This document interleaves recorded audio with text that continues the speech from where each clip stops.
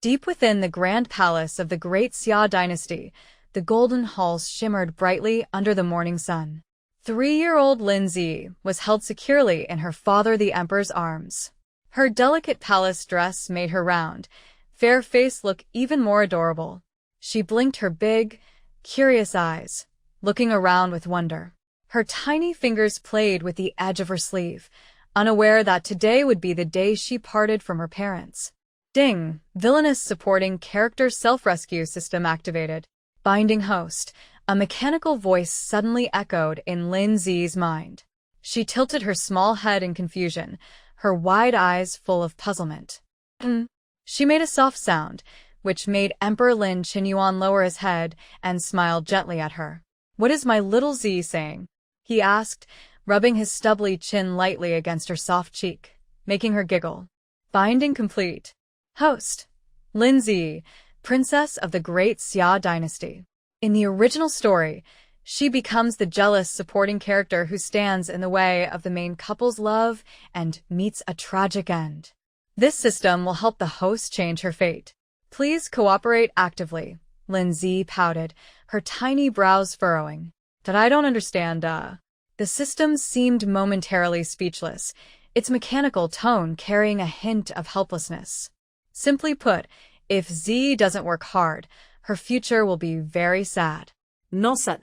Z's little face fell, her eyes turning red as if she were about to cry. Wait. The system panicked and quickly changed its tone. Z, don't be upset. The system will help you. Look, there's some yummy candy ahead at the word candy. Z immediately stopped crying and nodded eagerly, like a pecking chick. Watching from the side, Empress Su Yunqing couldn't help but pinch her daughter's soft cheek. Why is our Z laughing one moment and crying the next? Lin Qinyuan held his daughter tighter, his voice low and heavy. The Grand Master said Z is destined for a spiritual path. If we keep her in the palace, it may harm her fortune. But once she leaves, we may never see her again. Tears welled in Su Yunqing's eyes, though she tried to stay calm. Your Majesty, the path of cultivation is long. Z is only 3 years old. I know. Lin Qinyuan closed his eyes for a moment. That's why I've already ordered people to prepare enough healing elixirs and protective charms. She must be kept safe and sound. Outside the palace, the royal convoy moved grandly toward Mount Dengxian. Lin Zi was carefully protected by her parents, curiously peeking out the window at the passing scenery. Z, remember what the system said. When we reach Mount Dengxian, you must behave and not run around. Understand? Z will be good. The little girl proudly patted her chest, making her parents smile at each other. When they arrived at the foot of the mountain, hundreds of children of different ages had already gathered there. Most of them were dressed simply, with only a few showing signs of wealth. As the royal convoy arrived, all eyes turned toward them, and whispers spread through the crowd. Is that the little princess of the Daxia dynasty? I heard she's only 3 years old. So young, and already seeking a fate with the immortals? Look at her clothes. She must be from a very rich family. Lin Qinyuan personally carried his daughter out of the carriage, while Su Yunqing carefully straightened her clothes. Z was now dressed in a shimmering protective robe, a pouch of healing herbs hanging at her waist, and a defensive hairpin in her hair. Every item a treasure prepared by the royal family. Z, remember what father said. Lin Qinyuan knelt down to meet her eyes. Once you go up the mountain, listen to the immortal masters. Don't trust strangers easily. If you're in danger, use the charm I gave you, all right? Su Yunqing couldn't help but pull her daughter into her arms, her voice trembling. My little Z, you must stay safe. The little princess nodded, half understanding, and reached out to wipe the tears from her mother's face. Don't cry, mother. Z will be good. Far away, elders from various immortal sects were watching the scene at the foot of Mount Dengxian through a water mirror. When their eyes fell on Lin Zi, they all noticed the couple beside her, dressed in dragon and phoenix patterns. The emperor himself came to send her off. This child must be someone important. The dragon aura around her, she's clearly of royal blood. Only 3 years old, yet already blessed with such destiny. No wonder the national seer predicted great fortune for her. Look at all those treasures on her. They're probably worth more than what some small sects own altogether. At the foot of the mountain, Lin Zi stood quietly beside her parents, curiously observing the unfamiliar surroundings and the crowd around her. The children were of different ages, from 3 to 15. Some looked nervous, while others seemed eager to try. "Z, the system has a secret to tell you." The voice suddenly became serious. "This world is actually a book, and you are the unkind supporting character in it. You will do many bad things, and end up with a sad fate." Lin Zi blinked in confusion. "A book?" "Yes, but don't be afraid. I'll help you avoid those bad endings. When you go up the mountain later, just do as I say, all right?" "Okay," Lin Zi answered softly, but her attention was caught by a butterfly dancing in the distance. Butterfly. So pretty. The system sighed helplessly. This task was going to be harder than it thought. As the time came, a cultivator in a blue robe floated down gracefully and said in a clear voice, "The immortal trial is about to begin. Family and friends, please stop here." Lin Qinyuan and Su Yunqing's eyes turned red as they hugged their daughter tightly, unwilling to let go. "Z, you must take good care of yourself," Su Yunqing said through tears. Lin Qinyuan took a deep breath and pulled out a delicate storage bracelet from his sleeve, placing it on his daughter's slender wrist. "There are extra pills and talismans inside. Use them if you're in danger. Don't hesitate." Lin Zi finally seemed to realize she was about to be separated from her parents. Her lips trembled, and she was about to cry. "Z, don't cry. I'll tell you a nice story." The system quickly comforted her. "Look, there might be even more beautiful butterflies on the mountain." The little princess's attention was successfully diverted. Tears filled her eyes but didn't fall. She just held tightly onto her parents' clothes. The blue-robed cultivator smiled gently at her. "Little one, it's time to go up the mountain." Lin Qinyuan steeled himself and gently pushed his daughter toward the mountain path. "Z, go on. Remember, your father and mother will always love you." Lin Zi looked back again and again as she followed the cultivator, her small steps slow and heavy. The storage bracelet on her wrist glimmered in the sunlight, and her fine robes fluttered softly in the wind. Just as she stepped onto the first stair, a faint blue screen that only she could see suddenly appeared before her eyes. Main quest released. Pass the Immortal Ascension trial and join a Cultivation SECT. Quest reward. Beginner's gift pack. Failure penalty. None. Due to the host's young age, the system will lower the difficulty accordingly. Lin Zi tilted her small face upward, staring curiously at the glowing screen. She reached out her tiny hand, wanting to touch it. Shiny. Behind her, Lin Qinyuan and Su Yunqing stood together, watching their daughter's small figure grow distant, unwilling to leave for a long time. At the foot of Mount Ascension, children lined up in a long queue, climbing the winding stone steps. 3-year-old Lin Zi struggled to keep up at the end of the line, her short legs moving with effort. So tired. She pouted, pulling a spirit fruit from her storage bracelet and taking a crisp bite. Sweet juice trickled down her chin, and she squinted her eyes in satisfaction. "Z, keep going. Just a few more steps and you can rest," the system encouraged in her mind. Not far ahead, Qingxue, the 7-year-old daughter of the Prime Minister, climbed steadily. Dressed in simple white robes, her calm step stood in sharp contrast to the panting children around her. The moment Lin Zi saw her, her little face scrunched up. "I don't like her," she muttered softly, taking another big bite of her fruit. It was their second meeting. At last year's palace banquet, Lin Zi had seen Qingxue for the first time and, for some reason, disliked the polite young lady immediately. Her smile was strange, though she seemed cheerful. It didn't feel real, sending a chill down one's back. At that moment, Qingxue seemed to sense the gaze behind her. She turned slightly, frowned when she saw Lin Zi, then looked away and quickened her pace. "Humph." Lin Zi puffed her cheeks and turned her head aside. The other children were not as relaxed. With each step upward, the invisible pressure in the air grew heavier. A boy of about 10 was drenched in sweat, his legs trembling as he nearly fell to his knees. This pressure. It's too much. He gasped, resting his hands on his knees to catch his breath. Another girl had already started crying. I want to go home. I feel awful.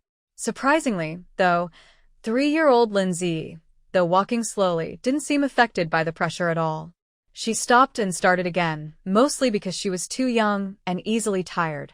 Shiny steps. She murmured curiously, touching the faintly glowing stairs beneath her feet, then looked up at the faint runes in the sky. That's the formation for testing talent, the system explained. Z, do you feel uncomfortable? No, just tired, she answered honestly, then took out a small jade bottle and drank a sip of spirit spring water. Her action caught the attention of a thin boy nearby. He stared at the fruit in her hand and swallowed hard. Could you give me one? He asked timidly. Z quickly hid the fruit behind her back and looked at him warily. No, it's mine. The boy froze, and a few older children nearby frowned at her reaction. Humph. Acting like a princess, huh? Sneered a red-clad girl about 12 years old. Just wait, when I become an inner disciple or a personal disciple, you'll see. Another boy chimed in, yeah. Once we join the sect, there's no such thing as a princess. Frightened by their harsh tone, Z's eyes turned red, and her lips trembled as if she were about to cry.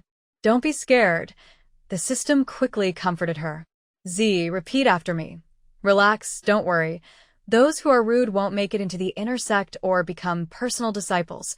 The little princess sniffled and repeated softly, relax. Don't worry. Those who are rude won't make it into the inner sect or become personal disciples. The moment she finished, the surroundings fell silent. The children who had been shouting a moment ago now stared at the tiny girl in shock, their faces turning pale. Z didn't understand what she had just said, but she could feel the system laughing happily in her mind. Yes, that's it. The system cheered, then hesitated a little. That's how a strong girl should act.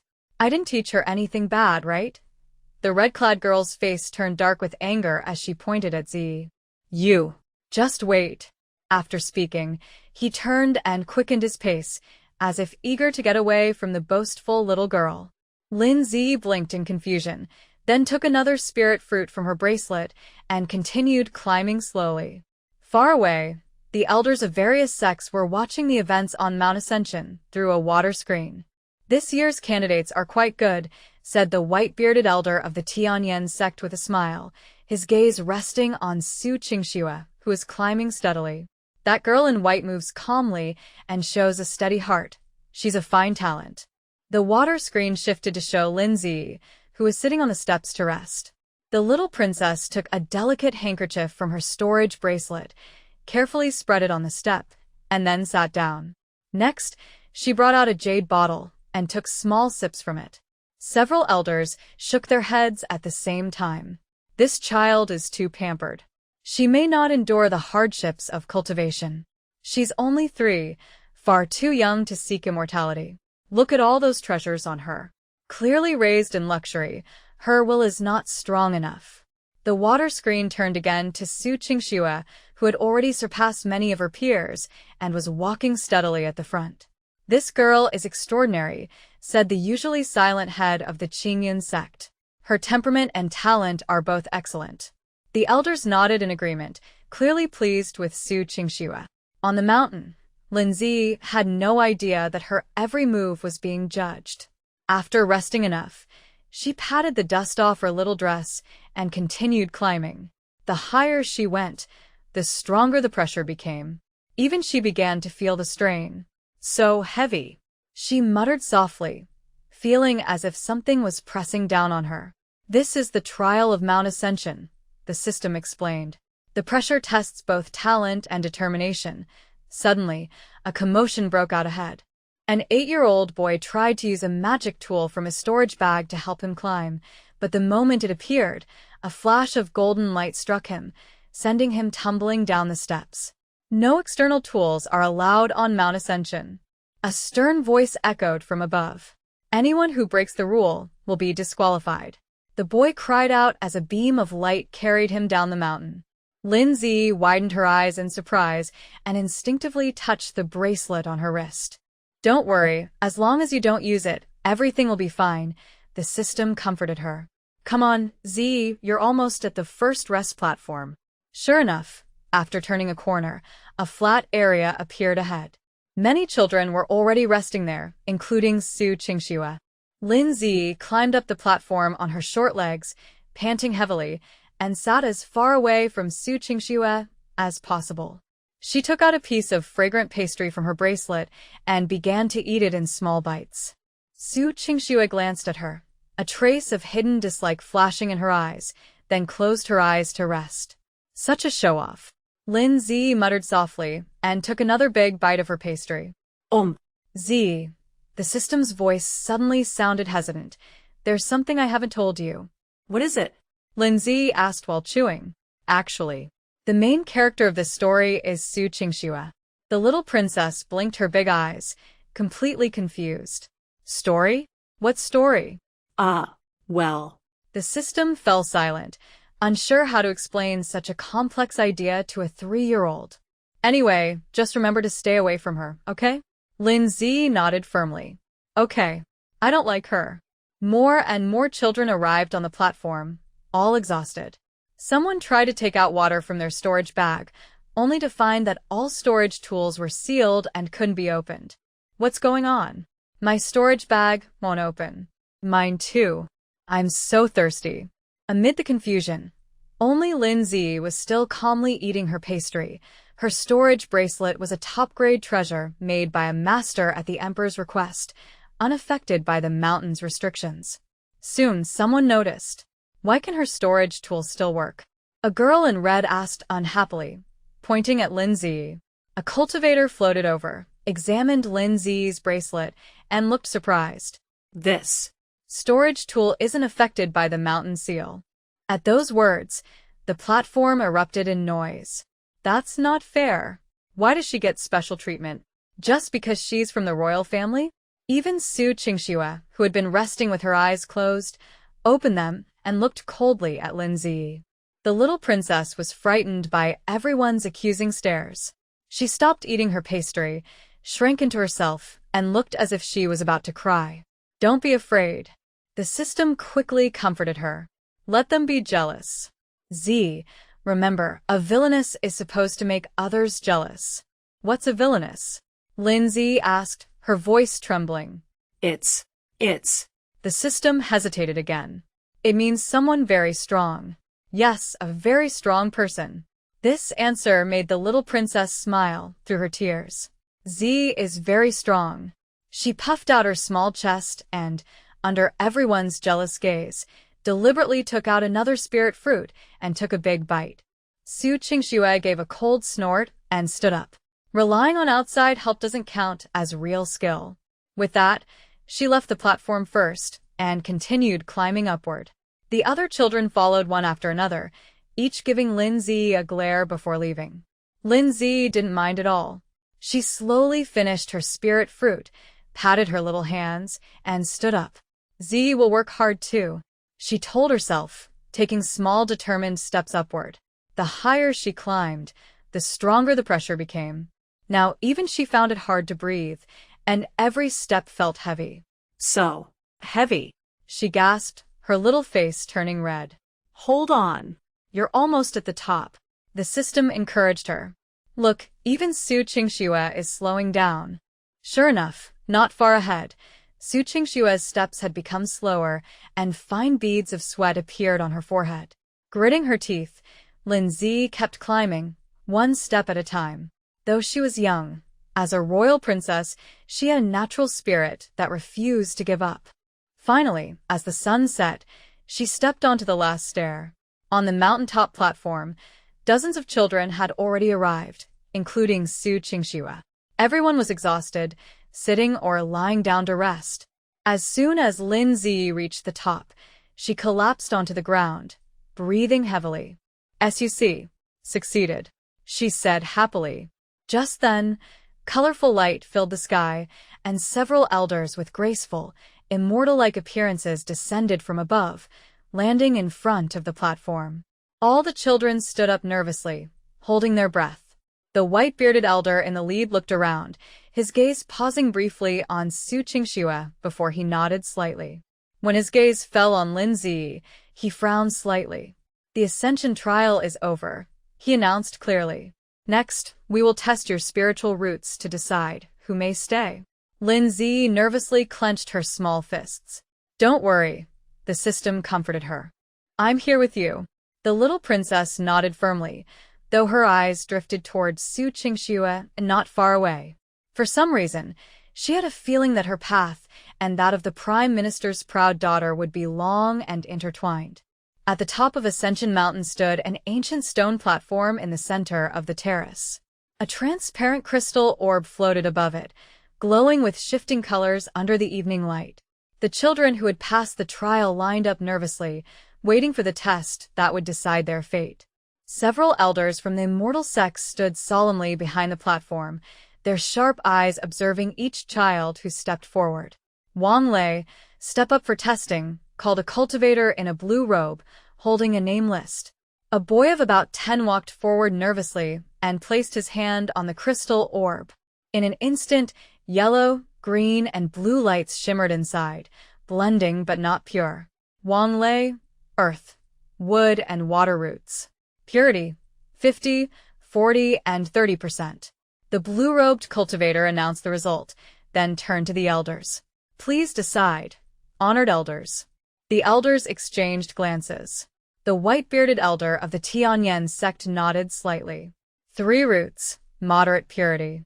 He may enter as an outer disciple.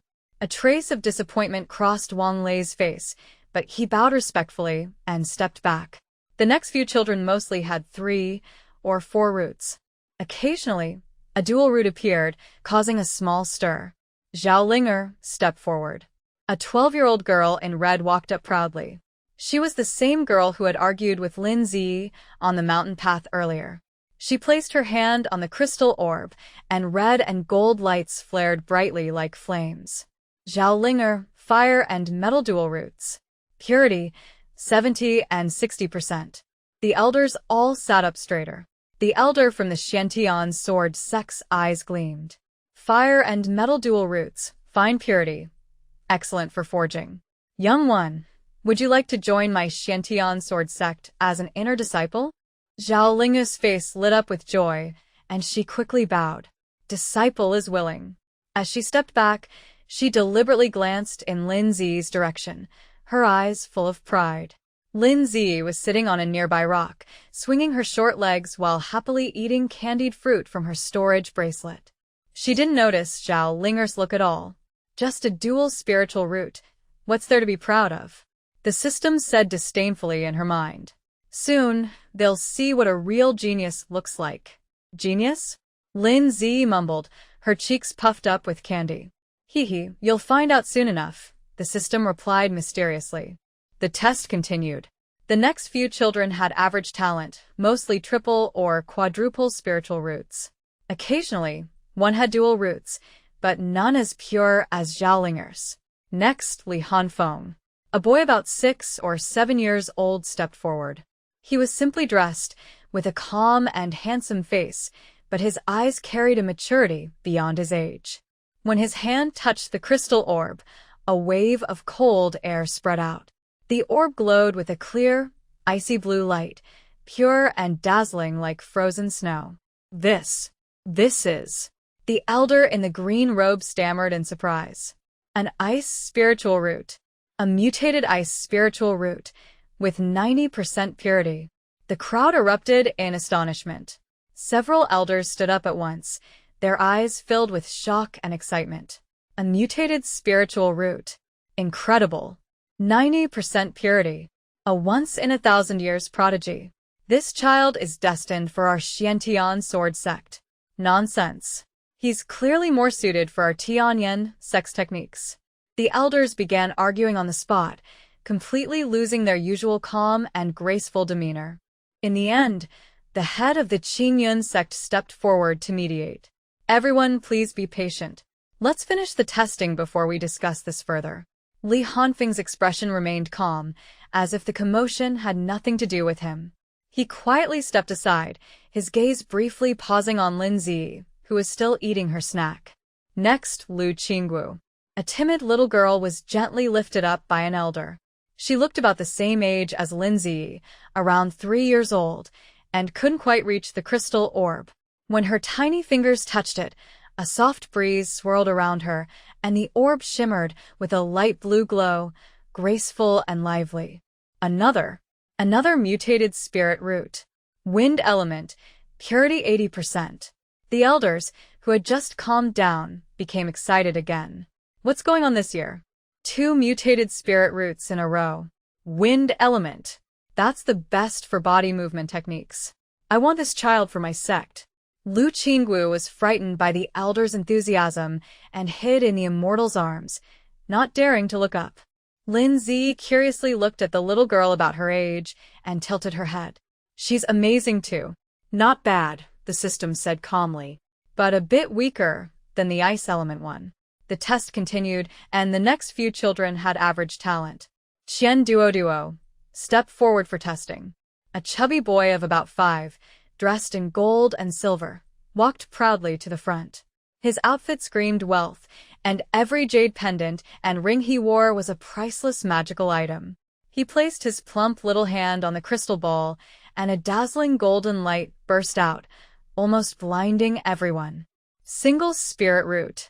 Gold element, purity 95%. The crowd erupted again. A single spirit root. Incredible. 95% purity. Just half a step away from a heavenly root. This generation's talents are unbelievable. Qian Duo lifted his chin proudly and straightened the golden threads on his robe as he stepped back. In the following tests, several children with dual and triple spirit roots appeared, but compared to the earlier geniuses, they no longer drew much attention from the elders. Next, Yun Yi. A crying little boy was carried forward by an immortal. He looked about 3 years old, the same as Lin Zi, with tears still on his fair cheeks. When his small hand reluctantly touched the crystal ball, something strange happened again. The crystal ball glowed with icy blue light, but unlike Li Hanfeng's cold aura, this one carried a sharp sword energy. Even more shocking, sword energy surrounded the boy, and faint sword sounds echoed in the air. Ice element. Another mutated ice spirit root. Purity. 95%. The immortal in the green robe trembled as he spoke. And he's born with a sword body. His heart is one with the sword. This time, even the usually calm head of the Qingxue sect suddenly stood up. A natural sword body. It's actually a natural sword body. The elders were completely shocked, almost rushing forward to claim the child. This boy must join my Xiantian sword sect. Nonsense. So, what if he has a natural sword body? The sword techniques of my Tianyan sect are the true path. Stop arguing. This child is fated to be my disciple. Yun Yi was frightened by the scene and cried even harder. His small body trembled, forming a strange contrast with the sharp sword aura surrounding him. Lin Zi looked at the little boy with sympathy. He's crying so sadly. Ice spirit root and natural sword body, the system said in a complicated tone. This generation truly has many talents. The man in the blue robe finally managed to calm the excited elders, and the test continued. But the next few children had only average talent, and no one else stood out. The line grew shorter, and soon it was almost over. Lin Zi clapped her small hands, jumped down from the rock, and got ready for her turn. Not far ahead, Qingxue stood quietly, waiting for her moment. The 2 destined rivals were about to reveal the secrets of their spiritual roots. Are you ready, Zi? The system's voice carried a hint of nervousness. The little princess nodded eagerly, her big eyes full of excitement. I'm ready. Qingxue stepped forward for the test. As the man in the blue robe called her name, all eyes turned to the girl in white. Qingxue's expression was calm as she walked gracefully to the testing platform, as if the noise around her didn't exist. She gently placed her slender hand on the crystal ball. In an instant, a clear blue light flowed from within it. The glow was pure and bright, like the clearest spring water in the mountains, spreading softly across the platform and bathing it in a gentle blue hue. Single water spirit root. Purity, 98%. The man's voice trembled with excitement. The platform erupted in astonishment. Even experienced elders couldn't help but gasp. Another single spirit root. This generation is truly extraordinary. 98% purity. Just one step away from a heavenly spirit root. The water spirit root represents gentleness and kindness, best suited for healing and support techniques. This girl's future is limitless. Under everyone's amazed gaze, Qingxue nodded slightly, the corners of her lips curving into a perfect smile, humble yet confident.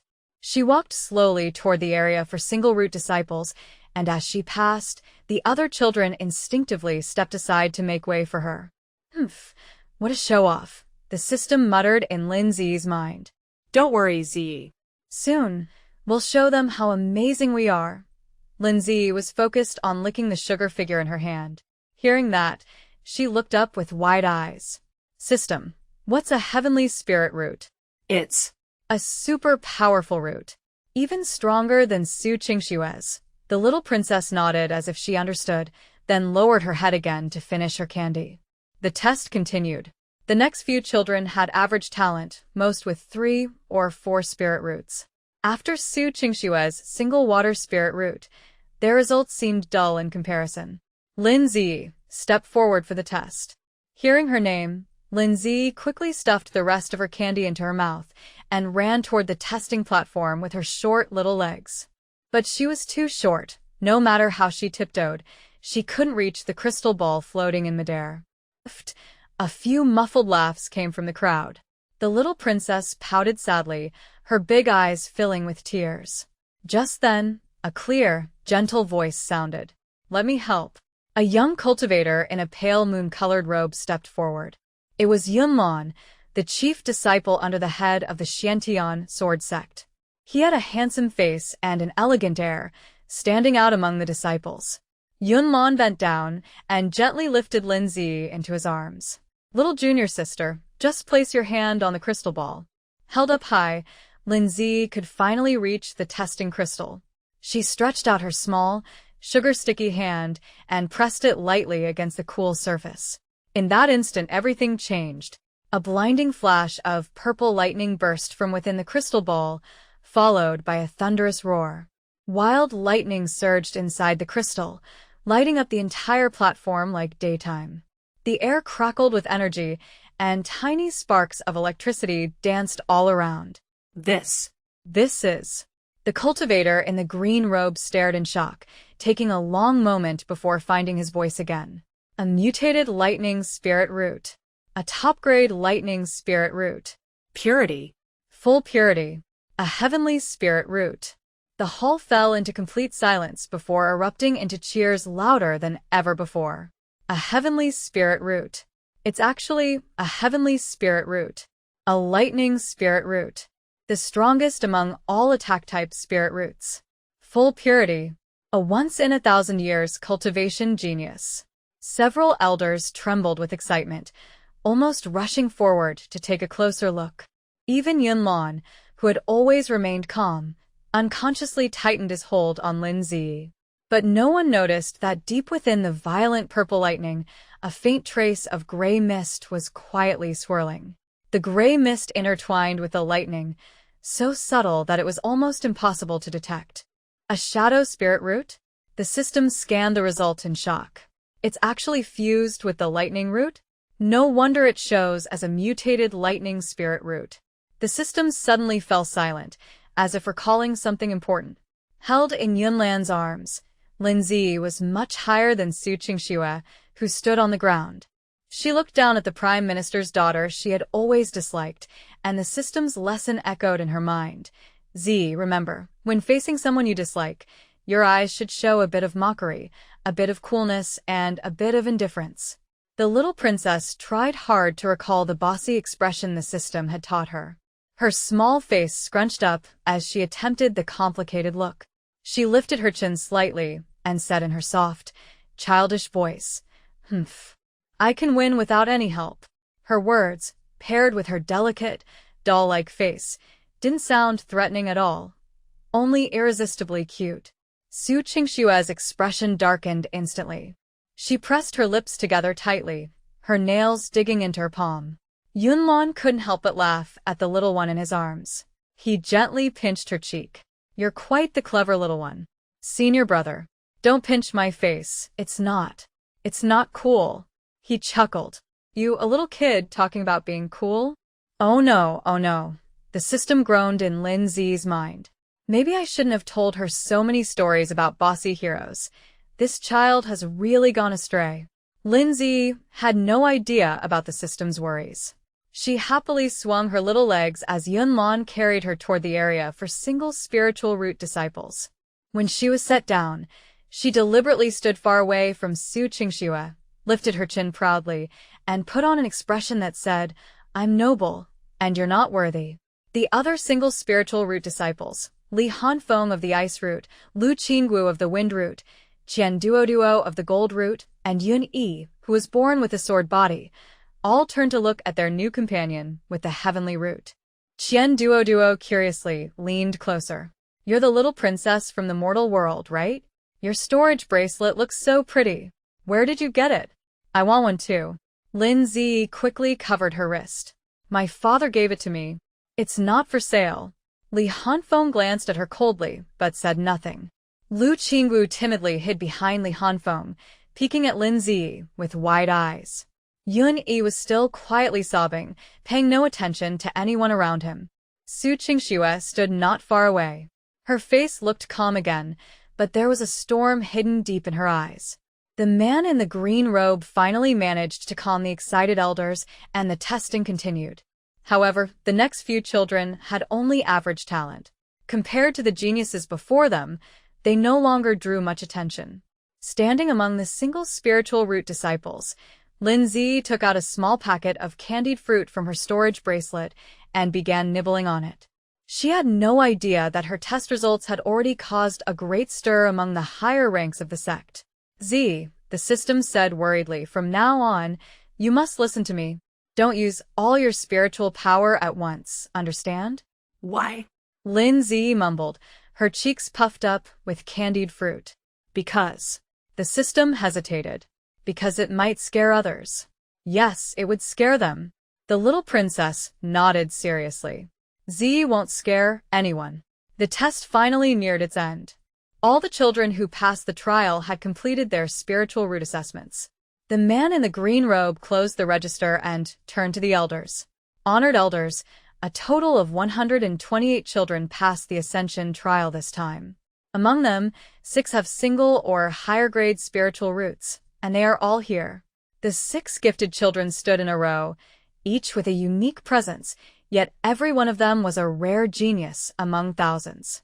The elders' gazes moved back and forth among the 6 youths, their eyes filled with pride and expectation. Elder Bai Su of the Tianyan sect stroked his beard and said with a smile, "This generation of disciples is truly the most promising in 1,000 years." The elder from the Xiantian sword sect nodded in agreement.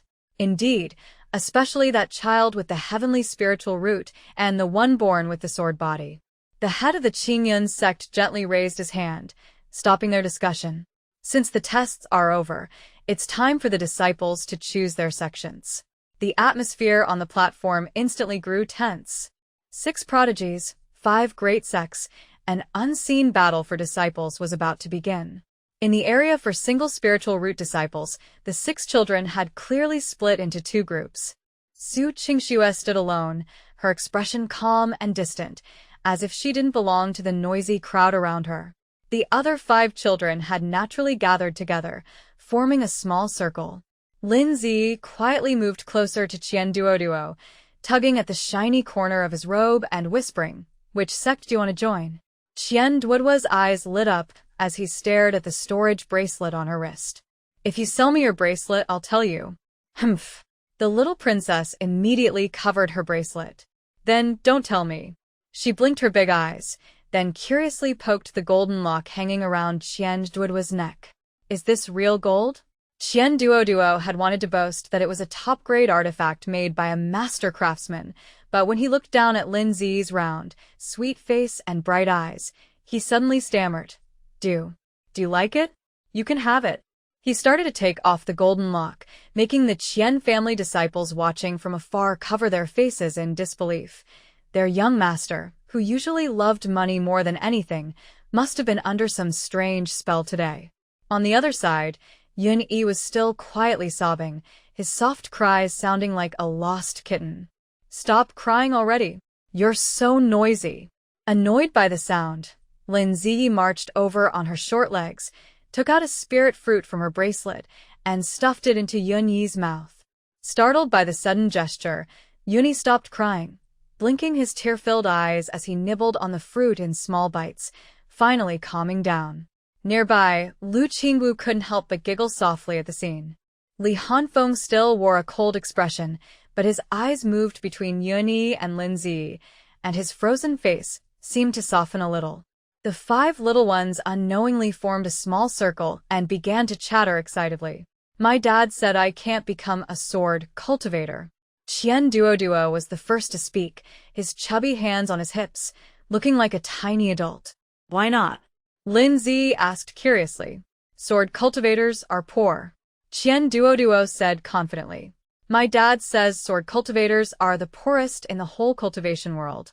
They have to save spirit stones for decades just to buy a decent flying sword. The children nodded, half understanding. Not far away, an elder from the Xiantian sword sect twitched his lips, struggling to resist the urge to pick up the chubby boy and give him a scolding. My dad says it's better to become a pill refiner, talisman maker, or artifact craftsman, Qian Duo continued, sharing the wisdom he learned from his merchant father. Those make the most money. A single high-grade pill can sell for thousands of spirit stones. Lin Zi tilted her head, thought for a moment, then puffed out her small chest proudly. I don't care.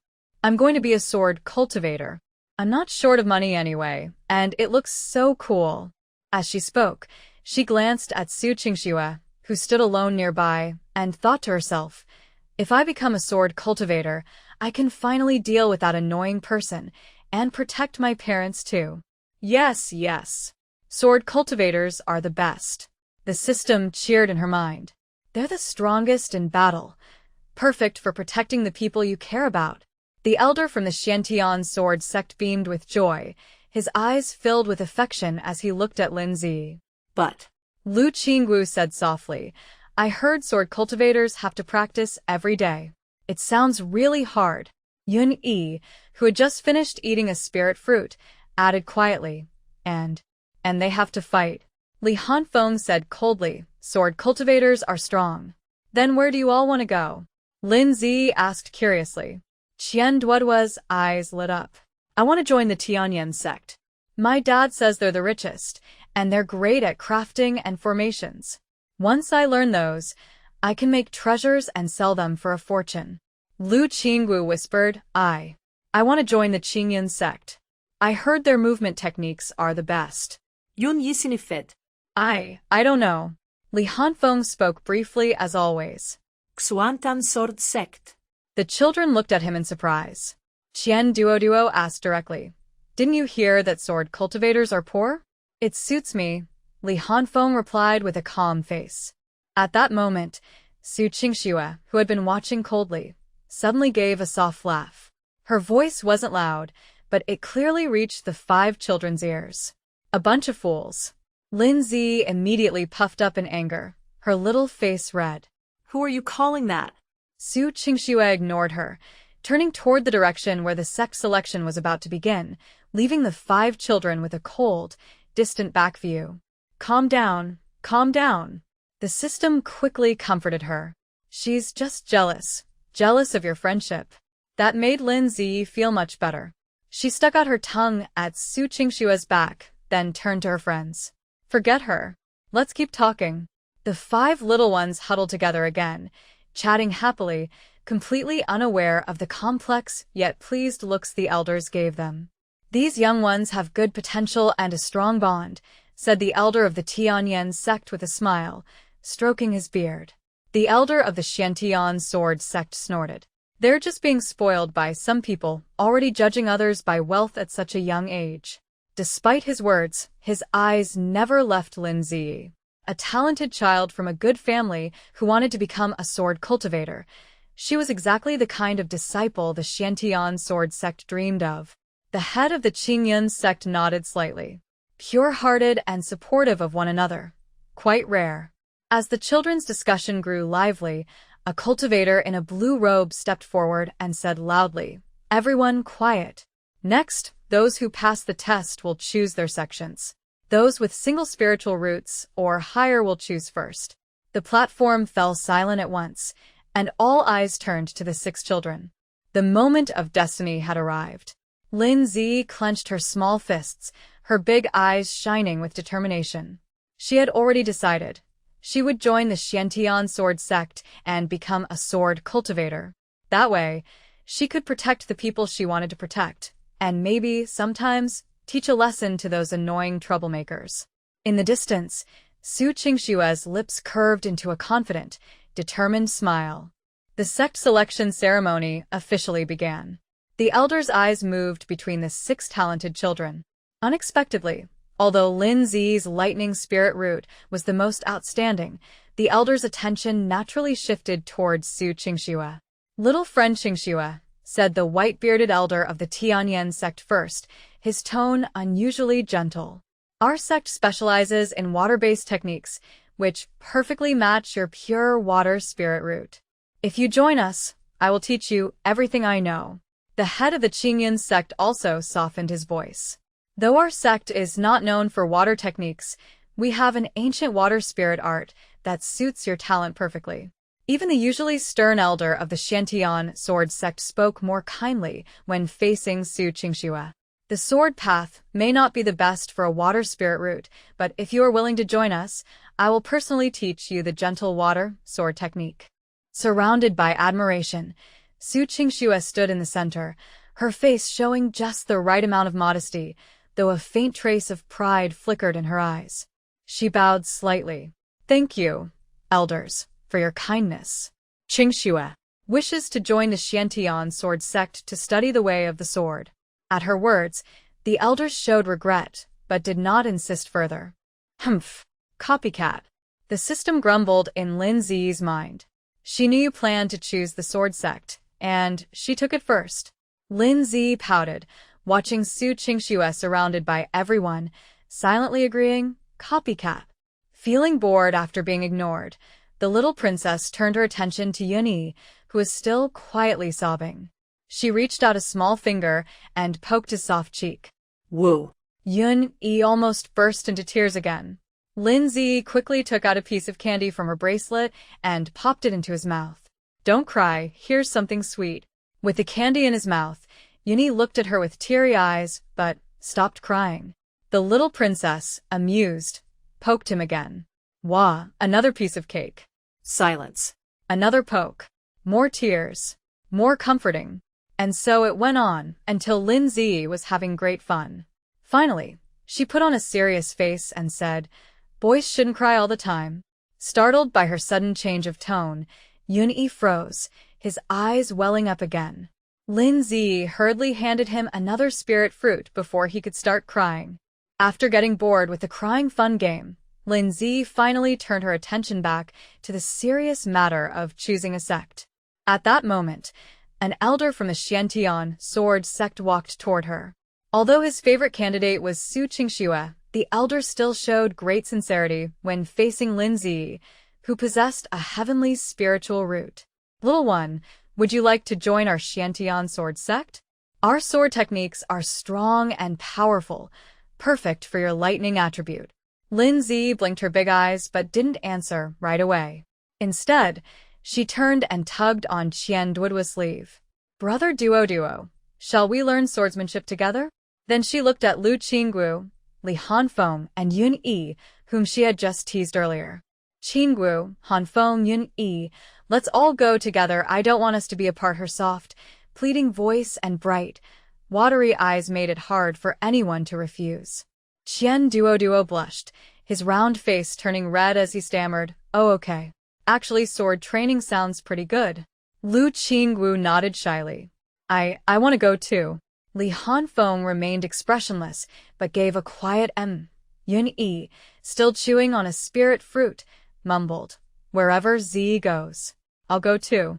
The elder of the Xiantian sword sect was overjoyed at the sight. A single heavenly spiritual root was already rare, but now he had 5 talented children with exceptional spiritual roots joining at once. This was an event unlike anything in the sect's history. Good, good, good. The elder repeated the word 3 times, his wrinkled face blooming with a wide smile. Since you all wish to join our Xiantian sword sect, then wait. The elder of the Tianyan sect quickly interrupted. These children have different talents, and not all are suited for the sword path. Young Qian's metal attribute is best for crafting, while Young Lu's wind attribute suits movement techniques. Only in our Tianyan sect can they reach their full potential. The head of the Qingxue sect also advised. That's true. In cultivation, the right method is the key to success. The elders began to argue again, each wanting to recruit more talented disciples for their own sections. However, the 5 little ones were already standing hand in hand, their decision clear. They wanted to stay together. In the end, under the children's firm decision, all 5 young prodigies chose the Xiantian sword sect. Including Su Qingxue, who had chosen earlier, the sect had now accepted 6 disciples with single spiritual roots or higher, an achievement not seen in 1,000 years. The elders of the other sects were filled with envy, but there was nothing they could do. After the selection ceremony ended, the new disciples were taken away by their respective sections. The Xiantian sword sect, having gained so much this time, was personally led back by Yunlan with the new disciples. On the flying boat, the 6 children were placed in the same cabin. Su Qingxue sat quietly in a corner with her eyes closed, while the other 5 gathered together, chatting happily. If my father finds out I chose sword cultivation, he'll definitely scold me, Qian Duoduo said, though his face was full of excitement. Lu Qingwu whispered, actually, sword cultivation is pretty good. Li Hanfeng silently polished the sword he had just received from the sect, his eyes focused. Yun Yi sat close to Lin Zi, holding onto the corner of her robe as if afraid she might run away. Lin Zi swung her legs proudly and took out various snacks from her bracelet to share with her friends. Every now and then, she glanced at Su Qingxue in the corner and deliberately raised her voice. These candied fruits are delicious. Some people who don't like to join in won't get any. Su Qingxue didn't even open her eyes, as if she hadn't heard a thing. All right, the system sighed helplessly. Let's not bother with her. The flying boat sped through the clouds toward the Xiantian sword sect. Lin Zi leaned against the window, watching the mountains and rivers rush by below, her face full of excitement and anticipation. The path of cultivation had finally begun. The grand hall of the Xiantian sword sect was magnificent, with white jade pillars reaching toward the sky, carved with countless sword patterns and runes. Inside, many disciples had already gathered to watch the ceremony. The hall buzzed with voices as everyone waited for the new disciples to be introduced. Lin Zi and the other 5 single-root prodigies stood at the front of the line. Their small figures looked especially striking in the vast hall. Wow, they're so young. Someone in the crowd whispered. The one in white must be Su Qingxue. The boy with the cold face is Li Hanfeng, the 6-year-old with the ice spirit root. And Qian Duoduo is only 5, a genius, with a gold spirit root. The 3 shortest ones. Oh my, are they really only 3 years old? Lin Zi, Yun Yi, and Lu Qingwu. A sharp-eyed disciple noticed the faint golden aura around Lin Zi. Did you see that? Lin Zi has a dragon aura. She must be the daughter of the human emperor. At the front of the grand hall, several elders of the sword sect sat on rosewood chairs, their presence deep and powerful, their eyes sharp as lightning. As usual, the disciple with the best talent would be chosen first by the highest-ranking elder. However, when the sect master announced the start of the apprenticeship ceremony, something strange happened. Almost all the elders turned their eyes towards Su Qingxue. Qingxue, said a gray-robed elder gently, I have practiced the gentle water sword for 100 years and need a disciple with a water spirit root. A blue-robed elder quickly added, I already have 3 personal disciples, but if you are willing, I'll make an exception and take you as my last disciple. I mainly practice metal-based sword techniques, but I can study water techniques just for you.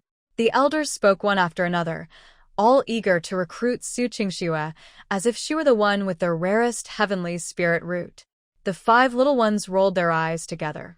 She's going to act all proud again, Lin Zi muttered, pouting.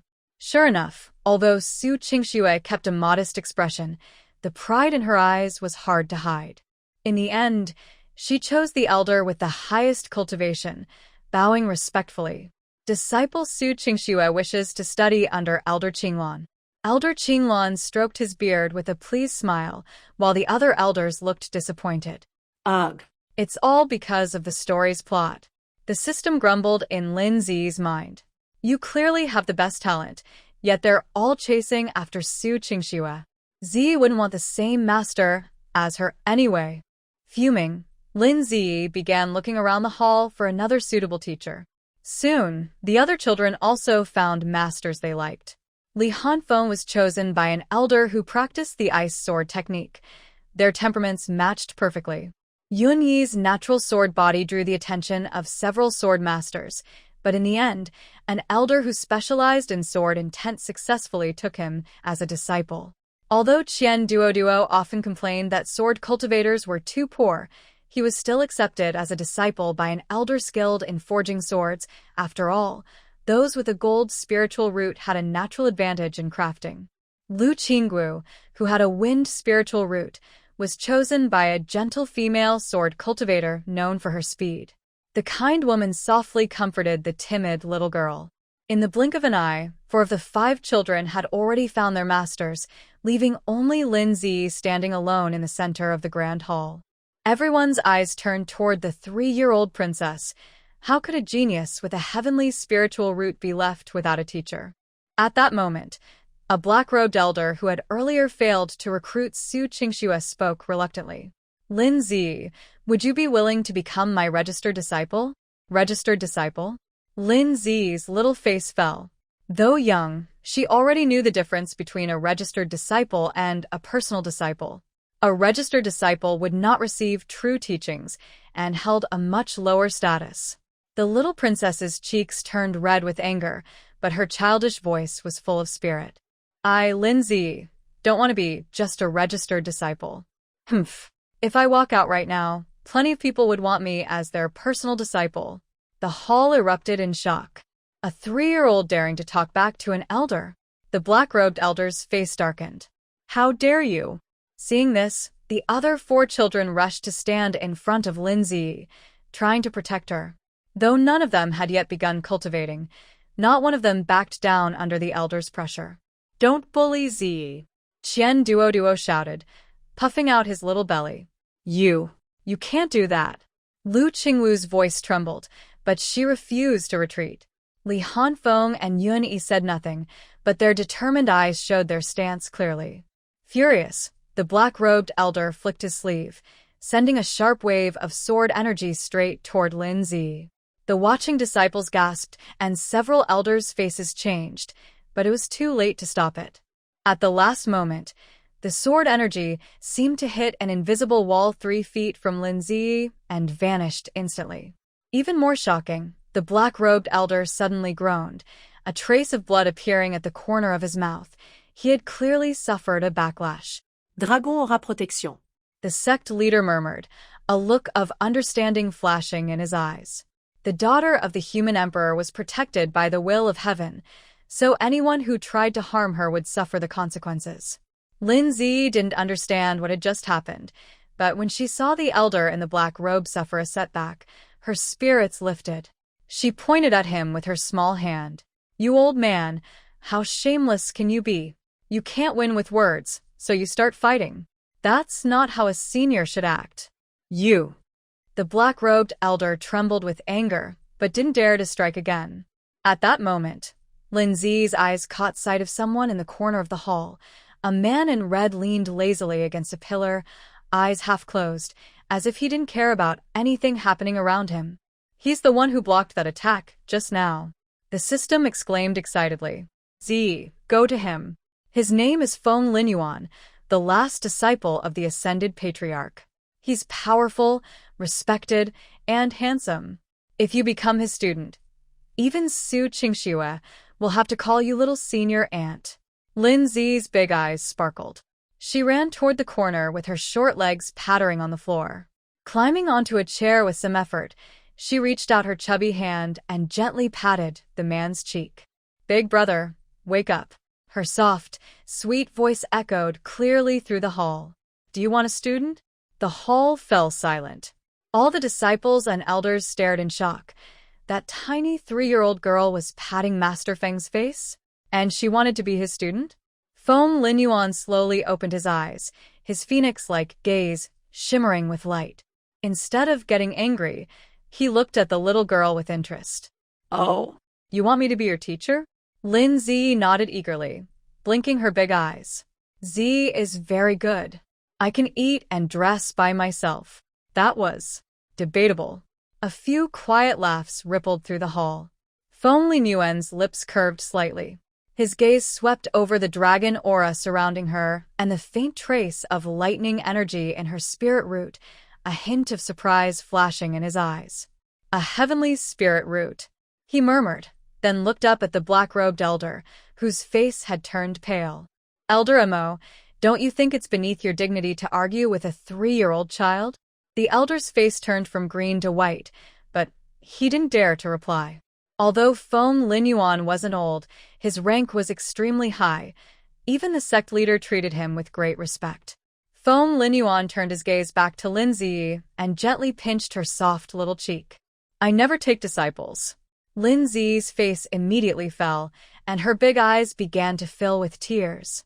However, he continued, his tone changing slightly, a hint of amusement in his eyes. You're such an interesting little one. I can make an exception this time. The little princess instantly stopped crying and smiled brightly. She opened her arms and ran toward him. Master.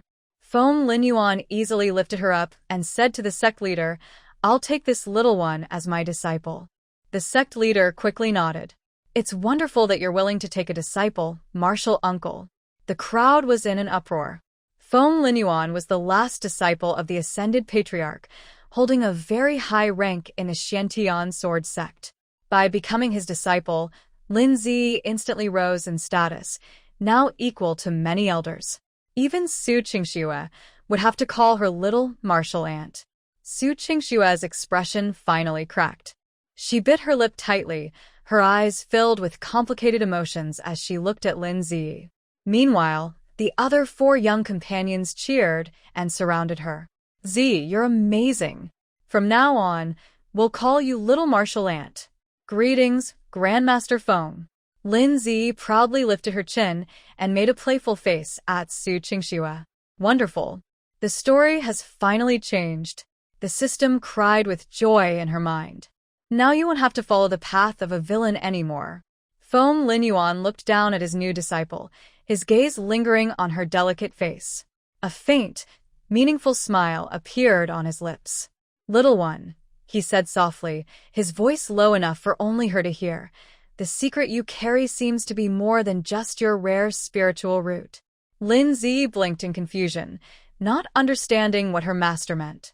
All she knew was that from this day on, she was one of the highest-ranked disciples in the Xiantian Sword Sect. Far away in the Imperial Palace, Lin Qinyuan, who was reviewing memorials, suddenly felt something stir in his heart. He looked toward the west, his face filled with unhidden longing. Feng Linyuan carried his new disciple as he flew on his sword toward his residence, Qifeng Peak. Held securely in his arms, Lin Zi stared wide-eyed at her master's handsome profile. Little one, why are you staring at me like that? Feng Linyuan lowered his gaze, meeting his disciple's curious eyes. Lin Zi wasn't shy at all. In a soft, childish voice, she said, Master Tiger wears Yi's gift? She had purposely said Master Tiger instead of Master, her sweet tone carrying a hint of playfulness. A faint smile appeared in Feng Linyuan's eyes as he teased her. What gift? The gift for becoming your student. The little princess said confidently. All my friends got one. Even that annoying one did. But E didn't. E wants something better than all of theirs. She began counting on her fingers. Master Duo gave him a little golden sword. Master Qingxue gave her a floating ribbon. Master Hanfeng gave him a sword made of ice, and Master Yuni gave him a book full of little drawings. Even that annoying one got a glowing pearl from her master. Feng Linyuan raised an eyebrow. Oh? Then what do you want? Lin Zi tilted her small head, thought for a moment, and her big eyes suddenly lit up. E wants the best one. All right, Feng Linyuan agreed easily. With a flash of his sword, he flew off in another direction. Before long, they landed in a misty valley, surrounded by clouds. The valley was full of spiritual energy, with rare flowers and plants everywhere. In the center was a clear spring that shimmered like glass. Feng Linyuan set his little student down and casually plucked a leaf, tossing it into the water. The moment the leaf touched the surface, the entire spring glowed with rainbow light, and countless tiny symbols appeared on the water. What is that? Lin Zi's eyes widened in wonder.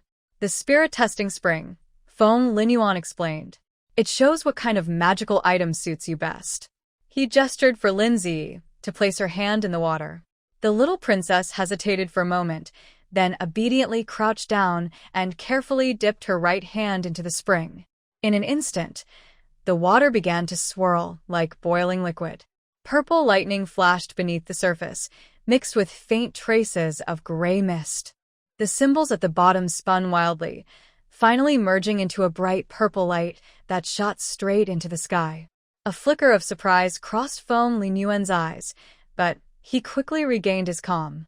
He reached out into the air, and the purple light seemed to respond, slowly descending into his palm and forming a small, delicate purple short sword. The sword was crystal clear, its blade covered in fine lightning patterns.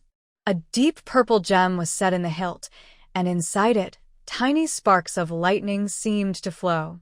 This sword is called Purple Lightning. It is a relic left behind by an ancient cultivator who mastered the power of thunder. Feng Linyuan handed the short sword to Lin Zi. It has no owner yet. Once you learn to guide spiritual energy into your body, you can refine it yourself. Lin Zi happily accepted the sword, gently running her fingers along its blade. The sword seemed to sense her touch, letting out a faint hum as the lightning on its surface softened. Thank you, Master Tiger. The little princess said joyfully, hugging the sword tightly. When they returned to Phoenix Perch Peak, Feng Linyuan arranged for Lin Zi to stay in a small, elegant courtyard. The yard was filled with rare flowers and plants, and in one corner stood a swing, clearly prepared especially for his young disciple. After playing with the purple lightning sword for a while, Lin Zi suddenly remembered something and ran to Feng Linyuan, who was sipping tea. Master Tiger, am I your personal disciple? Yes, Feng Linyuan replied calmly after taking a sip of tea. The little princess tilted her head, then stretched out her small hand. Where's the proof? Feng Linyuan almost choked on his tea, looking helplessly at his mischievous little disciple. What kind of proof do you want? The kind that shows it's true. Lin Zi said confidently.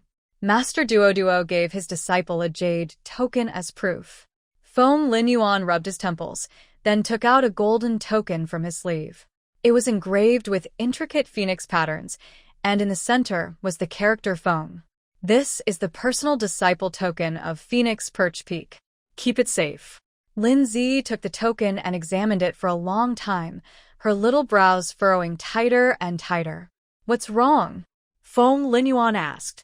The little princess looked up with a pout. Master Tiger, I can't read. Feng Linyuan. He took a deep breath and patiently explained, this is the character Feng. It means you are my personal disciple. Within the entire Xiantian sword sect, this token represents me. After finally making his little disciple understand the importance of the token, Feng Linyuan thought he could finally have some peace. But just as he sat down, that soft, sweet voice called out again. Master Tiger? Master Tiger? What is it now? Foam Linyuan felt that all the patience he had cultivated over centuries was being tested by this little one. Lin Zi held the token tightly, her big eyes filling with tears. Mrs. Mother. As she spoke, her lips trembled, and tears began to fall. Also Mrs. Father. And the sweet osmanthus cakes from the palace. And the lullaby Mother used to sing. Foam Linyuan looked at the little girl crying in front of him, completely at a loss. He had cultivated in this world for hundreds of years, defeating demons and monsters with ease, but he had never comforted a crying child before. Don't cry, he said awkwardly, patting his little disciple's back in an attempt to calm her. But the moment he touched her, Lin Zi cried even harder. Wah. He wants to go home. Foam Linyuan rubbed his temples, beginning to wonder if taking a disciple had been too hasty a decision. Meanwhile, Lin Zi was crying while talking to the system in her mind. System, really Mrs. Father and Mother. There, don't cry, the system said gently. Once you learn how to fly with a sword, you can visit the palace and see them. For now, stay with your master and learn well, all right? But. The little princess sniffled. Master doesn't seem to like E. Of course he does, the system quickly replied. He's just not used to being around children. Look at the lovely courtyard he prepared for you, and that swing. He must have made it just for you. Lin Zi stopped crying and blinked her teary eyes at the swing in the yard. A small smile finally appeared on her face. Really? Of course, the system said confidently. So Z must be good and work hard at cultivation, all right? Don't let your master down. Okay. Lin Zi nodded firmly, wiped her tears, and smiled brightly again. She ran to Foam Linyuan, tugged at his sleeve, and said, Master, E isn't crying anymore. E will practice hard. Foam Linyuan looked at his little disciple, whose moods changed as quickly as the wind. He sighed helplessly, but a faint smile appeared on his lips. Inside the cultivation room on Shifeng Peak, Foam Linyuan was teaching Lin Zi how to draw spiritual energy into her body. He had already prepared himself for a long period of instruction. After all, even the most gifted cultivators usually needed several days or even months to succeed in this first step. Close your eyes and feel the energy of heaven and earth, Foam Linyuan said calmly. Focus your mind on your core. Imagine you are a sponge, absorbing the water around you. Lin Zi sat cross-legged on the cushion, her small face serious as she followed his instructions and closed her eyes. Foam Linyuan stood nearby, carefully observing the spiritual nature of his young disciple. But what happened next surprised even him, a well-traveled disciple of an ascended master. Faint purple lights began to gather around Lin Zi's body. That was the lightning element drawing in the energy of thunder from the world. At the same time, streams of gray and black mist flowed toward her from all directions. Dark energy? Foam Linyuan frowned slightly. What shocked him even more was that this dark energy did not harm her or get rejected by her body. Instead, it was wrapped by the power of the lightning element, purified, and turned into pure energy that merged into her core. The fusion of dark and lightning elements can actually transform darkness into spiritual power? Foam Linyuan's eyes shone with amazement. Those old fools really missed something precious. They were so obsessed with that water element that they ignored this heavenly one. He continued to observe carefully and found that the two elements inside Lin Zi had perfectly merged, forming a unique cycle. Lightning was strong and fierce, while darkness was soft and calm. Together, they balanced each other. Interesting. Very interesting, Foam Linyuan said with a faint, amused smile. 3 hours later, as the evening sunlight streamed through the window into the training room, a powerful wave of energy suddenly burst from Lin Zi's body. The energy in the air rushed toward her, forming a small visible vortex above her head. Foam Linyuan's eyes lit up. She's done it. Lin Zi opened her eyes, her face full of excitement. Master, it feels like a little butterfly is flying in my stomach. That was a sign that energy had gathered in her core. Foam Linyuan smiled approvingly. Well done. Though he looked calm, his heart was filled with astonishment. To draw energy into the body in just 3 hours, such a thing had never been seen in the history of cultivation. That night, a red figure appeared on every peak of the Xiantian sword sect. Junior nephew, still teaching your disciple this late? Feng Linyuan strolled leisurely up to the cold ice peak and greeted the elder, who was instructing Li Hanfeng. The elder looked up in surprise. Uncle Feng, what brings you here? Feng Linyuan waved his hand casually. Oh, nothing much, just passing by. By the way, how did you find out that my precious little disciple managed to draw spiritual energy into her body in just 3 hours? He hadn't even asked. Her talent is just average, nothing special, Feng Linyuan continued modestly, though the pride on his face was impossible to hide. I only gave her a few pointers, and she learned so quickly. The elder's mouth twitched. Looking at this obviously proud yet pretending to be humble uncle, he didn't know what to say. The same scene played out on every peak. On the sword forging peak, Qian Duo was clumsily trying to sense spiritual energy while his master patiently guided him. Feng Linyuan appeared gracefully. Zhao nephew, teaching your disciple? My little disciple really worries me. She managed to draw spiritual energy into her body in just 3 hours. I didn't even have time to teach her much. Elder Zhao. Who asked you? On the sword and tent peak, Yun Yi was crying because he couldn't sense any spiritual energy and his master was trying to comfort him. Feng Linyuan happened to pass by. Zhao nephew, your disciple is crying? My little disciple is much easier to handle. She succeeded in 3 hours and is probably asleep by now. Elder Zhao. I didn't want to know that. On the flowing cloud peak, Elder Sun was using gentle wind spells to help Lu Qingxue sense spiritual energy. Feng Linyuan arrived uninvited. Sun nephew, you're working so hard. No need to make it so complicated. My little disciple learned easily. She succeeded in just 3 hours. Elder Sun. Who's making it complicated?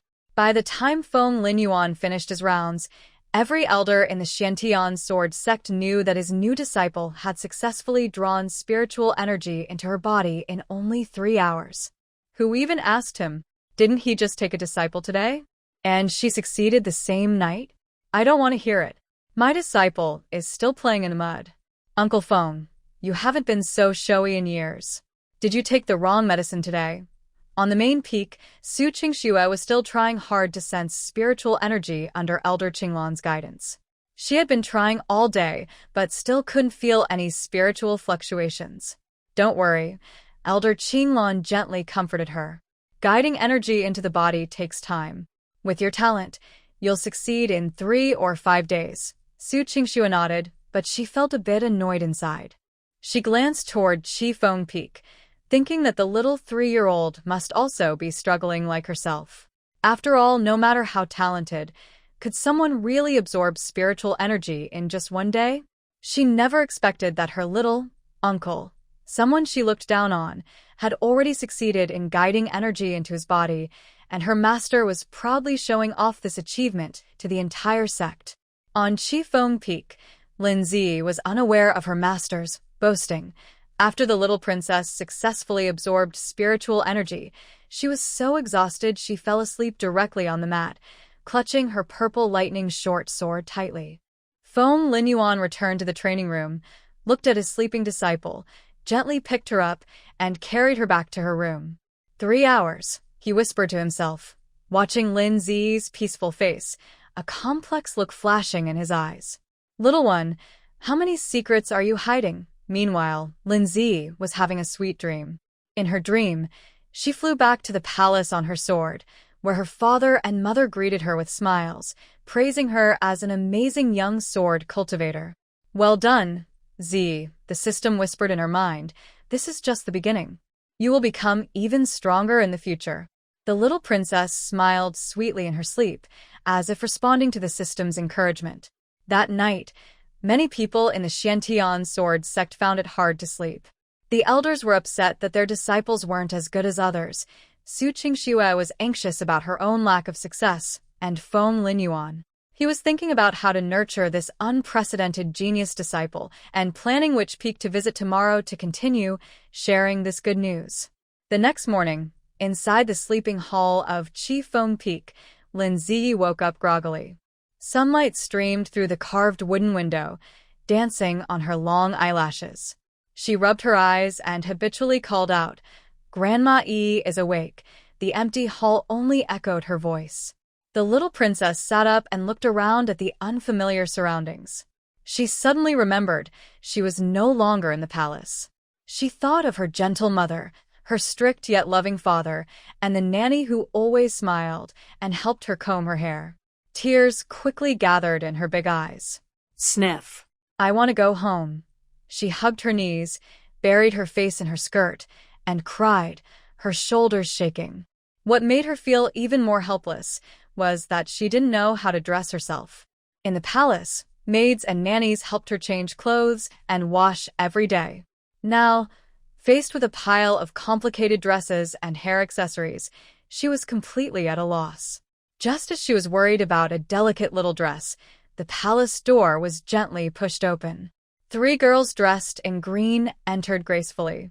They were all beautiful and had fresh, lively looks like forest spirits. "Little master is awake," the lead girl asked softly.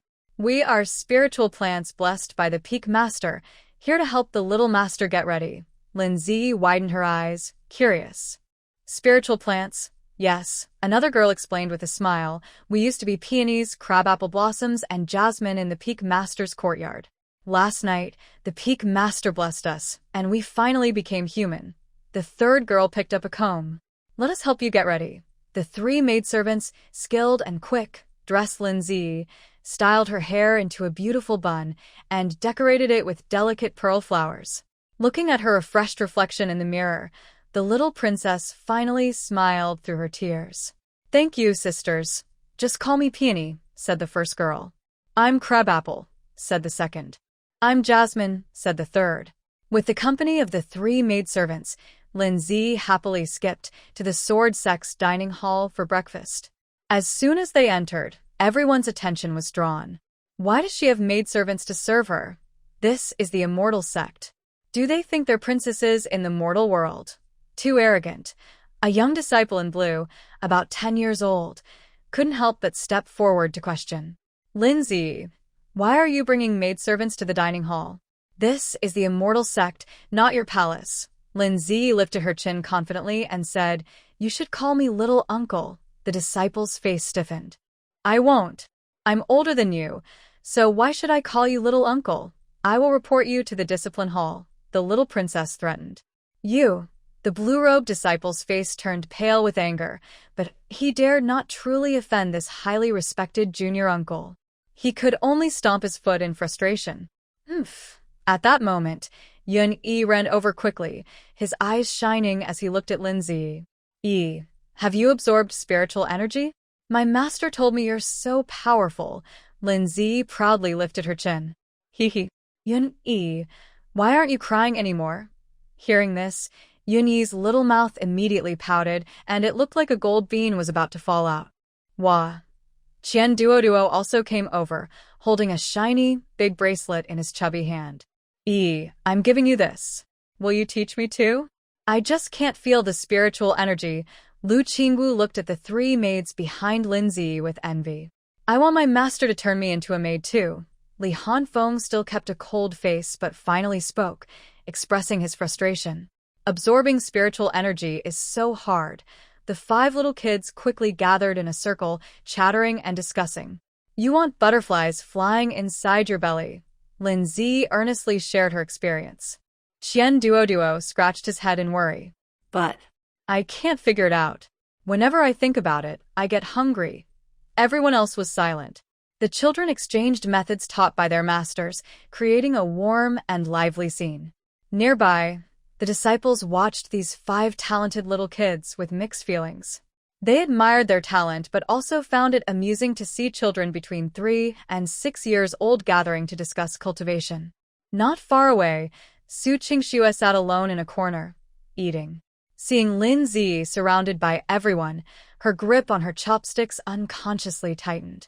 why? Why could that 3-year-old girl gain Uncle Feng's favor and absorb spiritual energy in such a short time? And she, praised as one of the most promising disciples of this generation, was still struggling to feel spiritual energy.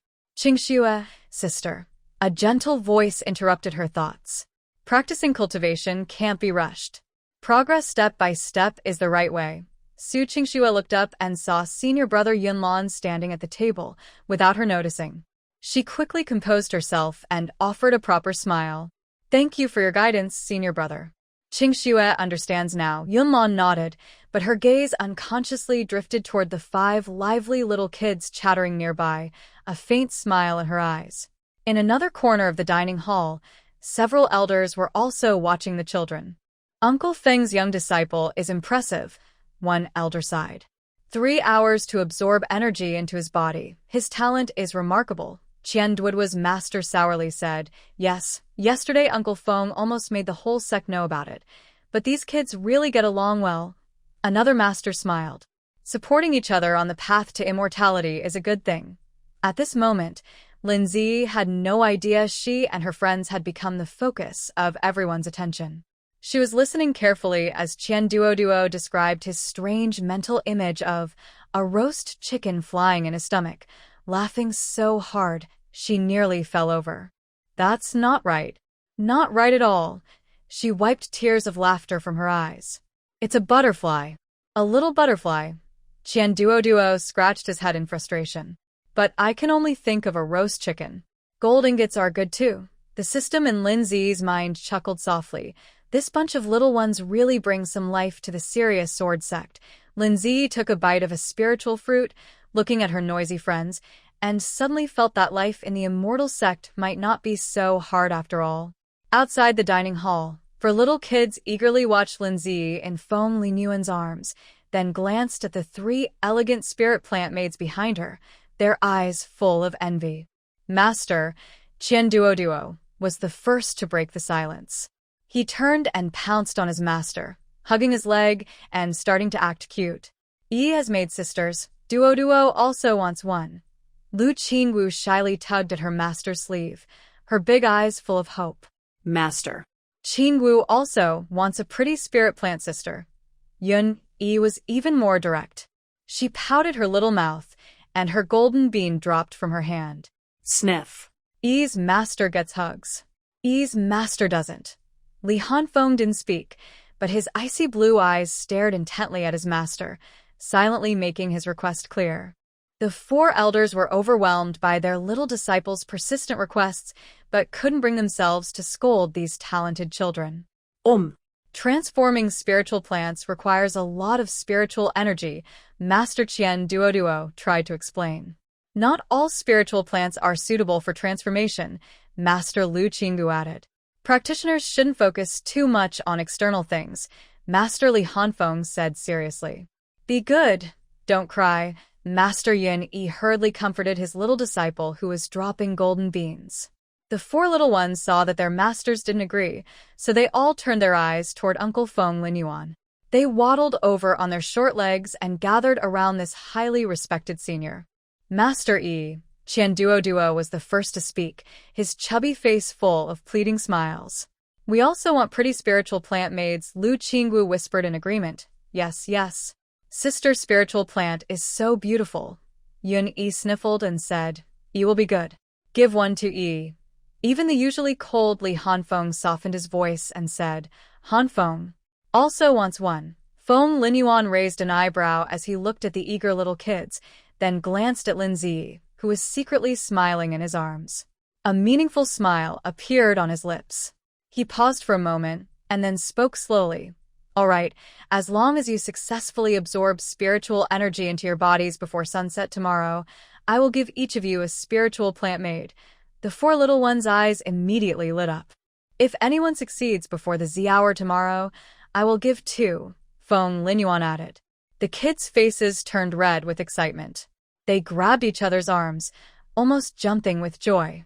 If anyone can do it within 3 hours, Feng Linyuan deliberately stretched out his voice, watching their expectant little faces, and is faster than Yi. I will give 5. 5. Qian Duoduo exclaimed, making a fist with his chubby hand to show 5, his eyes wide with surprise. Lu Qingwu's face blushed with excitement. F5 Spiritual Plant Sisters. Uniki forgot to cry and stared blankly, repeating, 5. Even the usually icy face of Li Hanfeng showed a crack, and a look of longing flashed in his eyes. Wow, Master is so generous, the system exclaimed in Lin Zi's mind. But Breaking the record of 3 hours might not be that easy, right? Feng Lin Yuan appeared calm on the outside, but inside, he was calculating. These little kids are all geniuses. With some pressure, maybe they can create miracles. The conditions are a bit strict, but what if? Although no one could take 5 spiritual plant maidservants from his hands, he still wanted to give them hope. Master. Master. Qian Duo suddenly turned around, tugging on his master's sleeve. Quick, teach Duo how to breathe energy into his body. Duo wants 5 maidservants. The other 3 children also woke up from their days, each pulling their own master to go practice. Master, hurry. Qingxue needs to start training now, Hanfeng. I need to start practicing right now. Yi is not playing anymore. Yi wants to practice. The 4 elders were both amused and helpless at their young disciple's sudden enthusiasm. They could only exchange helpless looks with Feng Lin Yuan, then were hurriedly pulled away by their eager students. Feng Lin Yuan watched the 4 little figures walk away, chuckling softly. He lowered his head and said to Lin Ji in his arms, "It seems you've set a good example for your friends." Lin Ji proudly lifted her chin. "Yi is the best. Yes, yes, yes. My little disciple is the best." Feng Lin Yuan affectionately pinched her small nose. "Let's go. It's time to go back and practice." Master Tiger, Lin Ji softly called out. Yi has successfully breathed energy into her body. Can I learn to fly on a sword now? I want to fly back to the palace to see Daddy and Mommy. Feng Lin Yuan chuckled. Little greedy ghost, breathing energy into your body is just the first step in cultivation. To fly on a sword, you need at least to be in the chi refining middle stage. The little princess's face immediately fell. How long will that take? It depends on how hard you work. Feng Lin Yuan lifted her up slightly. If you train diligently, maybe in half a year you can reach it. Half a year, Lin Ji exclaimed, shaking her head like a rattle. Too long, too long. I want to go back right now. Be good, cultivation needs to be gradual, the system quickly comforted. Once you learn to fly on a sword, not only can you return to the palace, but you can also fly with your parents in the sky. Just imagine how impressive that would be. This description made Lin Ji's eyes light up. Really? Yi can take Daddy and Mommy flying in the sky? Of course. The system confidently declared. So now you must obediently listen to your master, train well, understand? Got it. The little princess nodded hard, her previous sadness gone, and she was already looking forward to flying on a sword with her parents. Meanwhile, inside the training rooms of the various peaks, for young children were training with unprecedented enthusiasm. Qian Duo sat cross-legged on a mat, his chubby face scrunched up as he tried to imagine little butterflies flying inside his stomach. But as he thought, his stomach suddenly growled loudly. Master, he looked pitifully at his master. Duo is hungry. Focus, his master said with a mix of amusement and frustration. You can't eat while absorbing energy. Lu Qingxue closed her eyes, imagining herself as a small grass swaying in the wind. Her little face was full of concentration, and a gentle breeze seemed to flow around her. Li Hanfeng imagined himself as a block of ice, and the temperature around him dropped a few degrees. His master nodded with satisfaction, thinking this disciple was very talented. Yun Yi pictured himself as a sword, his face serious, with faint sword energy swirling around him. His master was pleasantly surprised to see that this crying little disciple had remarkable talent in swordsmanship. No wonder he was born with a sword body. That night, the Xiantian sword sect was unusually quiet. The 4 young geniuses trained all night, aiming to absorb energy within a limited time to win the reward of a spiritual plant maidservant. Meanwhile, Feng Lin Yuan, the instigator, sat leisurely on the top of Phoenix Resting Peak, sipping spiritual tea, gazing at the starry sky, with a meaningful smile on his lips. Little ones, let me see how much potential you really have. Inside the training room on Phoenix Resting Peak, Lin Zi sat cross-legged on a mat, her face serious as she closed her eyes. In her mind, the system was patiently teaching the introductory part of the Nine Heavens Thunder Control technique. Imagine there is a thunder seed in your dantian. Use spiritual power to nurture it, letting it slowly sprout. The little princess carefully followed the system's instructions to circulate her spiritual energy. She felt the small, butterfly-like spiritual energy ball in her stomach start to become restless, faintly flickering with purple lightning. Thunder, thunder, she whispered, trying to control that power. Gradually, a purple lightning ball the size of a bell appeared in her palm. Its surface flickered with electric sparks and made faint crackling sounds. Yes. That's it, the system cheerfully encouraged. Now try to keep it the same size, don't let it grow or shrink. This was very difficult for a 3-year-old princess. She was used to holding her pee until she reached the bathroom, but now she had to control this unruly lightning ball. The lightning ball in her hand kept growing and shrinking, very unstable. Sometimes it expanded to the size of a bowl, flashing with electric sparks. Other times it shrank to the size of a soybean, almost invisible. Don't get bigger. Lin Zi stared nervously at the lightning ball, her face turning red from effort. But the more she worried, the harder it was to control. The lightning ball danced wildly in her palm like a wild horse, making her small hand tingle with electricity. Her hair stood up strand by strand, looking like a tiny, frizzy cat. Oh no, she cried out from the shock, but she didn't dare let go, afraid the lightning ball would fall and cause more trouble. Suddenly, she lost focus, and the lightning ball in her palm expanded uncontrollably, growing larger than her head in an instant. Bright purple lightning flashed intensely, illuminating the entire training room with an eerie purple glow. Stop! Shrink! Shrink! Lin Zi shouted in panic, trying to use her spiritual power to suppress the runaway lightning ball. But it was too late. Boom! A loud explosion erupted as the lightning ball burst in her hand, and violent lightning swept through the entire training room instantly. A huge hole was blasted in the wall, stones scattered everywhere, and dust filled the air. Feng Linyuan, relaxing on the mountain peak with a cup of tea, was startled by the sudden explosion. He coughed and spat out his tea. What happened? He quickly appeared outside the training room. Through the large hole, he saw the room in chaos. The culprit sat dazed in the wreckage, her face dark and her hair standing straight up, looking like she had been struck by lightning. Master! Master who? Lin Zi saw her master and quickly filled her eyes with tears. Yi didn't do it on purpose. Feng Linyuan looked at the large hole that could fit 2 people side by side, then at his innocent-looking young disciple. He was unsure whether to be angry or to laugh. What kind of spell are you practicing? He entered the training room and waved his hand to clear away the dust. Lin Ji sniffled and said, "Yi is training Lele." But Lele isn't listening. She stretched out her small hand, which was still smoking, with a blackened palm. Feng Linyuan held her tiny hand gently, and a soft spiritual energy flowed in to heal the burns caused by lightning. He keenly sensed that the remaining lightning power was pure and strong, far beyond ordinary lightning spells. Who taught you this spell? He asked with a slight frown. The Xiantian sword sect mainly focuses on swordsmanship, and lightning spells are not their strong point, especially such a clever one. Lin Ji blinked her big eyes, looking confused. It was that. She opened her mouth, but found she couldn't say the word system, as if some force was stopping her from revealing the secret. You can't tell. The system hurriedly warned, this is top secret.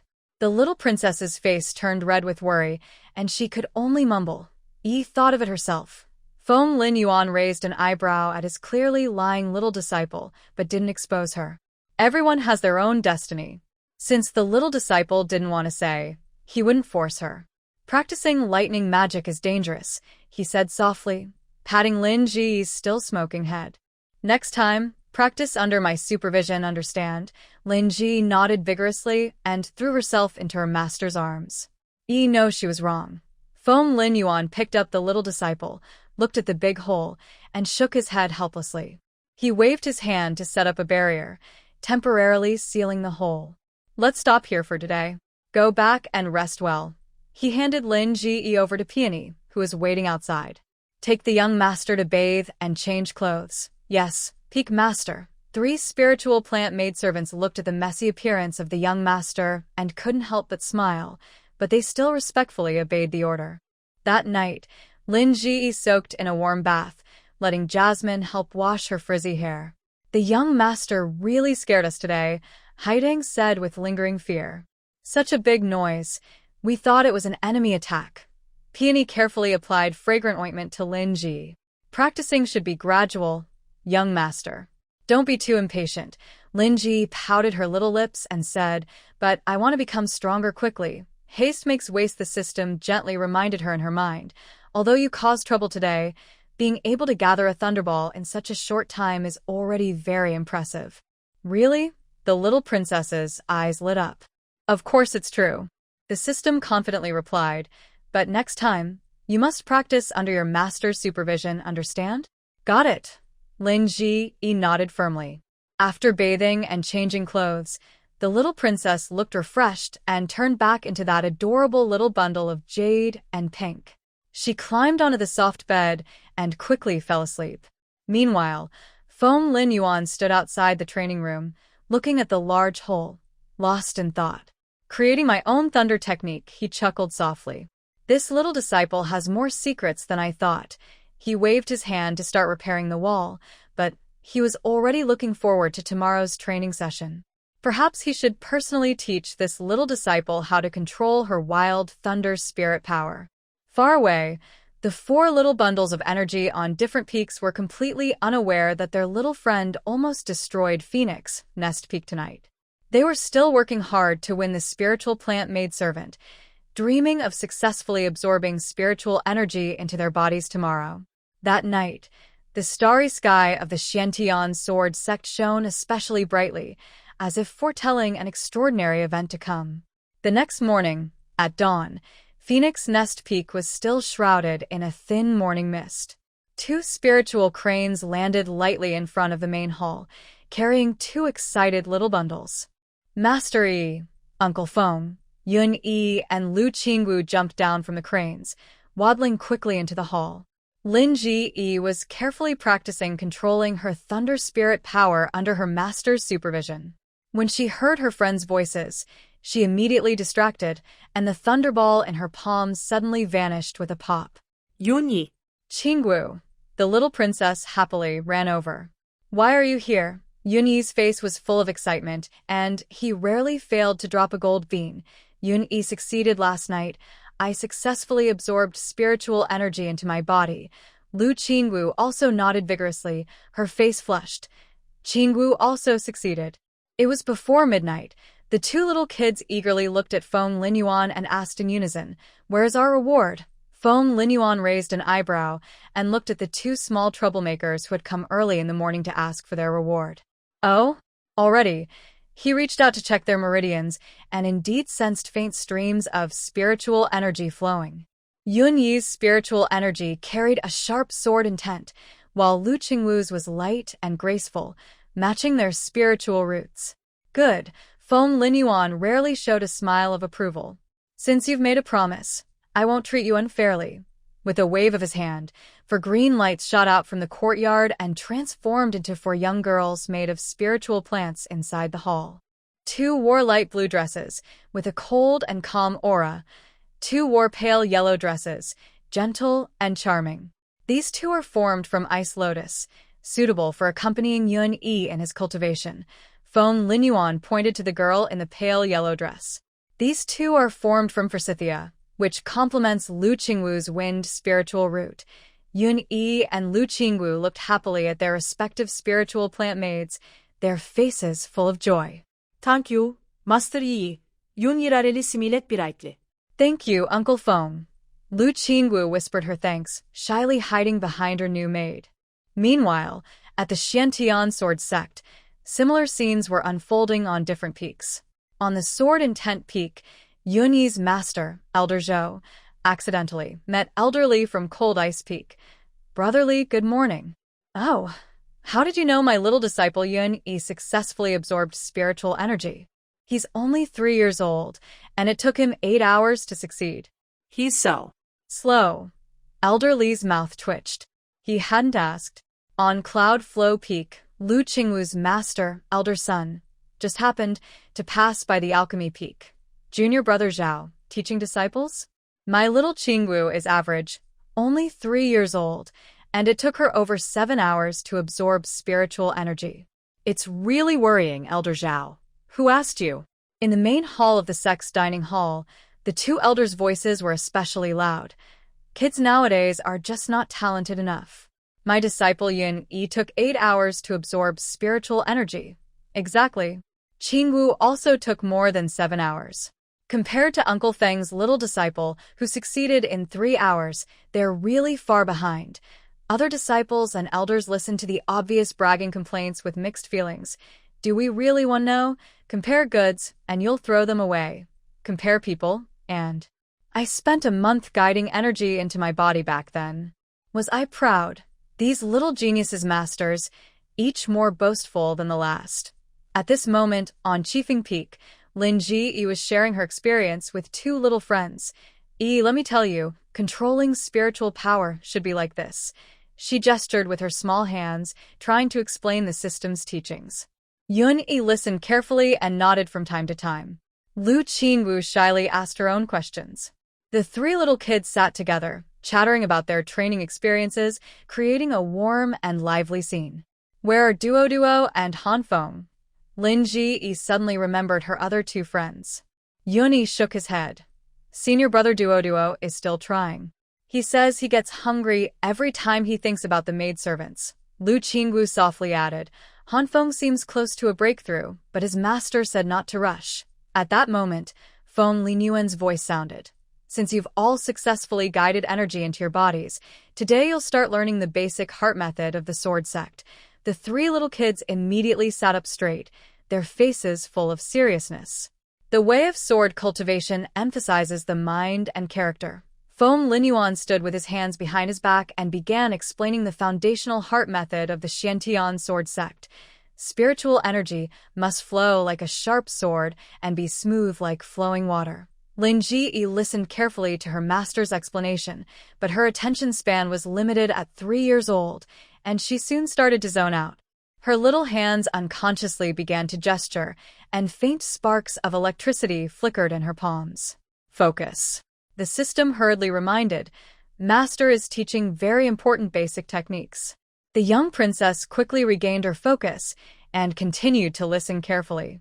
However, the restless thunder's spiritual power was not very obedient, stirring within her meridians. Feng Linyuan observed his young disciple's small movements with a slight smile, but did not expose her. This gifted young disciple seemed to need special teaching methods. Meanwhile, on Bingfeng Peak and Alchemy Peak, Li Hanfeng and Qian Duo were still making their final efforts to guide energy into their bodies. I'm so hungry, Qian Duo whined.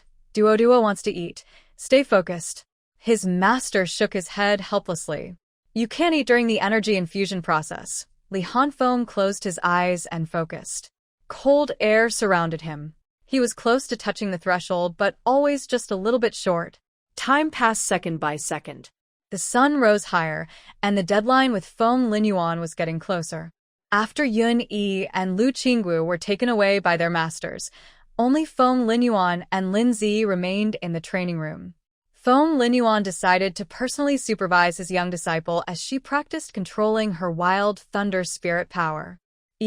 Focus your mind and calm your breath, just like yesterday. Gather a thunderball. Feng Linyuan gently guided. Lin Zi nodded, sat cross-legged, and closed her eyes seriously. Soon, a small purple thunderball, about the size of a bell, appeared in her palm. Sparks flickered, and tiny crackling sounds could be heard. Good. Feng Linyuan nodded in approval. Now try to keep it the same size. The little princess stared intently at the thunderball in her hand, afraid it would go out of control again like yesterday. But the more nervous she was, the worse her control became. The thunderball flickered unstably, growing and shrinking. Don't make it bigger, she muttered softly, her face turning red with effort. However, The thunderball ignored her and quickly expanded to the size of a bowl, flashing with electric light. That's not right. You need to concentrate. Feng Linyuan tried to guide her, but it was too late. Boom! Another loud explosion. The thunderball burst again. Fortunately, Feng Linyuan had prepared in advance, casting a barrier to contain the explosion as much as possible. But the training room still smelled of burnt air. Lin Zi's hair stood on end, and her face was dark. Master. The little princess looked at her master with a sad expression, her big eyes shimmering with tears. Yi didn't do it on purpose. Feng Linyuan looked at his third time losing control of the thunder power and sighed helplessly, rubbing his forehead. He had never seen such difficult-to-control thunder spirit power. Teaching a disciple is more tiring than learning myself, he thought to himself. Forget it. She's only 3 years old. When I was 3, I was still playing with mud. Thinking of this, he felt much calmer. He squatted down to meet Lin Zi's gaze, speaking gently. It's okay, Yi. Let's try again. The little princess nodded shyly, ready to try again. At that moment, Feng Linyuan had a bright idea and thought of a way for a 3-year-old to understand. Let's try a different approach, he said with a smile. Don't think of the lightning power as something you need to control completely. Imagine it as a small pet, like a little fox in the mortal world. Lin Ji blinked her big eyes. A little fox? Yes, like the small cats in the palace, Feng Linyuan patiently explained. You need to take care of it, feed it, play with it, but you can't keep it locked up. Let it have some free time to move around. This analogy made the little princess's eyes light up. She loved the fluffy little cats in the palace and often took dried fish to feed them. Lai Lai is Yi's little fox? She asked curiously, looking at the remaining sparks in her palm. Exactly. Feng Linyuan nodded. Now try calling it out, but don't force it to come. Instead, invite it to play. Lin Ji nodded as if she understood, then closed her eyes again. This time, she didn't force her spiritual energy, but imagined calling a playful little cat. Lai Lai, come out to play. She whispered softly. Gradually, a purple lightning ball about the size of a bell appeared again in her palm. But unlike before, this lightning ball looked much calmer, with gentle electric flows and no wildness. Exactly like that, Feng Linyuan softly guided her. Now, don't rush to control its eyes.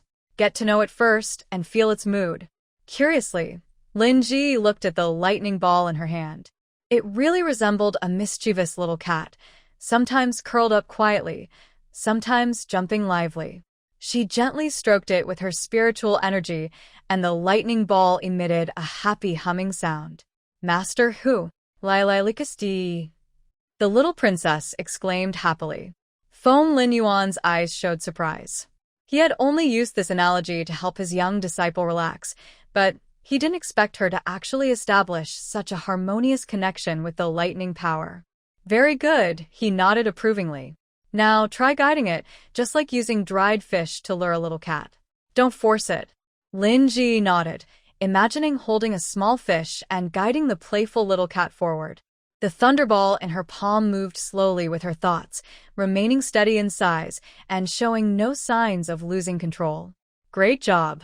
The system cheered in her mind. That's it. Thunder spiritual power is pure and strong.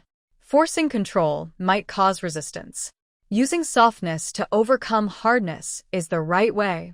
The young princess played happily, making the thunderball roll around in her palm, sometimes turning into a circle, sometimes stretching into an oval. The gentle thunderball seemed to become her little pet, close and affectionate with her. Feng Linyuan watched the scene and nodded slightly. This harmony with spiritual power is very rare, even among core formation cultivators. This little disciple is truly extraordinary. Master, who look, Yi makes Lele dance. Lin Zi excitedly made the thunderball jump on her fingertips, drawing graceful arcs. Good job, Feng Linyuan praised sincerely. Remember this feeling. When practicing thunder techniques in the future, communicate with it like this, instead of forcing control. Got it. The young princess happily nodded and continued playing with her Lele little raccoon. This time, no more explosions sounded in the training room, only the girls' tinkling laughter and the joyful hum of the thunderball. Feng Linyuan sat nearby, watching his young disciple peacefully interact with the spiritual power, a gentle smile forming on his lips. Perhaps teaching this 3-year-old disciple isn't as difficult as he thought. As long as he finds the right way for her, her talent and understanding far surpass ordinary people. At this moment, Lin Zi was completely immersed in the joy of playing with her new pet. Lele, be good. Yi will give you some spiritual power to eat. She whispered softly, feeding the thunderball with the purest spiritual energy. The thunderball happily jumped, its surface sparks shining brighter, as if responding to its young owner's affection. At sunset, 2 spiritual cranes landed again on Phoenix Perch Peak, this time carrying a breathless Qian Duo and Li Hanfeng. Success! We did it! Qian Duo's face was flushed, sweat on her forehead.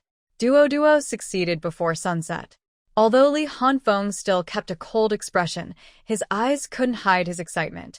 Hanfeng also succeeded. Feng Linyuan checked the meridians of the 2 children and nodded with satisfaction. Qian Duo's spiritual power was sharp and bright like gold, while Li Hanfeng's was cold and icy like ice, perfectly matching their spiritual roots. Since we've made a promise, I won't go back on it. He waved his hand again, and 2 green lights flew out from the courtyard, transforming into 2 girl-shaped spiritual plants. One wore a green dress with gold trim, exuding noble elegance. The other wore a silver-white long dress, cold and pure like snow. This one is made from marigold, suitable for Duoduo's cultivation. Feng Linyuan pointed to the girl in the green dress. And this one is made from snow lotus, matching Hanfeng's icy spiritual root. Qian Duo and Li Hanfeng happily looked at their own spiritual plant mates. Duo couldn't wait and plucked a heavy gold ring from his chubby finger, then tiptoed to hand it to Feng Linyuan.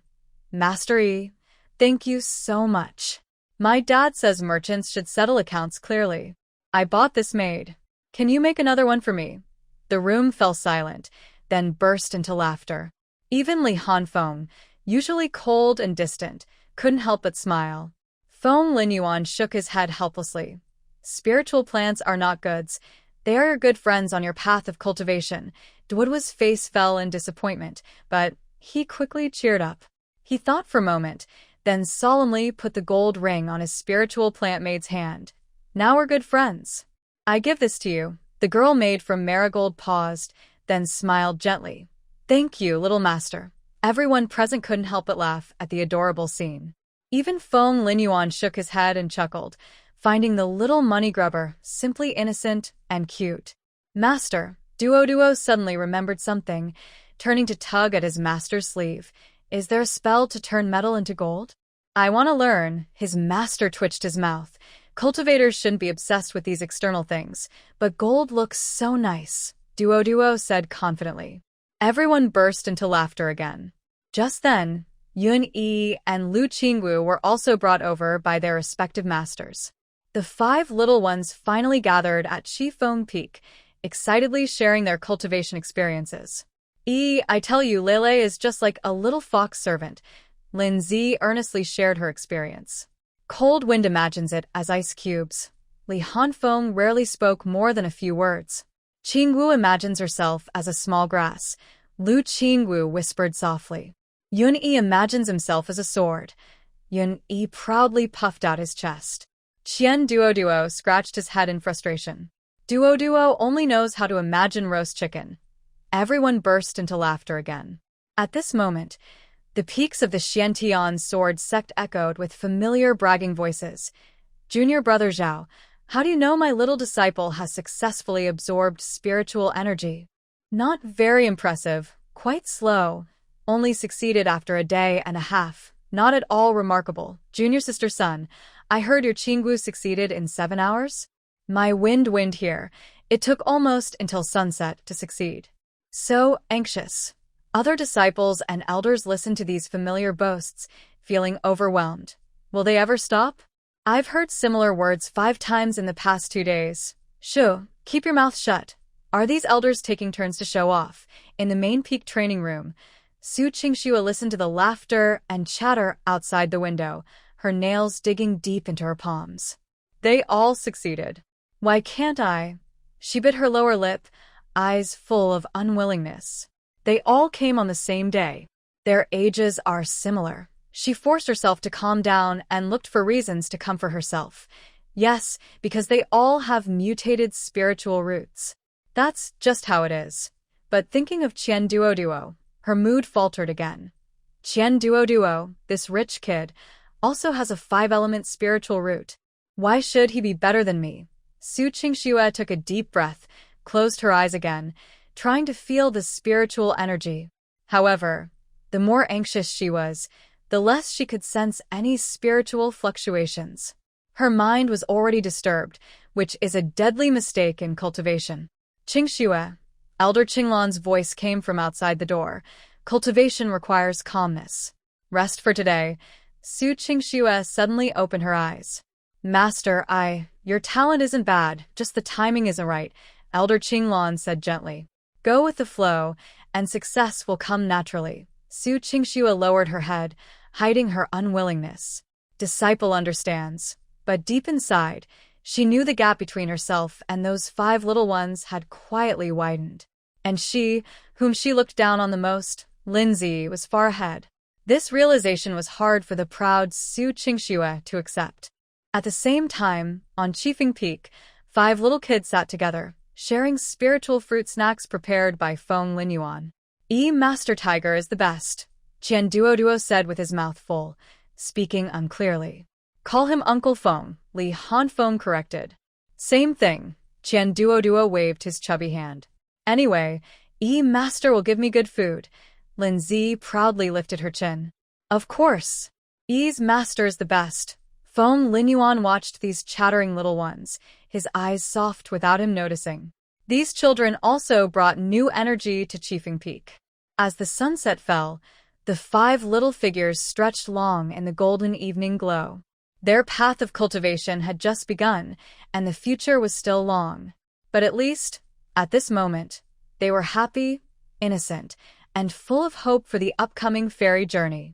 Time flew by quickly, and a month passed in the blink of an eye. During this month, the 5 children focused on their cultivation under their master's guidance. Lindsay experienced the hardest time since arriving at Xiantian Sword Sect. She remembered the scene a month ago when Feng Linyuan gave her a marrow cleansing pill. The pill dissolved instantly, but then came unbearable pain. The little princess cried all night, feeling as if her bones were shattered and reassembled. Ugh. Master Tiger, I don't want to cultivate anymore. I want to go home. She sobbed painfully, with 3 spiritual plant maids taking turns to hold her, tears in their eyes. Feng Linyuan felt sad, but knew this was a necessary process. He stayed by her side all night, using gentle spiritual energy to ease her pain. Hold on, the system encouraged her in her mind. After the marrow cleansing, your cultivation speed will increase. Soon you can return to the palace to see your parents. Thinking of her parents, Lindsay clenched her teeth and endured. The next morning, when she was free from pain, she felt the world had changed. The air was fresher, spiritual energy clearer, and even her small peachwood sword in her hand felt lighter. Since that day, she began true self-discipline. Every morning before dawn, she would wake up, sit quietly, and practice the 9 Heavens Thunder technique for an hour. After breakfast, she started sword training, swinging her sword at least 1,000 times each day. Keep your wrist steady and aim accurately, Feng Linyuan patiently guided her. The foundation is the most important part of sword cultivation. At first, Lindsay couldn't even finish 100 swings before her arm became sore. But she remembered her parents' expectations and her own determination to become stronger, so she gritted her teeth and kept going. After sword practice, she did 500 basic exercises: stabbing, chopping, sweeping, hanging, pointing, breaking, and cutting, each move repeated until muscle memory was formed. In the afternoon, she trained in controlling spiritual energy. With the analogy of Littler Thunder Cat, her control of thunder spirit energy improved quickly. Now she could make a thunderball spin steadily in her palm, and sometimes it even changed into a small cat shape. In the evening, she studied culture and language. Feng Linyuan personally taught her to read and understand the basics of the cultivation world. 1 month later, Lin Ziyi could perform all the basic training smoothly. Her small peachwood sword danced vigorously, with fluid and continuous sword moves, showing signs of becoming a master. "Look at my sword," the little princess excitedly showed her progress, performing a set of basic sword techniques like flowing clouds and running water. Feng Linyuan nodded with satisfaction. "Good, you've improved a lot in this month." Hearing her master's praise, Lin Ziyi felt even happier. She put away her peachwood sword, ran into her master's arms, and pouted playfully. "Master Tiger, when can I go see my parents? Can you take me to see them?" Her big eyes were full of hope, making it hard to refuse. Feng Linyuan gently pinched her little face. "Missing home?" Lin Ziyi nodded strongly. "I really miss my father and mother. And the osmanthus cake in the palace." Thinking of the sweet osmanthus cake, her little mouth involuntarily pouted. Feng Linyuan pondered for a moment. "You are now at the first level of qi refining. You can't fly on a sword yet, but you can ride a flying boat." The little princess's eyes lit up immediately. "Really? Master Tiger will take me home?" "But..." Feng Linyuan changed the subject. "You need to pass a small test first." "What test?" Lin Ji asked nervously. "Tomorrow, I will arrange a small competition for you and Qian Duo and the others," Feng Linyuan explained. "If you win, Master will take you to the human world." "Really?" Lin Ji jumped excitedly. "E will definitely win." Seeing her happy expression, a faint smile appeared in Feng Linyuan's eyes. Over the past month, he had watched his little disciple grow. From a delicate little princess to a hard-working young cultivator, her progress exceeded expectations. "Go rest now. You have a test tomorrow." "Got it." Lin Ji happily ran back to her small courtyard, eager to share the good news with her 3 spiritual plant maids. Feng Linyuan watched her figure disappear into the distance, lost in thought. Tomorrow's test is not only a check of her progress over the month, but also a good chance to observe how those little kids get along. He was very curious about how these talented children, each with different personalities, would perform in real combat. More importantly, he wanted to see how Lin Jiyi's unique thunder spirit power would show its strength in battle. "Little one, don't let your master down," he whispered to himself, a hopeful smile on his lips. Meanwhile, Lin Ji was happily rolling on her bed, already looking forward to tomorrow's competition and the trip home. Remember to perform well, the system reminded her in her mind. "Show your master your progress this month." "Got it." The little princess nodded firmly, her face full of determination.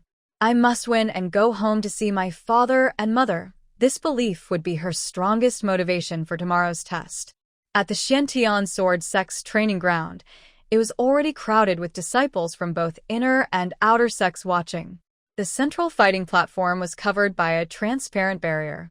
The 5 young geniuses masters sat on a high platform, ready to watch this highly anticipated match. "Have you heard? These little uncles are all geniuses with single spirit roots or better. That youngest one is only 3 years old. Can he really fight? I heard Lin little uncle broke through to the 2nd level of qi refining 3 days ago." "What? 3 years old, and already at the 2nd level of qi refining? That's impossible." Among the crowd's chatter, Feng Linyuan gently landed on the fighting platform, holding Lin Ji in his arms. Today, the little princess is dressed in a neat purple training outfit, with her hair tied up high, looking very energetic. "Don't cry later." Feng Linyuan gently pinched her small face. "If you can't win, just surrender." "It's not shameful." Lin Zi nodded firmly, her face full of seriousness. "Yes, I understand." After her master put her down, she held her head high and looked around confidently. In a cute but commanding voice, she asked, "Who wants to fight me?" Meanwhile, Qian Duo was also carried onto the stage by his master. The chubby boy was wearing a shiny gold training outfit today. He raised a small hand high and said, I will fight Sister Thi." His master crouched down and advised him, Duo, remember, if it hurts too much, don't cry. If you can't win, just surrender." Got it. Duo patted his chest proudly. Duo is very brave. The disciples watching from below thought that these two little children, 3 and 5 years old, made the contest seem more like a game of house. Such young kids, what strength could they have? Still creating a barrier? That's too exaggerated. Kids just playing around.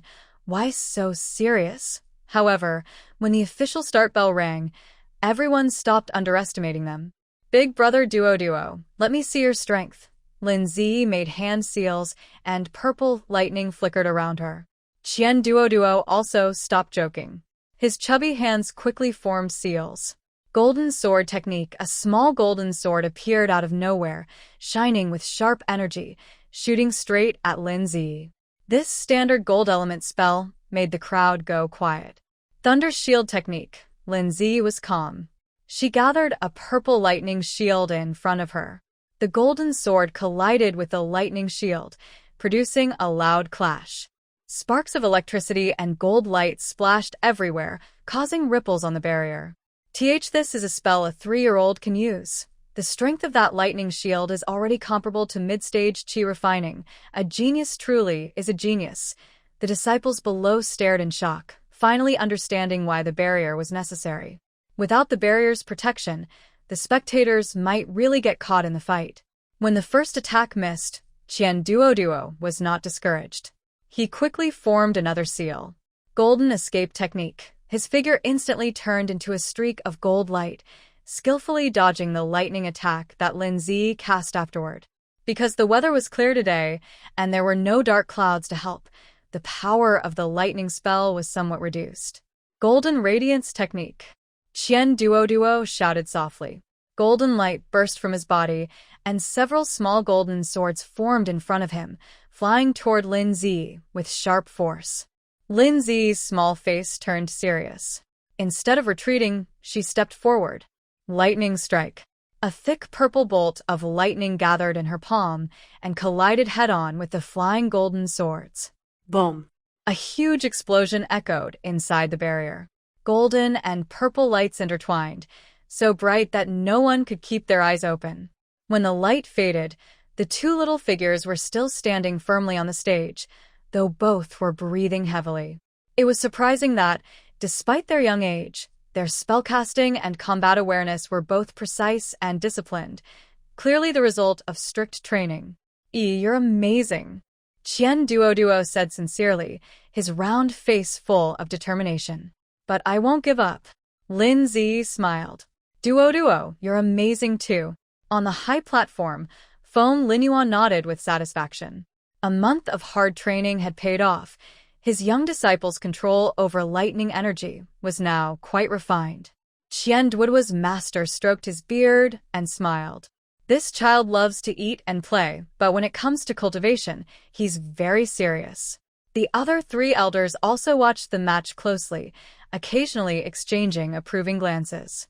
Among the spectators below, Qingxue clenched her hands as she watched Lin Zi's graceful movements. She hadn't expected that this 3-year-old girl would have such strength, nor that her own talent, something she had always been proud of, would seem so ordinary beside these true prodigies. I'm going to use my full strength now, Duo said solemnly, forming a complex hand seal in front of his chest. Golden rainbow pierces the sun. A dazzling golden arc shot from his palms, carrying unstoppable power straight toward Lin Zi. It was a finishing move from the golden radiance technique. With his beginner-level cultivation, he shouldn't have been able to use it. Clearly, he was pushing beyond his limits. The audience erupted in surprise, and even the elders on the platform sat up straight. Feng Linyuan frowned slightly, ready to intervene at any moment. Although Duo's master was present, he still felt uneasy. Facing the fierce attack, Lin Zi remained calm. She closed her eyes, recalling the moments she had spent over the past month with her little lightning spirit companion, Lei, the tiny lynx. Lei, help ye, she softly whispers, cupping her hands upward. A small purple lightning ball, about the size of a bell, appears in her palm. Unlike before, inside the lightning ball, faint gray currents flow. With Lin's thoughts, the lightning ball quickly changes shape into a lively little lightning cat. Go! The tiny lightning cat leaps lightly, rushing toward the golden rainbow. In everyone's surprised eyes, it opens its small mouth and begins to swallow the golden rainbow bit by bit. What kind of magic is this? Lightning spirit power transforming. How is that possible? She's only 3 years old. Qianduoduo stares in shock as his attack is eaten by a tiny lightning cat. His chubby face shows disbelief. After swallowing the golden rainbow, the lightning cat happily licks its paws, then turns into sparks of electricity and disappears into the air. Lin's face is a little pale. Clearly this move used a lot of energy. She looks at the still-dazed Qianduoduo and smiles sweetly. Brother Duoduo, do you want to keep fighting? Qianduoduo scratches his head and quickly raises his hand. Referee, I give up. Sister is too strong. In the first match, Lin wins. The audience erupts into enthusiastic applause and discussions. At this moment, no one dares to underestimate this 3-year-old little martial niece. Her strength has earned everyone's respect. Feng Linyuan flies onto the stage, gently picks up his somewhat exhausted little disciple, and his eyes are full of pride. Well done. Lin leans into her master's arms, her face beaming with happiness. Master Hu, I won. Can I go home to see Dad and Mom now? Yes, I promise you. Feng Linyuan gently wipes the sweat from her forehead. Meanwhile, in the audience, Su Qingxue watches Lin surrounded by people, a hint of gloom flashing in her eyes. She must win the next match. She can't let this 3-year-old girl steal all the spotlight. Lu Qingwu shyly hid behind her master, only showing half her face as she watched her opponent. The senior referee couldn't help but smile softly and said, "The match ends here. Don't be afraid." The two little children slowly walked to the center of the stage and bowed to each other in a simple, childish way. Begin. Yun-Yi made the first move, his small finger gathering cold energy. Mystic Ice Sword Point. Several ice shards shot out, not very powerful but precise, showing his natural control over sword techniques with his innate sword body. Lu Qingwu quickly used the wind breath step, her small figure light as a willow leaf in the wind to dodge. She also made hand signs. Wind blade technique. A few pale blue wind blades howled out and collided with the ice shards in the air, making a crisp cracking sound. Condense water into ice, Yuni shouted, and the water vapor in the air quickly turned into ice crystals, forming a protective layer around him. This clever water vapor control drew applause from the audience. At only 3 years old, being able to use water element magic so skillfully is truly impressive for someone with a natural sword body. That Lu Qingwu's wind spirit root is also very powerful. Look at her agile movements. Seeing that long-range attacks weren't very effective, Lu Qingwu immediately changed her strategy. She used the wind sword technique, her small figure like a ghost close to Yun-Yi, her fingers forming sword shapes, aiming directly at his wrist. Yun-Yi remained calm, meeting her with his Mystic Ice Sword Point. The two 3-year-olds engaged in a close-range sword and finger duel on stage. Though their strength was limited, their moves already showed a sense of style. Qingwu is so amazing. Linji watched from below, eyes wide with admiration, her small fists clenched tightly. Qianduoduo stuffed her mouth with snacks and mumbled, "Yi's ice is so beautiful." On the high platform, several elders also looked on with approving expressions. These two children will have great achievements in swordsmanship in the future. The battle between wind and ice is truly delightful. In the end, Yun-Yi used his innate sword body advantage to trap Lu Qingwu's right foot with a clever ice formation, winning the match. Yi won. Yun-Yi's face was flushed, and he rarely showed a happy smile. Although Lu Qingwu lost, she politely bowed and said, "Yi, you're so amazing." The two little children held hands as they left the stage, their earlier tension gone, replaced by joy. Next is the third match, where 6-year-old Li Hanfeng competes against 7-year-old Su Qingxue. Li Hanfeng still looks cold and distant. When he steps onto the stage, he simply bows lightly. Su Qingxue maintains an elegant posture, but a faint hint of nervousness flashes in her eyes. The match begins. Li Hanfeng shows no mercy and immediately uses Frost Slash. A cold sword aura sweeps out, lowering the temperature of the entire arena a few degrees. Qingxue quickly uses water flow sword technique. The gentle sword light surrounds her like flowing water, helping her resist the cold. But this turns out to be her biggest mistake. Condense water into ice, Li Hanfeng coldly commands. Suddenly, the water sword light around Qingxue begins to freeze. Water spirit root is almost completely suppressed by ice spirit root when their cultivation levels are similar. Every water spell Qingxue casts becomes a help for Li Hanfeng's attacks. Ice spike technique. Li Hanfeng presses his advantage. Several ice spikes suddenly emerge from the ground, forcing Qingxue to retreat repeatedly. Qingxue grits her teeth and casts Water Curtain Sky Blossom, trying to defend herself. But this water curtain is no match for Li Hanfeng and is instantly frozen into ice. Give up, Li Hanfeng says expressionlessly. Qingxue's eyes are full of unwillingness, but she truly has no way to fight back. With her water spells completely suppressed, she cannot even use a third of her strength. I give up. She bites her lip and says these 3 words, tears already welling in her eyes. However, just as the referee announces Li Hanfeng's victory, some discordant voices come from below.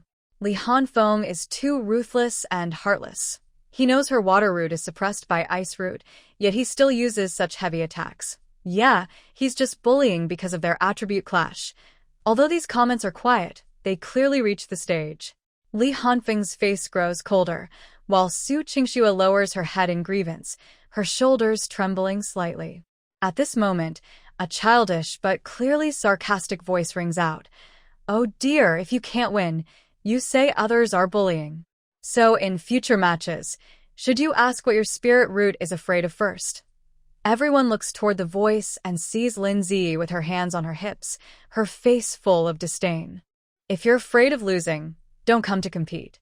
Just go home and play with dolls, she continued with her limited literary skills, sarcastically. Or maybe some people just like to act pitiful so everyone will feel sorry for them. Her words were straightforward and sharp, making those who had just spoken up for Qingxue fall silent.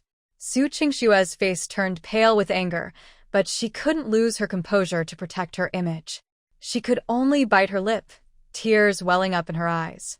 The vicious female character really is vicious, acting like this since she was young. The system sighed in Lin Ji's mind, unaware that it was because of its previous reckless teaching of bossy novels that the host had gone off track. Feng Lin Yuan helplessly rubbed his forehead, feeling it was necessary to correct his little disciple's way of speaking. Although it did make some sense. The elder judge cleared his throat and announced, 3rd round, Li Hanfeng wins. Next, the winner Lin Ji, Yun Yi, and Li Hanfeng will have a tiebreaker to compete for first place. The losers, Qian Duo, Lu Qingwu, and Qingxue, will also compete to determine the last place. Hearing the words, last place, Qingxue's body stiffened noticeably. She could accept losing to Li Hanfeng, whose attributes counter hers, but she absolutely couldn't accept being the bottom. Meanwhile, Lin Ji clenched her fists, ready to show her strength in the upcoming tiebreaker. The temptation to go home was right in front of her. She had to win first place. The 3 ranking deciding matches were about to begin, and the atmosphere on the martial stage grew tense again. Everyone was eager to see what exciting sparks would fly among these young geniuses.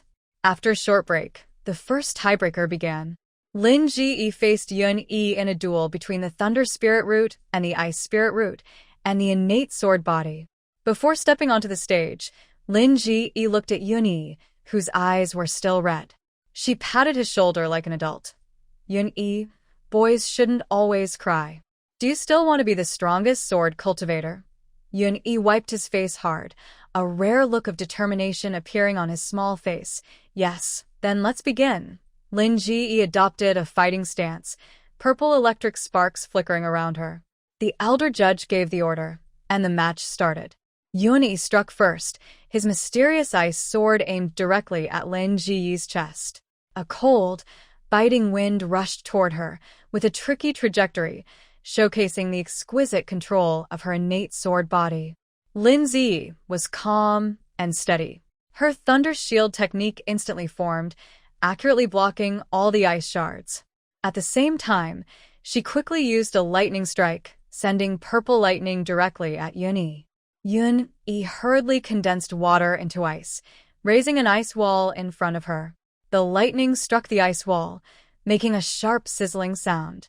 Suddenly, an unexpected event happened. The ice wall melted quickly under the high temperature of the lightning, and the melted water surprisingly conducted electricity. The current spread along the water, hitting Yun-yi and bouncing back onto Lin-zi herself. Oh no! Whoa. Both little kids were shocked by the electricity, jumping up with their hair standing on end and their faces turning dark. The crowd below was stunned.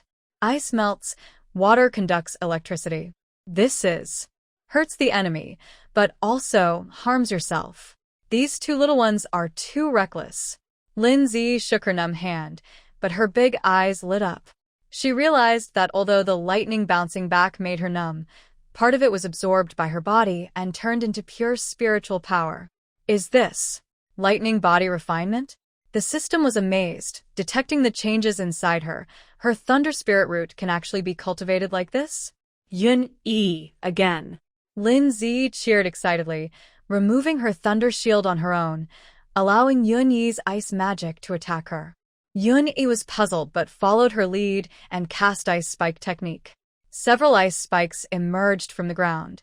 Lin-zi didn't dodge or avoid.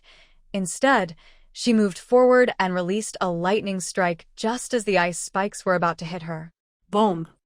Ice and lightning collided again.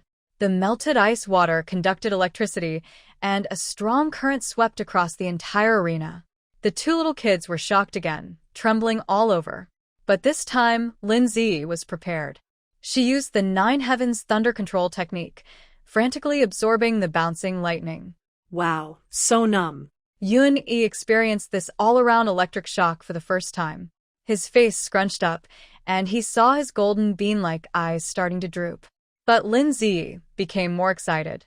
She found that this method not only attacked her opponent, but also used the bouncing lightning to strengthen her body and replenish her spiritual power. It was really a win-win.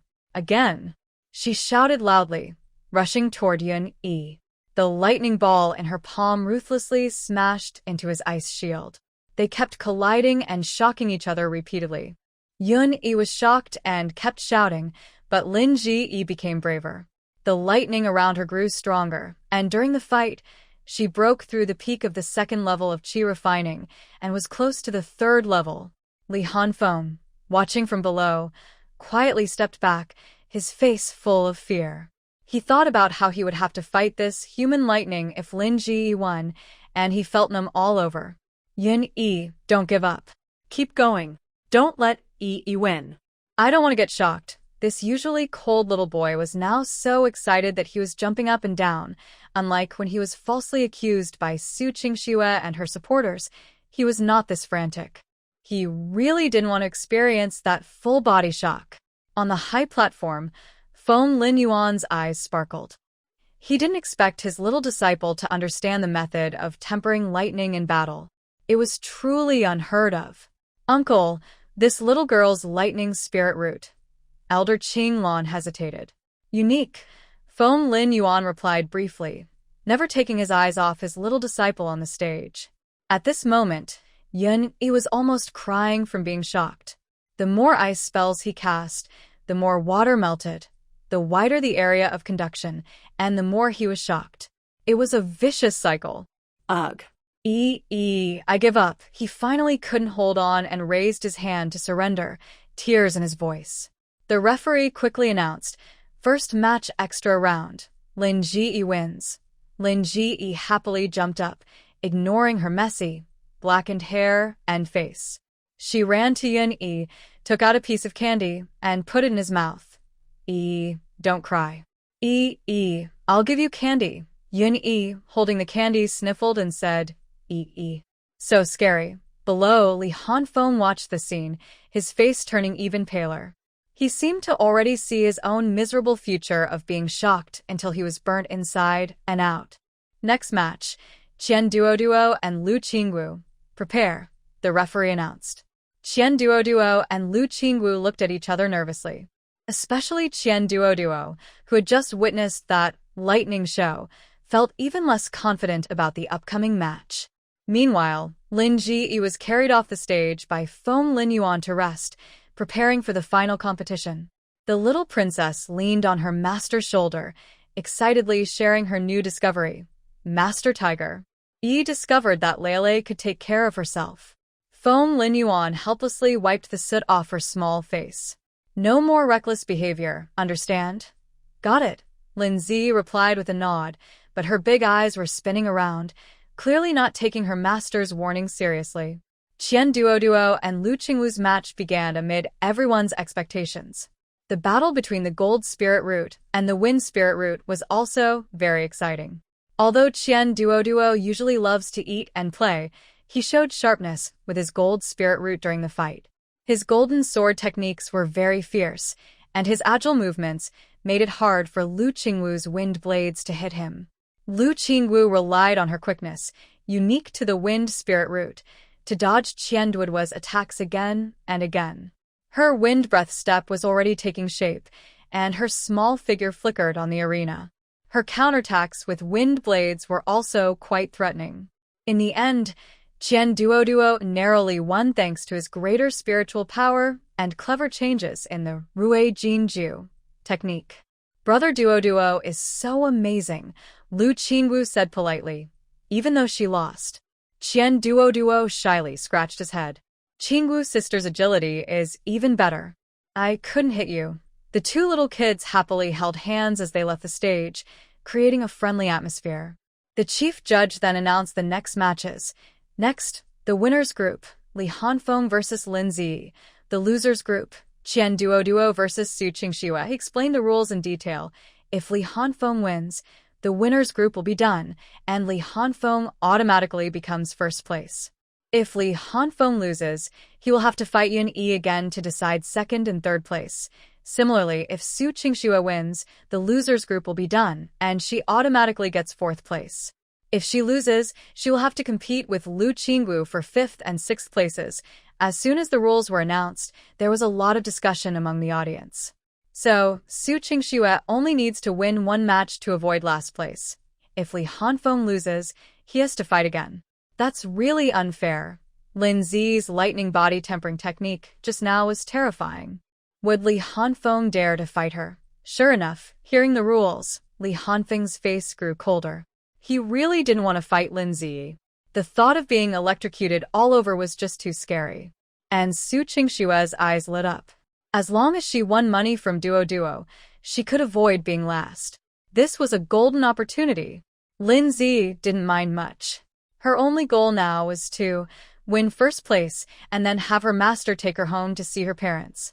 Feng Linyuan watched her eager little disciple and couldn't help but remind her, remember what I said? Don't use those tricks that hurt others but also hurt yourself. Got it, Master Tiger? Lin Zi agreed with her mouth, but inside, she was thinking about how to win the game without getting scolded. Actually, you could try controlling the strength of the lightning, the system suggested in her mind. Since you can absorb lightning to strengthen your body, you should also be able to control its power.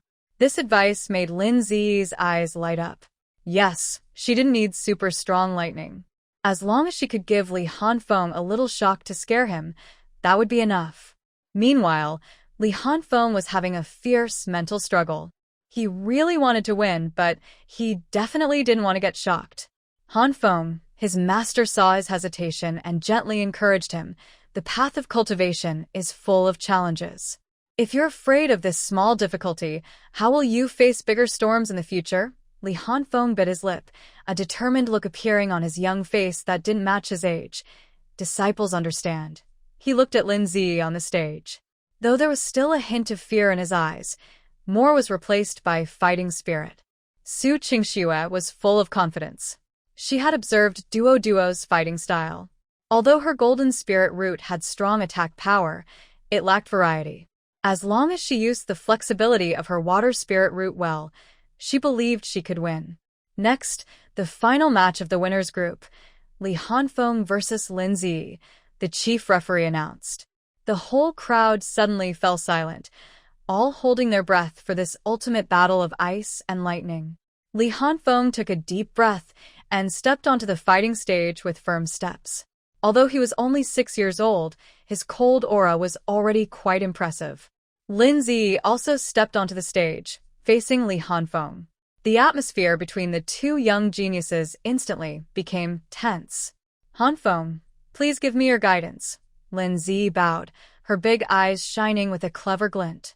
Li Hanfeng responded expressionlessly, "Please." The chief judge looked at the two ready little fighters and loudly announced, "The match begins." In an instant, the power of ice and lightning clashed loudly on the fighting platform.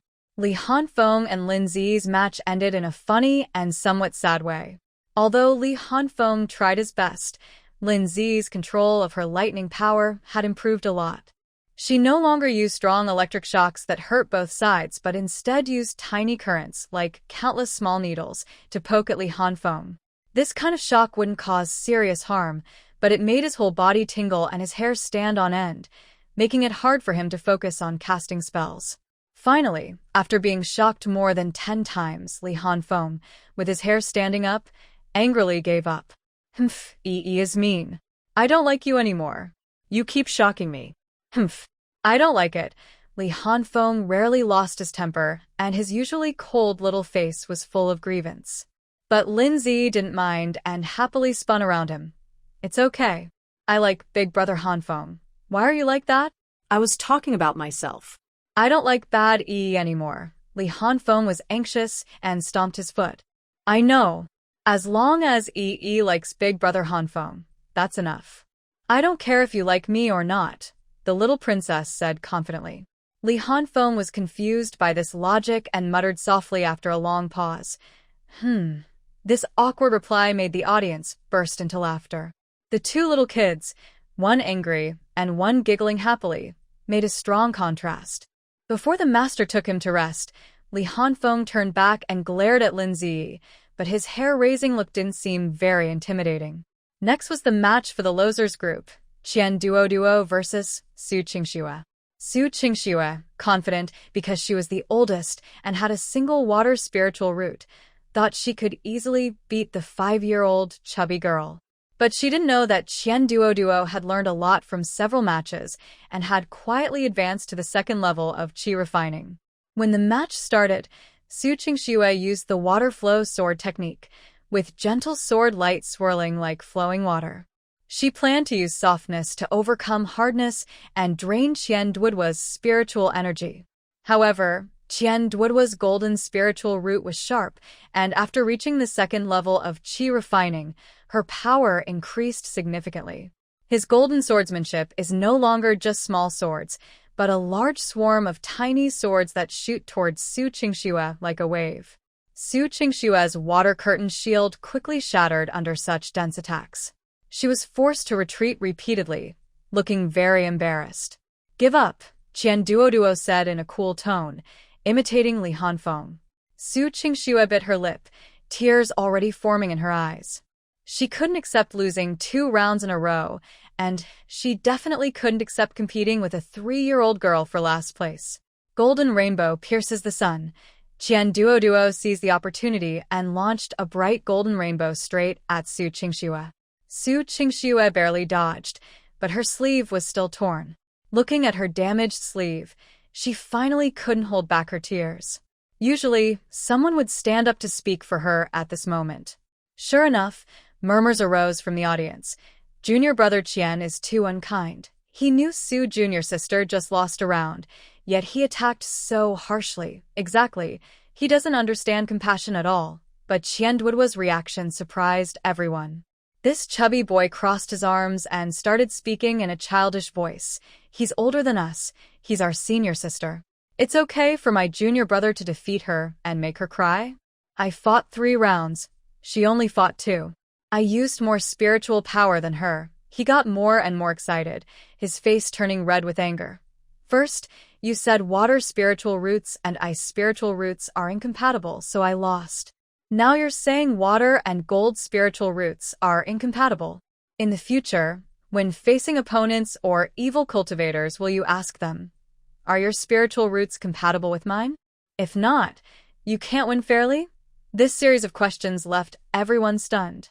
Who would have thought a 5-year-old could say such sharp words? Lin Ziyi watched from below, wide-eyed in amazement. Feng Linyuan helplessly rubbed his forehead, thinking it was necessary to find a good time to correct these kids' way of speaking.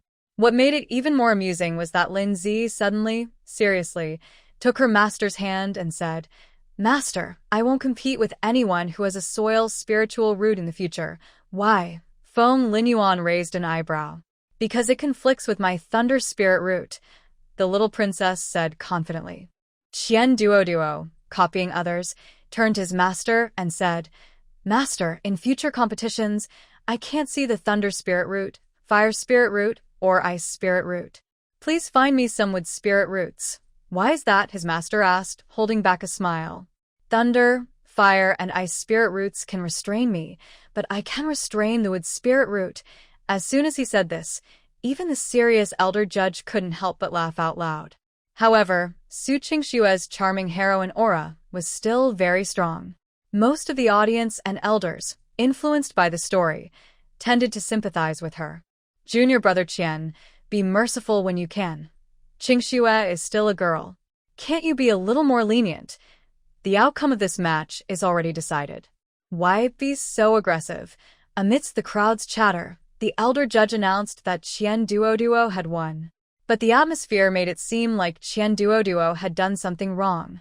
Su Qingxue ran off the stage crying, her tear-streaked face making many disciples feel sorry for her. Qian Duo, on the other hand, stood angrily on the stage, his chubby face full of defiance. "Next match, Li Hanfeng and Yun Yi, prepare," the elder judge's voice rang out again. This meant Su Qingxue still had to compete with Lu Qingwu for 5th and 6th place. Hearing this, Su Qingxue cried even harder. Meanwhile, Lin Ziyi had already secured 1st place and happily threw herself into Feng Linyuan's arms. "Master Tiger, I won. I can go home to see my father and mother now." Feng Linyuan hugged his little disciple, eyes full of affection. "Yes, I promise." But before that, they still had 2 more matches to watch. Li Hanfeng and Yun Yi's Ice Spirit Root Duel and Su Qingxue and Lu Qingwu's Feng Shui contest. This highly anticipated small competition was now in its final, most intense stage. The battle between Li Hanfeng and Yun Yi with their ice spirit roots was truly delightful. Both young fighters had already gained some control over ice magic. As ice crystals danced, the entire arena seemed to turn into a snowy world. Yun Yi, with his natural sword body advantage, was better at changing his sword techniques. His mysterious ice sword strikes were tricky, often attacking from unexpected angles toward Li Hanfeng. Although Li Hanfeng was at a disadvantage, his defense was flawless, and he skillfully used ice to freeze water. Finally, Yun Yi narrowly won with a clever move called Ice Dragon's Roar. Although the ice dragon was small, it looked very real, causing cheers from the audience. Yi won. Yun Yi happily jumped up, forgetting the fear from the electric shock just now. Although Li Hanfeng lost, he still graciously bowed and said, "Congratulations." The 2 little kids held hands and left the stage. Their previous disagreements had disappeared. Next was the last match, 3-year-old Lu Qingwu versus 7-year-old Su Qingxue. This was a contest of wind and water powers, and also the biggest age difference. Lu Qingwu was young, but her quick wind spirit root made her very agile on stage.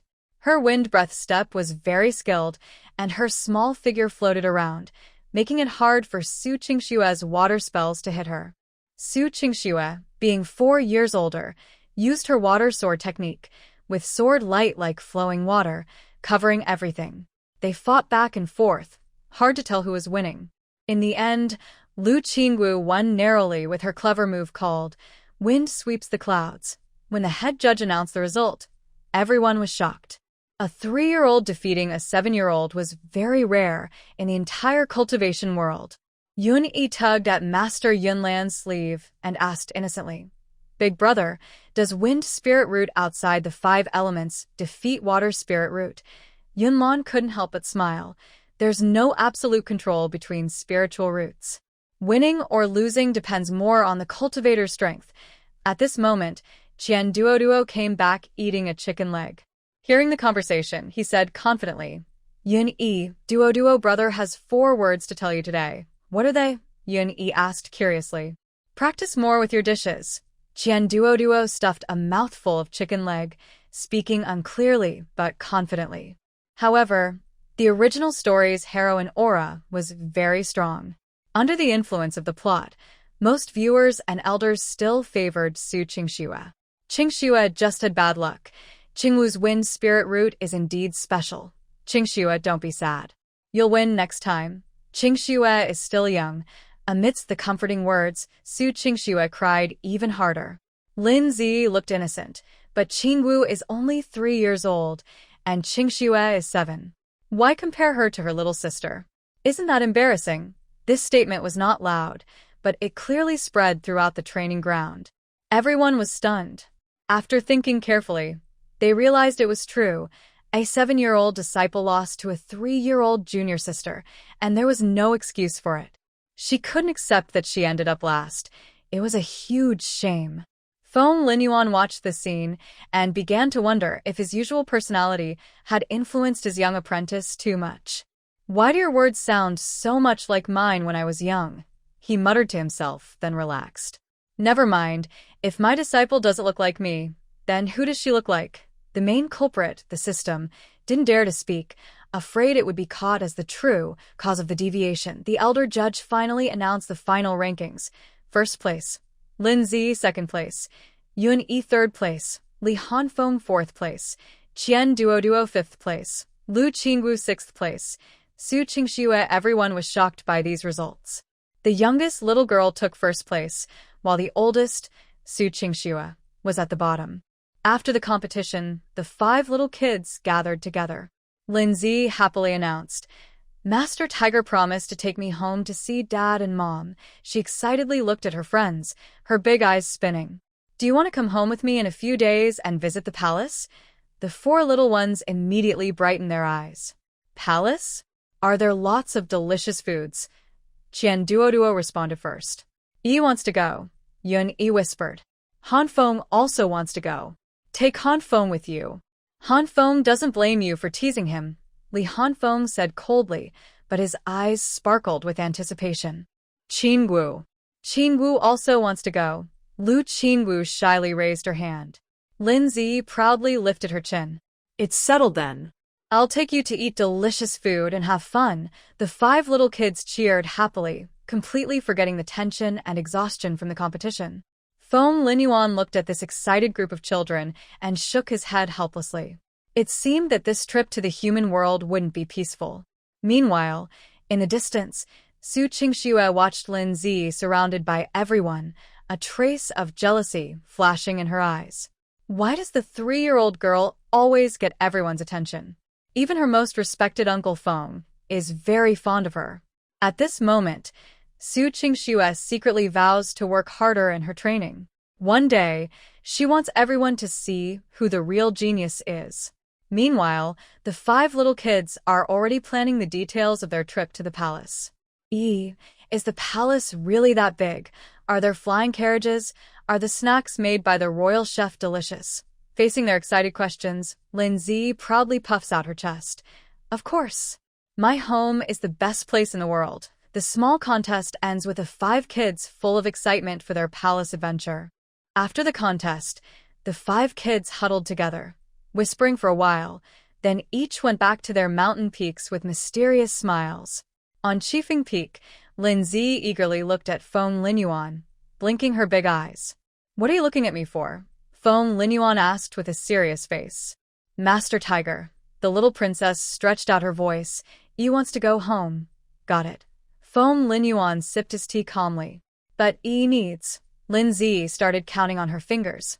Beautiful flying boats, spiritual plant maids, groups of flying spiritual pets that look very expensive, pills, talismans, and magic stones.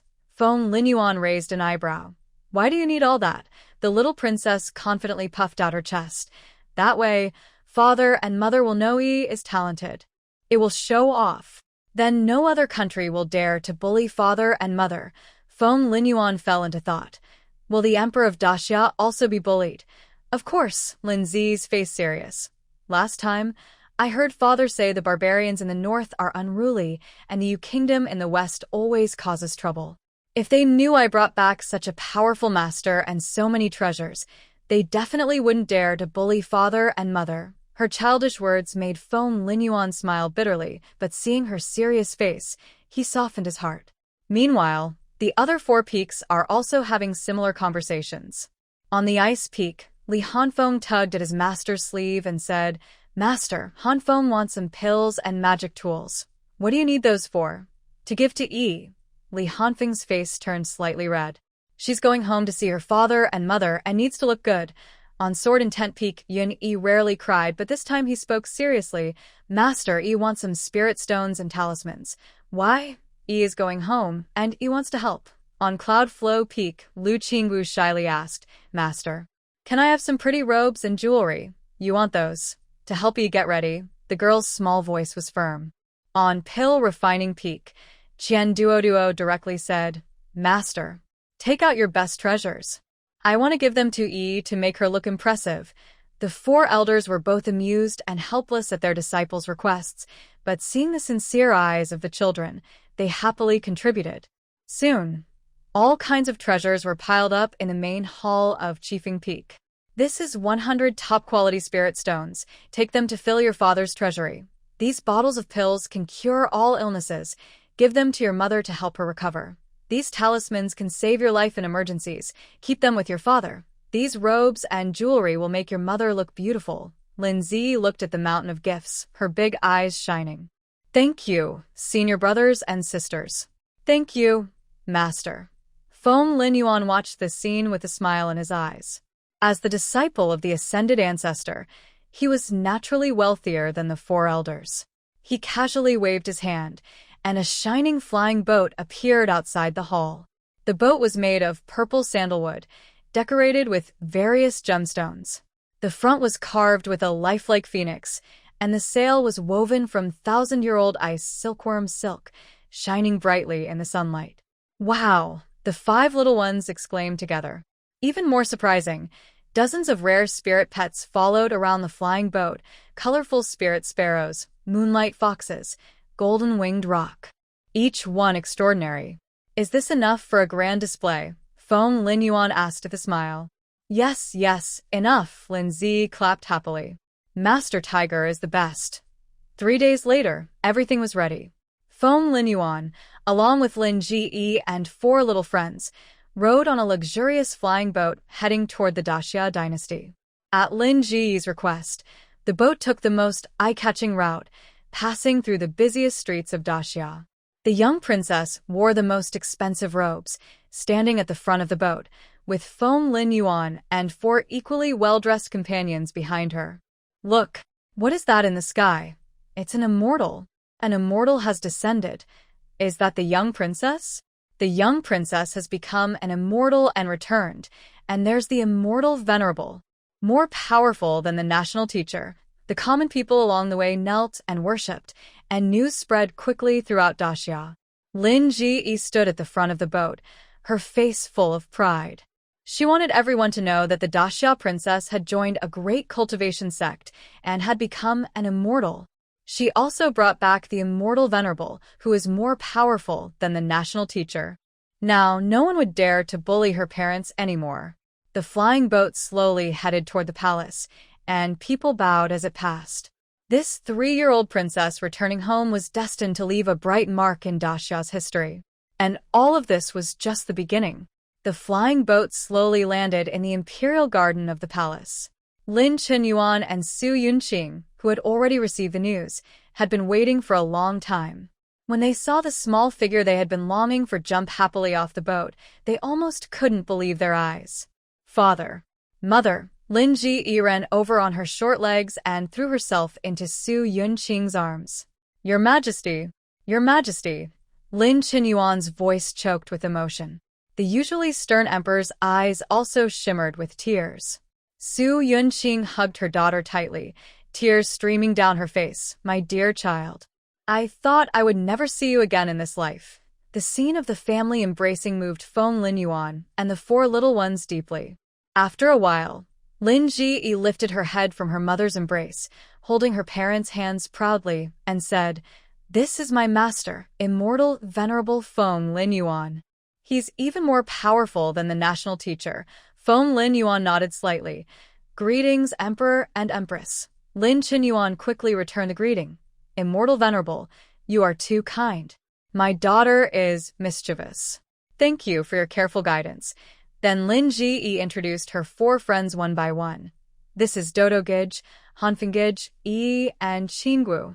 They are all my best friends in the Immortal Gate." The four little kids bowed properly. "Qian Dodo greets your majesty and your empress. Li Hanfeng greets your majesty and your empress. Yun Yi greets your majesty and your empress. Lu Qingwu greets your majesty and your empress." Lin Qinyuan looked at these adorable little children and showed a gentle smile on his serious face. "You don't need to bow to me. Just treat it like your own home." Although he said this, the emperor's authority was still felt. Besides Lin Ji, who was loved by everyone, no one dared to ignore the proper respect. When they saw the pills, talismans, spiritual tools, magic devices, spirit stones, and robes unloaded from the flying boat, both the emperor and empress were stunned. Yi can keep these for herself. Eat, use, and wear them. Your father and mother don't want them, Su Yunqing said with concern. Yi has so many, the little princess proudly puffed out her chest. In the Immortal Gate, Yi has made a name for herself. She is a direct disciple. She is like an aunt or uncle to other disciples, and she's on the same level as the elders. She counted her achievements on her fingers. Yi only took 3 hours to absorb spiritual energy into her body. They say Yi is a genius among geniuses. And she won first place in the competition this time. Hearing this, she pouted her little lips. That girl from the Prime Minister's family, she's the one Yi hates the most. She finished last. She just knows how to act pitiful, cheats when she loses, and bullies my friends. I really dislike her. With each word Lin Ji said, the hearts of the emperor and empress ached more. 3 hours to absorb spiritual energy. Winning first place in the competition? How much hardship must she have endured? As for the Prime Minister's daughter, a cold glint flashed in Lin Qinyuan's eyes. It seemed time to cause some trouble for the Prime Minister. Lin Ji pointed at the pile of pills. "Father, mother, have a pill each." Yi doesn't recognize many characters. You can read it yourselves. Su Yunqing picked up a bottle of pills and saw the words Zhu Yan Dan on the label. She looked at Feng Linyuan in shock. "Immortal Venerable, this." Feng Linyuan replied calmly. "A small gift, not enough to show respect. These pills are considered high quality in the cultivation world, much better than the inferior yuan-boosting pills circulating in the mortal realm." Lin Qinyuan picked up another bottle labeled Longevity Pill. His hand trembled slightly. These rare immortal pills, hard to find even in the mortal world, seemed like ordinary candies to his young daughter. The little princess is grown up and is thinking of her parents. Su Yunqing choked up, tears falling uncontrollably. Li Ji tilted her head suddenly, remembering something. "Where did Crown Prince go? Your older brother is in the Imperial Study handling government affairs. Someone has been sent to call him." Lin Qinyuan explained softly, but his gaze never left his daughter's face. At this moment, Qian Duo whispered, "Your Majesty, these pills are not top tier in the cultivation world, but they are priceless in the mortal realm. You and your Majesty must take them on time." Li Hanfeng also spoke rarely. "I have some ice heart pills here. Taking them in summer can help relieve the heat." Yun Yi and Lu Qingwu also presented their gifts one after another. Seeing these sensible children, Lin Qinyuan and Su Yunqing felt deeply moved. Their little Ji not only lives well in the Immortal Sect but also makes many sincere friends. "Father, mother, I want to take you to see the spiritual pets." Lin Ji excitedly held her parents' hands and led them toward the group of rare spiritual pets by the flying boat. The 7-colored spiritual sparrow spread its dazzling tail feathers. The moonlight fox gracefully strolled, and the golden-winged roc soared high. These legendary spiritual beasts now peacefully gathered around the little princess. The palace servants watched from afar, whispering, "The little princess has truly become an immortal. She even brought back so many immortals and spiritual beasts. Now, who dares to bully our great Xia?" Lin Chenyuan looked at his daughter's bright smile, feeling a warm wave in his heart. His Ji had truly grown up. And all of this was thanks to that elegant and transcendent immortal, Feng Linyuan. Immortal. Lin Chenyuan bowed solemnly to Feng Linyuan. "Thank you for your careful guidance of Ji." Feng Linyuan smiled faintly. "Ji has extraordinary talent. It is the blessing of the Xian sword sect." At that moment, the palace was filled with joyful laughter after a long time. Meanwhile, far in the sect, Qingxue inexplicably felt a flutter in her heart, as if something important was slipping away from her. This homecoming not only fulfilled the little princess's longing for her family, but also subtly changed many people's fates. Just as everyone was enjoying the joy of reunion, hurried footsteps approached from afar. A young boy dressed in bright yellow imperial robes hurried over. When he saw the familiar small figure, his eyes lit up with surprise.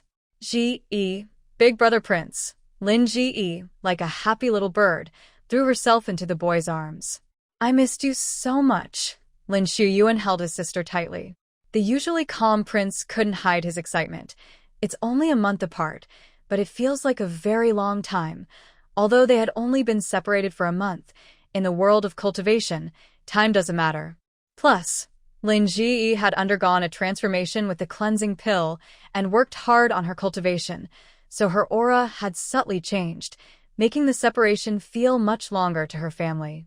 Lin Ji looked up from her brother's embrace, her small face full of pride. "Father, mother, brother, I've made progress. My master says I'm promising, right?" Everyone's eyes focused on Feng Linyuan. This immortal master nodded slightly, his tone calm but with undeniable authority. "Yes, Ji has a rare talent, an extraordinary thunder spirit root beyond the 5 elements." The emperor, empress, and crown prince all gasped in shock. A thunder spirit root, and an extraordinary one at that. In the world of cultivation, such talent is rare and priceless, only seen once in 1,000 years. Feng Linyuan looked at the 4 children and continued. "Qian Duo has a single gold spirit root. Lu Qingwu has a single wind spirit root beyond the 5 elements. Yun Yi has an ice spirit root beyond the 5 elements and is born with a sword body, and Li Hanfeng has an ice spirit root beyond the 5 elements." He paused and then said something that shocked everyone present. "Some of the most talented cultivators in the world are almost all here." Lin Chenyuan's voice trembled slightly.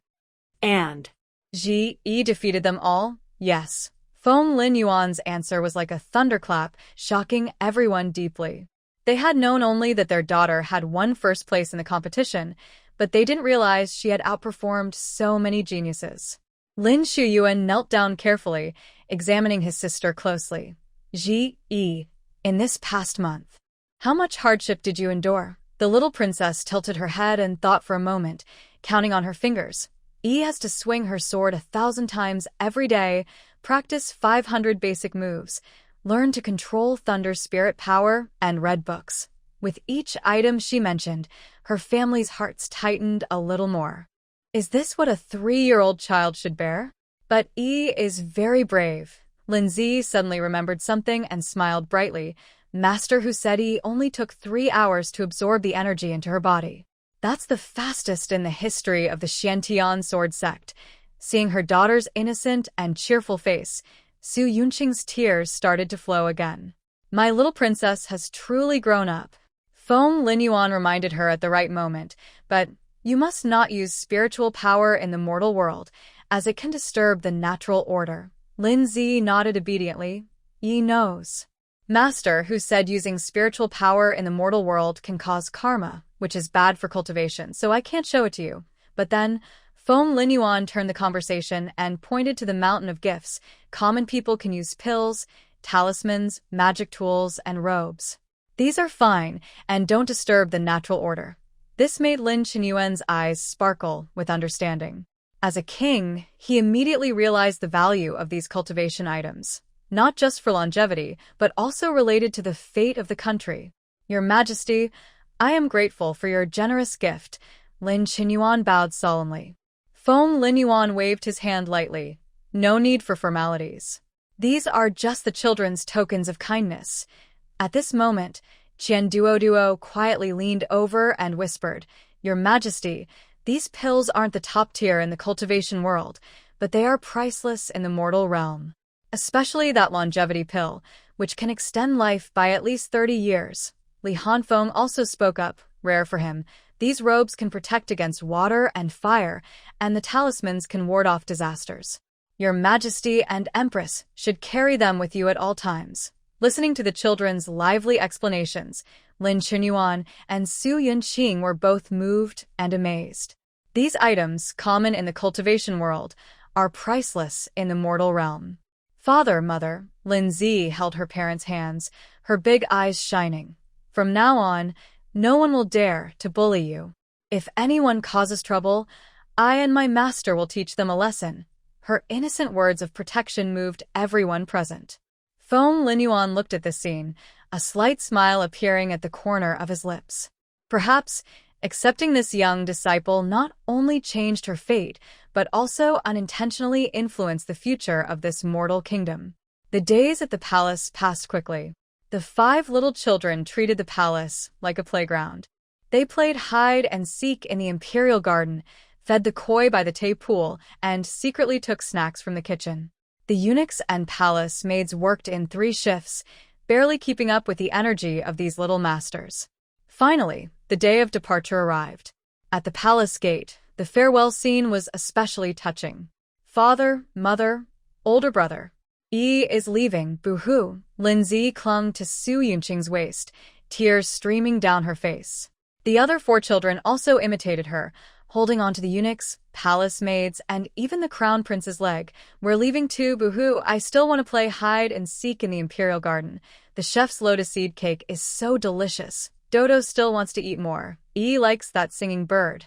Qingxue. Qingxue still wants to learn embroidery from the empress.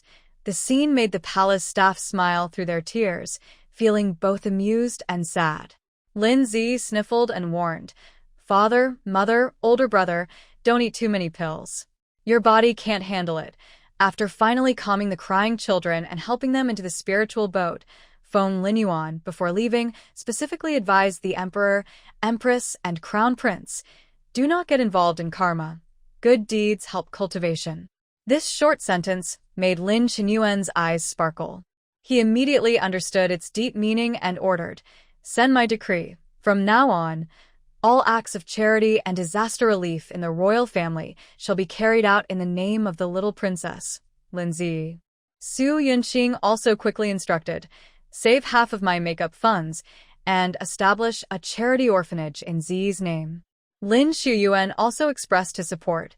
The Eastern Palace's expenses will be reduced by 30% and used to build a school, all in the name of my royal sister. Feng Linyuan nodded with satisfaction, then soared into the sky in the spiritual boat, quickly disappearing into the clouds. After sending off his daughter, the emperor, empress, and crown prince returned to the main hall, gazing at the celestial objects brought back by Lin Zi from the treasury, filled with emotion. Lin Qinyuan took out a longevity pill and swallowed it. Instantly, a warm flow spread through his body, sweeping away years of fatigue. His body felt as youthful and energetic as when he was in his prime. This is the real immortal pill. He looked at the pill in his hand with shock. After taking the youthful pill, Su Yunqing looked at her face in the bronze mirror with disbelief. The fine lines at the corners of her eyes disappeared. Her skin became smooth and delicate, and she felt as if she had returned to her youthful years. Your Majesty, I have become younger, she cried happily. Lin Shuyuan took a clear mind pill and immediately felt his mind become clear. The long-standing problems of governing the country now seemed much easier to understand. Father Emperor, these pills are much better than the expensive, inferior ones offered by the national master before, more than 100 times better. Emperor Lin Chenxian sighed deeply. Now I understand why the cultivation world looks down on the mortal realm. These pills that seem ordinary to Ji are priceless treasures in the human world. He looked toward where the spiritual boat had disappeared, his eyes full of satisfaction. Ji truly is a blessing for our great Xia. Not only did she bring back the immortal pills that grant longevity, but she also brought hope for strengthening the nation. If these magic tools and talismans were used to defend the homeland, how powerful would they be? And all of this was thanks to that little princess who was only 3 years old. Meanwhile, on the spiritual boat heading to the Xiantian sword sect, 5 little children had stopped crying and were chattering about their trip to the palace. Your father and mother are so kind, Duo said enviously. The chef's snacks are so delicious, Lu Qingxue whispered in agreement. Likes the big garden. Yunyi's eyes were still red, but she was already smiling. Han Fen Also likes it, Li Hanfeng said briefly. Lin Zi proudly puffed out her little chest. Of course. My home is the best in the world. Feng Linyuan watched these lively little ones, a gentle smile on his face. This trip to the mortal world not only fulfilled the little disciple's longing to see her family, but also unknowingly helped forge a good relationship for the Xiantian sword sect. Meanwhile, in the great Xia dynasty, good deeds carried out in Lin Zi's name had quietly begun. Whether helping disaster victims or building schools, every act of kindness was accumulating merit in silence. The spiritual boat sped through the clouds toward the Xiantian sword sect. Their path of cultivation still had a long way to go. After returning to the Xiantian sword sect, the 5 young disciples were taken back to their peaks by their respective masters to begin 3 months of closed-door training. On Qifeng Peak, Lin Ji made rapid progress thanks to the rich spiritual veins provided by her master.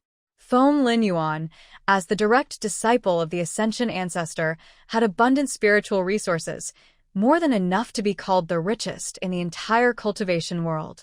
In such a good environment, the little princess successfully stabilized at the 4th level of qi refining and became more skilled at controlling lightning's spiritual power. The other 4 friends also made progress, all remaining at the 3rd level of qi refining.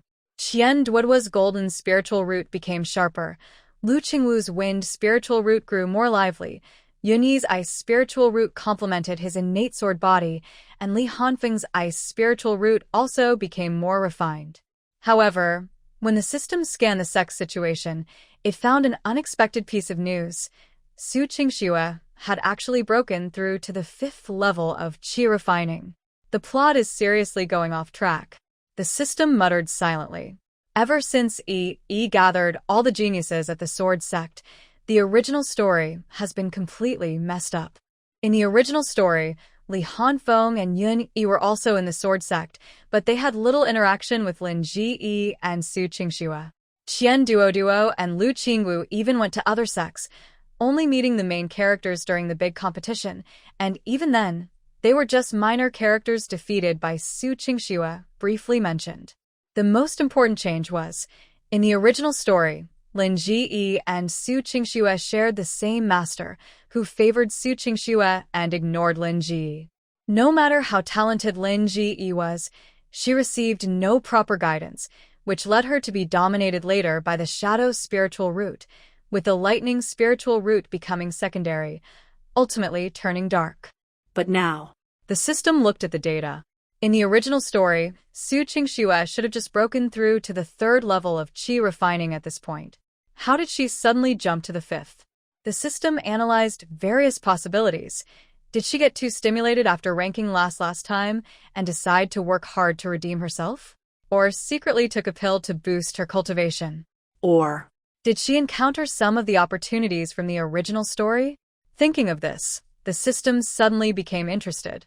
If Qingxue really gained those opportunities early, it shows that this world's self-correction ability is very strong. At the same time, Lin Zi's fate had undergone a huge change, making her future path even harder to predict. Interesting, the system muttered to itself. Let's see whether the story's power or the changed destiny is stronger. Bored, the system started browsing the main god shop, using the points Lin Zi earned from completing tasks to buy equipment. Anyway, the little host never knew about the points, so the system felt justified in borrowing them. Buy some good stuff, just in case. The system looked through the list of items. Maybe one day, they'll turn into real objects. This plan had been brewing since the system was created. It had already exhausted 10 hosts, but the points needed to turn things into real objects were still far away. The system sighed and continued browsing, hoping to find some good value items. Meanwhile, Lin Zi was completely unaware of the system's little tricks or Su Qingxue's unusual progress. The young princess had just finished her training for the day and was happily eating the snacks prepared by Mutin. Master, who she asked with her mouth full of cake, when can I learn to fly with a sword? Foam Lin Yuan gently wiped the crumbs from her mouth. You're only at the 4th level of qi refining. Focus on building your foundation first. Why rush? But I want to fly with my father and mother, the princess said confidently. Then train hard, Foam Lin Yuan said, rubbing her little head. Your master will teach you sword flying himself someday. Really? Lin Zi's eyes lit up. Then I'll work even harder. Seeing her full of energy, Foam Lin Yuan's eyes flashed with a smile. This little disciple, though sometimes mischievous, was indeed diligent in her training. On the main peak, Su Qingxue had just finished another round of seclusion. Feeling the powerful spiritual energy inside her, she smiled with satisfaction. Level 5 of Qi Refining. She had finally surpassed that 3-year-old girl. Although she didn't understand why she had that strange dream, in which she gained many opportunities and guidance, she wouldn't let it go since it helped her cultivation. Lin Zi. She softly repeated the name, a cold light flashing in her eyes. Just wait. Next time in the big competition, I will make you taste defeat. To reward Lin Ji for her hard training recently, Foam Lin Yuan specially found a sealed spiritual egg from his collection. After careful selection, he chose a silver-white spiritual egg and removed its seal. With a cracking sound, the eggshell broke open, and a small silver fox-like creature emerged. It first stretched lazily, then showed a confident expression as if saying, "Finally, I'm out." Just as it was about to show a fierce face to prove itself, Foam Lin Yuan gave it a sharp look, and it immediately deflated. Why are you so fierce? I was just happy. The little fox-like creature felt wronged and muttered in its heart. It then sensed the strong thunder spiritual energy around it and immediately turned to Lin Ji. Wow, such strong thunder energy. Let's stick together. Lin Ji happily held the little creature in her arms. The small fox immediately rubbed against her affectionately. Pure spiritual energy, following this little master, seems pretty good. Foam Lin Yuan watched the scene and nodded with satisfaction. It seemed like a cute little pet now. Since Yi was so adorable, this kind of soft and cute little spiritual pet was the best fit for her. The little fox was very obedient and played happily with Lin Ji. It rolled around in her arms, occasionally rubbing its fluffy little head against her palm, making the princess giggle happily. From now on, you'll be called. Lin Ji tilted her head and thought, Yi arrives. Everyone move aside. The little fox. Foam Lin Yuan. System. Foam Lin Yuan cleared his throat and said, let's choose another name. The fox might forget it. Lin Ji blinked her big eyes. Not satisfied? Then I'll think again. Thundercrack. How about that? The little fox system and Foam Lin Yuan. Seeing no response from everyone, the little princess continued. Since you're so silver, let's call you Little Black. The little fox. It's clearly all silver fur. Foam Lin Yuan helplessly said, the fox will be sad. Then, Sparkly Fluffy.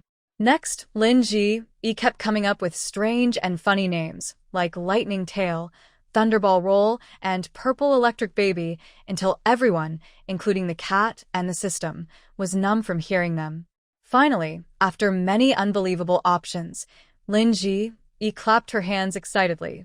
Thunder Emperor Gaga. It's decided. The little raccoon slave's hanging heart finally relaxed. This is even more ridiculous than the previous ones. Foam Lin Yuan, The system was already laughing uncontrollably inside. Did I wonder if this Thunder Emperor Gaga can sing? Although the name was silly, Feng Lin Yuan still helped his precious disciple and the little raccoon slave sign a spiritual pet contract. At the moment the contract was made, a silver light entered the little raccoon slave's body. It officially became Lin Jiyi's main spiritual pet. After signing the contract, Lin Jiyi couldn't wait to show off her new pet to her friends. It's called Thunder Emperor Gaga? What a cool and mighty name, Qian Duo said enviously. Gaga is so cute. Lu Qingxue gently stroked the little raccoon slave's fur. Han Feng also wants to touch. Li Hanfeng looked on eagerly. Can I hug it? Yun Yi reached out his small hand. The little raccoon slave, feeling exhausted, let the little kids pet him. As long as you're happy. The name and all. Boo-hoo. It's so embarrassing. Don't let the little glutton hear about this. Just then, the system suddenly detected something and was shocked to discover. Wow. A descendant of the young Tunchen horned dragon? Amazing. It looked at Feng Lin Yuan in disbelief. Did Feng Lin Yuan leave this for her? But it seems he doesn't know. Otherwise, how could he dare give it to Yi? The system then looked at the little raccoon slave being petted by the kids, rolling around happily. And you, mighty divine beast, being played with by a few little kids as if you're just a raccoon slave. What about your dignity? But the descendant of the Tunchen horned dragon, thoroughly enjoying the petting, had long thrown all divine beast dignity out the window. I never thought a few little servants could make this divine beast feel so comfortable. Snore. I want to be petted here too. The little meat strips the servants feed are so tasty, and the spiritual energy on each of them is so pure. In fact, everything was under Feng Lin Yuan's control. Although Yi's choice of name was beyond his expectations, and the fact that the little Tunchen horned dragon was more shameless than his own father made Feng Lin Yuan secretly smirk.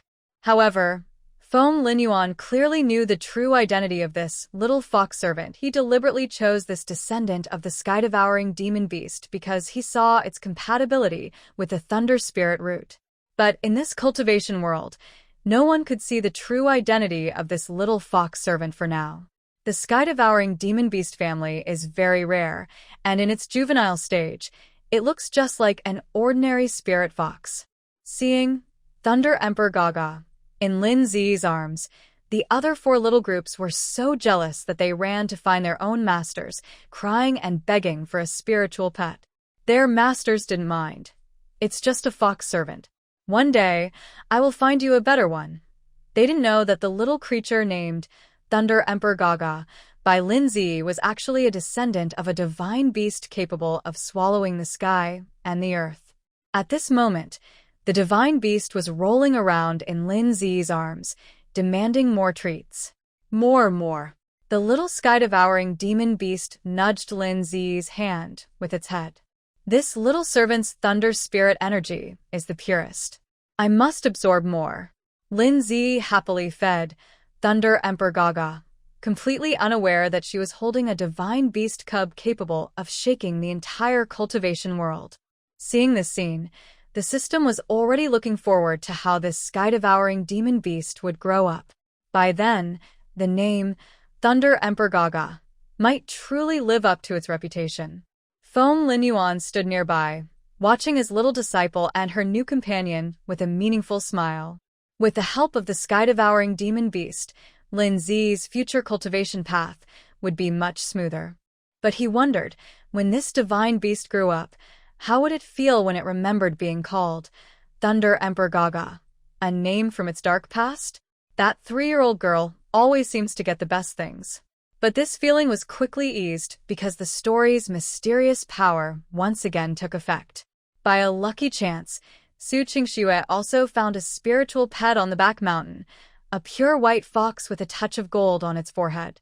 This fox looked very impressive, with sharp eyes, and seemed much more powerful than Lin Zi's cute Thunder Emperor Gaga. Senior sister Qingxue's spiritual pet is so mighty. It looks much stronger than Uncle Lin's. No wonder senior sister Qingxue is so outstanding. Even her spiritual pet is extraordinary. The students' praise greatly boosted Qingxue's confidence and pride. She gently stroked the soft fur of the fox and thought to herself, Lin Zi, I have everything you have. My spiritual pet is stronger than yours now, and I am already at the 5th level of Qi training. Elder Qinglan was also very pleased with her disciple's new spiritual pet. He stroked his beard and smiled. Qingxue truly has good luck. Although her Qi intake was slow at first, she is now far ahead. No wonder she is my favored disciple. Under the influence of the heroine's aura, almost all important people favored Su Qingxue. This feeling of being surrounded by everyone made her forget her frustration about being overshadowed by Lin Zi for a while. At this moment, on Qifeng Peak, Lin Zi, who had just finished practicing sword, ran over to Feng Linyuan with a sweaty face. Master Tiger, Gaga wants to eat a spiritual fruit. Feng Linyuan raised an eyebrow and looked at his young disciple, then glanced at Thunder Emperor Gaga, who was sleeping soundly on a cushion and clearly loved eating meat. He understood what was happening. How does she know? Does he want to eat? Is she lying to her master, saying Gaga wants to eat? Caught in her little scheme, Lin Zi's face turned red. She tugged at her clothes and her voice grew softer. Doesn't want to eat. Sigh. Gaga just wants to eat. At this moment, the sleepy Thunder Emperor Gaga lazily lifted its head. It was happily gnawing on a fragrant roasted spiritual chicken in its dream. Why was it suddenly being blamed? Feng Linyuan held back his laughter and deliberately put on a serious face. Are you serious?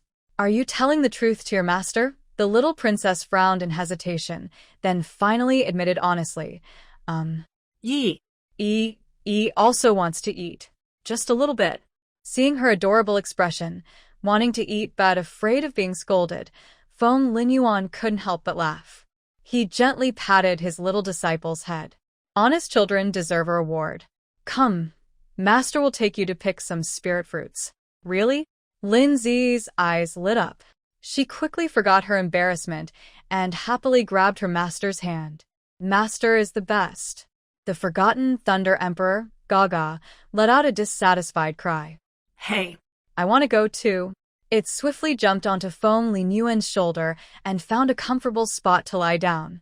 Watching the two of them, Feng Linyuan's eyes were full of affection. He knew very well what the little beast liked to eat. He had only been teasing his disciple earlier. As they walked toward the spirit fruit garden, Lin Zi asked curiously, Master, why does Gaga only eat meat and not spirit fruits? Each spirit pet has its own diet, Feng Linyuan explained. Gaga is a carnivorous spirit beast, so it naturally prefers meat. Then can eat both meat and spirit fruits? The little princess looked up, her big eyes full of hope. Of course, Feng Linyuan said with a smile. But you mustn't eat too much. Got it. Lin Zi nodded eagerly, already looking forward to the sweet fruits. Meanwhile, Su Qingxue was strolling on the main peak with her new spirit fox, enjoying the admiring looks from the other disciples. After picking the spirit fruits, Lin Zi sat contentedly in her master's arms, nibbling on a crystal-clear red fruit. Gaga, the Thunder Emperor, perched proudly on Feng Linyuan's other shoulder, its silver tail swaying lazily. Feeling the weight on both sides, Feng Linyuan sighed helplessly. You two are going to crush me. Master, isn't heavy. Is still a little baby, Lin Zi protested in her soft, childish voice, her lips stained with red fruit juice. Yes, master knows. Feng Linyuan smiled and gently wiped her mouth. Seeing its little owner being so spoiled, Gaga decided to imitate her, hopping twice on Feng Linyuan's shoulder to get attention. Feng Linyuan gave it a sideways glance. Get down. The proud little creature just a moment ago suddenly became timid, quickly jumping down and following the master and disciple closely, only daring to think to itself, why so fierce? I'm just stretching my muscles. On their way back to Qifeng Peak, they happened to meet Su Qingxue walking with her spirit fox. Su Qingxue was in a good mood, proud of her new, handsome spirit fox, which attracted many admiring looks along the way. However, when she saw Lin Zi, dressed in a fine robe and being held by Feng Linyuan, her competitive side flared up again. She deliberately let her spirit fox step forward a few paces, trying to scare the little girl. The spirit fox cooperated well, baring its teeth and making a fierce face, growling softly. But suddenly, something unexpected happened. The proud spirit fox froze in place, ears laid back, tail tucked between its legs, trembling all over.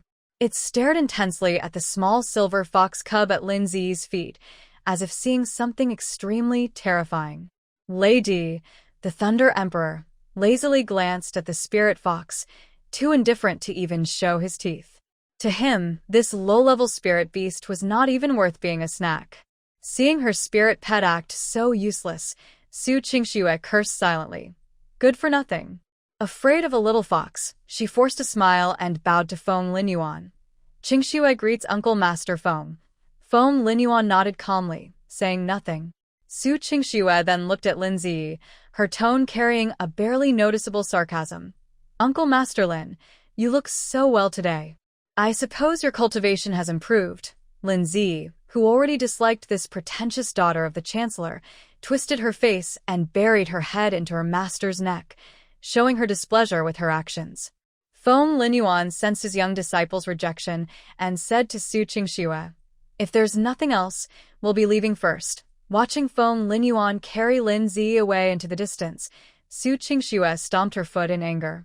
She glared down at her trembling spirit fox, even more furious. Useless thing. Afraid of a little fox. What use are you? The spirit fox whimpered in grievance, feeling helpless too. That little fox exuded an aura so terrifying it was overwhelming, a deep bloodline pressure that left it no chance to resist. Lin Ji, who had walked far away, had long since forgotten the unpleasantness just now. She happily handed a bitten red fruit to Feng Linyuan. Master Tiger also eats. It's so sweet. Feng Linyuan took a small bite from her hand, and indeed, it was sweet and juicy. Watching his young disciple's bright smile, he felt that the best decision he had ever made in his life was to accept this clever little girl as his apprentice. Lei, giggling, followed behind, watching the close bond between the master and disciple, and disdainfully snorted. I don't care about them. However, his silver eyes kept staring eagerly at the spiritual fruit in Lin Ji's hand, clearly pretending not to care. Seeing Qingxue and her proud but weak spirit fox, the system fell into deep thought in its consciousness. As a villainous self-rescue system, its main task was to ensure that the host, Lin Ji, escaped her tragic fate in the original story. What if the host fails the mission and ends up as miserably as in the original plot? The system's cold mechanical voice unusually carried a hint of worry. It quickly reviewed the original story, and the shocking details appeared again. 8 years later, at 11 years old, Lin Ji, with almost no guidance from a master, relied on her exceptional talent to reach the early stage of Golden Core. Meanwhile, the original heroine, Qingxue, was 15 and had achieved the great completion of Foundation establishment. The original male lead, relying on his high cultivation level, also wanted to prevent the evil cultivators from targeting Qingxue, who had a water spiritual root, and to make her cultivation smoother, began to deceive Lin Ji. He pretended to be kind to her, making her fall in love, then asked her to sacrifice for love, contributing her stronger thunder spirit root to Qingxue. When Lin Ji refused, the male lead used force, even threatening her with royal family status. Eventually, the dragon energy on Lin Ji was exhausted, and she was forced to exchange her spiritual roots. However, the water spiritual root clashed severely with her body, and as her life was in danger, the elders of the sect forced her to give a life-saving medicinal herb to Qingxue to strengthen her body. In despair, Lin Ji put the herb into her mouth but was stripped of her cultivation by the sect leader, who forcibly extracted the medicine, and she was ultimately expelled from the sect. After being expelled, Lin Ji was in critical condition. When her thunder spirit root was taken away, a hidden means spirit root forcibly separated from her, carrying a few traces of her thunder spirit root. The evil spirit root began to wildly absorb all the negative energy around it. With the help of the remaining thunder spirit root, it even devoured the water spirit root inside the body. Lin Zi completely turned dark. Huh? What about the second half? Why is it gone? Why is it blank? The system noticed that the original story stopped abruptly here. It didn't know what Lin Zi did after turning dark or how it ended. Everything was blank. There was nothing before this. Interesting, I should write that part. Suddenly the system had an idea. Since the second half was blank, it could create it itself. It quickly pulled up the record of when it was linked to Lin Zi and started editing. Lin Zi was reborn at the age of 3, just about to climb the immortal ladder. Although the heavenly way erased her memories, her strong obsession attracted the system's arrival. Carrying warnings from her past life, the system was determined to change everything. Wow. Perfect. The system was happy with the story it made up. Now, I will be the savior of the host. Even if she later finds something strange, she can just say her memories were erased by the heavenly way. This idea made the system very excited. Since the second half of the original story was blank, it could steer the story in any direction it wanted. For example, eliminate the original heroine? That would require first removing the heroine's special aura. The system calmly analyzed, TSK, but the original male lead hasn't appeared yet. He will climb the immortal ladder next year. According to the original timeline, during next year's trial to climb the immortal ladder, the talented and well-connected original male lead will appear. He will fall in love with Su Qingxue at first sight, then start to favor and spoil her, which will eventually lead to Lin Zi's tragedy. Need to prepare in advance. The system began making plans. First, strengthen the host's abilities and resources. Second, weaken the heroine's special aura. First, before the original male lead appears, he should develop a good impression or at least not be hostile toward the host. It displays Lin Zi's attribute panel. Host, Lin Zi age, 3 years old cultivation, Qi refining stage for spirit root, mutated thunder spirit root, hidden Neen's spirit root fused, physique, human emperor bloodline, dragon Qi protection, spirit pet, descendant of the tearing sky fiery beast, young stage, master. Feng Linyuan, ascended ancestors disciple, friend, for genius, with single spirit roots points, 12,580, secretly stored by the system. Looking at this panel, the system feels very confident. Compared to the original story where Lin Zi was ignored and lonely, the current host is practically in heaven. With Master Feng Linyuan, resources are not a problem. With 4 talented friends, connections are secure. With a descendant of the tearing sky fiery beast as a spirit pet, fighting power is guaranteed. The system becomes more confident as it plans. As long as the operation is handled well, tragedy can be avoided. However, it remains cautious and quietly creates a new file in the database, Original Female Lead Elimination Plan.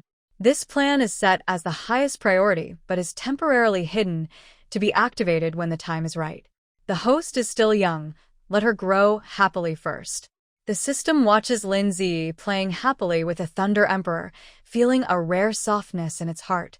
After the original male lead appears, then start the formal plan. Meanwhile, Lin Zi has no idea that the system is already planning her future.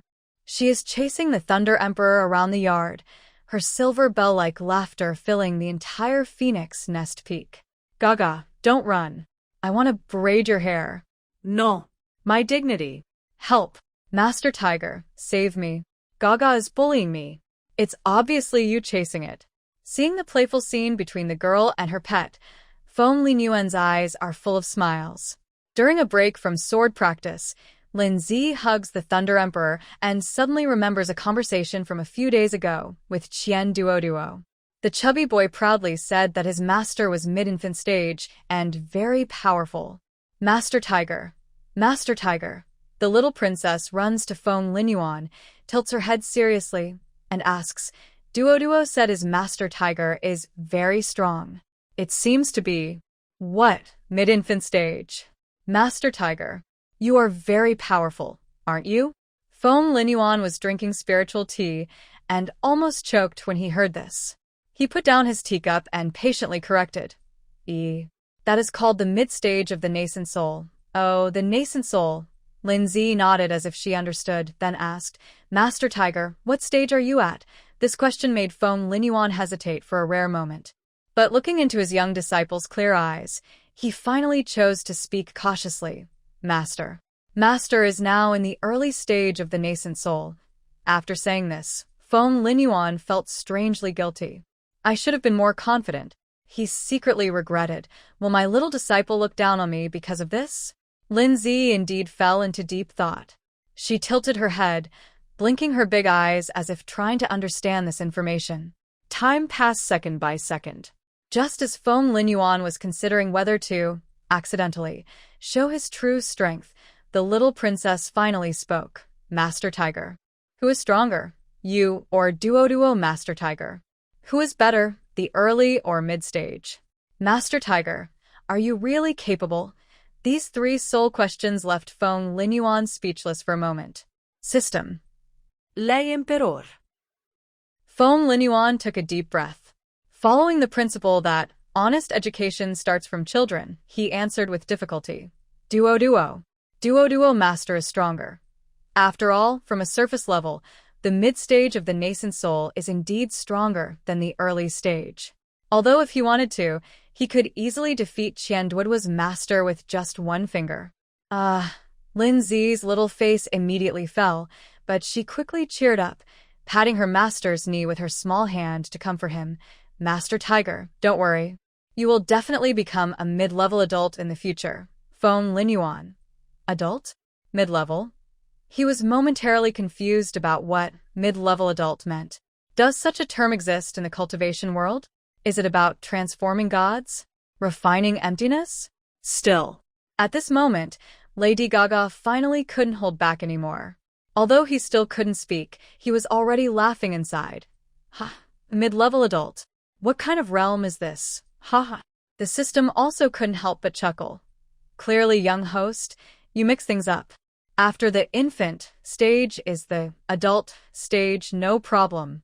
Feng Linyuan finally understood. His little disciple's logic was simple. Infant, nascent soul, naturally leads to adult, so mid-level adult should be a more advanced stage than infant mid-level. This understanding made Feng Linyuan laugh and cry at the same time, but seeing his little disciple's sincere and encouraging eyes, he felt a warm feeling in his heart. All right, he said, bending down to pick up Lin Ji. Master who will work hard on cultivation and try to break through to the mid-level adult stage soon. Lin Ji nodded vigorously, wrapping her small arms around her master's neck. Master Hu, keep going. I believe in you. Lady Gaga took the opportunity to jump onto Feng Linyuan's shoulder and whispered in his ear with a secret voice only they could hear. Hey, you're pretending to be at the early nascent soul stage, calling yourself mid-level adult. Aren't you ashamed? Feng Linyuan responded calmly. Stop talking or there'll be no meat for dinner tonight. Lady Gaga immediately shut up, happily rubbing his head against his face.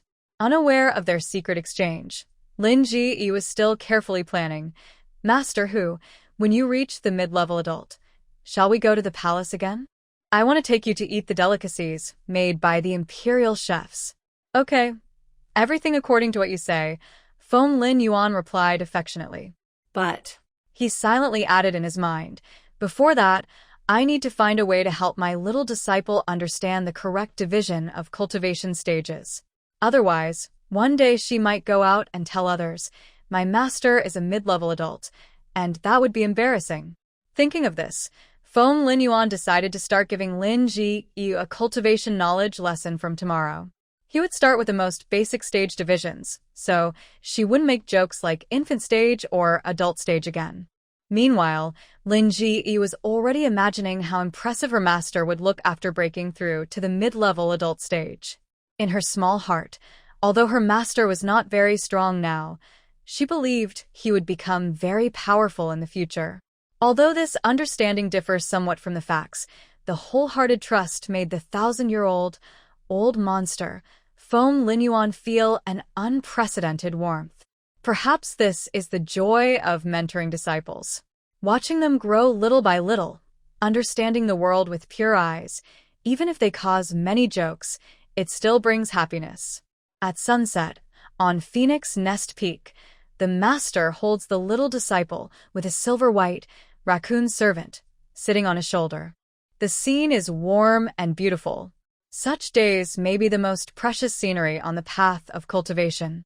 A month passed quickly. But several surprising things happened in the Xiantian sword sect. First, Su Qingxue's cultivation advanced rapidly, from the 5th level of qi refining to the 6th level. Her reputation among the peaks also rose sharply. The disciples all say that senior sister Qingxue is a genius with a single water spiritual root, and she trains very fast.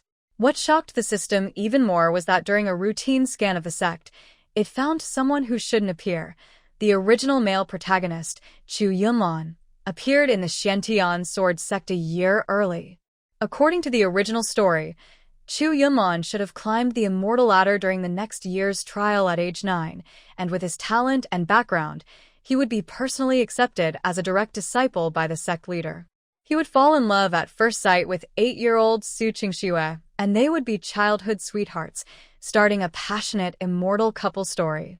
But now, Chu Yunlan not only appeared a year early, but was directly led into the sect by an elder, without experiencing the immortal ladder trial. The original male lead appeared a year early. What's going on? The system was frantically calculating in its mind. Is the plot correction ability so powerful? It immediately conducted a deep scan of Chu Yunlan. Name: Chu Yunlan. Age: 8. Cultivation: 3rd level of qi refining spiritual root, fire and metal dual spiritual roots, hidden dragon bloodline. Background: young master of the Chu family in Dongzhou, one of the 4 great families in the cultivation world.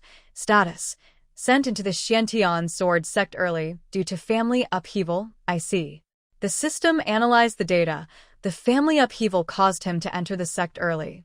Although the timeline has changed, the core setting remains the same. It seems the plot's self-correction ability is indeed strong. Important characters will appear at the right time no matter what. What worried the system even more was Lin Zi's condition. Over the past month, the young girl had been working hard at her cultivation. She practiced swordsmanship, meditated, and controlled her lightning spirit energy every day, but her progress remained stuck at the 4th level of qi refining, with no improvement. In sharp contrast, her 4 little friends had already advanced to the 5th level of qi refining, each improving very quickly. One day, when the 5 children were playing together, Qian Duo asked curiously, have you been slacking off lately? We've all surpassed you. Lin Zi's small face immediately fell, and she pouted sadly. I haven't been slacking. I practice every day. Seeing her upset, Feng Lin Yuan picked her up gently and comforted her softly. Works very hard. Cultivation isn't about how fast you go. It's like building a house. You need to lay a good foundation first. We're just laying the foundation now. Really? Really? Lin Zi looked up with big, teary eyes, her voice trembling with tears. Yes, you're doing great. Your master is very proud of you, Feng Lin Yuan said warmly and firmly, wiping away her tears. But when he turned around, his expression grew serious. Others might not notice, but he knew very well. The spiritual vein at Qifeng Peak was the richest in the Xiantian sword sect. In such a good environment, it was strange that his little disciple's progress had stopped. This was definitely not normal. Don't let me find out the reason. Feng Lin Yuan thought to himself and began carefully checking Lin Zi's physical condition. Meanwhile, the system was also conducting a deep analysis. After repeated scans and calculations, it finally discovered the problem. It's the heavenly way causing trouble. The system looked at the results and suddenly understood. Inside Lin Zi's body, her Yin spirit root was like a bottomless pit, greedily absorbing the spiritual energy she cultivated. What was more troublesome was that her thunder spirit root seemed to be blocked by some rules of the heavenly way, preventing it from advancing smoothly. Because her Yin spirit root was special and not controlled by the heavenly way's rules, it absorbed spiritual energy, even more desperately. This created a strange balance. Her thunder spirit root was suppressed and unable to break through, while her Yin spirit root kept absorbing energy wildly, but could never be full. As a result, Lin Zi's cultivation remained stuck at the 4th level of qi refining. However, the system carefully analyzed the data and thought this might not be a bad thing. Although the Yin spirit root absorbed most of the spiritual energy, it wasn't wasted. Instead, it helped strengthen Lin Zi's foundation. This foundation is much thicker than that of ordinary cultivators. If a normal cultivator's foundation is a 1-foot thick stone slab, then Lin Zi's current foundation is made of 10 feet of solid steel. Although her cultivation level doesn't seem to have increased on the surface, her spiritual energy reserves, meridian strength, and physical endurance are all growing rapidly.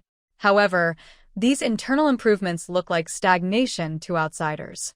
Don't be sad, Feng Linyuan, her master, said. Although he hadn't fully figured out the reason, he was relieved to see that her health was good, better than other cultivators her age. The path of cultivation is long, and a temporary slow pace doesn't mean much.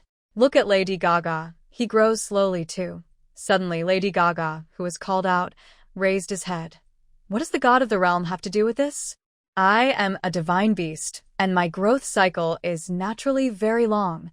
Lin Zi looked at her master, and then at the Linu, at her feet, finally smiling through her tears.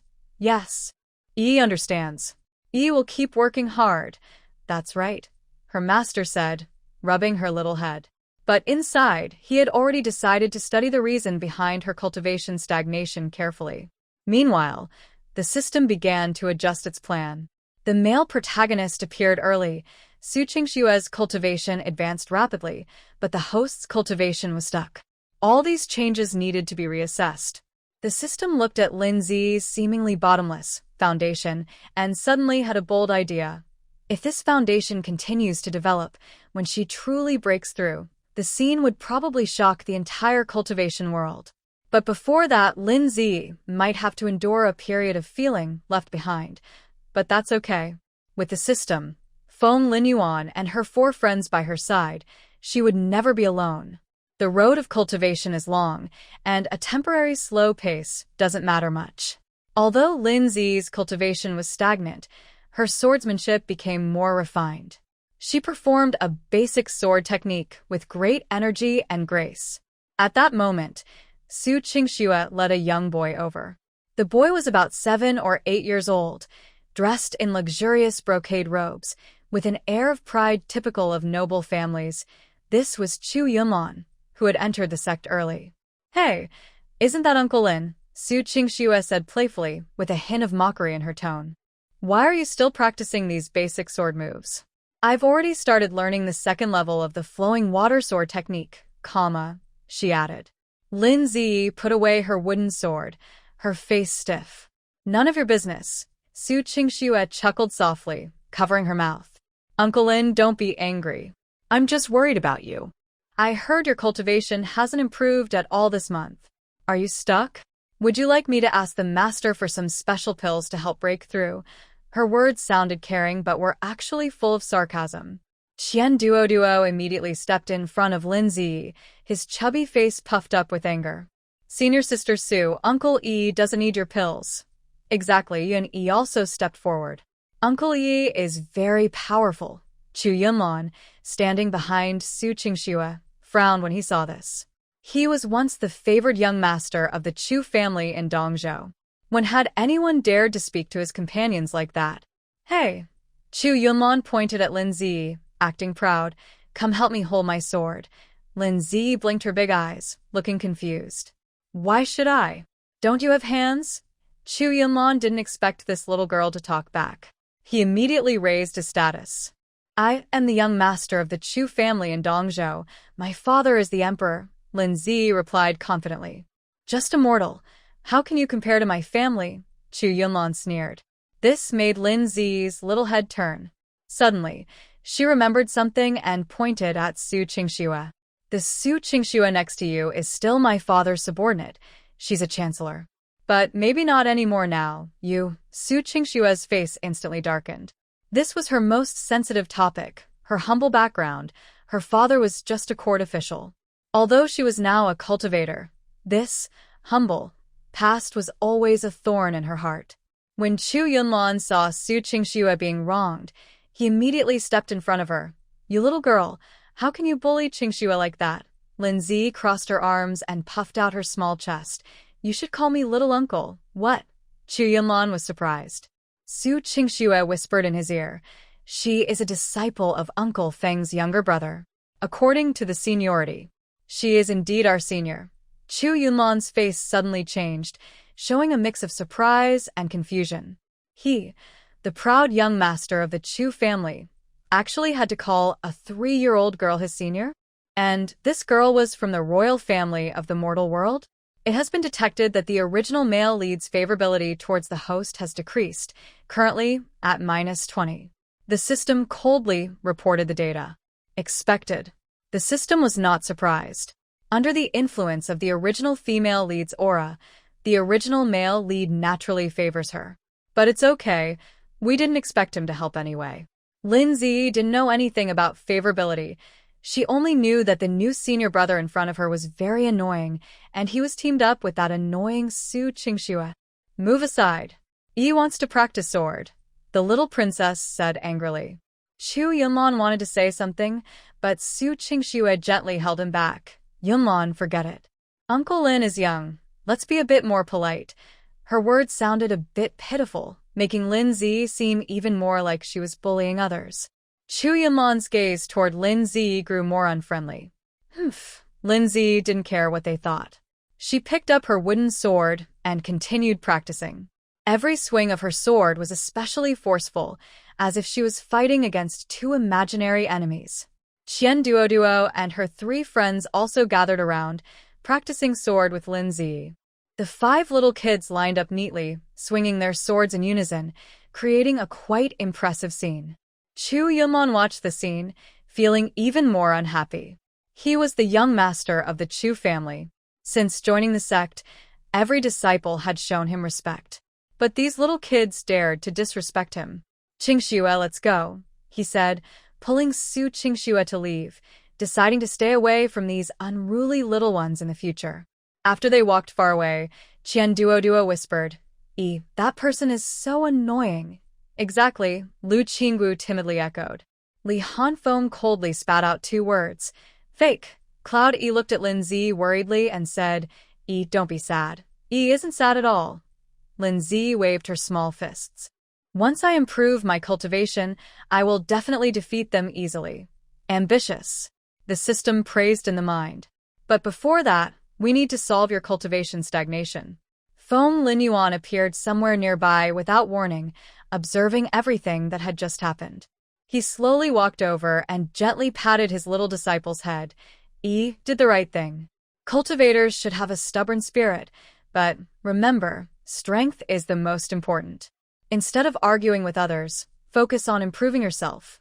Master Hu, I understand, Lin Zi nodded firmly. Will work hard on cultivation. Good girl. Feng Linyuan's eyes flashed with a cold look. The boy from the Chu family?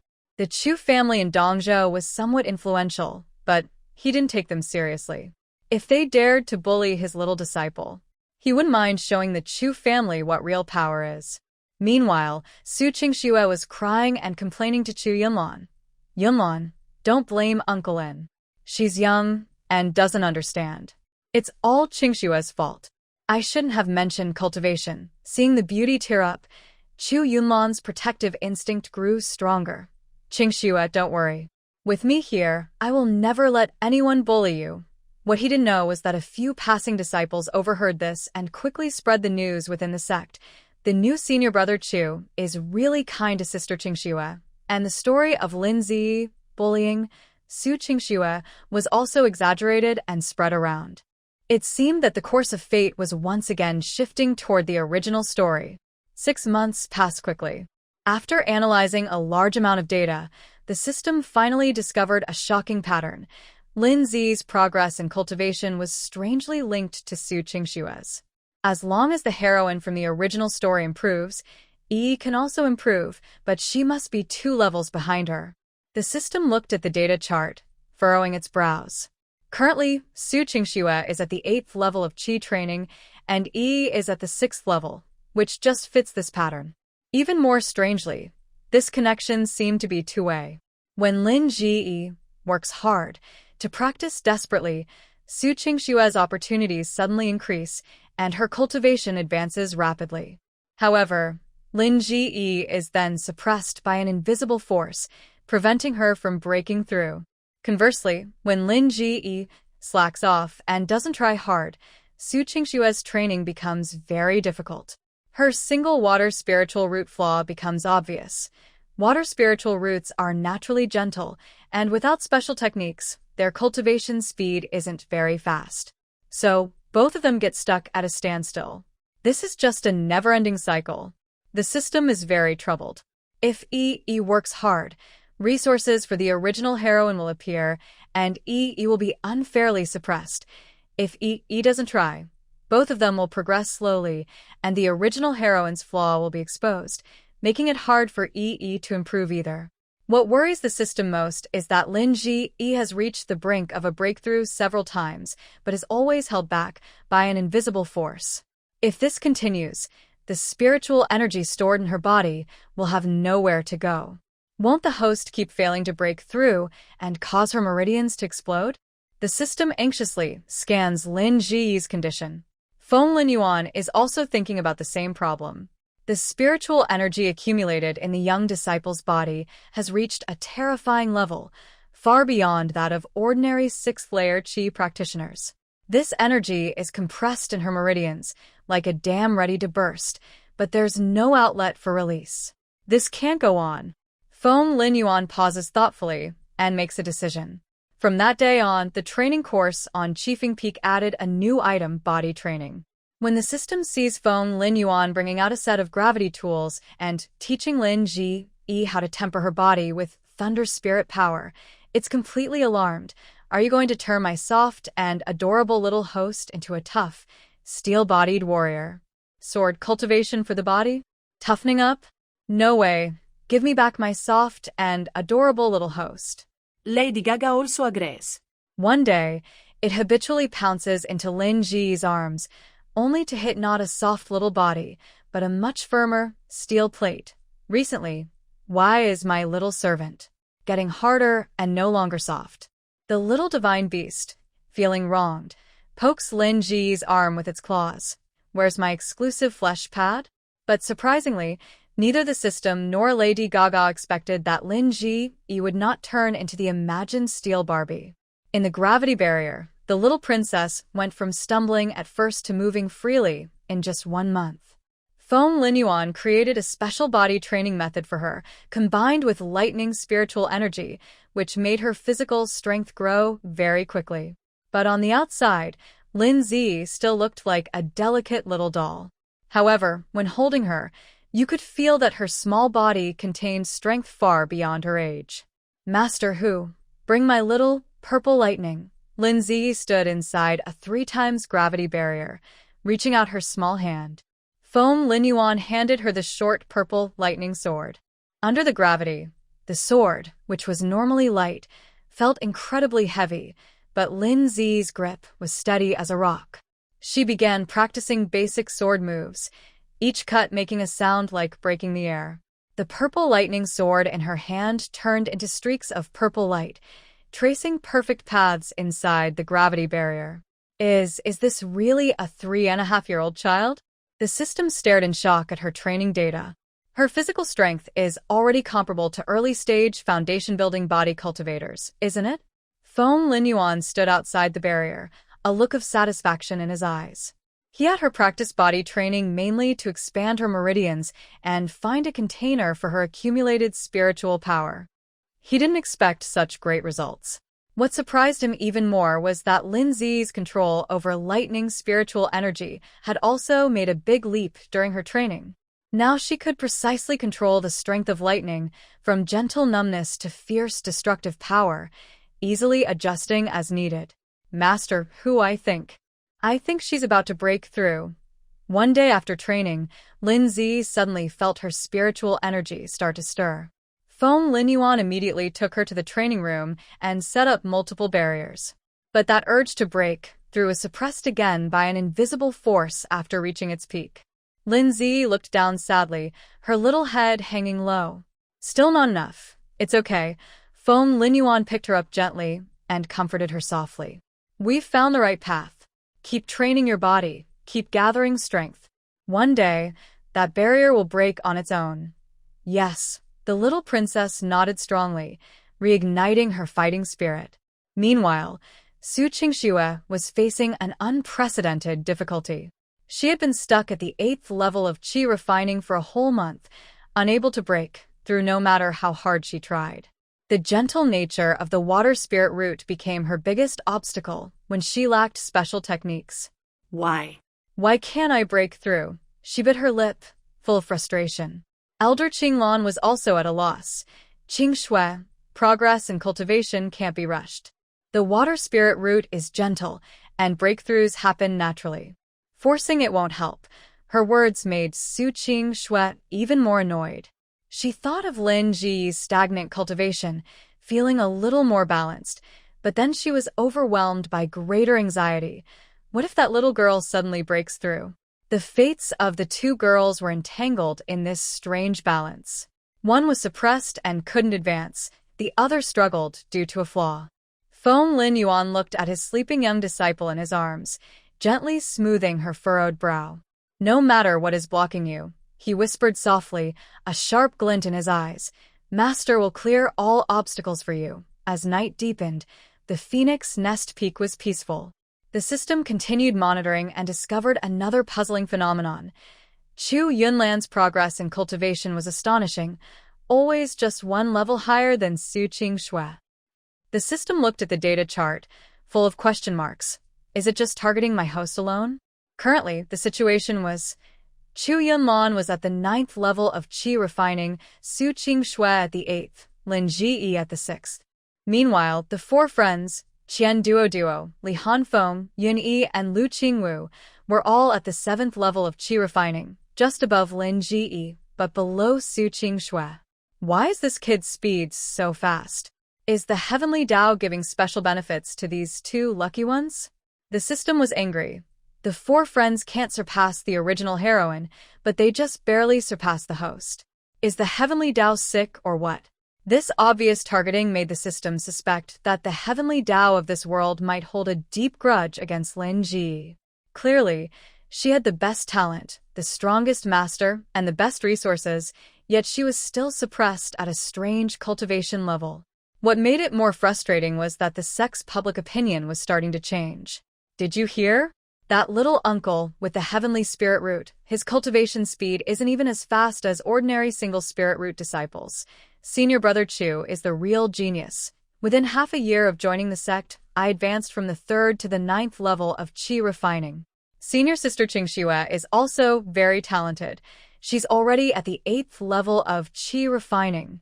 In my opinion, Brother Chu and senior sister Qingxue are truly the chosen childhood friends, the pride of our Xiantian sword sect. These comments spread quickly across the peaks, like they had wings.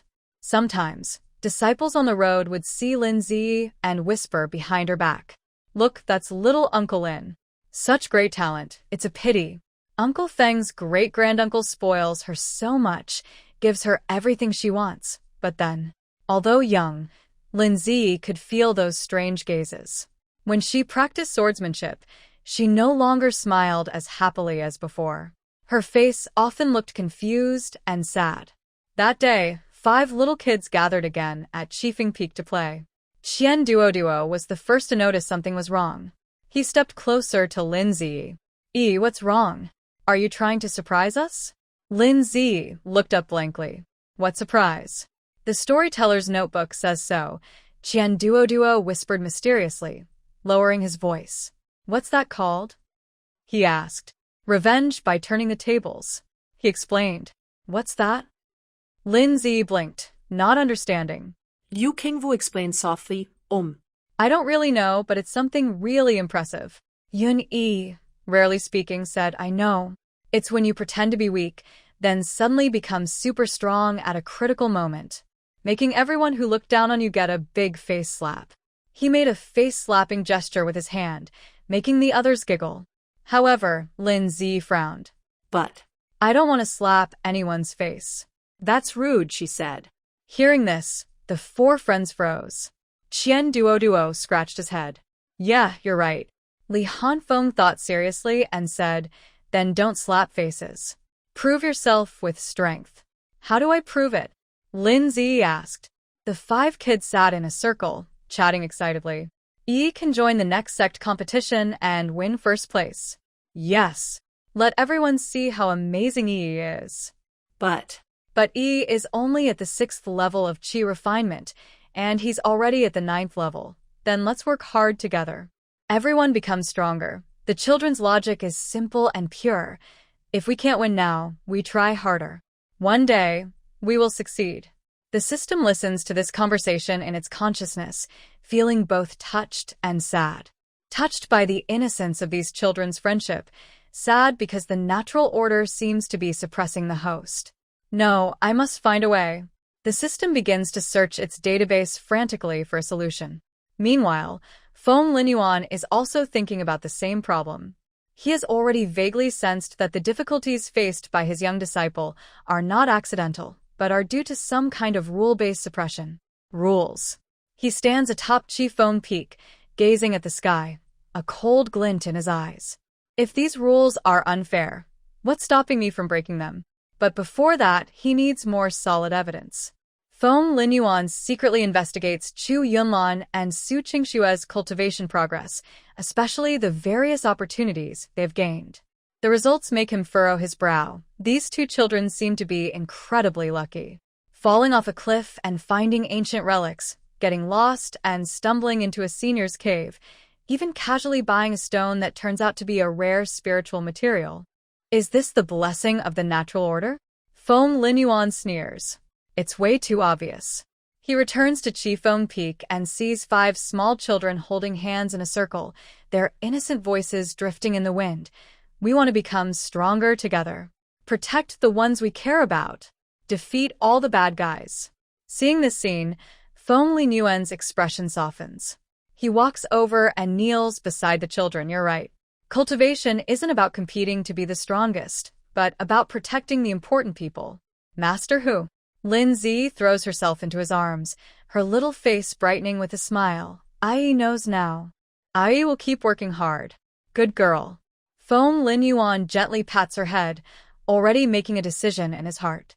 Since the rules of this world are unfair to his young disciple, he will take her to find the power that can break these rules. The cultivation world is vast, and somewhere some people or places are not bound by the so-called natural order. At the same time, the system completes loading the new training plan. Host, the system said softly, let's try a different approach. Since they are ahead in cultivation, we should focus on strengthening our foundation and planning for a longer future. Although Lin Ji didn't understand exactly what the system was saying, she could feel its concern. She nodded firmly. Yes. E will work hard. Under the sunset, the shadows of the 5 little ones stretched long. One day, after swinging his sword 10,000 times within the gravity barrier, the spiritual energy he had accumulated finally broke through the wall and stepped into the golden core stage, becoming the youngest golden core cultivator in the history of the cultivation world. Writing this, the system felt it wasn't enough and continued to add. Later, Lin Ji relied on his solid and terrifying foundation, progressing rapidly, breaking through the nascent soul stage within 10 years, transforming into a divine spirit within 50 years, achieving great success in 100 years, and ultimately becoming the #1 in the world. Because of this, the system gained endless points and successfully formed a physical entity. Meanwhile, the original protagonists accidentally died during a trial. The system began trying to modify the storyline of this world. Perfect. The system happily looked at the plot it had created and pressed the Submit button with anticipation. But in the next second, the words just written disappeared as if erased by an eraser. Even worse, a strong current instantly ran through the system's core. Warning! Not in line with the original story development. Punishment. 1 electric shock. A cold alert echoed in the system's space. ouch, ouch, ouch. The system was shocked so hard that its core trembled. What kind of restriction is this? But it was not willing to give up. It tried a different approach. The original story's protagonists are outside the jurisdiction of the heavenly Tao. Sla. Another shock. I don't believe it. The system's stubbornness flared up, and it kept trying. E obtains ancient inheritance. Electric shock. Feng Linyuan discovers the Heavenly Tao conspiracy. Electric shock. The child of destiny's luck halo weakens. Electric shock. 5 little groups break through together. Electric shock. Heavenly Tao sleeps for 100 years. Electric shock. Immortal realm experts descend to take disciples. Electric shock. The system gains temporary administrator rights. Electric shock. After 10,086 attempts and shocks, the system finally learned its lesson. It stopped trying to directly change the main plot and instead began writing seemingly insignificant details. There is a hidden cave behind the back mountain of the Xiantian Sword Sect, containing a spiritual spring that can expand the meridians. Approved. On the 3rd floor corner of the library, there is a fragment of the Thunder Body refining technique. Approved. The remaining spiritual energy in the abandoned alchemy furnace on the mountain of refining pills can be used to refine spiritual roots. Passed. Although these are just some helpful opportunities, they can at least assist the host. The system tried dozens of times and finally figured out the pattern. It cannot directly change the main character's fate, but it can add some reasonable chances and clues. However, those 10,086 shocks were not wasted. When Lin Ji finished a day of cultivation and was about to sleep, he suddenly felt that something was off with the system in his mind. System brother, why do you seem strange today? The little princess tilted her head and asked in her mind, talking is a bit choppy. The system almost wanted to cry. It's nothing. Just. System upgrade. Yes, system upgrade. A little lag is normal. Right now, it does sometimes speak with pauses. The multiple shocks didn't damage the core, but they did slow down its efficiency by about 30%. I won't mess with the plot anymore. The system secretly regrets. This punishment system is too harsh. But it's not all bad. At least now it knows which modifications are allowed and which are forbidden. And the opportunities that pass review can truly help Lin Ji. The next day, the system casually reminded Lin Ji, I heard there's a hidden cave behind the back mountain of the Xiantian Sword Sect, which might have things helpful for cultivation. Lin Ji, who was practicing swordsmanship, paused and blinked her big eyes. Really? Of course it's true. The system swore. When has brother system ever lied to you? The little princess immediately ran to find Feng Linyuan. Master Tiger, there's a secret cave behind the mountain. Yi wants to go explore. Feng Linyuan raised an eyebrow. Who told you that? I dreamed about it. Lin Ji quickly made up a reason. Feng Linyuan looked at her sparkling eyes, knowing she was lying, but he didn't expose her. All right, Master Tiger will go with you. Under the system's guidance, the two quickly found the hidden cave. The entrance was covered with vines, and unless you were specifically looking for it, it was hard to find. Deep inside the cave, there was indeed a clear spring. The water was light purple and emitted a strong spiritual energy. Even more amazing, a few rare plants called expanding pulse grass grew around the spring. Is this the purple spirit spring? Feng Linyuan's eyes showed surprise. It really helps expand the meridians and strengthen the foundation. Go and soak for a while. Okay. Lin Ji happily took off her outer clothes and carefully stepped into the spring. The water was cool and felt tingly and numb. Lin Ji used the 9 Heavens Thunder Control technique and found that her spiritual energy moved through her meridians about 30% faster. It works! The system excitedly recorded the data. The width of the meridians increased by 5%, and the efficiency of spiritual energy flow improved. This is great. Although it didn't directly increase her cultivation, it laid a stronger foundation. For Lin Ji, who had been unable to break through for a long time, this was like a gift from heaven. After soaking for half an hour, Lin Ji came out of the spring feeling much lighter. She tried to run her spiritual energy and found that the previously sluggish parts were now smooth. Master Hu. Feels so comfortable. The little princess happily hugged her master's leg.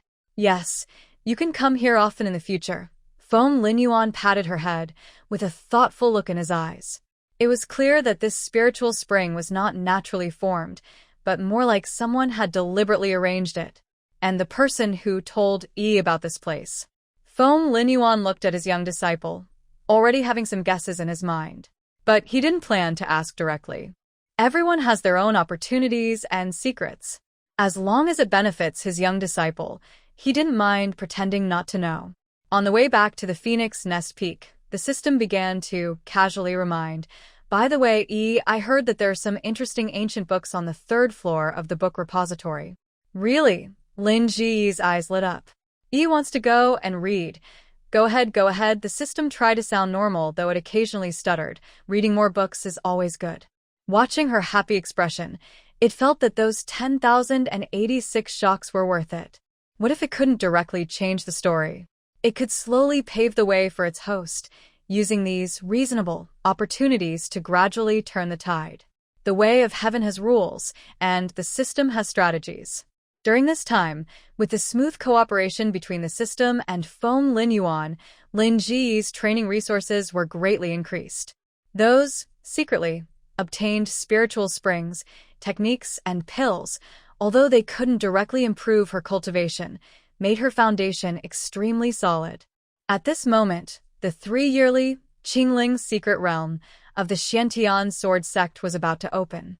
This secret realm is specially prepared for Qi training disciples. It restricts those with golden core or higher cultivation from entering. It is relatively safe and an important place for major sects to train new disciples. Once the news spread, the entire sect became busy. Elder from each peak prepared supplies for their disciples and explained the precautions for the secret realm. On Qifeng Peak, Feng Linyuan looked at his little disciple, who was not yet 4 years old, and fell into deep hesitation. Reason told him that with her current strength, she could easily protect herself in the Qi training secret realm. Her physical strength, comparable to Foundation establishment stage body cultivators, was enough to make most Qi disciples helpless. But emotionally, she's not even 4 years old. Feng Linyuan sighed for the 108th time in his heart. In the end, he made a decision. This time the Chingling secret realm is opening. You'll go too." "Really?" Lin Ji's eyes lit up. She had long heard her friends talk about exploring secret realms and was very curious. "Yes." Feng Linyuan squatted down, looking at his little disciple face to face. "But you must promise your master that if you encounter danger, don't fight it alone. Run when you should, admit defeat when you need to, understand?" "Got it." The little princess nodded firmly. So, over the next few days, Qifeng Peak staged a grand, crazy preparation show. Feng Linyuan first checked the gravity devices on Lin Ji. Those seemingly ordinary silver bracelets and anklets actually weighed about 300 jin, but through special forging, the wearer only felt moderate pressure. "Add a bit more weight." Feng Linyuan pondered for a moment and added a few pieces of light profound iron into the devices. Now, the total weight of the bracelets and anklets reached 500 jin, but on Lin Ji, it only made her walking steps slightly heavier. Is this a training trip to the secret realm or weight training? The system couldn't help but complain. Next, Feng Linyuan carefully took the sleeping Thunder Emperor and gently placed him in Lin Zi's arms. "Take him with you. He can help when it really matters." The little divine beast, awakened by the noise, yawned unhappily. "I am the swallowing heaven demon, not a babysitter." But sensing Feng Linyuan's warning gaze, it immediately backed down. All right, I will watch over the little servant." Then came the filling of the storage bag. Feng Linyuan took out a large-capacity storage bag and started packing things inside. 10 bottles of high-quality spirit recovery pills, 10 bottles of top-grade healing pills, 5 bottles of detoxification pills. 100 various talismans: Fireball Talisman, Ice Arrow Talisman, Earth Escape Talisman, Divine Movement Talisman. 3 defensive robes, 5 everyday robes, 2 sets of pajamas. A flexible spiritual house. A bed with silken bedding. A mini spiritual boat, small but very fast. Various snacks, fruits, enough to last over 3 months. Kitchenware, seasonings, and even a small grill. Lin Zi obediently stayed in her master's arms, watching curiously as he seemed to perform magic, stuffing things into the storage bag. "Master, I want more spiritual fruits. All right, I'll add some more," Feng Linyuan said, taking out 2 baskets of colorful spiritual fruits and stuffing them in. The system silently observed the scene. It looks just like a parent sending their daughter to school. Is this for training or a picnic? The filling of the storage bag continued. Your master also packed a lot of spirit stones for you. If we can't beat them, we can just crush them, Feng Linyuan said seriously, carefully placing 10,000 mid-grade spirit stones into a special small bag. Okay, Lin Zi nodded as if she understood but wasn't quite sure. If we really can't win, we can throw away the gravity device to run faster, Feng Linyuan added. Next was the most important life-saving tool. Feng Linyuan took out 10 golden talisman papers, each inscribed with complex runes, faintly emanating a sense of power. These 10 are all my full-strength attacks, master's strongest moves. He carefully placed the talisman papers into a jade box. When in danger, tear one off, understand?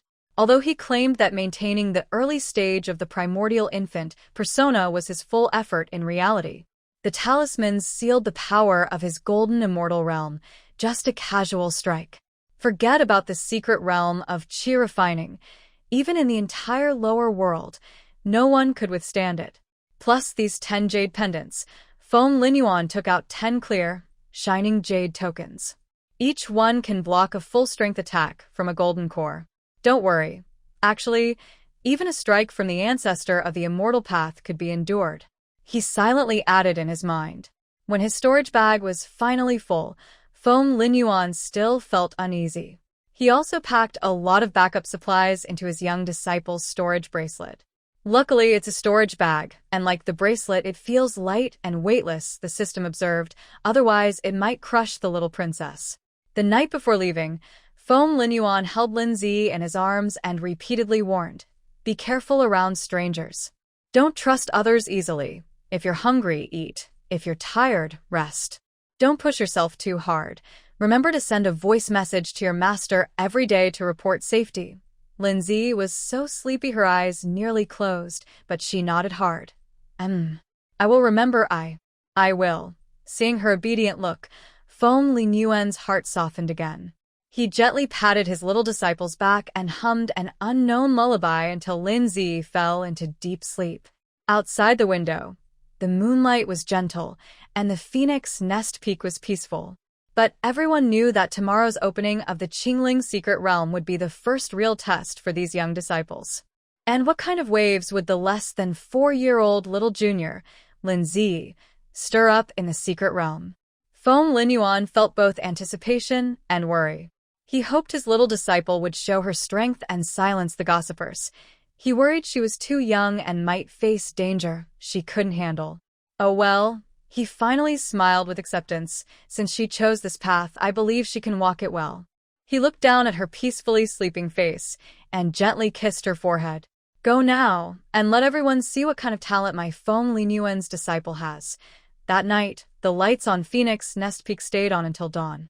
Meanwhile, on other peaks, countless disciples waited excitedly or nervously for the arrival of dawn. The Qingling secret realm is about to open. The entrance to the Qingling secret realm is located in a primitive forest at the border of Dongzhou and Nanhang. Many disciples from various sects have gathered here, bustling and lively.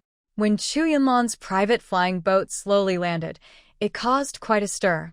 The boat is made entirely of 1,000-year-old purple sandalwood, with the Chu family emblem carved on its side, a coiled golden dragon shining brightly in the sunlight. The sailcloth is woven from a mix of gold threads and icy silkworm silk, making a crisp sound as it flutters in the wind. Qingxue stands on the deck, feeling the gazes cast below her, and a sense of pride rises in her heart. She is wearing a light blue robes, with a protective jade pendant given by Elder Qinglan at her waist, making her look fresh and elegant. Is this Chu Yunlan? The young master of the Chu family really has a remarkable presence. His name sounds similar to our senior brothers, both are called Yunlan. Is he just pretending? It's only a secret realm trial, yet he's coming in a private flying boat. I heard he's a genius already at the 9th level of qi refining. He's only been in the sect for half a year, but he still has a dual spiritual root? Can't compare to someone with a spiritual root as pure as heaven's spirit root. That person next to him is probably Qingxue from a Xiantian sword sect, with a single water spiritual root. Why is she improving so fast? Wow, rich people really like to show off with flying boats. Stop talking, the disciples whisper among themselves, filled with envy, jealousy, and curiosity. Although Su Qingxue hears some unkind comments, she mostly enjoys the attention. She gently lifts her skirt and gracefully steps down from the flying boat. Chu Yunlin follows closely behind, dressed in a brocade robe that makes him look heroic. Standing together, they do have a kind of fairy tale charm. Senior sister Qingxue looks so beautiful today. A disciple from the Xiantian sword sect starts to cheer. Senior brother Chu is also so handsome. The two of them look perfect together. Just as the compliments reach their peak, the sky suddenly darkens.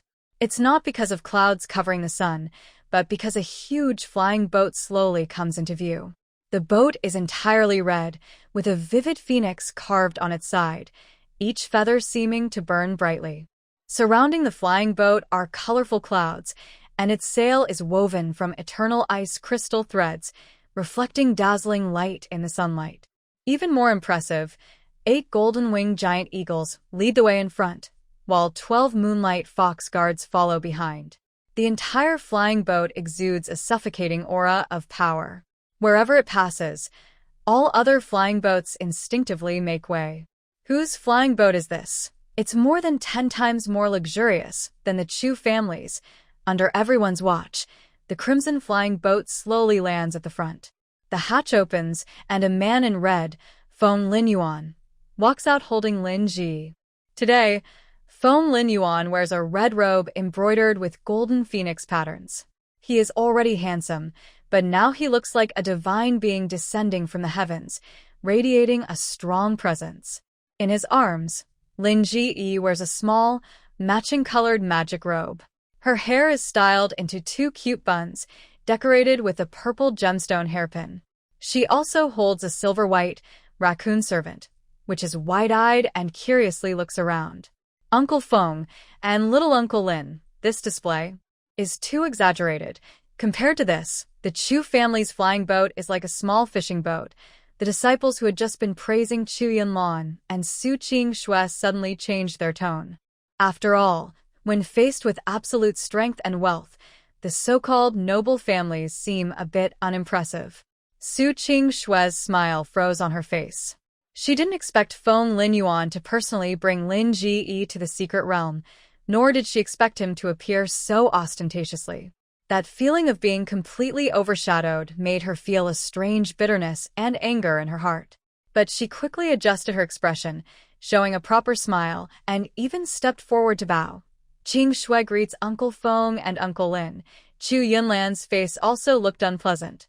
As the young master of the Chu family, he was used to being the center of attention since childhood. How could anyone steal his spotlight like this? He looked at Feng Linyuan's red robe, then at his own brocade robe, and suddenly felt a bit shabby. However, when he noticed Lin Ji in Feng Linyuan's arms, he felt a bit more balanced. The girl is only at the 6th level of Qi refining, while he is already at the 9th level. Cultivation strength is the real measure. No matter how luxurious the flying boat is, it doesn't matter. Uncle Feng. Chu Yunlin also stepped forward to bow, speaking politely but confidently. Feng Linyuan nodded lightly in response. His attention was fully on his young disciple. When you enter the secret realm, be obedient, understand? Got it, Master Tiger. Lin Ji hugged her master's neck and kissed his face. You'll be good. Many young female disciples watched this scene and felt their hearts melt. Such a cute little senior uncle. Cough, cough. An elder at the entrance of the secret realm cleared his throat. Disciples from all sects, prepare yourselves. The secret realm is about to open. Feng Linyuan put down Lin Ji, then squatted down to carefully check her gear. If the gravity device feels uncomfortable, take it off. Keep the jade pendant with you. If danger appears, tear the talisman. Master Tiger, you've said that 100 times already. Lin Ji, acting like a grown-up, patted her master's shoulder. I've already remembered everything. Feng Linyuan chuckled and rubbed her little head. Go now, stay safe. Lin Ji hugged Lady and Gagaga, then walked toward the Xian Tian Sword Sect team with her short legs. Qian Duo and her 3 friends immediately gathered around. Your flying boat is so cool. Senior uncle is so nice to you. Gaga, you're so adorable today, too. The 5 little ones chattered happily, standing out sharply against the nervous other disciples. Su Qingxue watched the scene and secretly clenched her fists. She forced herself to look away and softly said to Chu Yunlan, Brother Yunlan, please take care during this secret realm trial. Qingxue, don't worry. With me here, no one will bully you, Chu Yunlan said confidently. His voice was quiet, but everyone nearby heard him. Many people looked toward Lin Ji with meaningful smiles. Rumors in the sect said Chu Yunlan liked Su Qingxue, and Su Qingxue didn't get along with Lin Ji. Lin Ji didn't notice any of this. She was listening carefully to the system's reminders in her mind. Don't rush to find treasure after entering the secret realm. Find a safe place to observe the situation first. Be cautious of unfamiliar people, especially Chu Yunlan and Su Qingxue. Lady Gagaga can be very helpful at critical moments. Don't treat it as just an ordinary pet. Got it. System brother, you're starting to be as nagging as Master Tiger, the little princess complained in her mind. System. Who is this for? At that moment, the light gate at the entrance of the secret realm suddenly shone brightly, with colorful rays shooting into the sky. The Chingling secret realm is open. All disciples enter now. The crowd began to move quickly, with disciples from various sects entering one after another. Little Princess Lindsay was surrounded by her friends and also stepped through the glowing gate. Just before she disappeared, Feng Lingyuan's voice echoed in her ears. Your master is waiting for your return. The young princess turned back, waved to her master, and then vanished into the light. The journey into the secret realm officially began. The moment Lindsay stepped through the light gate of Qingling's secret realm, a powerful force of space swept over her. She felt dizzy, and the Emperor Thunder in her arms made a tiny surprise sound, clutching her sleeve tightly. Teleportation. Hold on. The system warned in her mind. The dizziness lasted for about 3 breaths. When she finally steadied herself, she found herself inside a deep, quiet cave. No one was around. Qian Duo, Li Hanfeng, Yun Lu Qingxue. All had disappeared. Duo, Hanfeng Yi. Qingxue, the young princess called out cautiously. Her voice echoed in the cave, but only her own voice responded. The Emperor Thunder in her arms jumped down, alert and looking around carefully. Its small silver nose twitched, as if sniffing something. It seems the secret realm entrance has a random teleportation mechanism, the system analyzed. It scattered everyone. Observe the environment first, don't act rashly. Lin Zi nodded. Although she was young, her training had taught her to stay calm in unfamiliar environments. She first checked her gear. Her gravity bracelet and ankle chains were intact. Her storage bag and bracelet were with her. The purple lightning short sword hung at her waist, and her jade pendant was close to her body. After confirming everything was in order, she began to carefully observe the cave. The inside was spacious, with a high dome over 10 jong tall. The stone walls were covered with faintly glowing moss, providing a weak light. The ground was slippery, and she could hear water dripping from deep inside. Strangely, there were many unfamiliar golden symbols carved on the stone walls. These symbols emitted a gentle golden glow, ancient and mysterious, looking very old. System brother, what are these characters? Lin Zi asked curiously, leaning closer to look. The system scanned the runes but found no matching records in the database. Unclear. These runes do not belong to any known writing system. Don't touch them for now. Unknown things might be dangerous. Oh, the little princess obediently stepped back a few paces, but her big eyes couldn't help but stare at the glowing runes. Suddenly, she felt a warm sensation in her body. It wasn't the external temperature changing, but a heat rising from deep inside her. Spiritual energy surged through her meridians, wild and uncontrolled like a runaway horse. That feeling. was exactly like when she had previously reached a critical breakthrough, but this time, there was no invisible pressure. The secret realm is an independent small world. It is not limited by the external heavenly way. The system quickly responded, excitedly. You have accumulated so much spiritual energy. You can finally break through. Really, Linji's face showed surprise and joy. Hurry. Find a relatively safe place. The system urged, although the secret realm restricts entry to those below Foundation establishment. The breakthrough process itself is risky and must not be disturbed. Lin Ji hugged Lady Gagaga and looked for a hidden corner inside the cave. Finally, she found a hollow behind a stalagmite. The space was small but enough for her to sit cross-legged. Set up the formation disc. The system directed. The little princess took out the defense formation disc given by her master from her storage bag and activated it according to the instructions. A faint golden light shield slowly rose, enveloping her and Lady Gagaga inside. Gagaga, be good. Lin Ji gently patted the little divine beast's head, then sat cross-legged and closed her eyes. Lady Gagaga crouched beside her, naturally sensing that the young servant was at a critical moment of breakthrough. It looked around cautiously, then raised a front paw and gently traced a few circles in the air. Almost invisible silver runes quietly appeared and merged into the light shield of the formation disc. This was a secret technique of the Tunshinhua clan, which greatly reduced the spiritual energy fluctuations during breakthroughs, preventing others from discovering. After completing all this, Lady Gagaga finally relaxed and lay down, but its ears remained upright, ready to respond to any sudden situation. The cave returned to silence, only the golden runes on the stone walls still emitting a gentle glow. Time passed second by second. On the first day, Lindsay's body began to glow with purple electric sparks.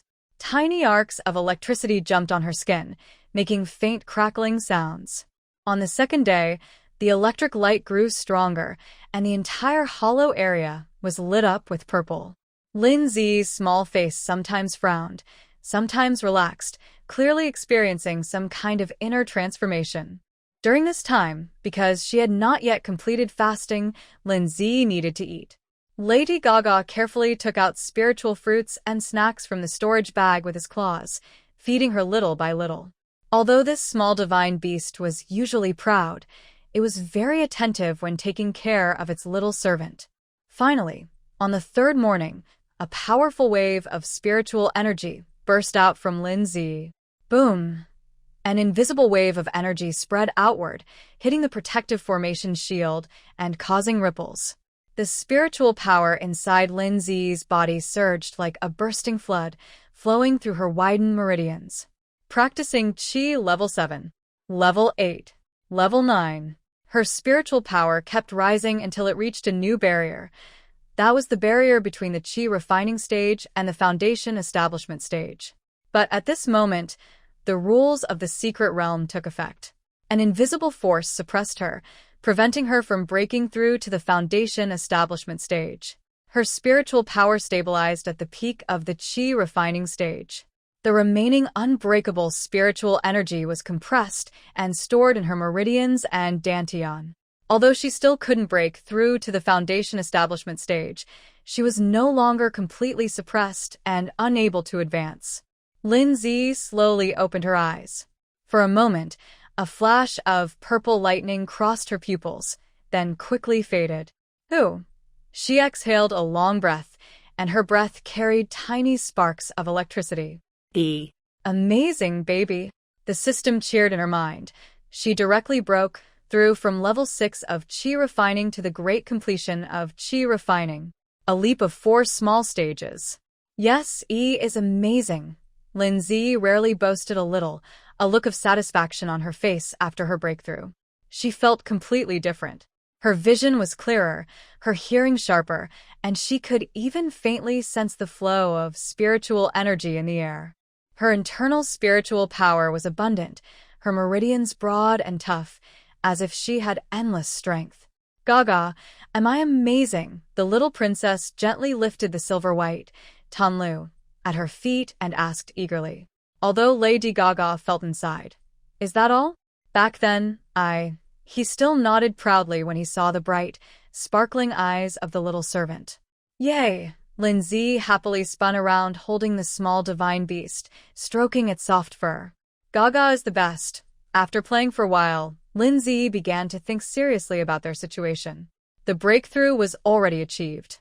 Now, the most important thing was to find a way out and meet up with the other friends. She put away the formation disc, carried Lady Gaga, and stepped out of the hollow, starting to explore the cave again. But this time, she noticed a problem. This cave seemed to be a maze. At first, there was only one path from the entrance, but when she tried to go back the same way, she found the passage split. After trying several branches, she not only failed to find the exit, but also lost her way. The golden runes on the stone walls still glowed, as if guiding something, but Lindsay couldn't recognize these runes, and the system couldn't interpret them either. Lost, the little princess looked disappointed as she crouched down, her face scrunched up. Lady Gaga jumped down from her arms, sniffed at several crossroads, then raised its paw and pointed in one direction. Gaga knows the way. Lindsay's eyes lit up. The little divine beast nodded and led the way in that direction. Lindsay hurried to follow, feeling relieved. Luckily, she brought Gaga, or she might really have been trapped in this cave forever. What she didn't know was that this maze-like cave, along with those mysterious golden runes, was far more complicated than it appeared. Following Lady Gaga into the fork in the path, Lindsay gradually noticed the environment changing. The rough stone walls became smooth, decorated with exquisite carvings, birds and beasts, strange flowers and plants, and even some patterns she couldn't understand, but felt were mysterious. The ground beneath her feet changed from rough rocks to polished jade, feeling smooth and comfortable. The deeper they went, the wider the passage became, and the light grew brighter.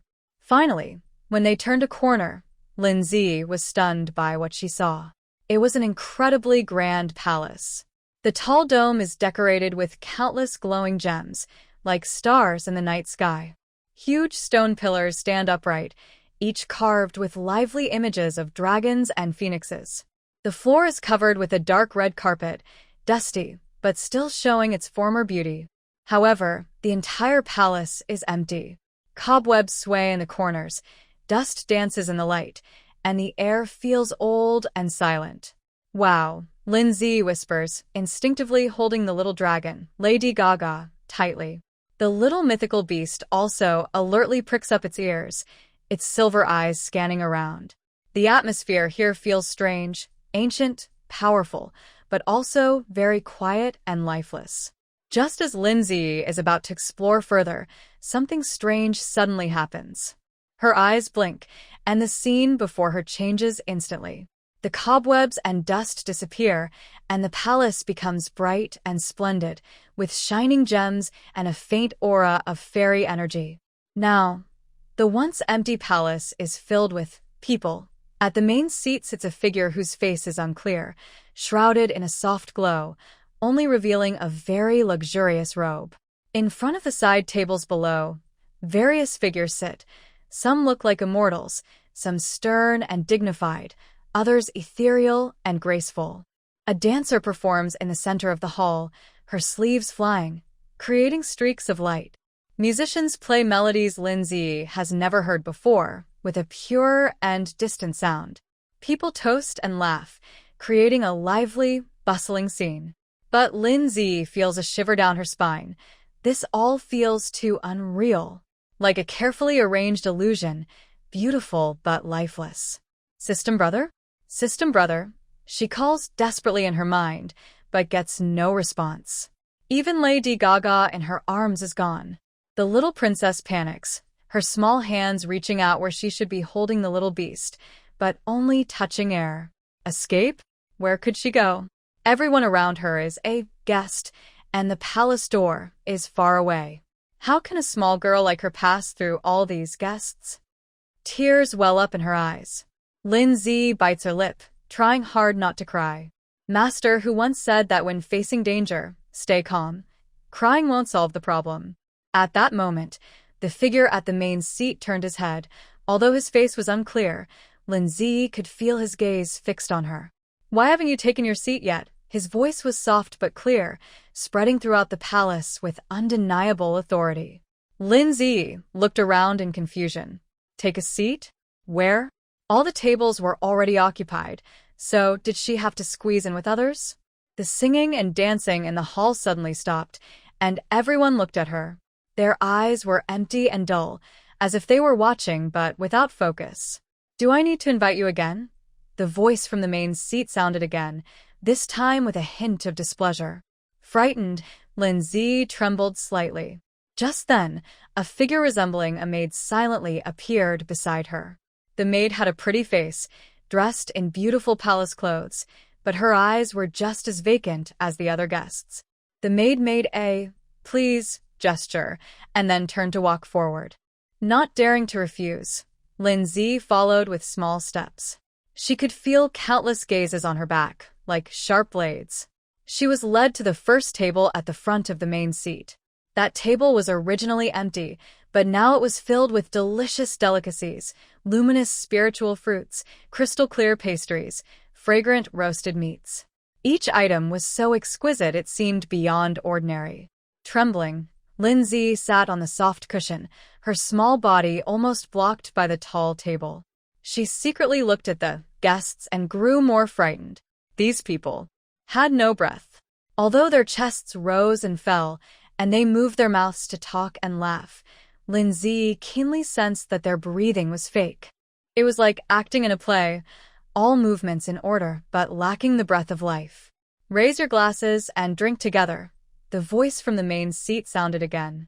All the guests raised their cups in unison, their movements eerily synchronized. Lindsay hurriedly raised the jade cup in front of her. She remembered Master Hu's words, "In unfamiliar places, avoid eating or drinking unknown food and water." She planned to pretend to take a sip and pass it off. However, the gaze from the main seat swept over again. "Did I allow you to drink?" With a snap, the jade cup slipped from Lindsay's hand and shattered on the table, spilling pale golden wine that soaked her dress. "It's over. It's all over." The little princess's face turned pale with fear, and tears finally fell uncontrollably. She didn't mean to do it, really she didn't. The expected scolding did not come. The person at the main seat seemed to sigh softly. The sigh carried authority, but also a strange, indescribable sense of nostalgia. With a wave of the hand, Lindsay's wet dress instantly dried. "You're so young. Why drink alcohol?" The voice carried a hint of helplessness, as if speaking to her or perhaps talking to itself. Lindsay looked up with tearful eyes, carefully watching the main seat.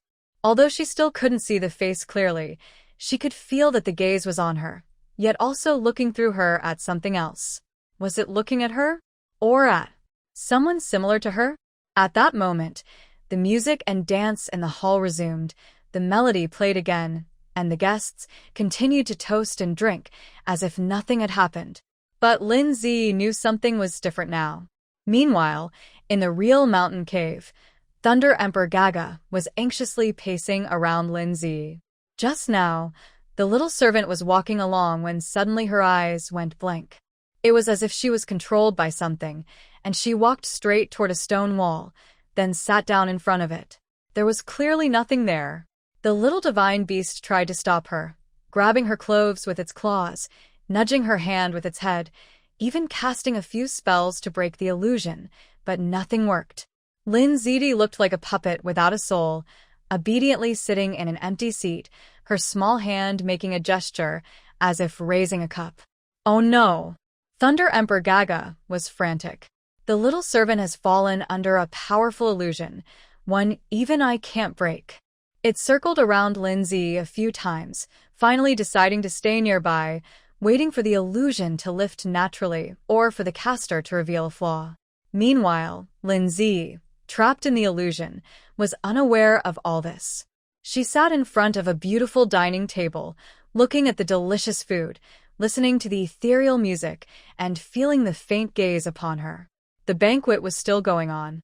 Dancers moved gracefully, music played softly, and the guests in the hall clinked glasses, laughing happily. But Lindsay felt no joy at all. Only deep fear and strange unease filled her. Her small body curled behind the food table, her big eyes alertly scanning the surroundings. Those people seemed to be talking and laughing, but she couldn't hear any sound.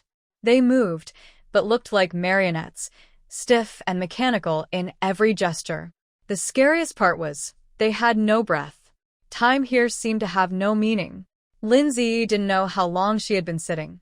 Maybe a few minutes, maybe hours. Every second felt like torture. She felt like a tiny ant on a hot fire, about to go crazy from the strange scene. Finally, when she saw the dancer repeat the same spinning move for the 37th time, her mental defenses broke. Tears uncontrollably welled up and slid down her face. She bit her lip, trying not to cry out loud, but her trembling shoulders betrayed her. "Do you recognize the symbol?" A voice suddenly sounded from the main seat, breaking the music and dance. All the guests stopped at once, turning neatly toward the main seat, creating a strange, chilling scene. Lindsay looked up with tearful eyes and saw a golden rune appear in the hand of the person at the main seat, exactly the same as the glowing runes on the cave wall. She shook her head hard, her voice trembling with tears. "I don't know." The person at the main seat was silent for a moment. Although her face was hidden, Lindsay could feel that a very complex emotion flickered in that gaze: disappointment, acceptance, nostalgia, and deep exhaustion. "Have you forgotten?" "I thought." "Never mind. It's too late." "Too late for what?" Lindsay asked instinctively. But no one answered her, because at that moment, a sudden change occurred. The hall doors burst open loudly, and a group of people dressed in different clothes rushed in. These people all have strong energy around them, surrounded by colorful spiritual lights, making them look like legendary immortals. But their actions are not at all immortal. Sword flashes, sword shadows, flames, ice, lightning. All kinds of magic burst out instantly, attacking the guests at the table. "No, don't." Lindsay's eyes widened in horror, her small body curling up. The guests, who had just been joking and drinking moments ago, now looked fragile like paper dolls, falling one after another under the fierce attacks. Some were burned to charcoal by flames, some frozen and shattered by ice, others cut into pieces by sword energy. The scene was bloody and brutal, with flesh flying everywhere. This was the first time Lindsay saw such a bloody and terrifying scene. Such raw cruelty was beyond what her 3.5-year-old mind could handle. Her stomach churned violently. She wanted to vomit but couldn't bring anything up. At that moment, a blue water sword shot rapidly toward her. The water sword was clear and beautiful, but carried a cold, killing intent. Lindsay instinctively wanted to cast a spell to defend herself, but was horrified to find she couldn't use any magic. Her spiritual power was still there, but it was as if an invisible chain restrained her, preventing her from moving it at all. She suddenly looked down and saw that her storage pouch, hanging at her waist, had disappeared without a trace. The storage pouch was gone. Her protective talisman, the purple electric short sword, her master's talisman. All her life-saving items had vanished. Master who? She closed her eyes in despair. At the last moment, the person on the main seat moved. That golden figure rushed toward Lindsay at an incredible speed, trying to block the attack for her. But it was too late. Thud. The water sword pierced through Lindsay's chest. There was no intense pain as she expected, only a cold feeling spreading from the wound, quickly engulfing her whole body. She looked down, seeing the transparent hole in her chest, watching the blue water sword slowly dissolve. She raised her head and saw the face of the person on the main seat for the first time. It was an old yet stern face, with silver hair and deep wrinkles, but her eyes were clear and bright, as if able to see through all illusions in the world. She was dressed in a bright gold traditional outfit, embroidered with intricate patterns she had never seen before. It looked so magnificent. It seemed more like a treasure than something from the human world. The old immortal looked at her with tears falling from his eyes. "Did I failed again?" he said. As soon as he finished speaking, everything went black in Lindsay's eyes. When she opened them again, She found herself back at the banquet. The dancers were still dancing gracefully, musicians were still playing, and guests were still chatting and laughing. Everything was exactly the same as before, as if the massacre just now never happened. But the cold feeling in her chest told her it was not a dream. Lin Zi trembled and reached her small hand to her chest. Her clothes were intact, no wounds, no tears. Was it an illusion? But if it was an illusion, why did it feel so real? Do you recognize the symbol? The voice from the main seat spoke again. The same question, the same symbols. This time, Lin Zi didn't answer immediately. She stared hard at the symbol, her mind racing. What is this? Why does it keep appearing? What does it have to do with those attackers? Before she could figure it out, the palace door was suddenly burst open, and the group of immortals rushed in again. The same slaughter, the same brutality, the same blue water, sword shot toward her. Similarly, the person at the main seat tried to rush forward to block her. But he was a step too late. The water sword pierced through his chest again. Coldness spread, her vision blurred. The old immortal shed tears once more, just one step too late. This was the third time. The banquet, the singing and dancing, the questioning, the slaughter. This time, when the blue water sword shot toward her, the person at the main seat finally arrived. He stood in front of Lin Zi, his golden figure like an insurmountable mountain. Clang! The water sword struck his chest, making a metallic clash sound. The old immortal wavered, but did not fall. He looked down at the sword in his chest, then turned to look at Lin Zi, a trace of relief in his eyes. This time, I did it, he said. As he finished speaking, his body slowly began to fade away, like a sandcastle melting in the tide, turning into tiny golden sparks that floated into the air. Lin Zi stared blankly at this scene, her mind completely empty. At that moment, she saw clearly the person who released the water sword. It was a girl about 15 or 16 years old, with a stunning face, a cold demeanor, and dressed in a long, water blue gown. Her features and outline. Although she looked more mature, Lin Zi recognized her at once. Qingxue. The grown-up Qingxue. But her gaze was wrong. That was not the look of a girl of 15 or 16. Those eyes held the weight of years, hiding deep calculations and coldness. Her decisive and fierce actions were far beyond what her peers could do. Suddenly, Lin Zi remembered what System Brother had said. Cultivators after the Golden Core stage generally keep their appearance fixed. This means that the Qingxue in front of her might no longer be just 14 or 15, but could be hundreds or even thousands of years old. Why is this happening? Why does the future Qingxue appear here? Why does she want to hurt me? Why does she want to hurt others? Why is this old immortal blocking for me? Before she could figure it out, space and time began to twist. The scene in front of her looked like a shattered mirror, pieces breaking apart. A magnificent palace, luxurious feast tables, graceful dancers, and the bodies of those guests, all distorted and fading away in the chaos.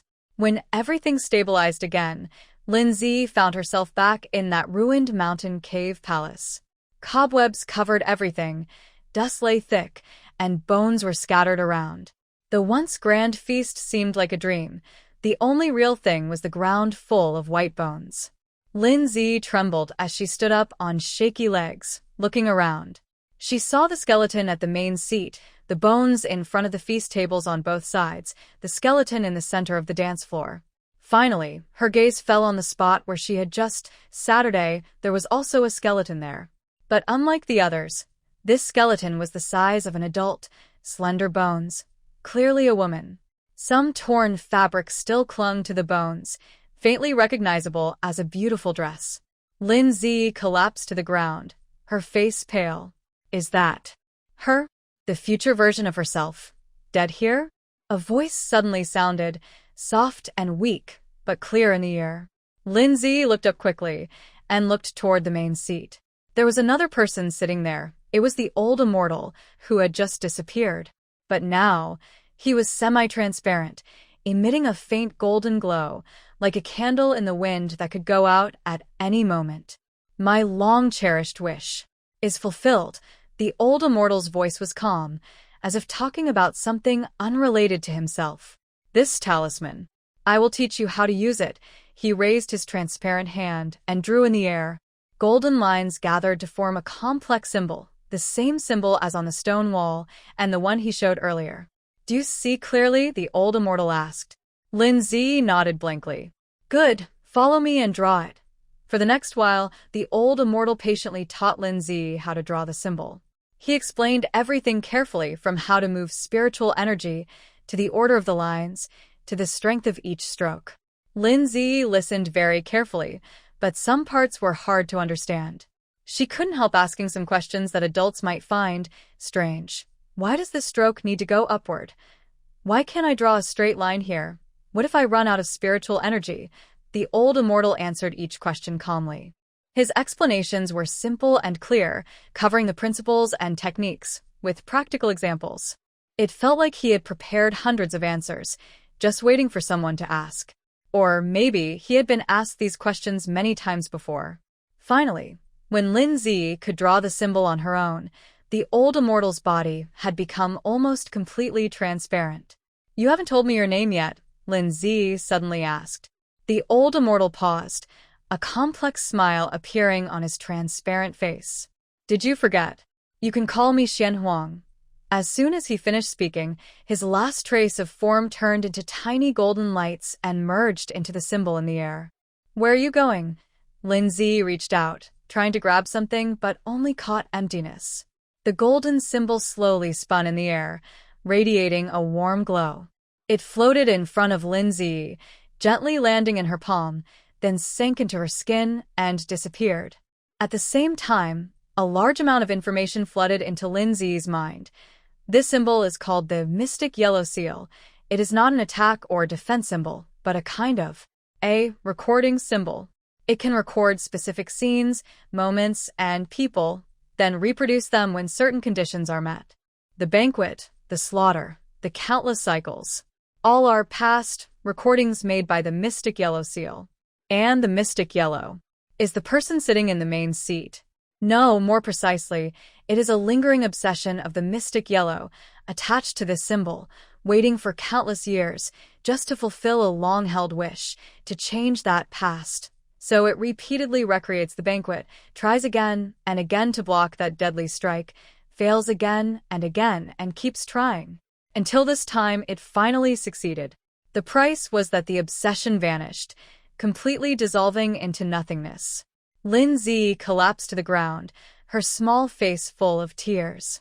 She didn't understand what was happening, didn't understand why future Su Qingxue wanted to kill her, and didn't understand why the Mystic Yellow wanted to save her. But she knew one thing: the Mystic Yellow was gone. That old immortal who patiently taught her, the figure who repeatedly shielded her with his sword, that obsession that waited countless years, had completely disappeared to save her. Ugh.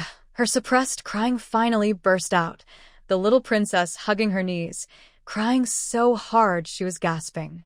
She didn't know how long she had been crying until a furry paw gently touched her hand. Lin Zi looked up, tears blurring her vision, and saw Lady Gaga looking at her with concern. The little divine beast's silver eyes were full of confusion. It didn't understand why the little servant suddenly cried so sadly, nor what had just happened. In its view, Lin Zi just sat there staring blankly for a moment, then suddenly broke down crying. Gaga, Lin Zi hugged the little divine beast, burying her face in its soft fur, and continued to cry. The information brought by the mysterious yellow seal still swirled in her mind. Those bloody images, those cycles of despair, and the final peaceful smile of the mysterious yellow figure. All of this was too heavy, far beyond what a 3.5-year-old child could bear. But she had to endure it, because the yellow figure, with its last bit of obsession, told her that the future could be changed. And she was the key to making that change. In the cave palace, Lin Ji held Lady and cried for a long time before gradually calming down. The little princess sniffled and recounted everything she experienced in the illusion, like pouring out beans. Then Grandpa Yellow disappeared and turned into the symbol. She raised her small hand, and a faint golden rune appeared in her palm, then vanished again. Lady Gaga listened, and a rare serious expression appeared on its silver face. Although it was a descendant of the sky-devouring beast, its divine bloodline gave it inherited memories, but in those memories there was no record of the name Yellow. Moreover, it was born right beside Lin Ji and had never been to the legendary Immortal Realm. Its understanding of the Immortal Realm was limited to fragments from bloodline inheritance. Yellow. Yellow. The little divine beast searched through its inherited memories in its mind. It seems I've heard of it somewhere, but also maybe not. It wagged its tail in frustration. My inheritance is so unreliable. The system was also frantically searching the database. It pulled out the full original text, all collected materials about cultivation worlds, and even used its permissions to connect to the main Divine Spaces Universal Database, but found no useful information about Yellow. The original text is incomplete, so I can't reference it. The system was troubled, realizing that not only was the latter half of the original blank, but even the records about the Immortal Realm and ancient times in the first half were vague. This person seems to appear out of nowhere, yet is incredibly powerful. Lin Ji wiped her tears and suddenly remembered a question. System, you said that the appearance would be fixed once the golden core was formed, right? Grandpa Yellow is so old. Does that mean he only formed his golden core when he was old? This. The system organized its words and explained, generally speaking, yes. But after reaching a certain level of ability, cultivators can change their appearance. For example, some female cultivators practice techniques to maintain their youthful looks and stay as they are. Some male cultivators change their appearance to look more imposing. It paused briefly before continuing. There is also another situation. When a cultivator suffers a serious injury or faces a special calamity, their appearance can change. Perhaps Elder Xianhuang was severely wounded in a battle, which is why he looks like that. This explanation made Lin Zi feel a little better. She imagined that Grandpa Xianhuang might have been a handsome immortal in his youth, but he changed his appearance to an older look to protect someone or something important. Then he must be a very good person, the little princess softly said. Thunder Emperor Gagaga nudged her hand to show agreement. They had cried and been sad enough. Now, the most important thing was to leave this cave. Lin Zi stood up with Thunder Emperor Gagaga in her arms and looked around. The palace was still the same, dilapidated, empty, covered in spider webs and dust. But unlike before, she could faintly sense that there was something else hidden here. Brother System, can you help me check? Lin Zi asked in her mind. Scanning in progress. The system immediately activated deep scan mode. Wait, there's a hidden space here. Guided by the system, Lin Zi walked to a stone wall behind the main seat. Following the information from the Xianhuang seal, she pressed her small hand on a certain spot on the wall and infused a bit of spiritual energy. Rumble. The stone wall slowly parted to the sides, revealing a secret inner chamber. The chamber wasn't large, but it was filled with things. Filled doesn't do it justice. It was like a small mountain. On the left were piles of spiritual stones of various attributes, the most numerous being purple lightning stones with a strong aura of lightning, followed by golden spiritual stones. These stones emitted rich spiritual energy, making the entire chamber glow brightly. On the right were various magical tools and treasures. Swords, spears, halberds, seals, mirrors, everything was dazzling. The most eye-catching was a long purple sword, wrapped with fine electric patterns on its blade. It looked somewhat like her purple lightning short sword, but its power was dozens of times greater.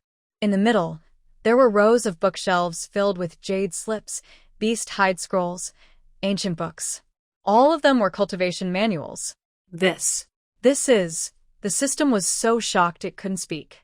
Lin Ji was also stunned. She had never seen so many treasures before. Compared to this, the palace treasury was like a poor beggar's hut. System brother, what are all these? She whispered, afraid that making noise might scare the treasures away. The system immediately began scanning and classifying total spiritual stones. Impossible to estimate, too many. At least over 1 million. Total magic tools and treasures, 372 items, including 158 with lightning attributes, 97 with metal attributes, and 117 with other attributes. Total cultivation manuals, 864. 320 are lightning type, 205 are metal type, 98 wind type, 87 ice type. It was more and more surprised as it scanned. Especially the lightning ones are very numerous, and there are many with golden spiritual roots. These seem like they were made just for EE. Linji blinked her big eyes and suddenly thought of something. Golden spiritual roots can be given to Gugu. Wind spiritual roots to Qingxue. Ice spiritual roots to Hanfeng and Yuni. She was already planning how to share the treasures, but then she frowned. But the storage bag can't hold everything. Although Feng Lin Yuan gave her a large storage bag, it still couldn't hold so many items. Just the pile of spiritual stones could fill 10 storage bags. While she was hesitating, the mysterious yellow seal in her palm suddenly lit up. The golden rune mark emitted a warm glow, guiding her gaze to the center of the inner room. There was an unremarkable stone platform with a thumb-sized bead resting on it. The bead was completely transparent, with colorful flowing light slowly rotating inside. It looked ordinary, but the sense from the yellow seal came from there. Lin Ji hugged Lady Gaga and carefully picked up the bead. The bead felt smooth and warm, like the finest jade. "What is this?" she muttered softly. Before she finished speaking, an unexpected change suddenly occurred. All the treasures in the inner chamber, spiritual stones, magic tools, and secret manuals, turned into streams of light and were absorbed into the bead. Wow! Lindsay was so scared she almost threw the bead away. But the pulling force only lasted for a short moment before stopping. When everything settled, the inner chamber was empty and all the treasures had disappeared. However, the transparent bead inside became colorful: red, orange, yellow, green, blue, purple, colors flowing endlessly, beautiful enough to dazzle the eyes. The system was so shocked it almost froze. This is a space treasure, and a very high-level space treasure. It immediately scanned the bead deeply. Inner space. Impossible to measure. It can hold at least a mountain. And it has perfect preservation, anti-decay, and spiritual energy retention functions. This is practically a divine-grade storage magic tool. Lin Zi was also stunned. She looked at the small bead in her hand, unable to imagine that the entire treasure mountain just now was inside it. "So amazing," she whispered. Lady Gaga also came over, curious, sniffed the bead, then raised a paw to touch it, hesitating. The aura of the bead made it feel both familiar and strange, as if it had sensed it somewhere before but couldn't remember where. This bead is called Sumiju, Summer Pearl. The system found related information in its database. It is said to be a space treasure crafted by a powerful ancient being, capable of containing a tiny world within a mustard seed. It's surprising to find it here. What worried the system more was why Xian Huang had so many treasures. Why did these treasures match the spiritual roots of Lin Zi and her 4 friends? Why did Xian Huang leave the Sumeru Pearl for her? All of this pointed to one possibility. Xian Huang had known she would come. Perhaps Xian Huang had waited countless years just for her. This realization made the system both excited and uneasy. Excited because the host had gained a great opportunity, uneasy because behind this opportunity, there might be huge causes and responsibilities. Lin Zi didn't think so much. She happily hung the Sumeru Pearl around her neck. "Now I can go find Dodo and the others." The little princess cheered up again, saying, "Yi has many good things to share with everyone." At that moment, the faint ripple of the mysterious yellow seal in her palm appeared again. A message flowed into Lin Zi's mind. The way out was hidden beneath the main seat. Lin Zi carried Lady Gaga and walked to the front of the throne. It was a huge stone chair, with traces of the mysterious yellow once sitting there. Following the message, she pressed a spot on the leg of the chair. Click! Suddenly, the ground split open, revealing a downward staircase. The staircase was very deep, with no end in sight, but she could feel a gentle breeze coming from below, carrying the fresh scent of grass and trees. It was the exit. Lin Zi's eyes lit up. Just as she was about to go down, she suddenly stopped. She turned around and bowed deeply to the empty throne. Grandpa Xianhuang, thank you. Although she didn't know why he saved her or what was hidden behind all this, Lin Zi knew that Xianhuang was a good person. He had saved her life, taught her runes, and left her many treasures. She should show her gratitude. After bowing, Lin Zi hugged Lady Gaga and walked into the staircase without looking back. What she didn't see was that, at the moment she turned around, a faint golden shadow appeared on the stone chair. The shadow looked at her back with a complex yet relieved smile. Grandpa, maybe? But this time, I think things can change. His voice was as soft as a sigh, then it disappeared into the air without a trace. The staircase was long. Lin Zi walked for about half an hour before she saw the light of the exit. When she finally stepped out of the cave and saw the sunlight again, it was so bright that she had to squint. Fresh air, birds singing, fragrant flowers, dense woods. This was the deep part of the Chingling secret realm. Finally out, the system let out a sigh of relief. Find a safe place first. I need to give you a full checkup. Okay, Lin Zi nodded firmly. She found a big tree, sat under it, and began to count her gains from this trip. There are many treasures inside the Simera Pearl, and she can't sort them out for a while. But what matters most to her are the cultivation manuals. Especially among the thunder-type techniques, there is a complete version called 9 Heavens Mysterious Thunder True Technique. It is only one word different from the 9 Heavens Thunder Control True Technique she is currently practicing. However, according to the information from the mysterious yellow seal, this version is the real complete inheritance. The one she practiced before was just a simplified beginner version. This is almost tailor-made. The system is very excited. With this technique, plus those thunder attribute spirit stones and magic weapons, your cultivation speed will definitely improve a lot. Lin Zi is also very happy, but just as she feels joy, a scene from the illusion appears in her mind. The grown-up Su Qingxue, cold eyes, deadly water sword. Will that future really happen? If it does, how can she stop it? The little princess clenched her small fists, a rare look of determination flashing in her eyes. No matter what the future holds, she must become stronger. Strong enough to protect herself, her master, her parents, and everyone she cares about. Grandpa Xianhuang fought for this opportunity with his life, and she absolutely cannot waste it. Gaga, let's go find Brother Duo and the others. Lin Zi stands up, brushing dust off her clothes. Gaga, the Thunder Emperor, jumps onto her shoulder and makes a sound to show agreement. Their figures quickly disappear into the dense forest. What they don't know is that shortly after they leave, the entrance to that mountain cave quietly closes, as if it never existed.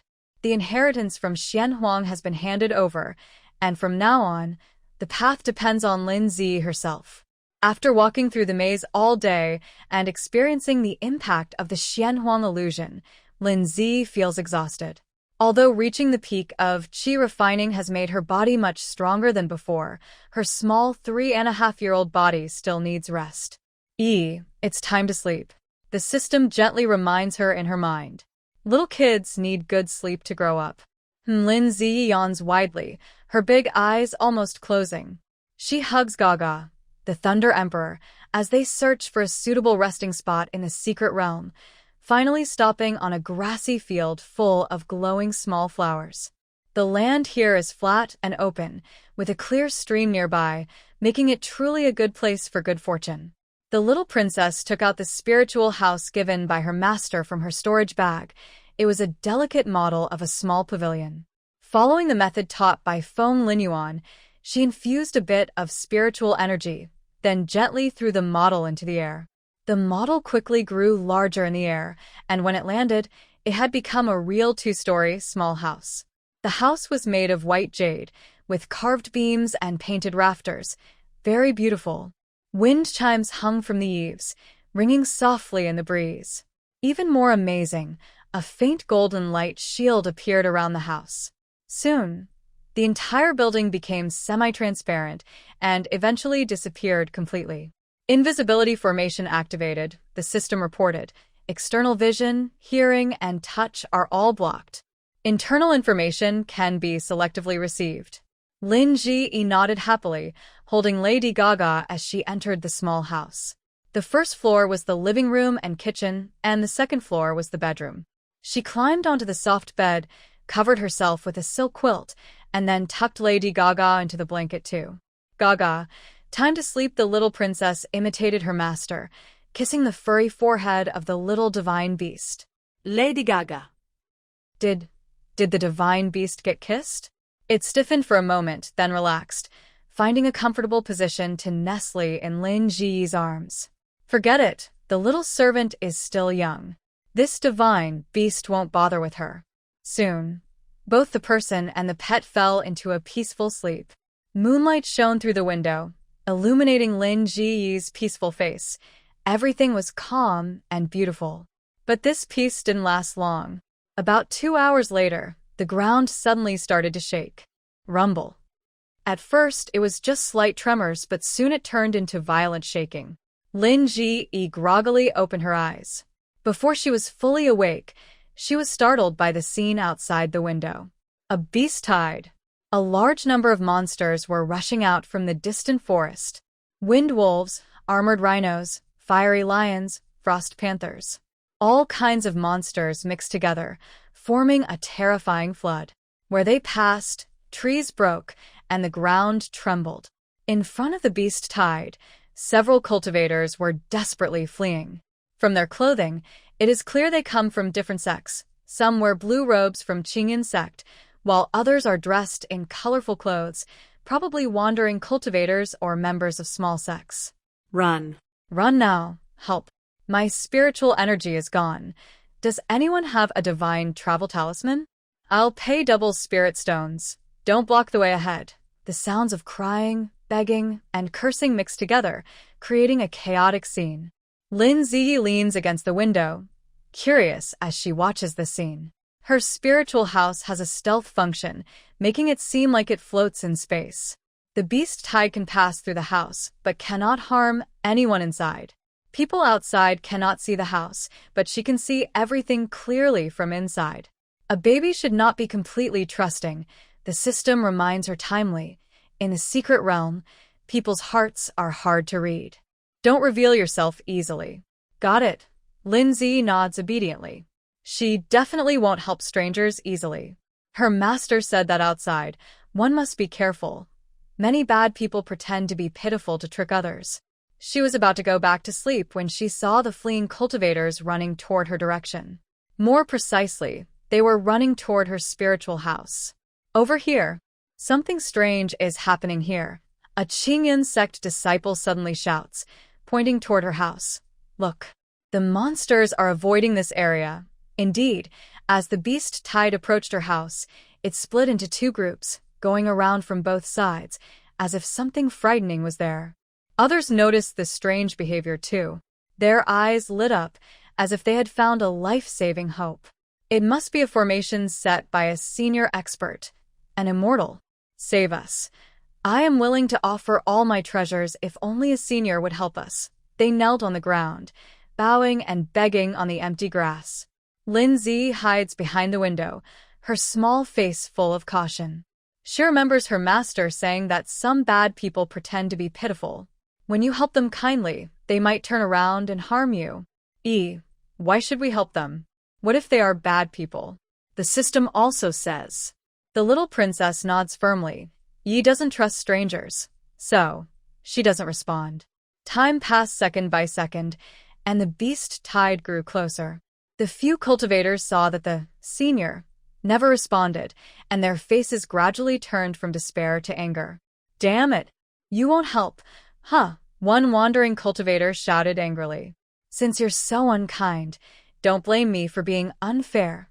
Another disciple also revealed his true intentions. They exchanged a quick look, then suddenly changed direction.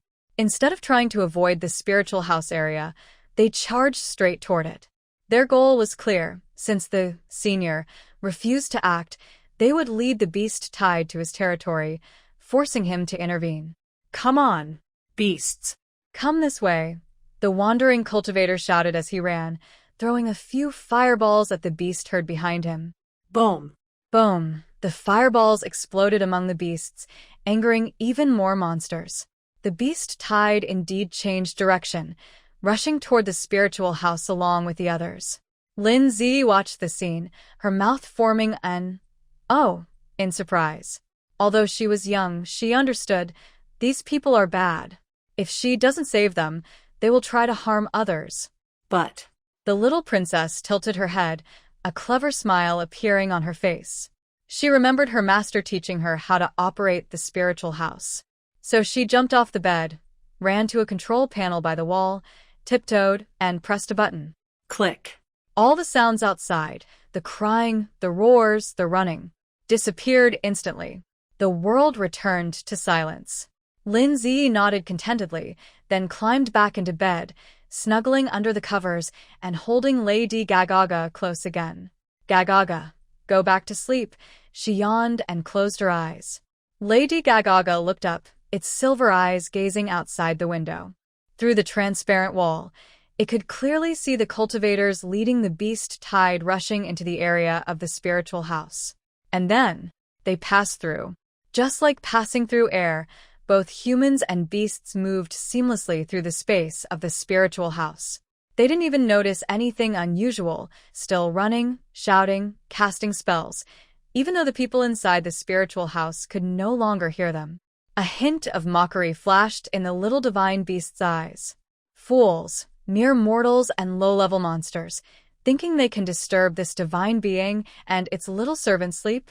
It licked its paw, curled back up in Lin Zi's arms, and closed its eyes again. Outside the spiritual house, the few monks were still running desperately. They didn't understand why the seniors' territory didn't stop the beast tide at all. Why was the beast tide still chasing so fiercely? Is the formation broken? No. The senior simply doesn't want to save us. Damn it. Damn it all. Desperate curses were drowned out by the roars of the beasts. Soon, a few screams sounded, then everything fell silent. The beast tide continued rushing forward and gradually disappeared into the distance. Inside the spiritual house, Lin Zi was sleeping peacefully, a sweet smile on her face, probably dreaming of something beautiful. She had no idea that just now, she had unintentionally avoided a malicious human scheme. This also made her realize an important truth.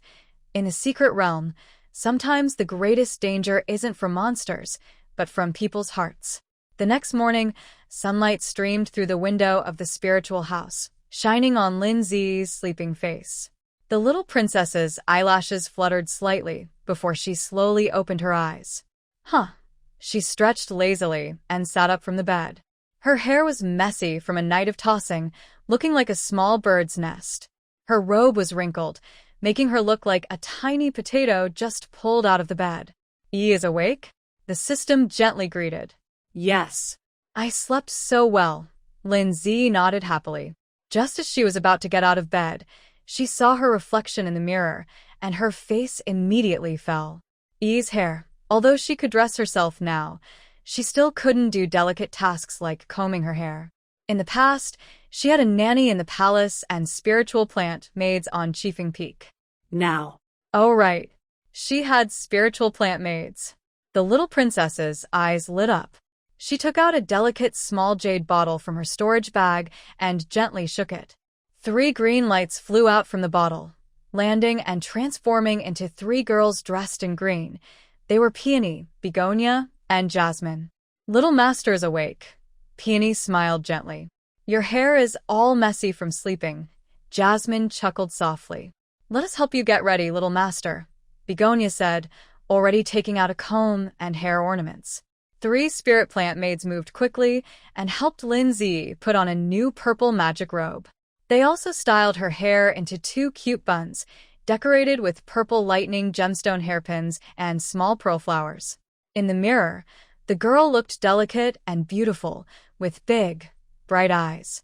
She looked completely unaware of the dangerous events she had experienced last night. "Thank you, sisters," Lin Zi happily spun around. Little master, be careful and stay safe, Peony advised. If you encounter danger, call for us, Begonia added. Although we are not strong fighters, we can help with small tasks, Jasmine said. After speaking, the three maids turned into green light and returned to the jade bottle. This was a portable magic device specially made by Foam Linyuan, which allowed the spirit plant maids to appear when needed. Usually they were kept in the bottle for nurturing. After tidying up, Lin Zi hugged Lady Gaga, full of energy, and set out. Today, I must find Brother Duo and the others. The little princess clenched her fists to encourage herself.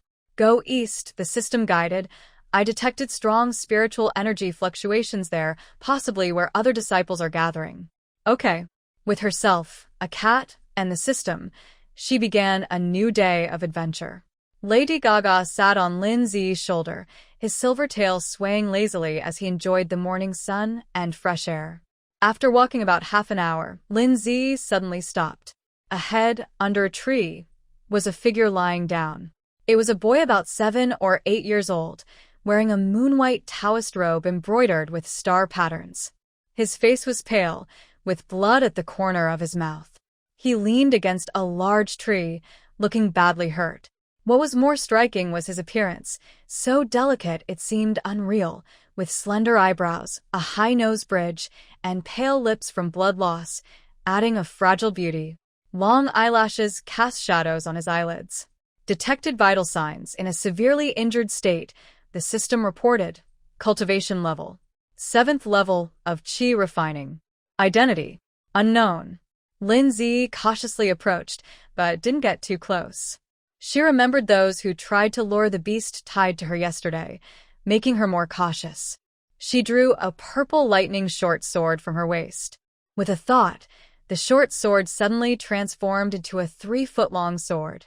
The little princess held her sword carefully and gently poked the boy. Are you still alive? The boy's eyelashes fluttered, and he slowly opened his eyes. He had very beautiful eyes, with rare silver-gray pupils that seemed to hold countless stars. He looked at the sword poking his shoulder, then at the 3.5-year-old girl holding the sword, and was silent for 3 seconds. I was alive before, but if you poke me again, I might die. His voice was nice but weak and powerless. Oh. Lin Zi withdrew her sword but stayed alert. Do you need help? A glimmer of hope appeared in the boy's eyes. Would you save me? No, the little princess answered firmly. The boy, why are you asking that? Shouldn't you apologize? He pointed to his shoulder, which was a little red from the poke. Lin Zi immediately crossed her arms, her face serious. How dare you make the princess apologize? You're so bold. You're naughty.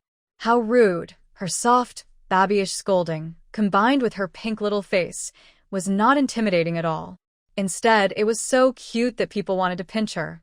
The boy was stunned for a few seconds and suddenly smiled. That smile made his pale face look a little more lively. Then I apologize. Can you save me? I don't want to. The secret realm is full of bad people. Lin Zi remembered the system's teachings and mimicked them, lecturing. It's like the story of the farmer and the snake. The boy. This little girl knows quite a lot. Well. I'm hurt so badly now. Please save me.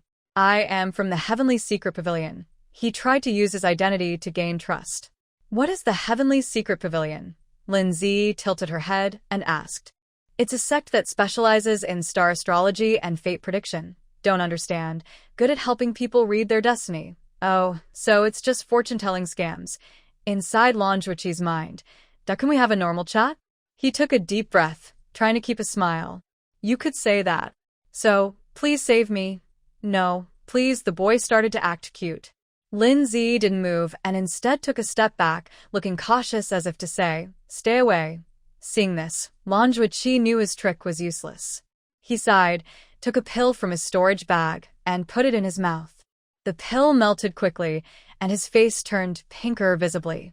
Then he stood up, brushed off the dust from his robe, and followed Lin Zi. The little princess took a few steps, looked back, and saw him following her. She immediately stopped and asked, Are you lying to me? Yes. I said I am from the Heavenly Secret Pavilion. I knew you would come, And I thought you would save me, Lan Zhuqi said innocently. Oh, don't follow me. I'm not following you. I'm going this way too. Really? Yes. Lin Ji hesitated but kept walking forward. After a long walk, she noticed the handsome boy was still behind her. She couldn't hold back anymore and asked, "Why are you still following me?" "I'm going this way too." Lan Zhuqi continued to pretend to be innocent. "You're lying to me. You're mean. Is your name Yi?" The boy's eyes lit up. "That's a nice name." Lin Ji glared at him angrily. Suddenly, she had an idea. She took out a tiny spiritual boat from her storage bag. She poured in spiritual energy, and the boat instantly grew larger, turning into a small boat that could hold 2 or 3 people. The little princess jumped onto the boat and stuck out her tongue at Lan Zhuqi. "He is flying away." Bye-bye. The boat shot up into the sky with a whoosh and headed east. But not far out, Lin Ji felt something heavy behind her. She looked back and saw the handsome boy sitting inside the boat, smiling at her. "Wow, you even have this kind of thing," Lan Zhuqi said admiringly, showing no sign of being unwelcome. "How did you get in?" Lin Ji was shocked. The boat was supposed to have a protective shield. "I figured it out," the boy said seriously. "Who would believe that? Do you think I'm a 3-year-old? I'm 3.5. The little princess puffed out her chest. Unless you can figure out E. Fine, I'll try." Lan Zhuqi didn't refuse. He took out some old copper coins and a turtle shell from his clothes and started to chant. His silver-gray eyes gradually shimmered with a mysterious light. He stared at Lin Ji and quickly began calculating with his fingers. However, just as the prediction began, Lan Zhuqi's face changed. Poof! He suddenly spat out a mouthful of blood, staining his light-colored robe. Then the boy covered his eyes and let out a pained groan, blood seeping from his fingers. "What's wrong with you?" Lin Ji asked nervously. "If you can't figure it out, just say so." "Why are you bleeding?" Lan Zhuqi trembled as he took out a pill from his storage bag and swallowed it. It took a while before he calmed down. He wiped the blood from his mouth, and his silver-gray eyes were full of shock and confusion. "The unlucky star, a sign of early death, but it seems more complicated," he muttered to himself. "What does that mean? Will I die?" Lin Ji asked anxiously. "I can't figure out your fate. You were hit back," Lan Zhuqi said with a bitter smile. "Your destiny is very strange. It should be a sign of death, but there's a glimmer of hope. It should be a sign of early death, but there's a hint of longevity. It's all so contradictory." "Humph, I knew it was a lie," the little princess said with a pout. Lan Zhuqi didn't argue but looked at her seriously. "But we have a deep connection." "What's a connection? Is it tasty?" Lin Ji blinked her big eyes. The boy, he took out paper and a pen and wrote the words cause and effect. "This is cause and effect, not fruit. It means we are deeply linked, destined to meet, and some things will happen, but I can't read," Lin Ji said honestly. Lan Zhuqi, for the first time, he felt what it meant to be powerless to communicate. This little girl was stubborn, hard to persuade, and completely unpredictable. "Brother system, is what he said true?" Lin Ji quietly asked in her mind. "The Heavenly Secret Pavilion is indeed a sect good at divination and prediction," the system replied cautiously, "but you can't believe everything he says. Remember, be cautious of others." "Got it." Lin Ji decided not to pay attention to this strange boy anymore. She controlled her spiritual boat to continue flying. Lan Zhuqi didn't speak and sat quietly at the back, lost in thought. After about an incense stick's time, a lake appeared ahead. The lake was crystal clear and colorful flowers bloomed along the shore, creating a beautiful scene like a painting. "Let's land nearby," the system suggested. "I detected some spiritual energy fluctuations from a fight." "Okay." The spiritual boat slowly descended to the lake's edge. As Lin Ji jumped down, she heard a familiar voice nearby. "Let go of Qingxue, or I'll fight you." "Brother Duo. Don't be impulsive." Han Feng, circle around from the left. E is scared. It was her friends. Lin Zi's eyes lit up. She ignored Lan Zhuqi behind her and ran toward the sound with her short legs. Behind her, Lan Zhuqi watched her back with a hint of complicated light in his silver-gray eyes. then followed her. When Lin Zi rushed into the woods, the scene before her made her heart almost stop. Lu Qingxue was being held by a burly man with a rough face, who was gripping her neck with one hand and lifting her up. The little girl's face was flushed red, her lips turning purple, and she was struggling futilely against the iron-like grip. Her feet kicked weakly in the air, tears welled up in her eyes, but stubbornly refused to fall. "Let go. Let go of me." Her voice was faint and fragile. Qian Duoduo was pressed to the ground by two people. His chubby face was covered in dirt and blood, one eye swollen shut. His storage bag was torn open, spilling its contents everywhere. Even so, he was still struggling fiercely, muttering incoherently, "Damn it. Let me go." Li Hanfeng leaned against a large tree, his left arm hanging limply. A deep wound from his shoulder to his elbow bored to the bone, blood dripping from his fingertips into a dark pool on the ground. But he still tightly held a small sword made of ice crystal, his gaze cold as polar ice, fixed on the few cultivators. Yun Yi curled up in the corner, a cut on his forehead, trembling constantly, with tears and dirt on his face. Yet he was still trying to gather ice spiritual power, forming tiny ice needles in his palm to help his companions. Scattered on the ground were broken magic tools, torn talismans, and a few crushed spiritual herbs, one of which was a rare 5-colored spiritual mushroom, the cause of this conflict. Several of my friends are at the 7th level of Qi training, while the 7 or 8 cultivators across from us are at least at the 8th level, with some reaching the 9th level. The strength gap is clear, and our life-saving weapons are almost used up. The situation is very dangerous. "Don't bully my friends." Lin Ji's voice is clear and sharp, breaking the deadlock in the forest. All eyes immediately focus on her. The 7 or 8 cultivators are momentarily stunned, then burst into laughter. "TSK, another kid. Won't she cry?" a tall, thin cultivator mockingly said. "Just a little girl." The leader, a muscular cultivator, casually throws Lu Qingwu to the ground and turns to Lin Ji. "So, you want to stand up for your friends?" Lu Qingwu falls to the ground, coughing violently, but immediately shouts to Lin Ji, run. "Find help. Won't abandon her friends." The little princess clenches her purple lightning sword and says firmly, "Those who bully you deserve to be punished." As soon as she finishes speaking, a faint gray flashes in Lin Ji's eyes. The gray color quickly spreads, almost covering her entire pupil, but is forcibly suppressed by purple lightning. "Oh no, the Yin spirit root is taking control." The system exclaims in her mind, "Why is this thunder spirit root so generous this time? Even helping?"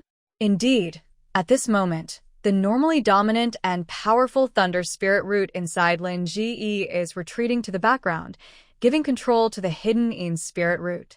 The Yin spirit root's power surges like a tide, carrying cold, dark, destructive energy, but under the aid of the thunder spirit root, it still appears as pure lightning fluctuations on the surface. The cultivators haven't realized the danger yet. They look at this little girl, not yet 4 years old. Although surprised by her perfect Qi training, they don't take her seriously. "We 5 will go. These people's clothes are not ordinary. Their storage bags must be treasures. Can we really not handle these 5 kids?" The muscular cultivator sneers and waves his hand. "Brothers, attack. Run." Qian Duoduo struggles and shouts from the ground. "Find the elders." Li Hanfeng is also anxious. Run. "Run." Yun Yi cries out. Lin Ji does not run. She took a deep breath, and the powerful aura of the great completion of Qi refining burst out completely. Purple lightning flashed around her, forming arcs of electricity that made the fallen leaves nearby fly around.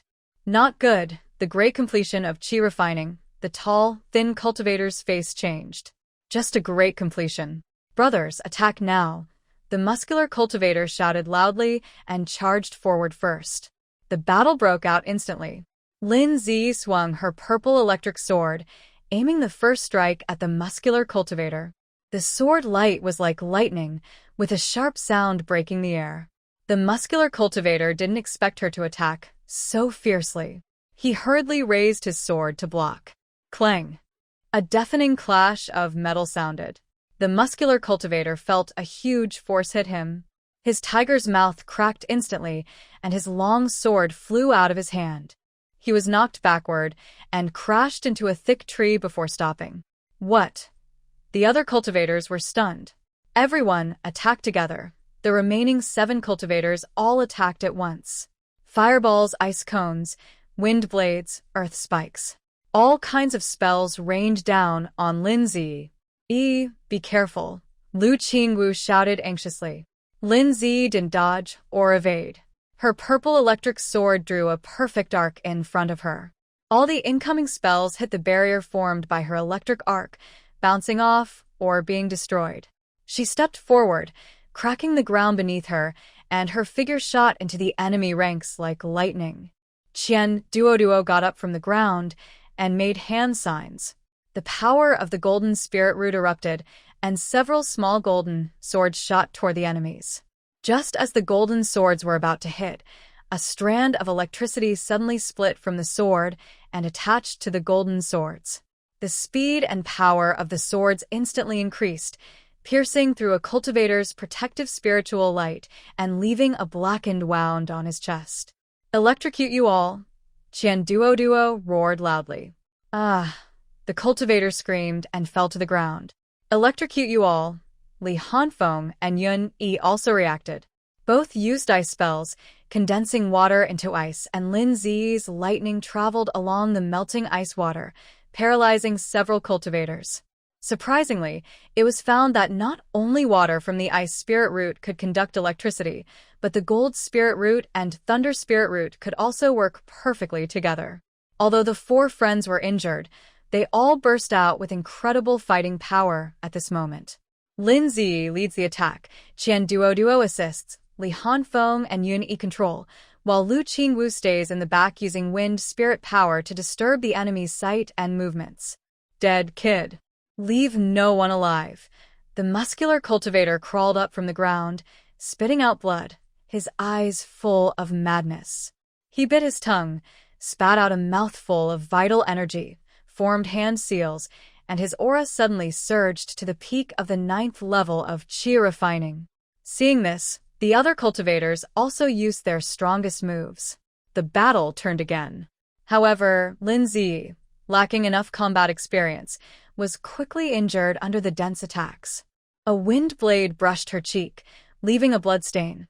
A dirt spike pierced her calf, blood flowing out rapidly. Her 3 companions were even more badly hurt. Qian Duo was struck again, coughing up blood. Li Hanfeng's right arm was injured again. Yun Yi's ice spirit power was almost exhausted.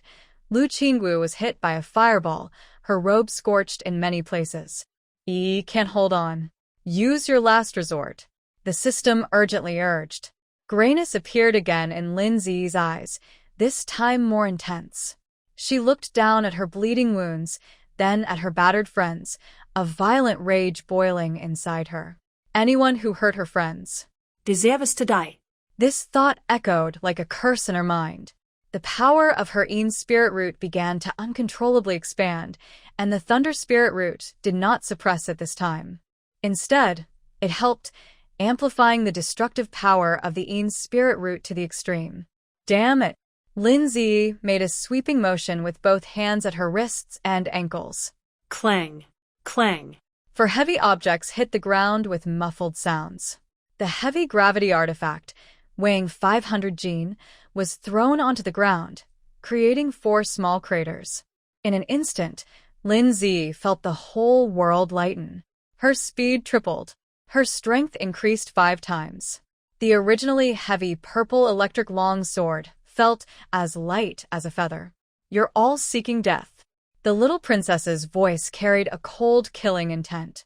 She vanished. No, she didn't vanish. Her speed was so fast that she left afterimages in the air. Puff, puff, puff.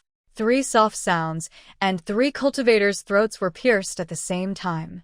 They didn't even see how Lin Ji made her move, only feeling a sudden chill on their necks before everything went dark. The monster! The muscular cultivator was so frightened he nearly lost his soul and turned to run. But it was too late. A purple lightning sword pierced from behind, passing through his chest. The muscular cultivator looked down at the sword tip protruding from his chest, eyes full of disbelief, and slowly collapsed. The other 3 cultivators, terrified, turned and fled. Lin Ji was about to chase after them when she suddenly heard Lu Qingxue's cry of pain. A young girl was hit by a hidden weapon fired by a dying cultivator, worsening her injuries. She paused, watching the 3 escapees with a gray swirl in her eyes. But in the end, she chose to save her friends first. Warning: villainous female characters blackening progress. 5%. The system's alert suddenly sounded. Lin Ji paid no attention. Her mind was full of her friend's injuries. First, treat the wounds. She rushed over, took out a life-saving jade pendant given by her master from her storage bag, and handed one to each of her 4 friends. Wear it. It can block attacks. Thinking for a moment, she also threw one to Qi, who had been standing nearby watching. This handsome boy hadn't fought directly earlier, but he had used some clever tricks to interfere with the enemies several times, which was a big help. Qi caught the jade pendant, a hint of surprise flashing in his silver-gray eyes. Then he smiled. "Thank you. You're welcome." Lin Ji replied briefly, then began to tend to her friend's wounds. But the fleeing cultivators clearly weren't willing to give up. After running a short distance, they suddenly turned back and brought more people with them, a total of 15 cultivators, including 2 who had reached the peak of qi refining. "It's them. The ones who hurt us." The fleeing cultivators pointed at Lin Ji and her friends, cursing with hatred. "A little girl dares to be so arrogant." A burly cultivator at the peak of qi refining sneered as he stepped forward. "Hand over all your treasures and we won't kill you." Another female cultivator at the same level coldly said. Lin Ji looked at the 15 cultivators, then at her injured friends beside her, her face showing her first serious expression. Fighting head-on, she knew she couldn't win. Running away? Her friends were badly hurt and couldn't escape. So, she took a deep breath and pulled out a small box from her storage bag. "Open it. Inside are 10 golden talismans. These are given by my master, sealed with a symbol that can unleash a full-force attack during the early stage of the nascent soul. Since you're seeking death." Lin Zi tears off one talisman and injects spiritual energy into it. The golden talisman instantly ignites, transforming into a dazzling golden light that shoots into the sky. The golden light gathers in the air, forming a huge golden palm print, carrying a powerful pressure that seems to threaten to destroy the world, slowly pressing down on the 15 cultivators. What is this? Run. It's too late. The 15 cultivators try to escape, but the golden palm print has already locked onto them. The palm print falls silently, and, in the next second, boom! It's not an explosion, but the sound of space being shattered. Where the palm print lands, the ground instantly sinks. A giant crater, 100 jong across, appears at the spot. The walls of the crater are smooth like a mirror, and the bottom is bottomless. As for those 15 cultivators, not even ashes remain. The aftershock of the palm print spreads outward, turning trees into dust and rocks into rubble. The nearest small mountain is struck by the shockwave, breaking apart directly. The upper half of the mountain slides down with a deafening roar. Wow. Qian Duo opens his mouth wide, his chubby face frozen in shock. Lu Qingwu covers her mouth, eyes wide with amazement. Li Hanfeng's usual cold expression shows cracks. Yun Yi forgets to cry, staring blankly at the huge crater. Lan Zhuiqi gasps in horror, his silver-gray eyes full of shock. Lin Zi is also stunned. She looks at the jade box in her hand, which still contains 9 talismans. Early nascent soul. Is it really so powerful? She doesn't know how strong the early nascent soul stage is, and she thought all nascent souls were this powerful, still pondering. Next time, ask Master Hu to give me a few more. But now is not the time to think about that. Lin Zi puts away the jade box, takes out a spiritual house model from her storage bag, and injects spiritual energy into it. The delicate small building reappears, then quickly disappears from sight. Let's go inside to heal, she calls to her companions. As soon as they enter the house, Everyone collapses onto the ground, exhausted almost to the point of fainting, taking pills, resting, and healing injuries, each in their own time. The spirit plant maidens were also called out to help treat wounds and prepare food. You still have a spirit house, Qian Duo said jealously, biting into a spirit fruit offered by a maid. Yes, my master gave it to me, Lin Zi replied briefly, looking down at her hand. That feeling during the fight earlier, that sense of destroying everything. She didn't find it unpleasant. Harming those around her was unforgivable. This idea took root in her heart, and the power of the shadow spirit root stirred within her. System Brother said, I am a villainous female character. She silently thought, a villainous female character must be ruthless, strong, and protect the people she cares about. This understanding made her feel no guilt about the killing earlier. Warning: villainous female character blackening progress. 8%. The system prompted again, with a hint of worry in its voice. Lindsay only knew that from today on, she would no longer let anyone hurt her friends. Whoever harms them, she will make sure they disappear completely. Inside the spirit house, 3 spirit plant maidens were busy caring for several injured little ones. Peony gently washed Lu Qingwu's wounds, using soft wood element spiritual power to promote healing. Haidang was helping Qian Duo treat a swollen eye, green spiritual light quickly dispersing the bruising. Jasmine carefully bandaged Li Hanfeng and Yunyi's arms, moving so gently that it hardly caused pain. Lindsay was also slightly injured, but she first let the maidens tend to her friends. At this moment, she sat on a soft cushion, holding a bottle of healing pills given by her master, carefully feeding Lady Gaga a pill. The little divine beast was not seriously hurt, but the recent explosion had left it dirty and disheveled, its silver white fur now gray. Gaga, open your mouth. Lady Gaga reluctantly opened its mouth and swallowed the pill. This divine beast isn't hurt. But it obediently let the little servant feed it, because it also felt the care the little servant had for its friends during the battle. Why can your maid sister enter the secret realm? Qian Duo, enjoying Haitong's treatment, asked curiously. Uncle Feng gave me a gift, but it doesn't work? My maid sister can only stay on the peak. Linji thought for a moment and tilted her head. Because the storage bag given by Master, who can hold living things? When we go back, I'll ask Master who to make one for you. Wow. Thank you, Qian Duo's eyes lit up. Lu Qingxue also whispered, Qingxue wants one too. Everyone will get one. The little princess happily promised. After resting for a while, Linji suddenly noticed that Lady Gaga was gone. Gaga? Gaga is missing. Here, a silver-white figure darted out from behind her. It's Lady Gaga, just after her bath. The maidservants not only bathed the children but also cleaned the little divine beast thoroughly. Its silver fur shimmered under the light of the spiritual house. Gaga, you scaredy. Linji hugged the little divine beast close and affectionately rubbed her head. Lady Gaga. Making a fuss over nothing. After treating the injuries, Linji took out a small jade bottle from her storage bag, filled with light purple spiritual spring water. It was the purple spirit spring she found earlier in the Xianhuang mountain cave. Everyone drink this. It's good for healing. She poured a cup for each of her friends. The spring water was cool and smooth, flowing down the throat, and gentle spiritual energy quickly spread through their bodies.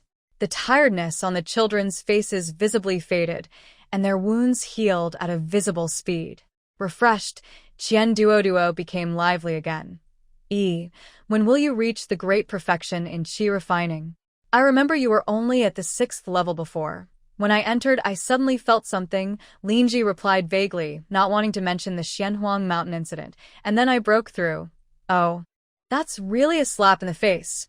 Qian Duo remembered the rumors in the sect that Linji's talent was poor and excitedly said, when we go back, let's see who dares to say is not as good as others. Li Hanfeng rarely spoke. Is already very talented. Yes, Yuni nodded vigorously. Is the best. Lu Qingxue whispered in agreement. The little friends gathered around Linji, chattering happily, creating a warm atmosphere. At this moment, Lu Qingwu noticed Qi sitting quietly in the corner and timidly asked, Who is this person? Lin Zi turned to look at the handsome boy, frowned, and said, I forgot. Anyway, he's a liar. Qi. He took a deep breath, trying to keep a smile, and said, I am the young deputy leader of the Heavenly Secret Pavilion. Qi, I am not a liar.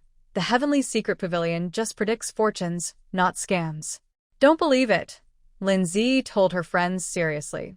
Qian Duo and the little group nodded vaguely, looking at Qi with more suspicion. Qi felt he was about to lose his composure.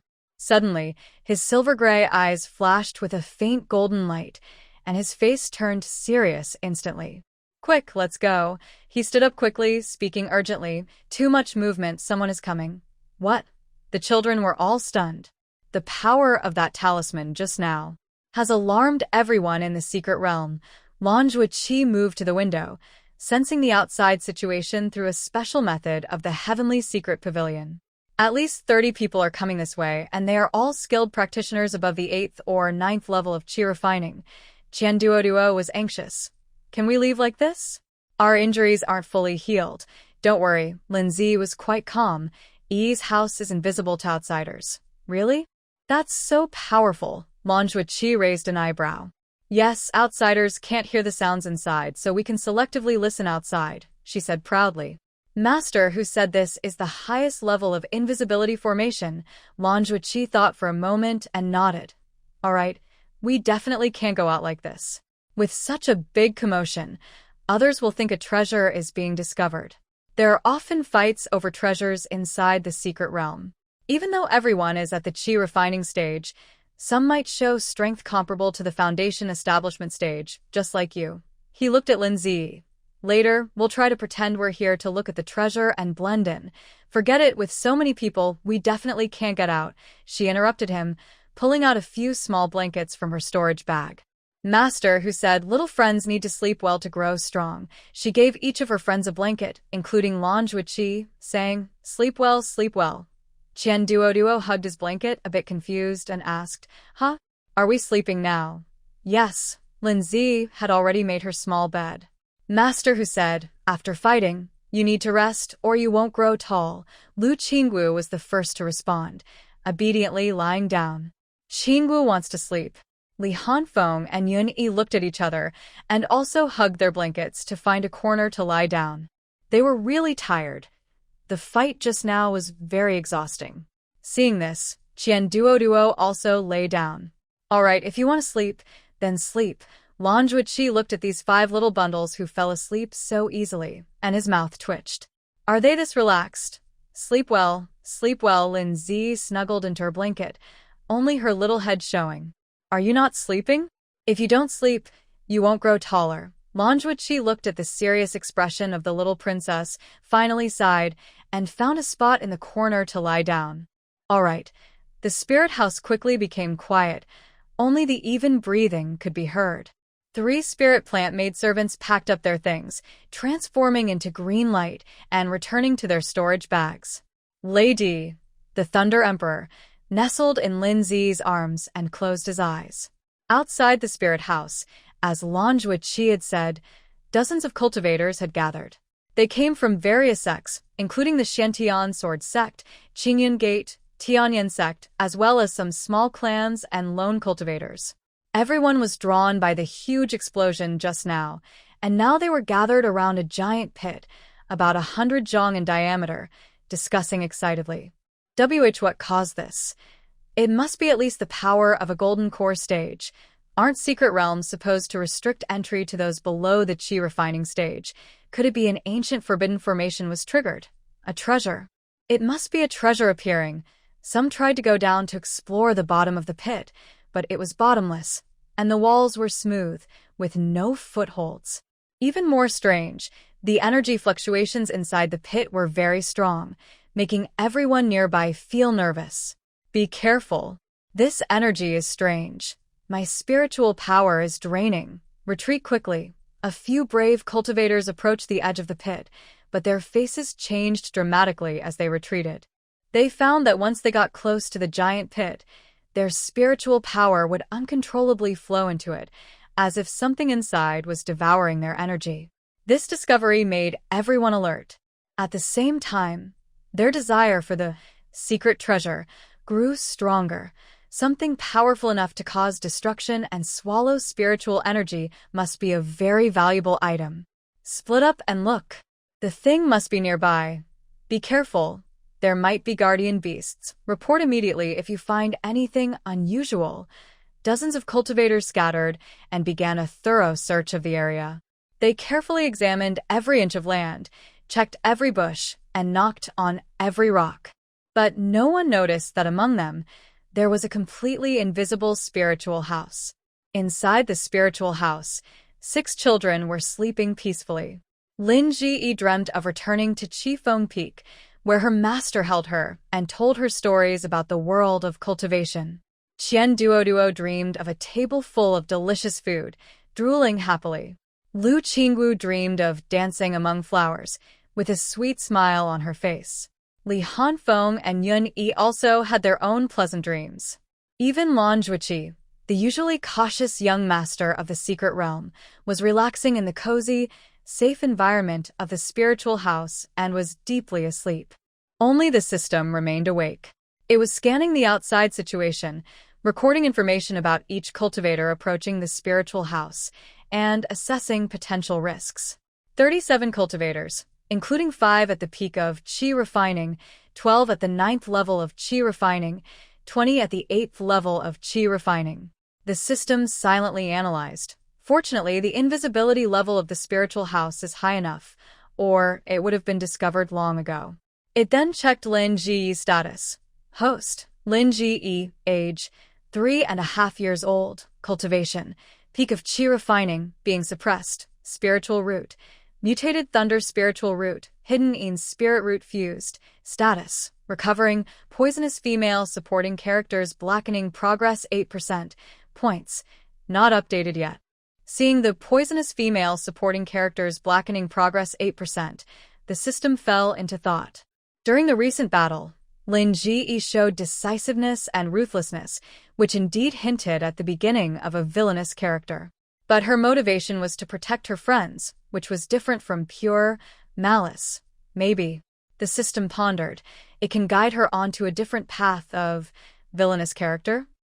Not for evil's sake, but to protect and be strong, to be fierce and guarding. This idea made the system feel excited. If it succeeds, it won't just complete the task of saving the host, but also create a new template for a villainous female supporting character. But that's a future matter. Right now, the most important thing is to ensure these children stay safe during the remaining time in the secret realm. Outside, the search continues.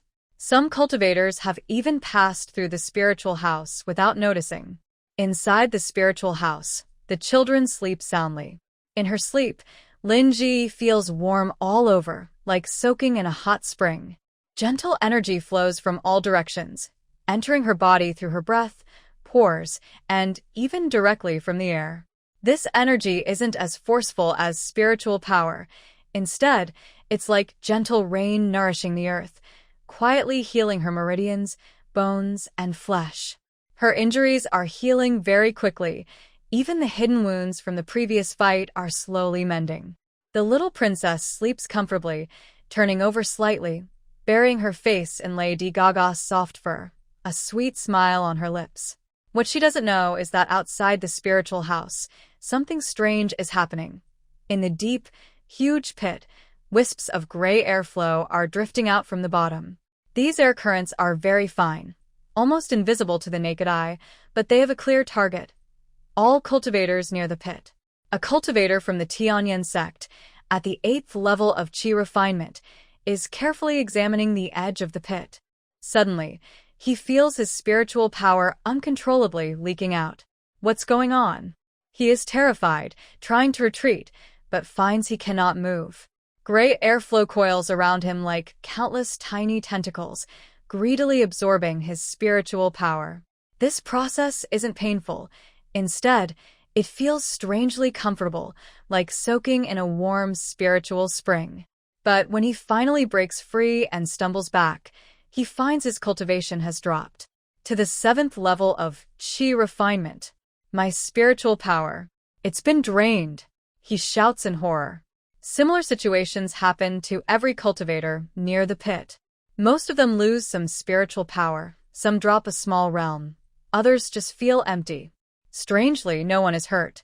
The gray energy streams only absorb spiritual power without harming life force. They even leave behind a gentle energy that protects the cultivator's body from damage. All the absorbed spiritual power eventually gathers into invisible streams, flowing toward the spirit house and the sleeping Lin Zi. Will the host become an evil cultivator like this? The system stared in shock at the scene. But she also has a yin spirit root, so being both good and evil might not be wrong. What made the system more speechless was that the thunder spirit root inside Lin Zi, which should be righteous and noble, was not stopping the yin spirit root's hunting behavior. Instead, it was actively cooperating. Purple lightning energy circulated through the meridians, cooking the various types of spiritual power absorbed. Yes, cooking. The thunder spirit root acted like a top chef, purifying, refining, and transforming the chaotic external spiritual powers into the purest thunder spirit energy, most suitable for Lin Zi to absorb. Any impurities that couldn't be transformed were expelled from the body, dissipating as tiny sparks of electricity into the air. One hunts, one cooks, such a clear division of labor. The system felt like it was about to crash. No, your yin spirit root is even absorbing energy from the spirit stones in her storage bag? That's so sneaky. It detected that some medium-grade spirit stones in a cultivator's storage bag had also had part of their energy stolen by the gray energy streams. This energy also flowed into Lin Zi's body. Strangely, the yin spirit root showed no interest in the scattered spirit stones belonging to Lin Zi and her friends on the ground. Your yin spirit root is quite professional, knowing not to absorb its owner's spirit stones. The system's complaints felt powerless. Fine, whatever. Anyway, we're the villainous female supporting character. What's wrong with doing a little bad stuff? Thinking this way, the system felt more at ease. It even began to carefully record the hunting data of the yin spirit root, preparing to develop a special, villainous female supporting character cultivation method in the future. While the system was busy recording data, it suddenly remembered something and started searching the database for information about Lan Zhuqi. Soon, the search results appeared. Lan Zhuqi, young deputy of the Heavenly Secret Pavilion, the third male character in the original story. He is proud and cold, skilled in calculations, and adept at predicting fate. In the original story, the character pretends to be injured in the Chingling secret realm, waiting for a fated person to help him, but in reality, he is searching for the child of luck. In the end, he meets Su Qingxue, who kindly saves him, and they become acquainted. Lan Zhuqi later develops feelings for Su Qingxue, but she only has love for Chu Yunlan. Lan Zhuqi ultimately becomes a tragic male supporting character who loves but cannot have her. But the system looked at the current situation and then at the original story, suddenly realizing an astonishing fact. The plot has completely changed. Lan Zhuqi is still pretending to be injured and waiting for his fated person, but instead of Su Qingxue, he encounters Lin Zi. Moreover, Lin Zi's reaction is totally different from Su Qingxue's in the original story. She not only refuses to save Lan Zhuqi but also criticizes him, scolds him, and says he's lying. In the end, she even tries to shake him off with her spiritual boat. Yet, this unpredictable reaction actually piqued Lan Zhuqi's interest, and he followed her willingly. More importantly, when Lan Zhuqi tried to analyze Lin Zi's fate, he was struck back and coughed up blood. What does this mean? It shows that Lin Zi's fate is even more special and unpredictable than Su Qingxue's. Interesting, the system muttered to itself. I wonder how the Heavenly Tao will feel once it notices the plot has gone off the rails after leaving the secret realm. It could almost imagine that scene. The Heavenly Tao, looking at the chaotic storyline, gets furious but feels helpless. After all, even the young deputy of the Heavenly Secrets Pavilion was struck back. The Heavenly Tao's attempt to correct and analyze the plot might not be so easy. Meanwhile, far away at the phoenix peak of the Xiantian sword sect. Feng Linyuan was rarely free, and was sitting in a pavilion on the mountaintop, tasting wine. In front of him were several jade bottles filled with thousand-year-old brew, each capable of driving the entire cultivation world crazy. This drunken immortal brew is good. I'll leave some for my little disciple to try once she's built her foundation. He muttered to himself, opening another bottle. This 100 flowers stew is too sweet. The little girl will definitely like it. Just then, he frowned, put down the wine bottle, and turned toward a secret chamber. Inside, a simple-shaped bronze lamp burned quietly. The flame was not the usual red or yellow but a strange, multicolored glow, shimmering beautifully. This was Lin Zi's personal fate lamp. When Feng Linyuan accepted her as a disciple, he took a drop of her essence blood and crafted this life lamp. As long as Lin Ji is alive, the lamp will keep burning. If she gets hurt, the flame will weaken. If she dies, the flame will go out. But now, Feng Linyuan looks at the life lamp, lost in thought. The flame is indeed burning strongly. But the problem is, it keeps changing colors. One moment it's a pure purple, thunder spirit root. The next it turns gray, Yin spirit root. Then gold, dragon chi. Then silver, some unknown power. And sometimes flashes green, with healing energy. Blue, water energy. Red, fire energy. The colorful lights take turns, like a lively lantern festival. Even stranger, the flame's strength also fluctuates. Sometimes it's faint like a candle, sometimes fierce like the sun, sometimes steady, sometimes wild and restless. Is this thing broken? Feng Linyuan mutters, reaching out to check the lamp structure. But the inspection shows the lamp is intact, and all formations are working normally. So, what is this little guy up to? Feng Linyuan frowns. He can feel that his young disciple is still alive and in good condition, even very good. But this colorful disco performance of the lamp is something he's never seen in thousands of years. Did she encounter some special chance in the secret realm? He guesses, or is it that hidden Yin spirit root causing trouble again? Thinking of the Yin spirit root, a serious look flashes in his eyes. When he first took Lin Ji as a disciple, it was partly because of her talent, and partly because he saw the hidden Yin spirit root inside her. The Yin spirit root is very rare, both good and evil. If guided properly, it can lead to greatness. If out of control, it could fall into the dark path. Now it seems, his young disciple's Yin spirit root is starting to become active. But Feng Linyuan looks at the disco life lamp and suddenly smiles. This is also good. Following the usual path is boring. Cultivating immortality is about stirring things up, making trouble, and... He doesn't finish his sentence because the lamp's color suddenly stabilizes, turning into pure black. It is not gray, not dark, but a pure black that devours all light. Feng Linyuan remained silent. After 3 seconds, the black faded and returned to a colorful, lively mode. Feng Linyuan rubbed his forehead.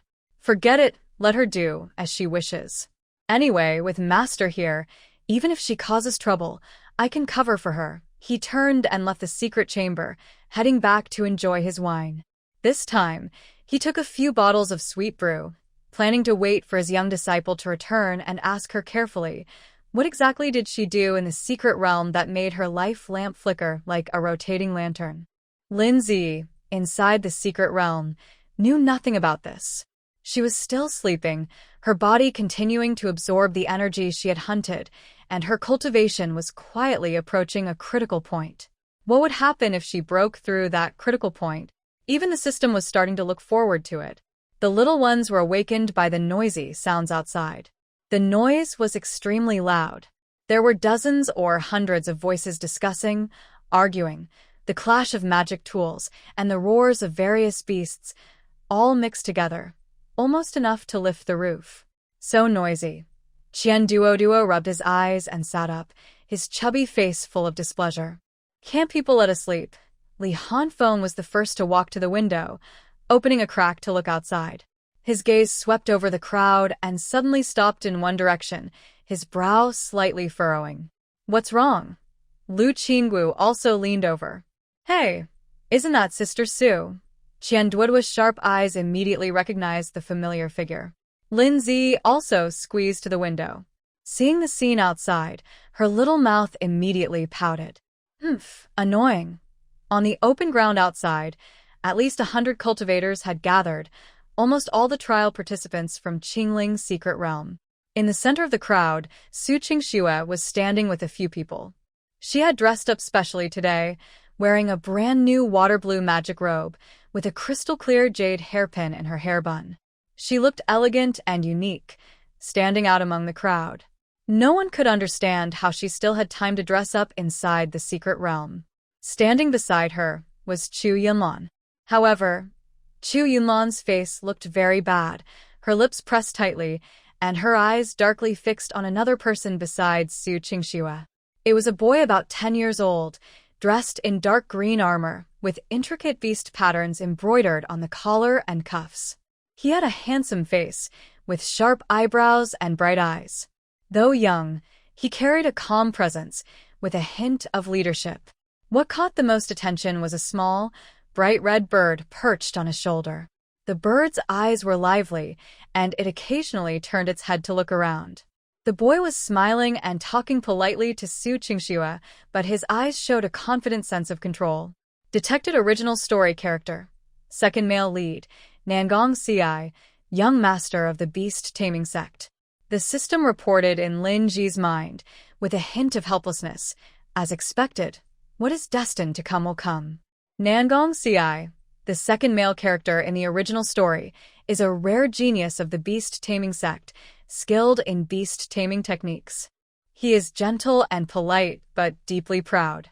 In the original story, he met Su Qingxue in the Qingling secret realm, attracted by her pure and kind aura. Though reluctant to bow to others, he became her protector. Now, it seems the plot has been badly changed, but the key characters' meeting still happened. Suddenly, a muffled sound came from the spiritual house. Everyone turned around and saw Lan Zhuqi standing up, staring blankly out the window at Su Qingxue. His silver-gray eyes had lost focus, as if controlled by something, and he muttered, "Who is she? So beautiful." He then took a step toward the door. As expected, the system side, any key character will be attracted by Su Qingxue's charming aura and the plot's control. Lan Zhuqi is following the original storyline, falling in love at first sight and becoming the third male lead who loves but cannot have her. Lin Ji frowned slightly. Although she thought Lan Zhuqi was a liar, they had fought side by side just now, and he had helped out. Seeing him like this, under control, made the little princess feel very uncomfortable. "Is this liar crazy?" Qianduoduo said in surprise. Just as she finished speaking, something even stranger happened. Lan Zhuqi was about to reach the door when suddenly his body trembled, and a flash of clarity appeared in his eyes. He looked down at his hand, a look of struggle on his face. No. "I can't." He clenched his teeth and suddenly pulled out a small dagger from his storage bag. Without hesitation, he stabbed himself in the thigh. Thud! Blood instantly stained his light-colored robe. The little ones were stunned. Is he self-harming? Lu Qingwu covered her mouth. "This guy is really crazy," Qianduoduo exclaimed. "What is he doing?" Yuni asked in confusion, forgetting to cry. However, the pain only made Lan Zhuqi momentarily alert. Soon, that invisible pull returned, and his eyes became confused again as he continued walking toward the door. While walking, his thigh was still bleeding. Li Hanfeng was also confused. The little ones watched him behave so strangely, hesitating whether to leave, hurting himself, and walking out, completely unsure of what to do. At that moment, Lin Zi reacted. She remembered a small spell her master had taught her. A low-power version of the thunder summoning technique, used to discipline disobedient spirit pets or remind disciples. It was very weak, only causing a tingling sensation, with no real harm. The young princess formed a hand seal, and her palm glowed with spiritual energy. Crack! A tiny dark cloud gathered above Lan Zhuqi's head. The cloud was only the size of a palm, black and cute-looking. Then, zap! A thin bolt of lightning struck down from the cloud, hitting Lan Zhuqi's head. He shivered all over and stopped walking. Zap! Another bolt followed.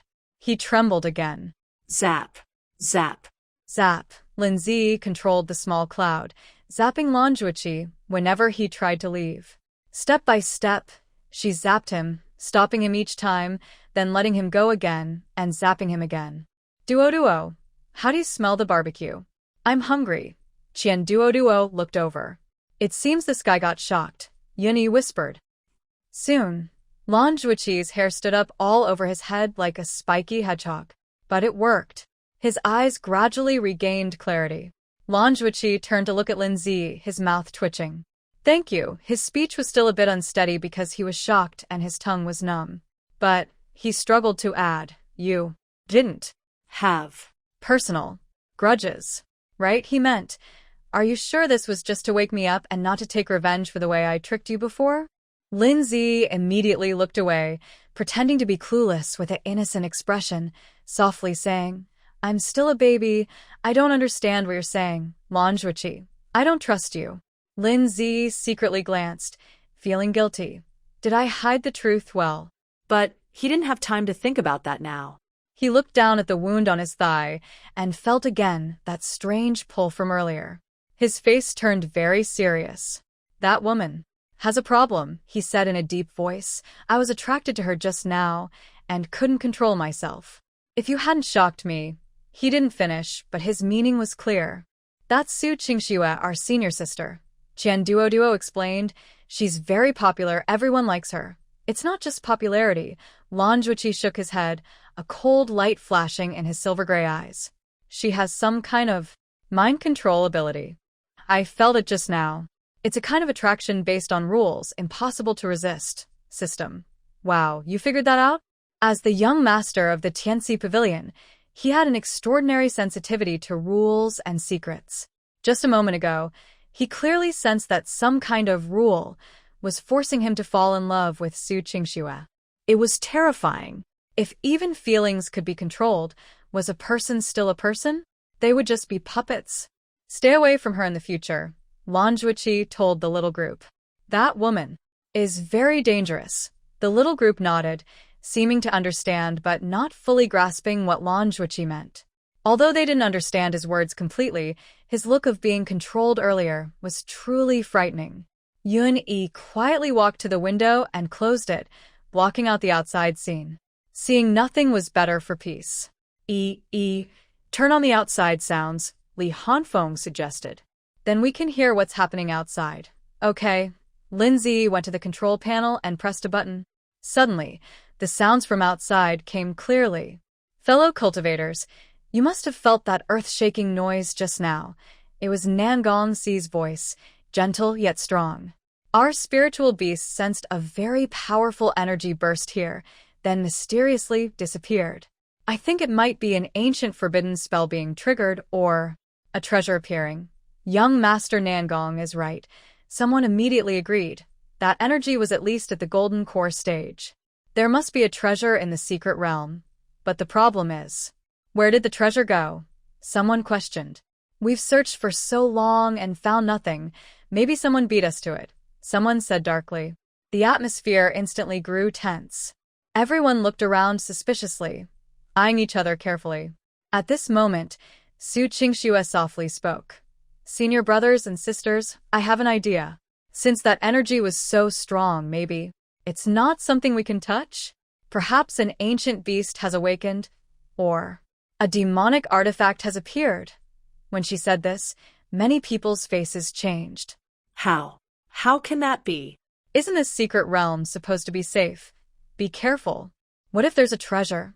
Sure, if it's just a treasure, that's fine. But if it's a beast or a demonic object?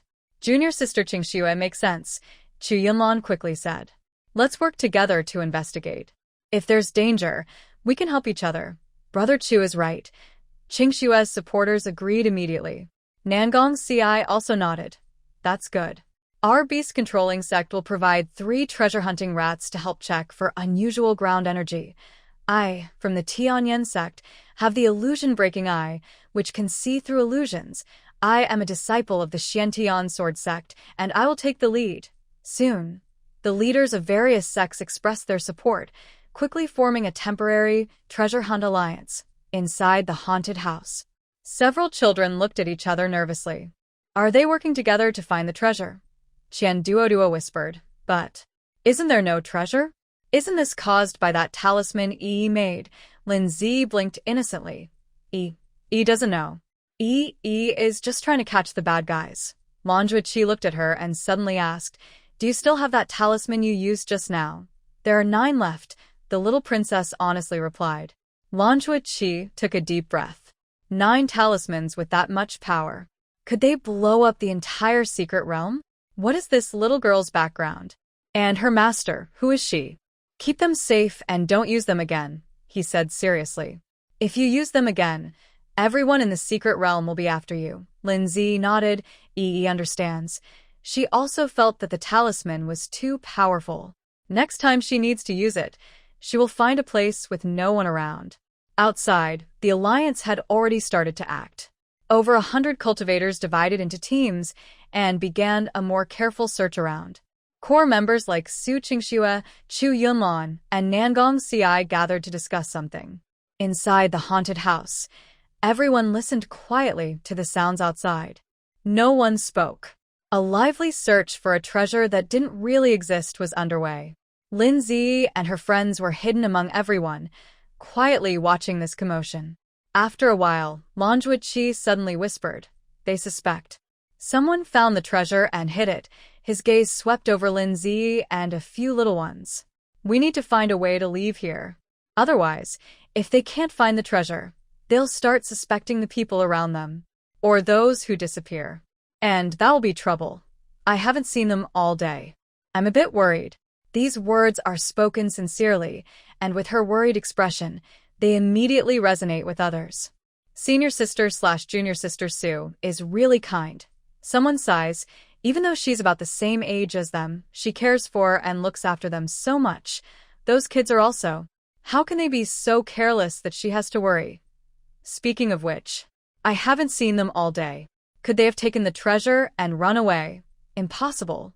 The oldest of those children is only 6, and the youngest is 3.5. Senior sister/junior sister Sue is still so kind to defend them. The discussion continues, and although everyone praises Su Qingxue's kindness on the surface, doubts are quietly planted. Why are the children with the best talent missing? Could it be that they found the treasure and hid? Su Qingxue subtly lowers her gaze, hiding a flash of pride in her eyes. Everyone, don't say that. My little uncles and aunts are not like that. Her words are hesitant, which makes people more suspicious. Inside the spiritual house, 5 little children listen quietly to the conversation outside, their faces expressionless. That I knew it, Qian Duoduo pouts. Here we go again, Li Hanfeng says coldly. Senior sister Qingxue. Always like this, Lu Qingwu whispers. So annoying, Yuni mutters. Manhwa looks at their usual reactions and asks in surprise, is she often like this? Aren't you good at calculating? The young deputy of the Heavenly Secret Pavilion, Lin Zi, mimics his previous tone and asks back, you can calculate yourself, and you're asking us, Manhwa. He really wants to calculate. Just now, he felt that strange attraction again, but this time it wasn't about falling in love at first sight, but about believing that Su Qingxue is kind. This is so strange. How can a person have 2 different influence abilities at the same time? I'll calculate. Manhwa takes out a few ancient-looking copper coins and begins to analyze Su Qingxue's fate. This time, there is no backlash. The copper coins jump within the turtle shell, revealing a clear hexagram. The highest good is like water, caring for all living things with kindness and virtue. Every hexagram tells the same truth. Su Qingxue is a perfect, kind, and pure person. But Manhwa always feels something is wrong. The hexagram seems too perfect, almost unreal. And it's always shrouded in fog, unclear, as if something has been deliberately decorated. Of course, I can't figure it out. The system sneers in Lin Zi's mind. What I can see is only her kindness side. She has a special aura that makes her actions look better and twists others' perceptions of her. What you just calculated is just the public image she or the universe wants you to see. Unfortunately, Lan Zhuoqi can't hear the system. He looks at the hexagram, confusion flickering in his silver-gray eyes, then firming up as the rules influence him. So she's really so kind. Lan Zhuoqi lifts his head and says seriously to the 5 little balls, the hexagram won't lie to me. I must have misunderstood her. Don't talk badly about her. She's so perfect. The 5 little balls all turn to look at him, their eyes like they're looking at a fool. Qian Duo, are you serious? Liam Feng? Liu Qingxue? Ah. Yunyi, here we go again. Lin Zi is the most straightforward. Seeing Lan Zhuoqi's brainwashed look, she can't help but raise her hand and send a small lightning bolt. Crack. A tiny lightning strikes precisely on the small cloud over Lan Zhuoqi's head. Yikes! Lan Zhuoqi shivers, his eyes suddenly clear. He touches his head, numb from the shock. What just happened?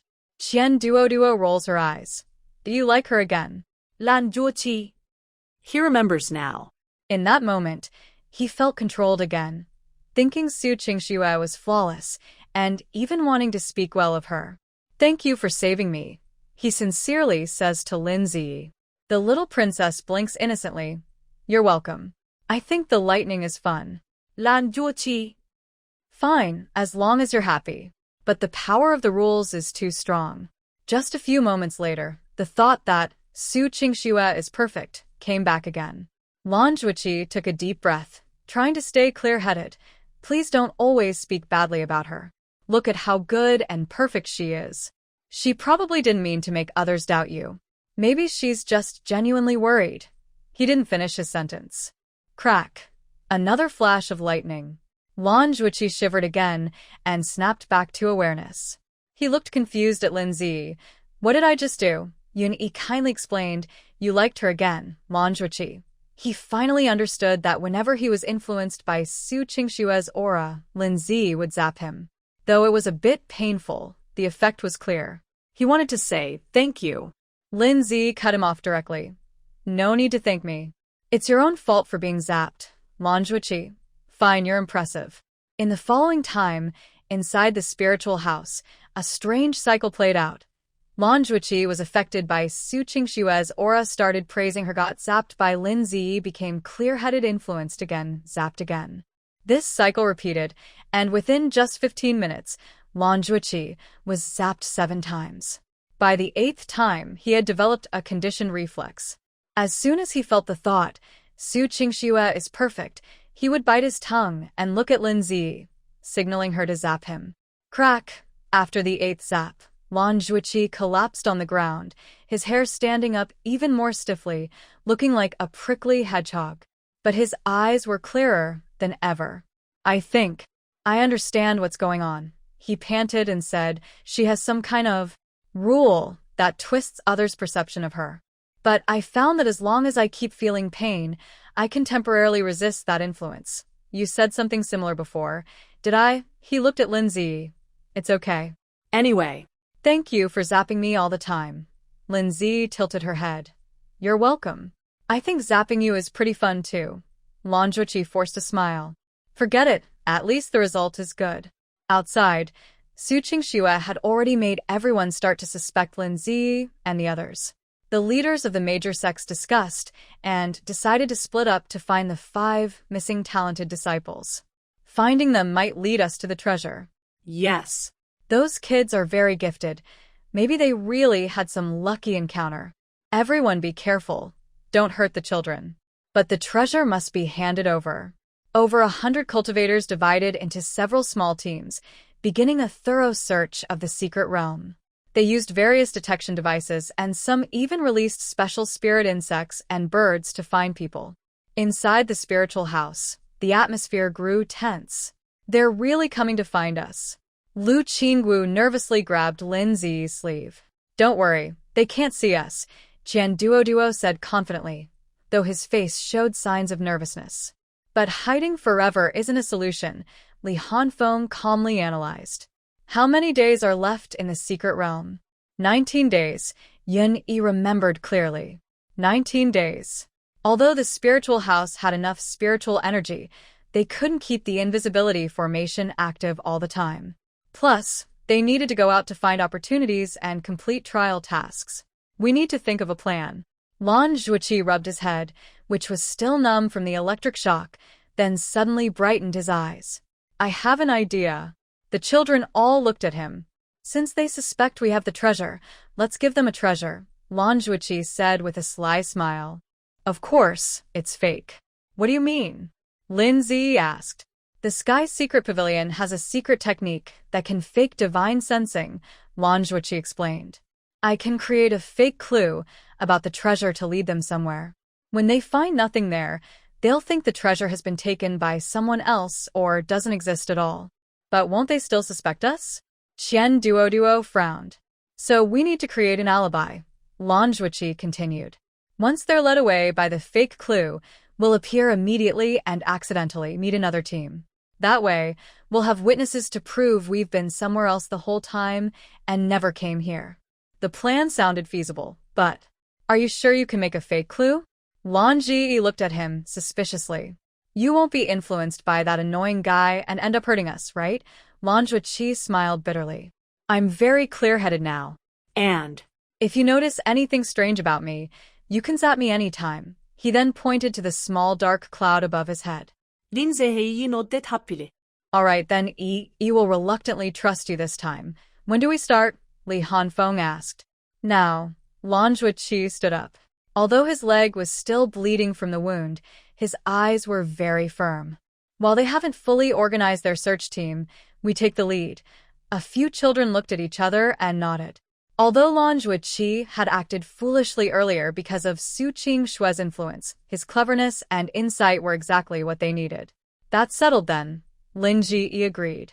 We follow your plan. Although the little princess was only 3.5 years old, she always made the most decisive decisions at critical moments. Lan Zhuoqi looked at these children and felt a strange sensation in his heart. They were all kids, but they were more perceptive and decisive than many adults. Maybe following them could really break that cursed rule. He took a deep breath and began to plan. A secret misdirection operation targeting over 100 cultivators was quietly unfolding inside the spirit house. Outside, Su Qingxue was unaware of what she was about to face. She was standing among the crowd, enjoying the feeling of being the center of attention, and was thinking about how to further expand her influence and make those annoying little kids lose their power completely. Lan Zhuoqi was still haunted by Su Qingxue's strange influence. To prevent himself from being controlled by her aura, again at a critical moment, he took a pure white ribbon from his storage bag and blindfolded himself. What are you doing? Qian Duoduo asked curiously. To prevent being bewitched. Can you see now? Disciples of the Heaven Secret Pavilion don't need to rely on their eyes to see, Lan Zhuoqi explained calmly, skillfully tying the ribbon around his eyes. After covering his eyes, his entire demeanor changed. His beautiful silver-gray eyes were hidden, making him seem more mysterious and hard to read. Qian Duoduo stared at him for a long time, then suddenly turned to Lin Zi and asked, Are my eyes bad? He used to be so good-looking. Maybe you can give me a little shock. Does he have some kind of magic that can confuse people and make him more charming, Lan Zhuoqi? Why is this kid talking like that? I feel strangely happy, but then I realize something's off. Why should I feel happy just because a little chubby kid thinks I look good? Lin Zi carefully observed him. Indeed, after covering his eyes, his calm, otherworldly aura became even more obvious. His high nose bridge under the white silk, beautiful lips, and the moon-white robe gave him a feeling of being a celestial being. There probably isn't. The little princess tilted her head and analyzed. Didn't sense any magic. Is this how he always looks? I haven't really looked closely before, Qian Duoduo muttered, but good-looking people are usually bad guys, Lan Zhuoqi. Don't argue with children. You're not much older than us anyway, Lu Qingxue whispered back. Age doesn't matter. Lan Zhuoqi quickly changed the subject. What matters is whether the plan can succeed. Now, listen to me. So, this can resist that annoying guy's influence. Lin Zi tilted his head to examine him. At least it can weaken it, Lan Zhuoqi nodded. Visuals are the most direct way her aura affects us.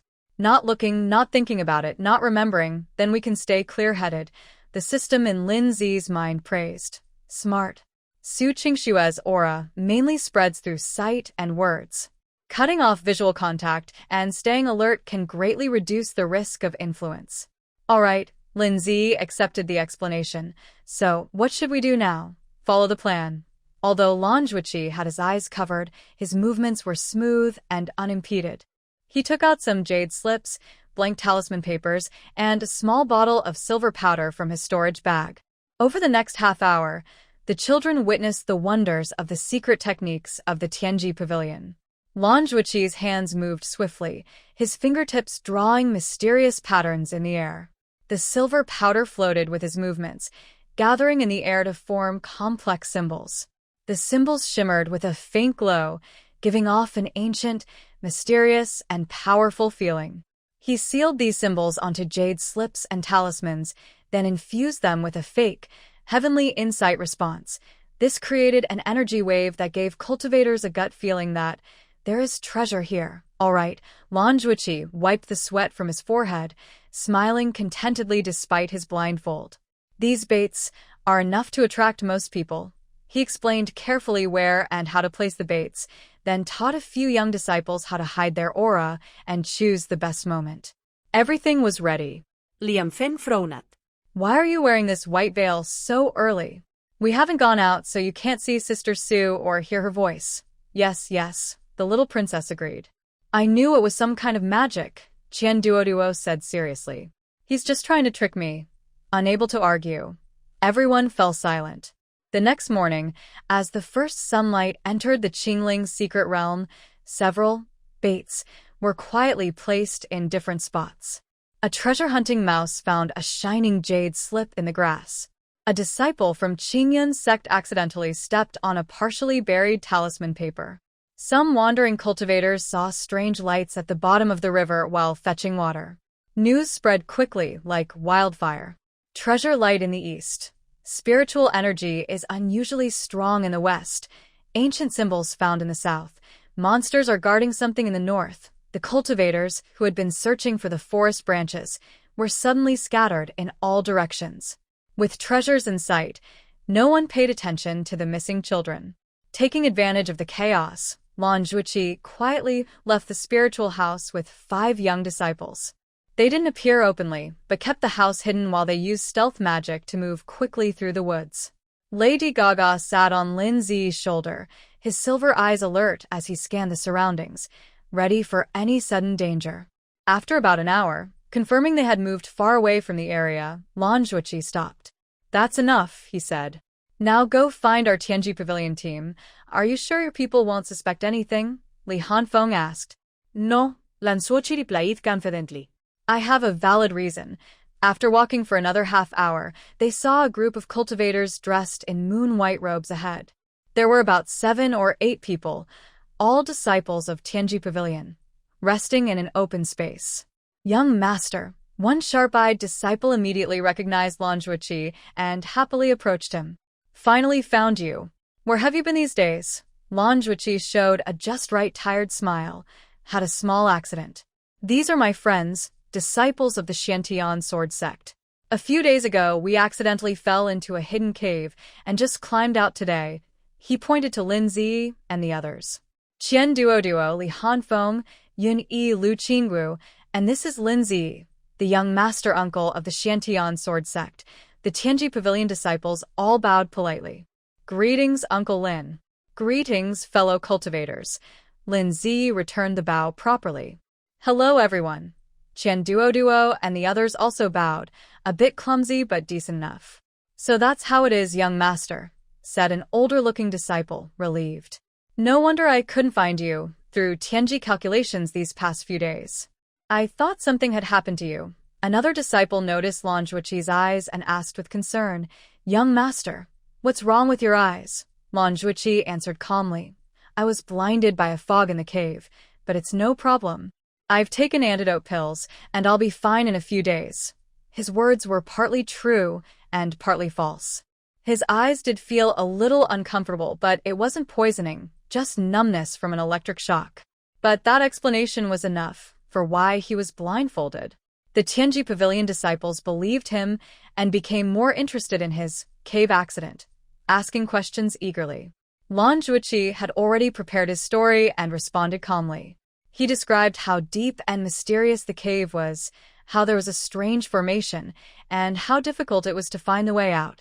He told his story vividly, almost convincing the little ones. Young master is truly lucky, the older disciple sighed. But since we've encountered this, why not join us? For this secret realm trial, Tianji Pavilion should also gain something. That's exactly what I mean, Lan Zhuqi nodded. Then he changed the subject, but I just sensed that a treasure might appear nearby. Should we go take a look? A few disciples from the Heavenly Secret Pavilion brightened their eyes. Really? Where? Lan Zhuqi pointed southeast. That was one of the areas where he had set a bait. It's over there. I feel a strong wave of heavenly secrets, he said seriously. It should be an ancient relic about to emerge. The older disciples immediately took out a few copper coins for divination. After a moment, they frowned. Young master, I sense it might not be a treasure, but rather a sign of danger. However, their faces showed surprise. Really? But I clearly felt. He pretended to analyze again, then suddenly realized. Oh, I was wrong. That's not a treasure. It seems something is stirring, and it's dangerous. Thanks for warning us. The older disciples sighed in relief. Good that you're safe, young master. So, what do we do next? Since that place is dangerous, we won't go there, Lan Zhuqi agreed smoothly. Let's explore another direction. By the way, have you gained anything these past few days? The topic was successfully changed. The disciples from the Heavenly Secret Pavilion began reporting their discoveries over the past days. They found some good spiritual herbs, encountered a few low-level monsters, and even discovered a cave believed to be the resting place of an ancient cultivator. Lan Zhuqi listened carefully, occasionally offering suggestions. Meanwhile, the 5 little ones sat quietly nearby, eating snacks given by the disciples, behaving like ordinary children.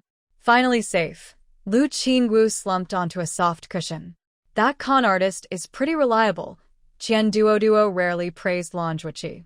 Yeah, Li Hanfeng agreed briefly. Yuni nodded while eating a spiritual fruit. Thus, the perfect alibi was established. From now on, if anyone asked where Lin Zi and the others had been these days, the disciples of the Heavenly Secret Pavilion would be the best witnesses. They could prove that these children had been with Lan Zhuqi, trapped in a cave for several days, and only came out today. The people of the Heavenly Secret Pavilion. Does the young master lie to us? As for the rumors spread by Su Qingxue about them hiding with a treasure, nature takes care of itself. The plan is going very smoothly.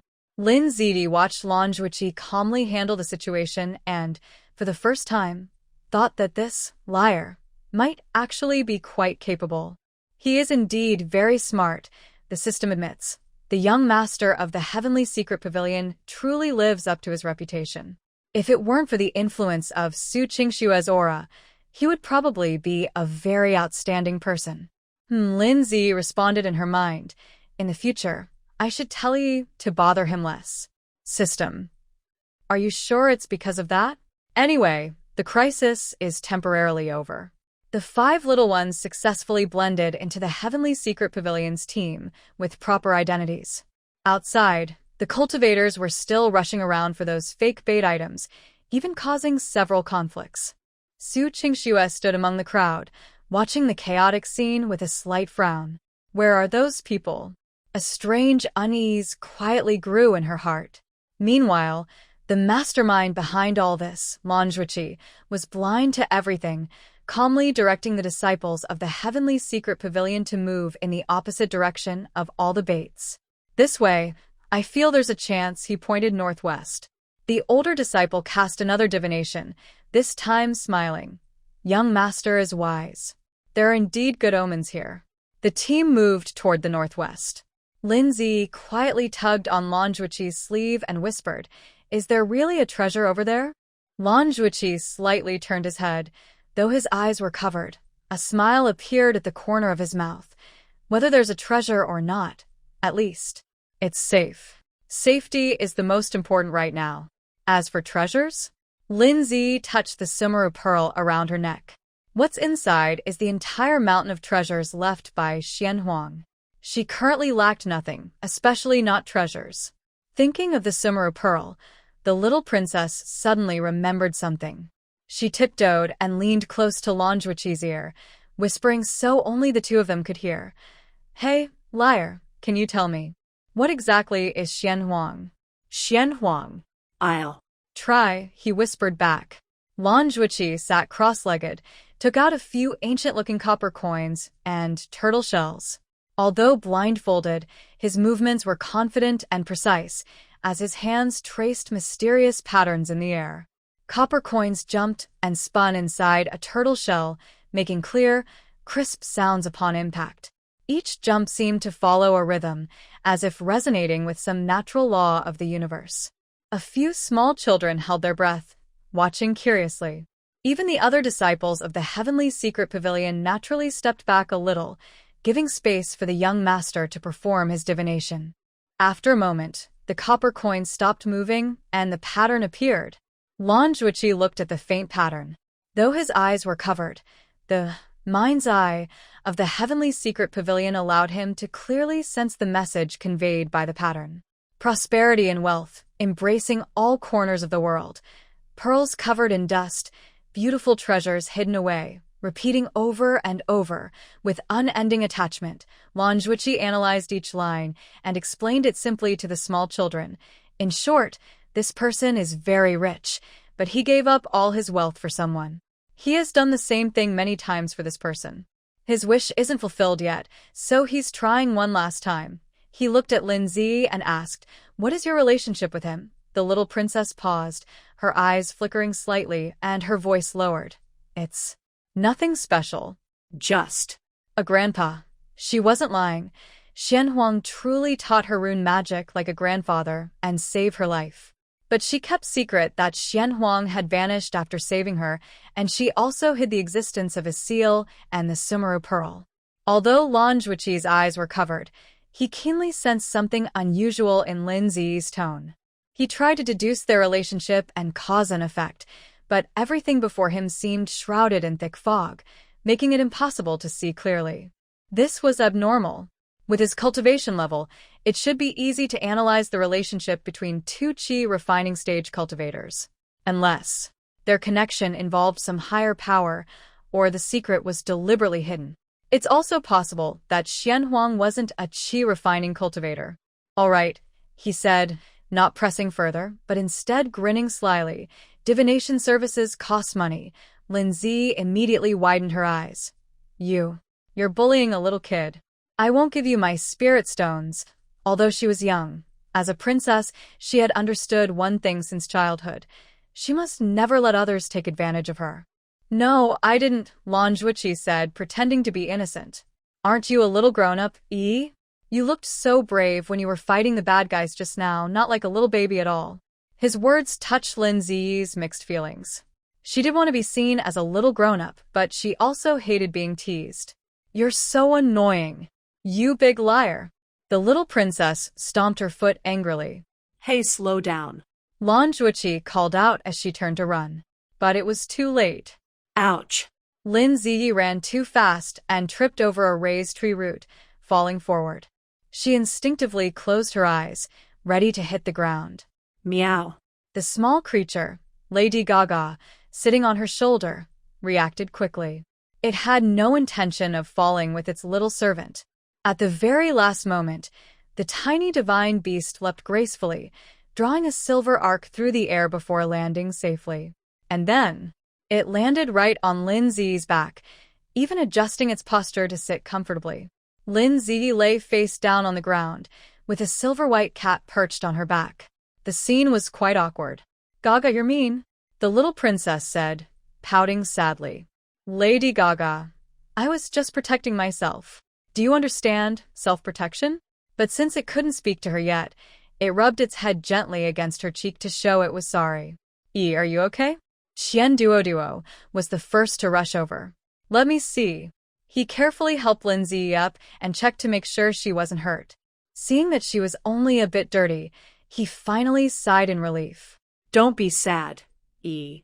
After thinking for a moment, Duo took off a heavy gold ring from his chubby finger. It was one of many he had. Here, this is for you. Lin Ziyi looked at the shiny gold ring, then at Duo's sincere face, and most of her sadness melted away. Thank you, Brother Duo, she said, smiling through her tears. Yi likes you the most. Don't cry, Yi, Lu Qingxue said, handing her a handkerchief. Pain, go away. Yun Yi added clumsily, trying to comfort her. Be careful next time, Li Hanfeng said briefly. A few friends gathered around Lin Ziyi, each trying to comfort her in their own way. Although they were young, their friendship was sincere and warm. Lan Zhuqi stood nearby, watching and feeling a bit envious. As the young deputy leader of the Heavenly Secret Pavilion, he had been strictly trained since childhood, learning complex secret techniques and etiquette. He rarely had such simple friends. The son of the #1 merchant in Central State truly lives up to his reputation. He looked at Duo casually giving a gold ring, feeling impressed. But even with admiration, he knew he had to collect the money owed. Cough cough, Lan Zhuqi cleared his throat. That. The divination spirit stone. Lin Ziyi, feeling a bit wronged, took out a mid-grade spirit stone from her storage bag. She wasn't really short of money. Her storage bag and Sumeru pearl were filled with spirit stones. Just this mid-grade spirit stone wasn't even worth mentioning. But she simply didn't want to give it. This con artist, bullying little kids, and making her fall down. But Master, who had said, owing money must be paid, and charging for divination was proper. Here you go. The little princess reluctantly handed over the spirit stone, her face showing the struggle of, I don't want to give, but have to. Lan Zhuqi was about to take it when suddenly a flash of insight struck him. He instinctively felt that if he took this spirit stone, the strange connection between him and Lin Ziyi might be partially broken. And he didn't want that. I don't want it anymore. Lan Zhuqi suddenly withdrew his hand. Lin Ziyi was stunned. Why? Just don't want it. Lan Zhuqi turned his head away. Though his eyes were covered, his discomfort was obvious. You're mean. The little princess felt even more wronged. You have to take it. She held out the spirit stone to him, but Lan Zhuqi stepped back. Meow. Lan Zhuqi suddenly made a funny face. Though it was strange to make a face with his eyes covered, he said, Come catch me. Then he turned and ran. Wait for me. Lin Ziyi was upset and quickly ran after him. Wait for us. Duo and the others excitedly joined the chase. Thus, a strange scene unfolded in the Heavenly Secret Pavilion. The blindfolded young deputy leader running at the front, with 5 little kids chasing behind. At the front was Lin Ziyi, with a determined look on her small face, full of the resolve, I must catch you. Behind her followed Duo, a chubby little girl running with bounces. Li Hanfeng and Yun Yi ran side by side, one with a cold face, the other full of excitement. Lu Qingxue was at the back, but was also trying hard to catch up. The other disciples of the Secret Realm Pavilion looked at this scene, exchanging glances. The senior disciple cleared his throat and said, Young master. Still has the innocence of childhood. Those kids are quite adorable. Let them play. The past few days in the Secret Realm have been too tense. Just keep an eye on your surroundings. The disciples didn't stop them. Instead, they naturally spread out, forming a protective circle so the children could play safely. Lan Zhuqi, though blindfolded, was very aware of his surroundings. He deliberately slowed down so Lin Ziyi could catch up but would skillfully turn just before being caught. Almost got you, Lin Ziyi shouted excitedly. Just a little more, Duo cheered. Left, Li Hanfeng warned. Right. Yun Yi pointed out the way. Keep going. Lu Qingxue whispered encouragement. The chase lasted about 15 minutes. Lan Zhuqi timed it and intentionally tripped over a root at a turn. Got you. Lin Ziyi took the opportunity to pounce, hugging his waist. Where are you running to? The other 4 children gathered around, forming a circle around Lan Zhuqi. Surrender. Surrender. Lan Zhuqi raised his hands, smiling behind his blindfold. I give up. Do you still want the spirit stone? Lin Ziyi asked, lifting her small face. No, I don't. Lan Zhuqi shook his head. Just consider it a gift for the kids. Yi is not a kid, the little princess immediately retorted, but her tone was less angry. Okay, you're a little grown-up. Lan Zhuqi nodded in agreement. Then, little grown-up, can you let me go? Only then did Lin Zi realize she was still holding him and quickly let go. The children all laughed, and the earlier tension disappeared in their chase and play. Lan Zhuqi retied his white blindfold. Just now, during the chase, I relaxed, then said to the disciples of the Heavenly Secret Pavilion, keep moving forward. The team set out again. Hey, con artist, Lin Zi asked softly as he walked. Can you really see without eyes? Yes, Lan Zhuqi nodded. People who practice mind's eye see the world differently. We observe luck, karma, and energy flow, and see more clearly than with the eyes. Wow, that's amazing, Qian Duoduo said with envy. Han Feng also wants to learn, Li Hanfeng said, speaking up for the first time. Yi is afraid he can't learn, Yuni whispered. Lingwu also wants to try, Lu Qingxue said shyly. Lan Zhuqi is my. If you're interested, I can teach you some basic observation methods. But he paused on purpose. But what? Lin Zi asked. But there will be a fee, Lan Zhuqi said teasingly. You, Lin Zi, was about to get angry. I'm joking, Lan Zhuqi quickly changed his tone. I'll teach for free, as a gift from a friend. His words sounded a bit awkward, but the children understood. Friend. They're friends now. Lin Zi's face lit up with a bright smile, and he completely forgot his earlier bad mood. The team continued heading northwest. Sunlight filtered through the leaves, casting dappled shadows on the children. Lady Gaga jumped back onto Lin Zi's shoulder, his silver tail wagging lazily. He looked at the children with a gentle expression. The little servant has made new friends. The little divine beast thought to itself. Although that kid from the Heavenly Secret Pavilion is a bit annoying, he's pretty reliable. At least, more reliable than Chu Yunlan or Nangong Ci. The team gradually disappeared into the dense forest. Lu Qingxue asked nervously. Yun Yi blinked with big eyes, looking serious. We didn't take any treasures. Why don't we tell them the truth? That way, they won't misunderstand us. The air was quiet for 3 seconds. Qian Duoduo was the first to react. His chubby hand slapped his forehead. Yun Yi, why is your thinking so slow? What is thinking so slow? Yun Yi tilted his head, not understanding at all.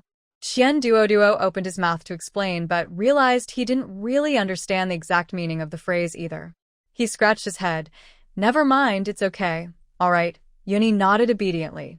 Although he still didn't understand, since Qian Duoduo said it was fine, then it was fine. At this moment, Lan Zhuqi softly spoke. An innocent man is not guilty. Possessing a treasure can bring trouble. He spoke with his eyes covered, his voice calm, carrying a mature tone beyond his age. He meant that a person is innocent, but because he owns a precious jade treasure, he might attract trouble. However, are you drunk or not? Did you drink alcohol? Lin Zi blinked with a confused look. Lan Zhuqi, I don't understand, Qian Duoduo honestly said. Even Han Feng doesn't understand. Li Hanfeng shook his head. Qingxue doesn't know either, Lu Qingxue whispered. Yi is hungry. Yun Yi's thoughts had already drifted to food. Lan Zhuqi took a deep breath, feeling his sense of cultural superiority was seriously challenged. Can you all read more books? Lin Zi confidently replied. We're still young. She held up 3 fingers to emphasize. We're still growing. Teacher who said that kids need to sleep and eat more to grow taller. Her words sounded very convincing, leaving Lan Zhuqi speechless for a moment. Fine, he said. He turned to Li Hanfeng. Li Hanfeng, you're already 6 years old. I'm 2 years older than you. I understand what this means. He tried to find a peer to compare, to prove that it wasn't himself demanding too much, but that these children really should read more books. Li Hanfeng raised his usually cold little face, but at this moment, he showed a rare, pitiful expression. His voice softened. My family has always been poor. No money for private school. He spoke sincerely, with that delicate face and a look of forced strength. It was enough to make listeners feel sad and tears come to their eyes. Lan Zhuqi. He felt like a bully who was bullying a poor child. That I really am so terrible, Lanjuichi muttered to himself, his face covered with guilt. Although he was the young deputy head of the Heavenly Secret Pavilion, he was not out of touch with the world. He knew how hard life at the bottom could be. Many families simply couldn't afford to send their children to private schools and could only teach basic skills themselves. Seeing this, Li Hanfeng's eyes flashed with a clever glint. Success. He remembered that before, Lanjuichi had been influenced by Su Qingxue's aura and had said silly things about how Su Qingxue is perfect and kind. Now, a small act of revenge doesn't seem too much, right? Then what about you, Qian Duo? Lanjuichi was not willing to give up. He turned to the chubby boy who looked the richest and asked, "Your family should be able to afford a teacher, right?" Qian Duo blinked and showed an expression of being completely justified on his chubby face. My dad said, "Isn't studying like having gold and spiritual stones? Instead of wasting time reading books, it's better to learn how to make money, identify treasures, and negotiate. Those are real skills." He counted on his fingers. I could read account books when I was 3. At 4, I could tell the difference between top-quality and mid-quality spiritual stones.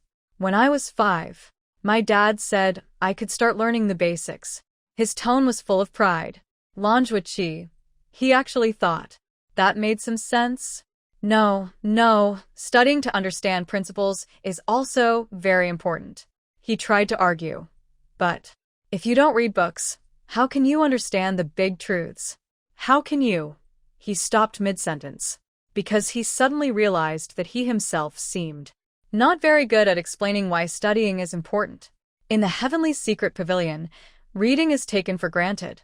All disciples have to memorize classics, recite scriptures, and study divination symbols from a young age. But why is it important? His master never explained it carefully, and he hadn't thought about it deeply either. Now, when a few children asked him questions, he couldn't answer anymore. Anyway, it's very important. Lanjuichi was a bit anxious. Oh, the children nodded perfunctorily, clearly not convinced. The atmosphere became a little awkward.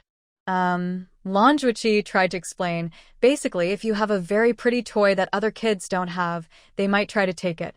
Even if you say it's yours, they won't believe because everyone wants it. Hopefully they understood this analogy. The little kids looked at each other then. But Yi has many toys. Lindsay said, there's a whole room in the palace. If someone tries to take them, Yi will ask the guards to stop them. Duo also has many toys, Qian Duo added. Gold ones, jade ones, gems. If someone tries to take them, Duo will use the gold to stop them. Hanfeng has no toys. Li Hanfeng looked sad again.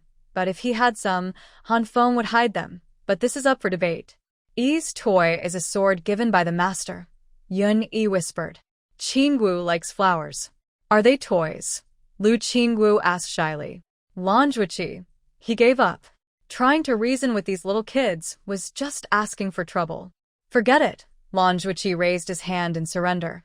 Just remember, if someone asks about treasures, say you don't know, haven't seen, or haven't taken anything. Don't say anything else, understand? The children nodded together. Understood. Good. Lanjuichi sighed in relief. While Lindsay and the other children happily followed Lanjuichi, heading northwest, the 4 groups lured by the fake bait started to notice something was wrong.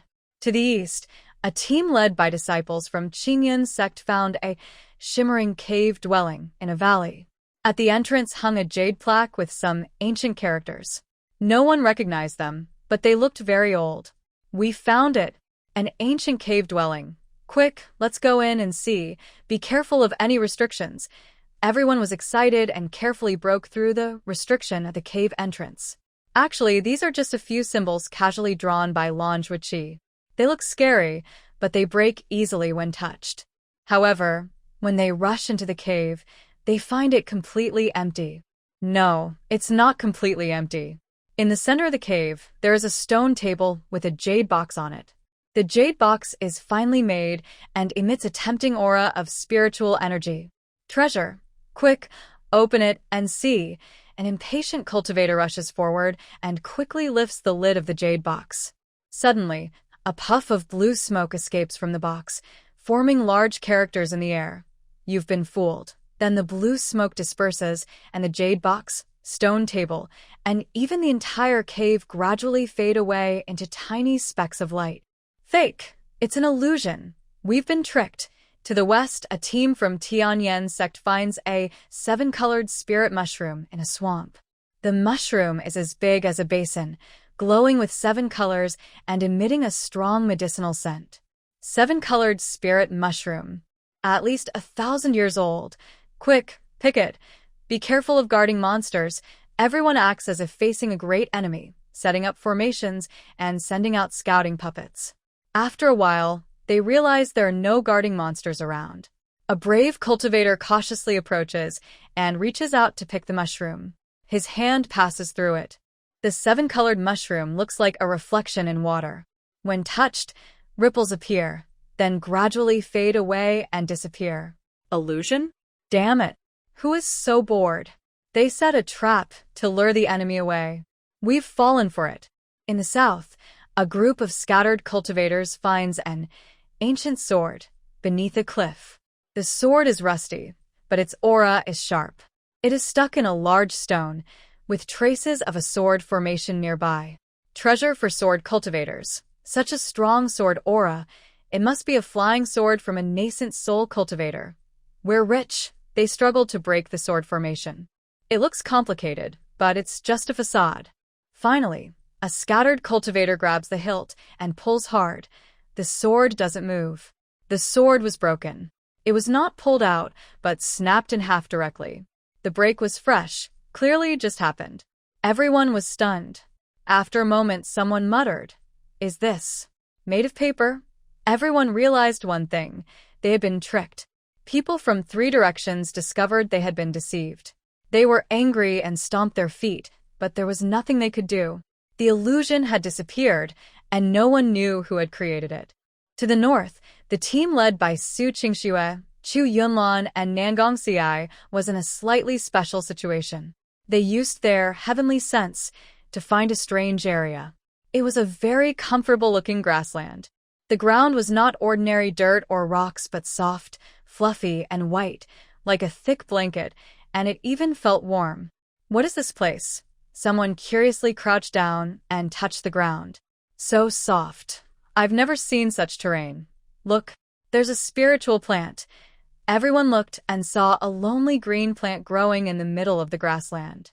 The plant was only half a foot tall, with transparent, jade-like leaves that looked carved from emerald. At the top, it bore a red fruit that emitted a tempting fragrance. A treasure of heaven and earth. Definitely not an ordinary item. Be careful, it might be dangerous. Watch out, Chu Yunlan warned cautiously. Such strange places in the secret realm usually mean something unusual. Nangong Ci's small fiery red bird chirped anxiously, seeming a bit uneasy. Su Qingxue looked at the spiritual plant and felt a strong premonition. This was her chance. She softly said, "Senior brothers, Qingxue knows a little about spiritual plants. This plant looks harmless, but there might be something hidden. Why not let Qingxue go and check?" Nangong Ci immediately responded, "Be careful, Qingxue. I'll go with you." Chu Yunlan also said confidently, "I want to go too." Then, under everyone's watchful eyes, the 3 carefully approached the plant. When they got close, Su Qingxue examined it carefully. She knew some about spiritual plants, but she had never seen this one in any books. Maybe it's an ancient relic, she muttered to herself. The red fruit's aroma grew stronger and more pleasant, making people feel refreshed. Su Qingxue was even more sure that this was a rare treasure. "Qingxue, should we pick it?" Chu Yunlan asked. Su Qingxue hesitated for a moment, but her desire took over. Such a treasure, if we don't take it, we might be punished by heaven. "Qingxue, I will help you pick it," Chu Yunlan said without hesitation. "Be careful," Su Qingxue softly warned, but she was already planning how to make him give it to her. If Chu Yunlan got the green spirit fruit, she wondered how she could, reasonably, get him to give it to her. Chu Yunlan carefully approached the spiritual plant.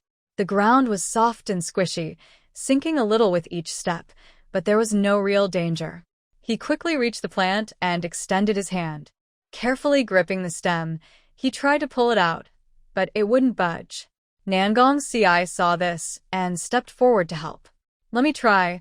Two cheer-refining cultivators worked together, and finally, the plant started to loosen. Almost there. Keep going, someone shouted. Chu Yunlan and Nangong's CI exchanged a glance, then both used their spiritual power and pulled hard. Pop! The plant was uprooted completely. Senior brother Nangong, senior brother Chu, you're so amazing. Let me see what this is, Su Qingxue said as she caught the plant, a sly smile appearing at the corner of her lips, unnoticed by anyone. But just as Su Qingxue caught the plant, an unexpected change suddenly occurred. The entire ground began to shake violently. It wasn't like an earthquake, but more like something alive was moving. What's going on? Is it an earth dragon turning over? Run. Everyone panicked and tried to escape, but they found the ground starting to rise. No, it wasn't rising. The whole grassland was standing up. Everyone fell onto solid ground, barely able to keep their balance. Only then did they realize that what they thought was grass was actually a strange creature. It was huge, mountain-sized, covered all over with soft, white fur. The ground they had stepped on was actually its head. The plant they pulled out was growing on top of its head, a tuft of grass? No, it wasn't grass. It was a cluster of fur growing naturally on its head, green in color and dotted with red fruits, making it look like a spiritual plant. Now, this giant creature was clearly angered by the pain of being plucked. It slowly turned its head. The process took about 10 breaths because it was very slow.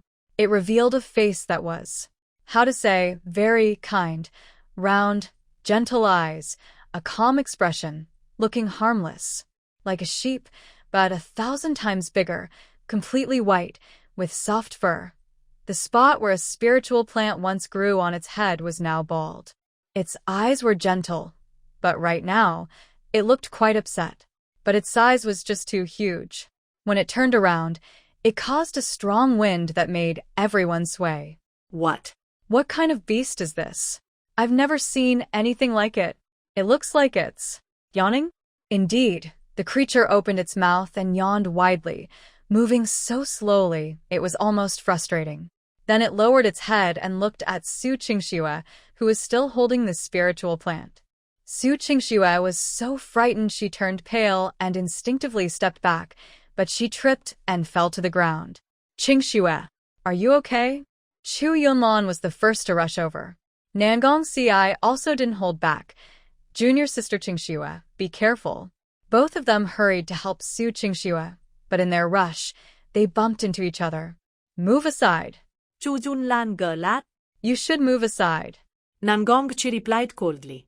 While the two argued, the giant creature finally made its next move. It slowly raised one front paw and struck down at the three of them. Its movement was still very slow, like slow motion in a movie. But the problem was, that paw was too big.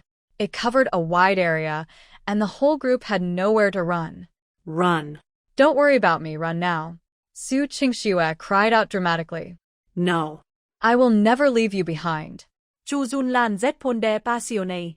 Junior sister Qingxue, don't be afraid. I will protect you. Nangong's CI also played the hero. Everyone else, what are you waiting for? Run. The scene was quite touching, if you ignored the giant paw slowly falling down. Finally, just before the paw was about to hit, some quick-thinking cultivators threw talismans for protection, forming a shield that barely blocked the attack. Bang! The protective shield shattered loudly, but the giant claw was knocked away. The creature seemed stunned for a moment then. It sneezed. Achoo! It wasn't an ordinary sneeze. This huge creature's sneeze was as powerful as a level 12 typhoon. Strong winds carried saliva, or mucus, and fur, sweeping across the entire area in an instant. Help! My robe! My hair! The cultivators were blown away like leaves, tumbling, screaming, and waving their arms wildly. Spells like wind control and immobilization failed completely against this fierce wind. Su Qingxue screamed as she was blown into the air. She desperately tried to steady herself, but the wind was too strong, and she could only helplessly spin around. Moo! The giant beast let out another loud sound, this time with obvious annoyance. It slowly lifted its paw, ready to strike again. Now's your chance. Run, someone shouted. Everyone finally snapped out of their panic, scrambling and crawling away from the scene. Su Qingxue was supported by Chu Yunlan and Nangong Ci, one on each side, as they fled in a mess. Her hair was disheveled, her robe dirty. She looked nothing like a fairy anymore. Chu Yunlan and Nangong Ci also looked less elegant than usual. They weren't much better off.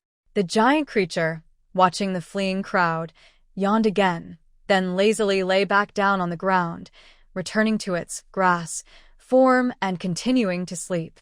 As for the tuft of fur that was pulled out, it scratched its head with its paw and grew a new patch of fur. Later, after being taken to the small river, Su Qingxue looked at her muddy reflection in the water and finally couldn't hold back. Ah, ah, her scream echoed through the sky. This was the most embarrassing, most shameful, and most infuriating day of her cultivation life. News spread quickly. There's a giant monster in the north. Su Qingxue and the others almost got crushed. What kind of monster? Not sure. Soft and white, moves very slowly but huge in size. Someone pulled the fur from its head and angered it. And then, everyone looked so miserable. Serves them right. Who told them to be so greedy? I thought you were really impressive, but you can't even tell the difference between a beast and a spiritual plant. Don't say that. Sister Su, young Master Nangong, Brother Chu, and others are all injured. If it were you, you might not be able to tell the difference either. But I heard they all had that stuffed saliva? Or was it nasal mucus? Stop talking, it's disgusting. Ah, my goddess. Is Brother Chu okay? And what about our young master? By the way, what exactly is that thing? No one knew the answer. Even Nangong Ci, who had seen many things, had never seen such a creature. When Qi learned this news through the Heavenly Secret Pavilion's calculations, he paused for a moment, then suddenly laughed. What's wrong? Lin Ji asked curiously. It's nothing. Qi shook his head, a smile in his eyes. Just suddenly feeling that sometimes the way of heaven can be quite humorous. To the north was a naturally formed strange area, home to a rare creature called the furry mountain beast. This beast is gentle, slow-moving, and loves sleeping. It is huge, with soft fur covering its back, often mistaken for a white patch of grass. The tuft of green fur on its head, because it absorbs the essence of the sun and moon over time, has a bit of spiritual energy, making it look like a spiritual plant. If someone tried to pull it out, they would experience what is called slow-motion anger. Qi originally just wanted to play a small prank on the people heading north, but unexpectedly, it turned out to be Su Qingxue and the others. Is this considered a lucky coincidence? Interesting, he muttered softly. It seems even heaven is helping us. What heaven? Lin Ji didn't hear clearly. It's nothing. Let's keep going. The large spiritual beast is a group of wild boars. That's right, those rough-skinned, thick-furred, hot-tempered wild boars that charge at anyone they see. Qian Duo looked at the snorting, fierce-looking wild boars, and his face turned pale. Are you sure we can ride these things? Let's try, Qi said confidently. I've calculated that they're in a good mood today. How did you figure that out? Did you count how many pounds of grass they ate? Li Hanfeng coldly teased. Something like that, Qi nodded. Based on their droppings and how fresh they are, I can guess. Stop, Lin Zi covered her ears. Yi doesn't want to hear this. Finally, with Qi's friendly communication, which was actually using a beast-taming charm from the Heavenly Secret Pavilion to temporarily control the pig, everyone managed to ride on the wild boars' backs. The scene was quite hard to watch. 6 children riding on 6 snorting wild boars, bouncing so much that their bottoms nearly split. Other disciples from the Heavenly Secret Pavilion followed behind, trying not to laugh. Slow down. I'm going to fall off, Lu Qingwu screamed. Why do these pigs keep crashing into trees? Qian Duo hugged the pig's neck tightly. Hanfeng is going to vomit. Li Hanfeng's face turned pale. Yi is scared. Yunyi's eyes filled with tears. Only Lin Zi and Qi remained relatively calm. The little princess found it fun, and Lanjuichi was used to it. The training at the Heavenly Secret Pavilion was much more intense than this. In short, after many hardships, they finally reached their destination. Qian Duo slid off the pig's back, rubbing his nearly falling apart bottom, and looked around. Are you sure this is it? In front of them was a plain forest. The trees were fairly lush, but just the usual kind found everywhere in secret realms. There was grass, wildflowers, a few scattered rocks, and not even a decent cave. Yes, Lanjuichi said confidently, even with his eyes covered. My sensing tells me there's a great opportunity here. The children eagerly started searching around. Lin Zi pushed aside some grass. Are there any glowing little stones? Qian Duo tapped the tree trunk. Could there be a treasure inside a tree hollow? Li Hanfeng used ice spiritual power to scan the ground. Is there a secret chamber underneath? Lu Qingxue released wind spiritual power to sense. Is there anything unusual in the air? Cloud E. Cloud E is chasing butterflies. The disciples of the Heaven Secret Pavilion also joined the search. They took out various detection tools. Spirit-seeking discs, spiritual measurement rulers, Heaven's secret mirrors. Busy for a whole hour. But in the end, they found nothing. Not even a decent spirit herb, let alone a chance. Only a few common wildflowers, some usual insects, and many mosquitoes. Is the chance you mentioned this? Li Hanfeng asked coldly, pointing at a small wildflower on the ground. The flower looked dull, drooping, and didn't seem like a real opportunity. Lanjuichi, he squatted down, looking at the flower, though blindfolded, he could feel it was just an ordinary wildflower. It might not be, he said dryly. Yun Yi ran back from afar, face full of disappointment. When I get out of the secret realm, I will tell everyone loudly. What? Lanjuichi had a bad feeling. Yun Yi crossed his arms, angrily saying, The Heaven Secret Pavilion is just a scam? Lanjuichi was anxious. No, it must be that you didn't feel it. I did. Are you sure? Linji tilted his head, eyes full of doubt. That I didn't say there definitely is one. Lanjuichi started to argue. But I said this place is definitely safe, right? Look, we've been here so long, and we haven't seen a single monster or even a person. Safety is the biggest opportunity. Everyone looked around. It was indeed safe. So safe that not even a rabbit was around. Everyone was speechless. After all this, the so-called opportunity in the Northwest was just finding a safe place to rest? Lanjuichi, you should have said so earlier. Do we really need to ride wild boars here? Qian Duo crossed her arms. So, you brought us here. To take refuge? That's one way to put it, Lanjuichi admitted straightforwardly. It's chaotic outside now. This place is the safest. When they fight enough, we can go out and take advantage of the chaos. Wouldn't that be better? Li Hanfeng thought for a moment and nodded. That makes sense, but are you sure it's not just a mistake in calculating the opportunity? A cover story? Lanjuichi was silent for a moment and asked, Can we still have a happy chat? Lu Qingxue whispered, But Qingxue really wants to find a real opportunity. It will happen, Lanjuichi comforted her, but not now. If we go out now, it will be suicide. His words were not just scare tactics. Because at the same time, the team that had been tricked was already in chaos. Fake. All fake. We've been fooled. Who did this? Investigate. We must find out. The teams from 3 directions realized they had been deceived by illusions. The northern team was terrified by the furry mountain beast and scattered. After regrouping, everyone was furious. Anger spread among the crowd. Soon some people started analyzing. The people from the Heaven Secret Pavilion are missing. The kids from the Xiantian Sword Sect are not here either. Also a few from the Fanning Temple.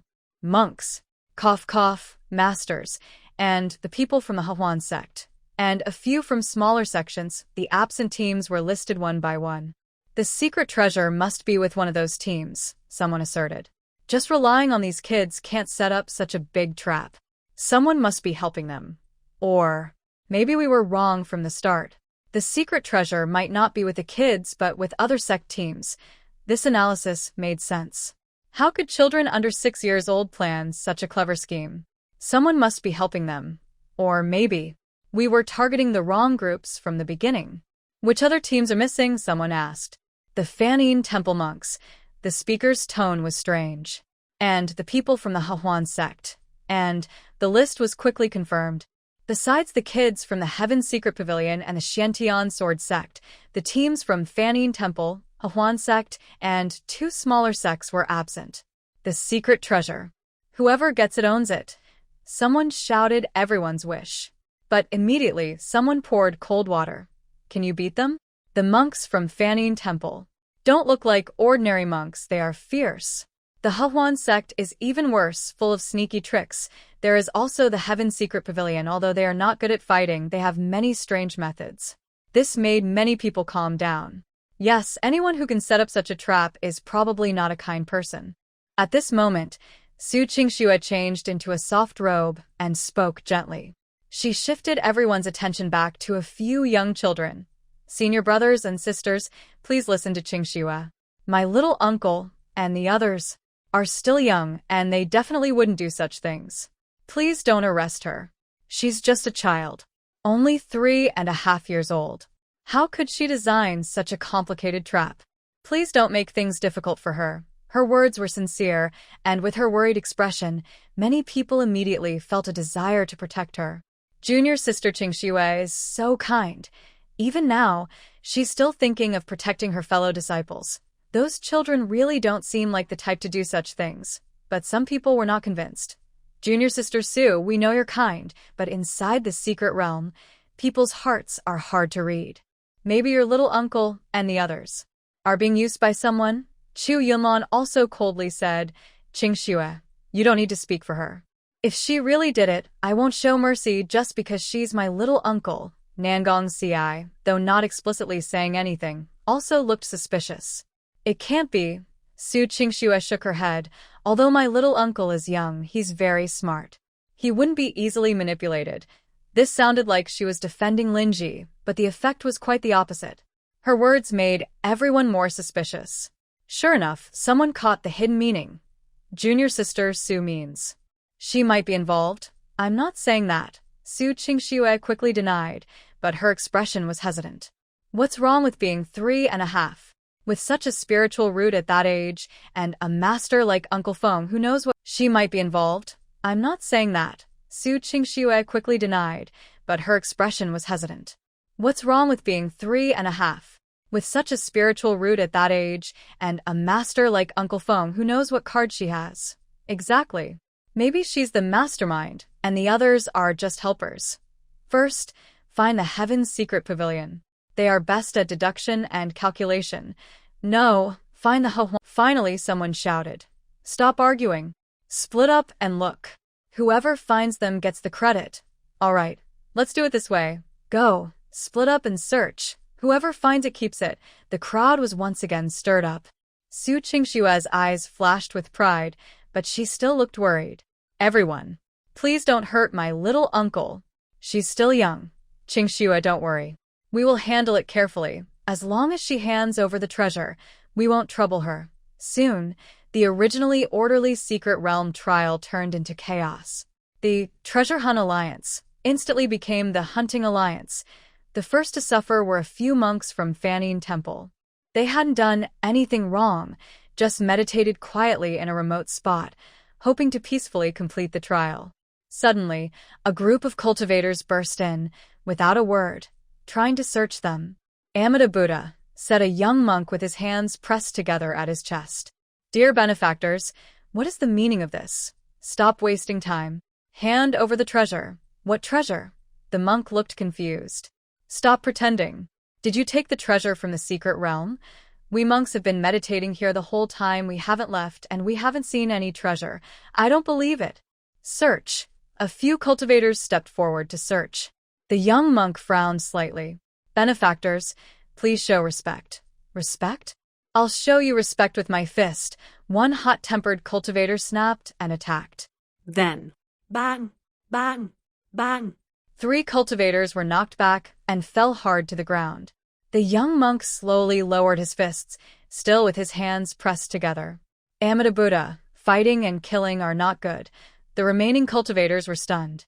They suddenly remembered an overlooked fact. Although the monks of Fanyin Temple usually eat vegetarian food and chant Buddha's name, they seem harmless. But they practice the Vajra demon subduing technique. A single punch can kill a cow. Retreat. Quickly retreat. The leader reacted and turned to run. The monks from Fanyin Temple watched the fleeing crowd and sighed. The world is getting worse. People's hearts are not pure. They didn't chase after them and continued meditating peacefully. Meanwhile, the situation at Hahuan sect was even more dramatic. The disciples of the Harmonious Joy sect are known for their charm arts, and both men and women excel at captivating others. Senior sister. It seems quite lively outside. A girl in a pink dress lazily relaxes in the hot spring, her fair shoulders exposed above the water.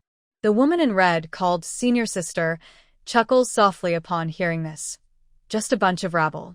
They've been fooled by false bait and are now looking for someone to blame. Will they come after us? A young man in blue asks, handsome with a slightly gentle look in his eyes. Definitely. The woman in red puts down her mirror, a cold glint flashing in her eyes. Our sect's reputation is well known. They go for the easy targets, that's common sense. What about us? Another girl in blue looks a bit nervous. Why be afraid? The woman in red stands up. Her soaked red clothes outline her graceful figure, but she doesn't seem to mind. Let them see why the Harmonious Joy sect is one of the 5 great sections. Before she finishes, loud noises come from outside. Come out, members of the Harmonious Joy sect. Hand over the treasure, or don't blame us for being rude. When the search team finds them, they see a scene that's hard to describe. Several sect members are playing near a hot spring. There are both men and women, dressed lightly, laughing happily, with a faint fragrance in the air. Oh, visitors, one of them says with a playful look. Senior brothers, are you here to play with us? Hand over the treasure. The leader tries to sound firm, but his eyes are already wandering. Treasure. The female cultivator laughs softly. Isn't this treasure right here? Senior brothers, want to take a closer look? She gently opens her collar, revealing her white shoulders. Someone gulps loudly. Senior brothers look so fierce. A male cultivator also leans in, voice soft. Why not sit down, have some tea, and chat slowly? Why, tea. Someone begins to lose their senses. The leader bites his tongue to stay alert. Don't be fooled. They're using charm arts. The female cultivator covered her lips and chuckled softly. Senior brother, what are you saying? We are just being hospitable. Those with lower cultivation levels began to look confused, their faces showing a dreamy smile as if they saw the most beautiful scene in the world. Some started dancing wildly, others muttered to themselves, and a few even began to take off their clothes. Qingxue, close your eyes, Chu Yunlan shouted urgently. Su Qingxue had already closed her eyes, but she could still feel that strange attraction. That feeling was more direct, more enchanting. Nangong Si's face turned pale. The small fiery red bird on his shoulder let out a sharp cry, trying to wake the confused cultivators, but it was only partly effective. Retreat. Quickly retreat, he decided immediately. But the 5 members of the Hahuan sect wouldn't let them leave easily. The dance grew faster, the fog thickened, and the seductive music became louder. In the end, the attack team fled the hot spring area, leaving behind 7 or 8 unlucky people still dancing and dazed. They scrambled out of the Hahuan sect's territory, hearts pounding with fear. That was too scary. I almost lost myself just now. The Hahuan sect really lives up to its reputation. Both searches ended in failure. Meanwhile, the teams searching for the children of the Tianji Pavilion and the Xiantian Sword sect were still wandering in the vast secret realm, unable to find the forest area hidden by the array to the northwest. As for the other small sects teams, they had long hidden away and couldn't be found. Suddenly, the entire secret realm was in chaos. Some were beaten, some charmed, some lost their way, and others were suspicious and attacking each other over treasures that didn't even exist. And the mastermind behind all this was sitting leisurely in the woods, eating snacks, chatting, and waiting for the fish to bite. When will they come? Linji, he was feeling a bit bored. Almost there, Lan Zhuqi sensed the movement outside the array. A team is already heading this way. Should we hide? Lu Qingxue asked nervously. No need, Lan Zhuqi smiled. Let them come in. Then, watch the show. His smile carried a mischievous, cunning glint. The chaos in the secret realm lasted for 3 full days. Over 3 days, the monks of the Van Yin Temple had already driven away 7 groups of treasure seekers. Near the hot springs of the Hahuan sect, more than 10 confused monks who only giggled foolishly appeared. 2 small sects had already hidden and disappeared. Meanwhile, in the forest where the heavenly secret pavilion and some children were, several groups of people passed by but were always perfectly hidden by the illusion array set up by Lan Zhuqi, so no one noticed. During these 3 days, Lan Zhuqi was not idle. He used the special communication method of the Heavenly Secret Pavilion to receive information from outside constantly, while adjusting the array to ensure everything was safe. The 5 children, under his guidance, learned how to control some functions of the array. For example, making the people inside see different illusions. He wants the bad guys to see big spiders. Linji, he said excitedly. Duo wants to see them dance. Qian Duo grinned mischievously. Hanfeng wants to freeze them, Li Hanfeng said coldly. He wants to see them cry, Yunyi whispered. Qingxue wants to make them get lost, Lu Qingxue timidly added. Lan Zhuqi found this both amusing and helpless, but still fulfilled their wishes. He added various little surprises into the array. Giant spider illusions, a hypnotic dance trap, ice traps, ghostly crying faces, and a maze that they could never escape. You guys are really, Lan Zhuqi shook his head, but well done. Yay, the 5 children cheered and clapped. The disciples of the Heavenly Secret Pavilion looked at their young master and the children messing around, exchanging glances, but no one stopped them.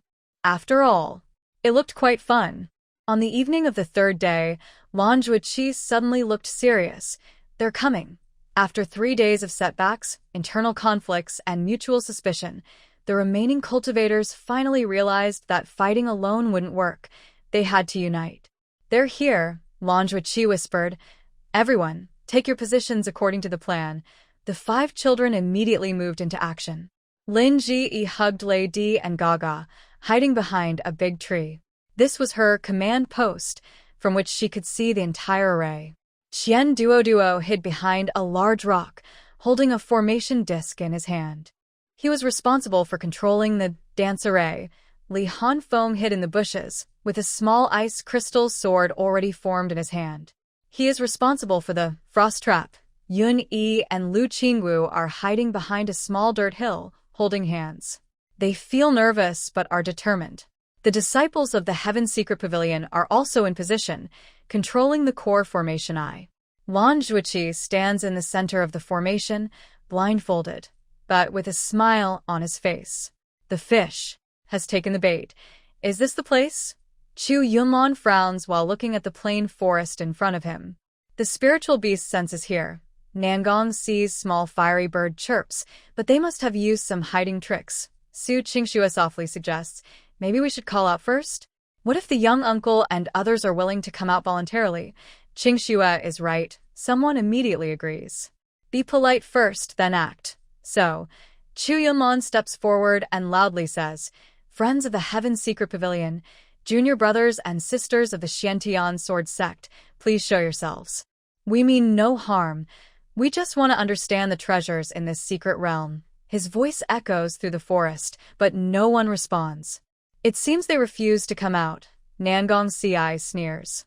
Then don't blame us for being rude. He waves his hand, and several disciples of the beast-taming sect release their spiritual beasts. Tracking mice, illusion-breaking eagles, underground tunneling pangolins. Various spiritual beasts skilled in finding and breaking concealment begin their search. However, as soon as these beasts enter the forest, they dart around aimlessly like headless flies. What's going on? Nangong Ci's face changes. Formation, Chuyalan réalise. They set up a formation. Break the formation, someone shouts. A few cultivators skilled in formation step forward, trying to find the core. But the formation set by Lanjuichi is complex, with interconnected layers and endless changes. It's not easy to break. They tangle for half an hour without progress. Damn it, an impatient cultivator can't hold back. Just rush in. I don't believe a few kids can set such a powerful formation. Yes. Break in, everyone go. Then. Spiders. Such big spiders. Help. Ghosts. It's so cold. Why is it snowing all of a sudden? My legs. Can't move. Where is this? Why am I back here again? Chaos erupts instantly. Lindsay hid behind a big tree, watching the chaotic scene in the formation with a happy face. Spiders. The spiders are coming. She controlled the illusion array, making a large black spider appear in front of a cultivator. The cultivator was so scared, he almost fainted and turned to run, but he bumped into Qianduoduo's dancing array. I can't control myself anymore. The cultivator was terrified to find himself dancing wildly, his movements stiff and funny, like a puppet. Haha. Qianduoduo rolled with laughter behind a huge rock. Dance. Keep dancing. Meanwhile, Li Hanfeng activated the frost trap. A few cultivators suddenly felt their feet turn cold. Looking down, they saw their legs frozen with ice. What's going on? My spiritual power can't move. Help! Yun Yi and Lu Qingxue worked together to create a crying ghost shadow and a maze. Some cultivators were scared by the ghost shadow and started crying loudly. They kept wandering in the maze, unable to find a way out. The disciples of the Heavenly Secret Pavilion controlled the core array eye, making sure the formation worked smoothly and disturbing those trying to break the formation. Lanjuichi stood in the middle of the formation. Although his eyes were covered, he could clearly sense everything inside. His smile grew wider. Are you done playing? He asked softly. Not yet, 5 children answered together. Then. Keep going. Outside the formation, Su Qingxue, Chu Yunlan, Nangong Ci, and some stronger cultivators hesitated to rush in immediately. Now they watched in shock as chaos unfolded inside. Some were dancing, some crying, some trembling from the cold, some wandering in the maze, and others fighting a spider that didn't even exist.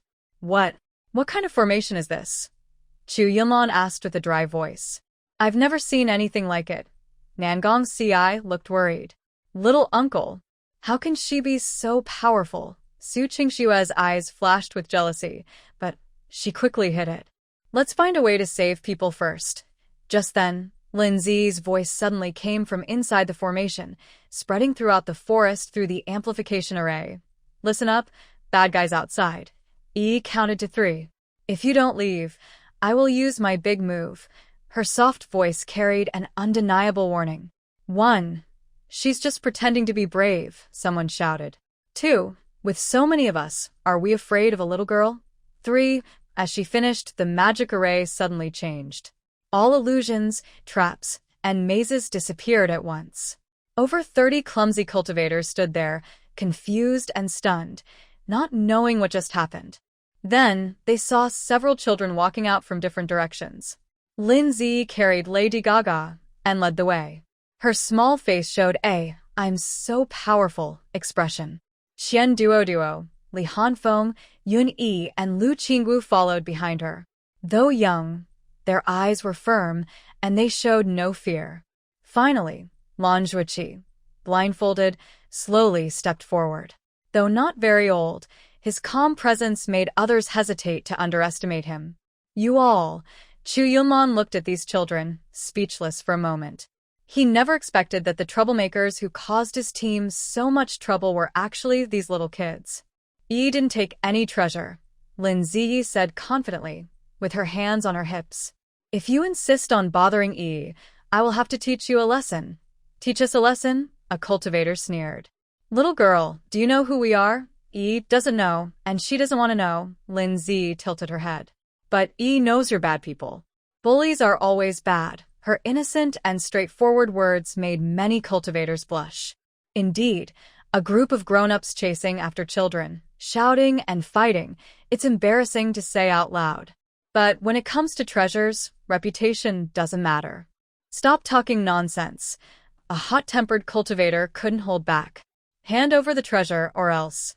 Greedy eyes flickered among the crowd. Most people shouted to hand over the treasure, but what they really wanted was the rich cultivation resources on these top sect disciples, since there was only one secret treasure. However, not everyone shared this desire. Wait a moment.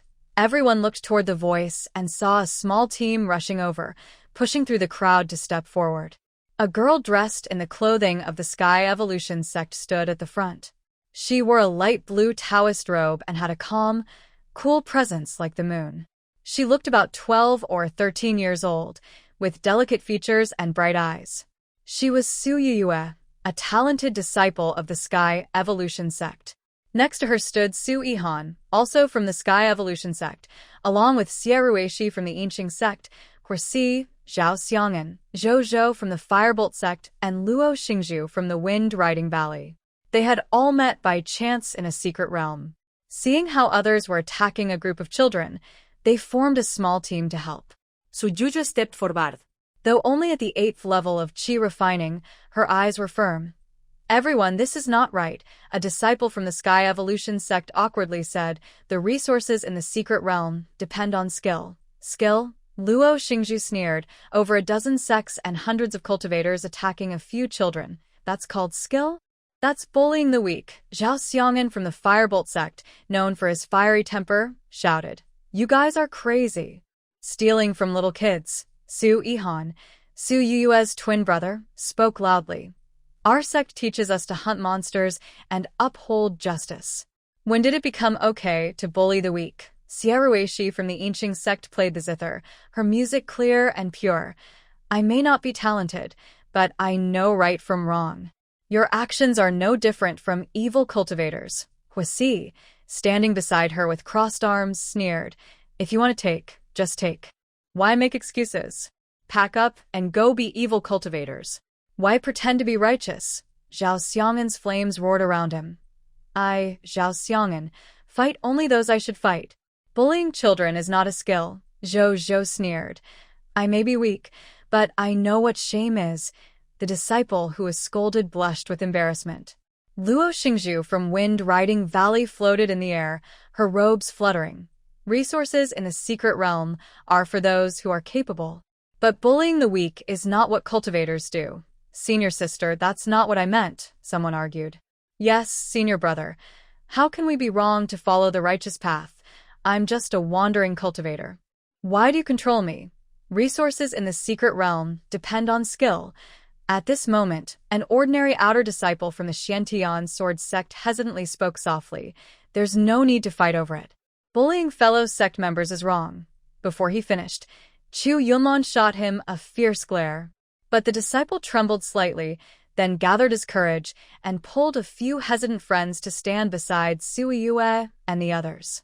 Why are you glaring at me?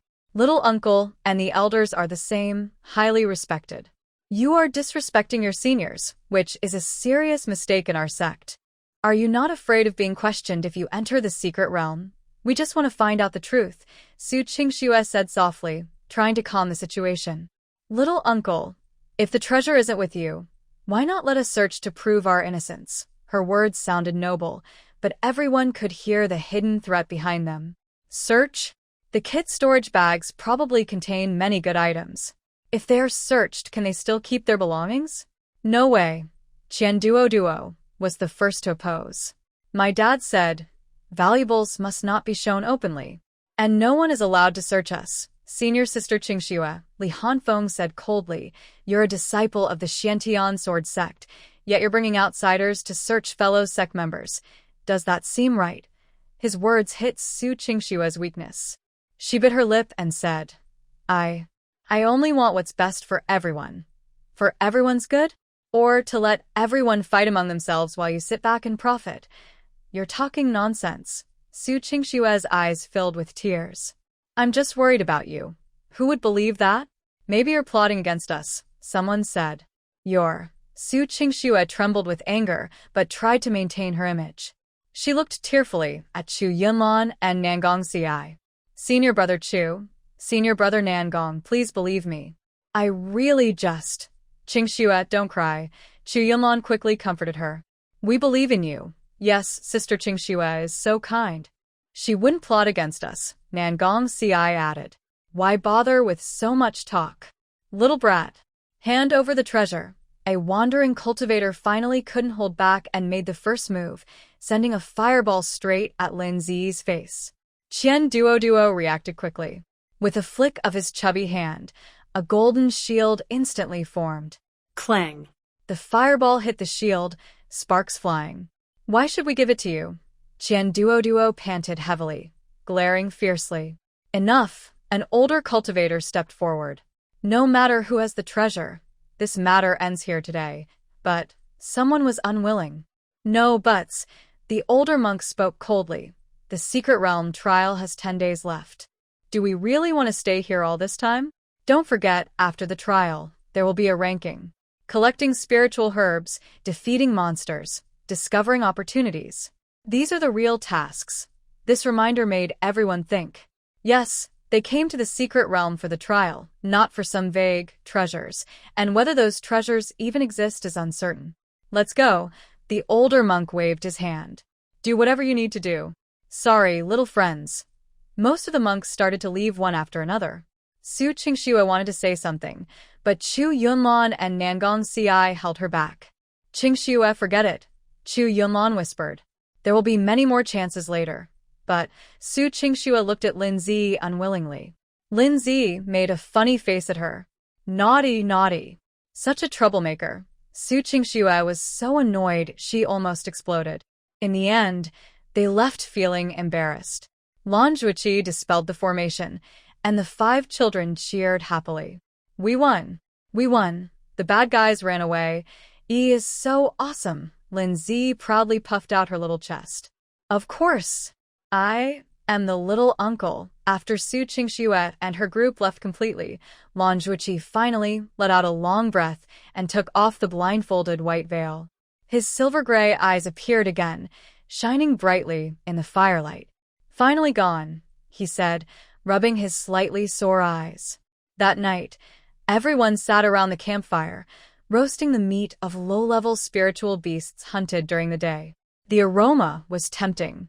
The children ate eagerly, their mouths covered in grease. Even Lan Zhuqi, usually so reserved, ate several pieces. This meat smells so good. Qianduoduo's cheeks were puffed out as he stuffed himself. Eat slowly, no one is fighting you for it, Li Hanfeng said, though he kept munching on his skewers. Lu Qingwu ate little by little, a satisfied smile on her face. Yun Yi was covered in oil, looking like a little cat. Lin Zi held Lei Di, feeding him meat while eating herself happily. The disciples of the Heavenly Secret Pavilion watched these children and couldn't help but smile. Having such friends to spend time with was much better than always frowning and calculating all day. At the most warm and happy moment, suddenly, thud, a loud muffled sound, and the entire ground suddenly collapsed. The bonfire, the barbecue, the children, the disciples of the Heavenly Secret Pavilion. All of them fell, without warning.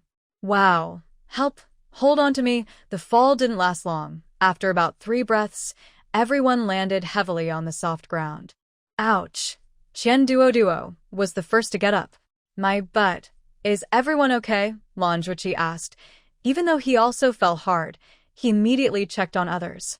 I'm fine, Yi. Lin Zi climbed up from Lady Gaga, and at a critical moment, the little divine beast, voluntarily, used its body as a cushion for her. Lady Gaga. Punto y almost died. The 6 children checked each other and confirmed they were uninjured, only some scratches and shock. The disciples of the Heavenly Secret Pavilion also got up one after another, alert and watching around. This was an underground space, surrounded by rough stone walls. The hole above had automatically closed, leaving only some glowing moss for faint light. Wow. You weren't lying. There really is a chance here. Qian Duo suddenly realized and excitedly patted Lan Zhuqi's shoulder. Lan Zhuqi was also stunned. Yes, I'm not lying. He sounded a bit guilty. Li Hanfeng looked at him, clearly showing distrust in his eyes.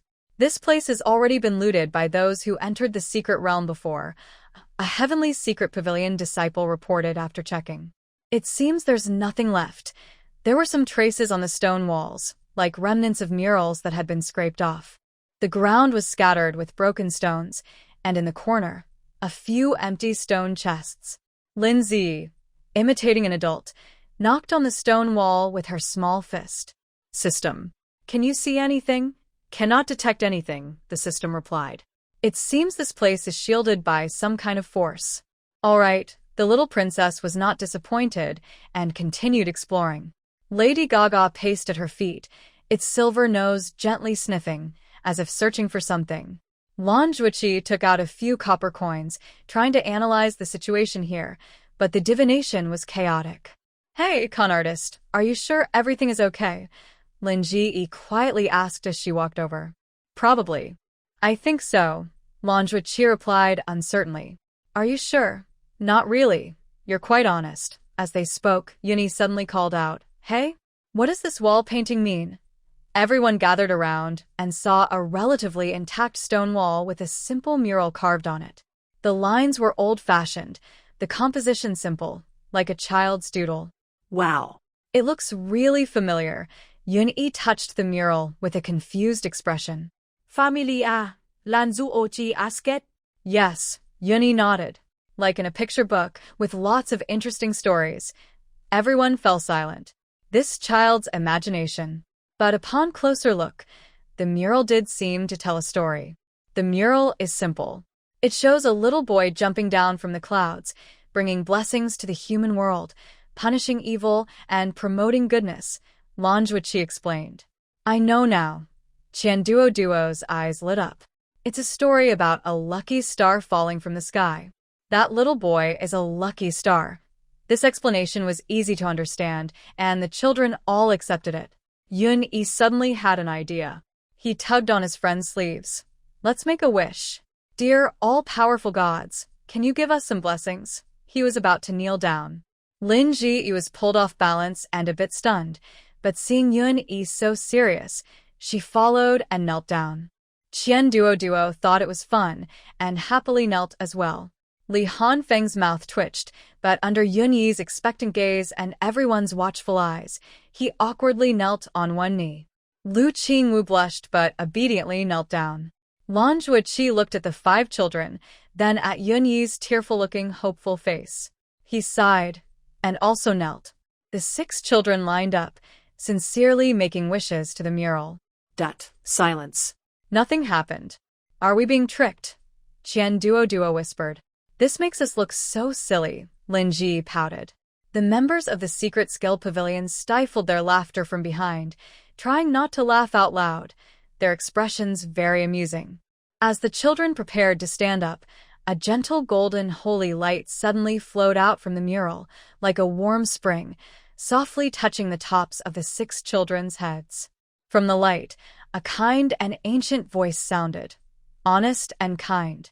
The light entered the children's bodies, and everyone felt a warm sensation in their dantian, as if they had drunk a cup of warm spiritual tea, an indescribably comfortable feeling. Wow! Yun-yi exclaimed happily, it really works. But in the next moment, Lin Zi, with a serious face, looked toward the light and said, You're not right. The holy light. The children and the disciples of the heavenly secret pavilion were all stunned. Lan Zhuoqi is not honest, Lin Zi pointed at Lan Zhuoqi beside him. Lan Zhuoqi? Who did I offend? I'm not kind either, Lin Zi continued, because I am. The system hurriedly covered its mouth. You can't let others know you're a villainous female supporting character. The little princess changed her tone, because I am a very hungry person. I want to eat spiritual beasts, kill creatures. I am not kind. After saying this, she nodded firmly, showing she thought she was very reasonable. The system. You're quite something. Will anyone believe that? But, surprisingly, someone did. Lu Qingwu whispered in agreement. Qingwu. Qingwu also eats meat. Qian Duo scratched his head. Duo ate a lot. Li Hanfeng. That I also ate. Yun-yi also ate. Even Lan Zhuoqi silently nodded. He had indeed eaten too. The holy light seemed stunned, pausing in the air for a few seconds, as if thinking. Then, the light shone again, still warm and gentle. That ancient voice sounded once more, this time with a hint of a helpless smile. Honesty is also kindness. Admitting mistakes is also kindness. You Are very good. The light grew brighter, completely enveloping the 6 children. This time, not only their dantian but their entire meridians felt warm, and their cultivation seemed to have slightly improved. Although it was not much, it was a real benefit. After the light disappeared, the mural returned to its original state, as if nothing had happened. But the children could feel that inside them, a gentle and pure energy was slowly nourishing their bodies and their cultivation. Wow! Lan Zhuqi felt the change inside him and said in surprise, "This is blessing and grace. An ancient divine power only the most virtuous could use. I didn't expect there to be remnants here. Does that mean we gained something?" Qianduoduo's eyes sparkled. "More than that," Lan Zhuqi said seriously, "this blessing is very good for cultivation. It can purify spiritual energy, strengthen your foundation, and even improve your luck." "What is luck?" Lin Zi asked. "Just good fortune," Lan Zhuqi explained simply. "You might find that your luck has gotten a little better." "Yay!" the children cheered. Although the process was a bit silly, the result was good. The last words of the holy light, "Honesty is also kindness," made Lan Zhuqi think deeply. He looked at Lin Zi, this 3.5-year-old girl. Sometimes she could be annoying, but she was truly honest. Even when facing the judgment of a god, she dared to speak the truth. "Thank you, Lan Zhuqi suddenly said. "Thank me for what?" Lin Zi tilted her head. "Thank you for saying I am not honest," Lan Zhuqi smiled. "From now on, I will try to be more honest." "So you won't lie anymore?" she asked. "That I'll try not to lie." "That's more like it," the little princess nodded happily. "How do we get out?" Lu Qingxue asked softly, the key question. Everyone suddenly realized they were trapped inside this underground space. "Let's look for an exit." Lan Zhuqi stood up. While the 6 children and the disciples of the Tianxi Pavilion searched for an exit in the blessing space, they unexpectedly encountered someone no one thought would appear here. Nangongqi. This young master of the beast-taming sect was leaning against a stone wall, dressed in dusty armor. The small fiery red bird on his shoulder drooped its head, looking very tired. One of his legs was bent unnaturally, clearly injured.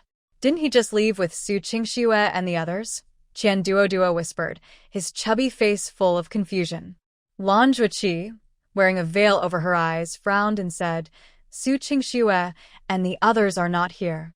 Could there be another entrance?" The system reminded in Lin Ji's mind, detected that Nangong Si's left leg is broken, spiritual energy is depleted, and the spiritual beast on his shoulder is weak.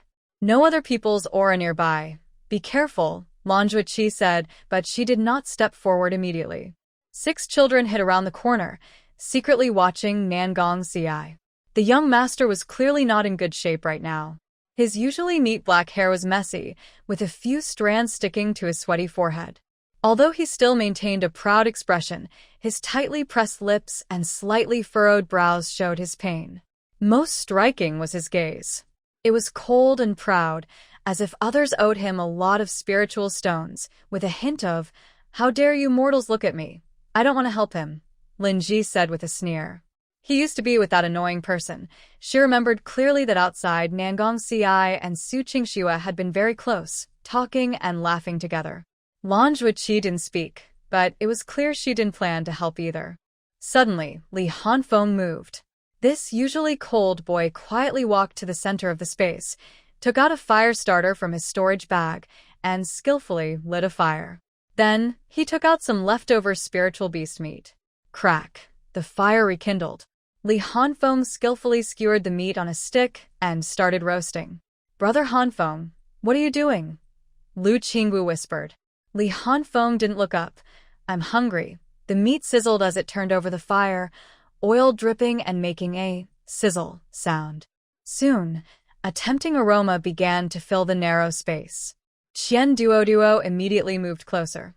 "Save a piece for Duoduo. You want some too." Yunyi looked on eagerly. Lin Ji, smelling the roasted meat, couldn't help but swallow. Lan Jueqi shook her head helplessly, but still took out some seasoning from her storage bag and handed it to Li Hanfeng. Add this, it will taste better. Li Hanfeng took it and skillfully sprinkled the spices. The aroma became even richer. All of this was seen and smelled by Nangong Ci, who was hiding in the side passage.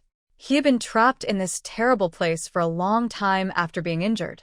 The food in the storage bag was long gone, and only half a pot of water remained. At this moment, he caught the smell of grilled meat, and his stomach involuntarily growled. The sound was quiet, but in the silent space, it was very clear. 6 children all turned their heads to look at him. Nangong Ci's face warmed, and he forced himself to stay calm, turning away as if nothing had happened. But his eyes couldn't help but glance toward the fire. Since he was injured, he hadn't eaten anything, and he had just used a lot of spiritual energy. Now, smelling the aroma of grilled meat, he instinctively swallowed. But he didn't want to lose face. As the young leader of the beast-taming sect, he was taught from a young age to keep his dignity and not lose composure in front of others. Even if he was hungry or hurt, he had to stay graceful. The meat was ready. Li Hanfeng divided the skewers among his friends. The 6 children sat together, eating eagerly, their mouths greasy, and they deliberately made satisfied sounds like, delicious. Brother Hanfeng, your cooking is really good. One more piece, Nangong Ci. His little bird on his shoulder also chirped twice, clearly hungry too. Finally, this proud young leader of the beast-taming sect couldn't hold back anymore. He cleared his throat and spoke in a tone that sounded like he was offering a rare opportunity. Ahem. The children over there. The 6 children all turned to look at him, still chewing meat. Nangong Ci felt a little uncomfortable under their clear, bright eyes, but he forced himself to continue. If you give me a bite, he paused as if making a big concession. I will reluctantly agree that you saved me. He spoke confidently as if saving him was a great honor and giving a bite of meat was the ticket to that honor. The air was silent for 3 seconds. Then, pooh ha ha ha. Qian Duo was the first to burst out laughing, his chubby body shaking with laughter. Ha ha, his stomach hurts. Lin Zi also laughed so hard, she was almost crying. Lu Qingxue covered her mouth, giggling secretly, shoulders bouncing. Yun Yi looked like he was thinking, is this person stupid? Li Hanfeng continued roasting the meat silently, as if he hadn't heard anything, but a slight smile appeared at the corner of his mouth. Although Lan Juepool was blindfolded, a small smile appeared at the corner of his mouth. Nangong Ci's face suddenly turned red. What are you all laughing at? Just laughing at you, Qian Duo said with a smile. You're hurt so badly, and you still reluctantly agree for us to save you? You should be begging us to help. Exactly, Lin Zi nodded in agreement. Who do you think you are? Calling yourself young master or prince? Even Princess Yi isn't as arrogant as you. Nangong Ci's face turned pale with anger. Do you know who I am? I am the young master of the beast-taming sect. My father is Nangong Ao. Everyone in Dongzhou knows about our beast-taming sect. Oh, Li Hanfeng said calmly, then use the reputation of the beast-taming sect to heal your leg. Nangong Ci was speechless. If he could heal himself, he wouldn't be stuck here for so long.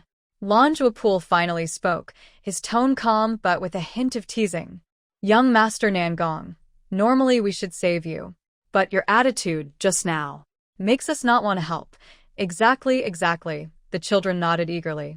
Nangong Ci took a deep breath, forcing himself to stay calm. He knew that continuing to act proud would only make him look worse. But he couldn't bring himself to beg these little kids humbly. The standoff continued. Li Hanfeng finished roasting the second batch of meat and shared it with the children. This time, he deliberately made it smell even better, and in a slow motion, took a bite where Nangong Ci could see, showing a satisfied expression. Nangong Ci's stomach growled loudly again. This time, the sound was even louder.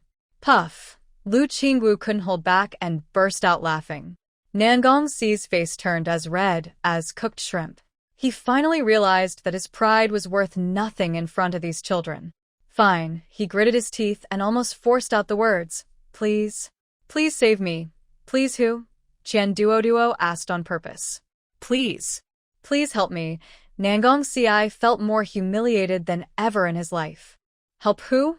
Be clear, Lin Zi blinked innocently. Nangong Ci closed his eyes and resigned himself. Please the disciples of Xiantian Sword Sect. And the friends from Tianji Pavilion to save me. Li Hanfeng finally looked up at Nangong Ci and said 2 words. Apologize. Apologize for what? Nangong Ci was surprised. Earlier, he and Su Qingxue and others suspected that Yi had taken a treasure. He also brought people to search us. Nangong Ci was speechless. He had indeed done those things. At the time, he thought it was normal. Since the treasure was there, anyone could be suspicious. But now, being called out face to face, he felt a bit embarrassed. That was a misunderstanding, he explained reluctantly. A misunderstanding doesn't give you the right to bully others, Lin Zi interrupted. Master who said if you do something wrong, you must apologize. Otherwise, you're a bad kid. I'm not a kid, Nangong Ci instinctively retorted, even though he was only 10.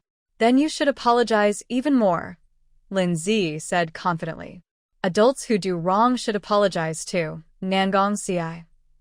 This was the first time he met such a stubborn little kid.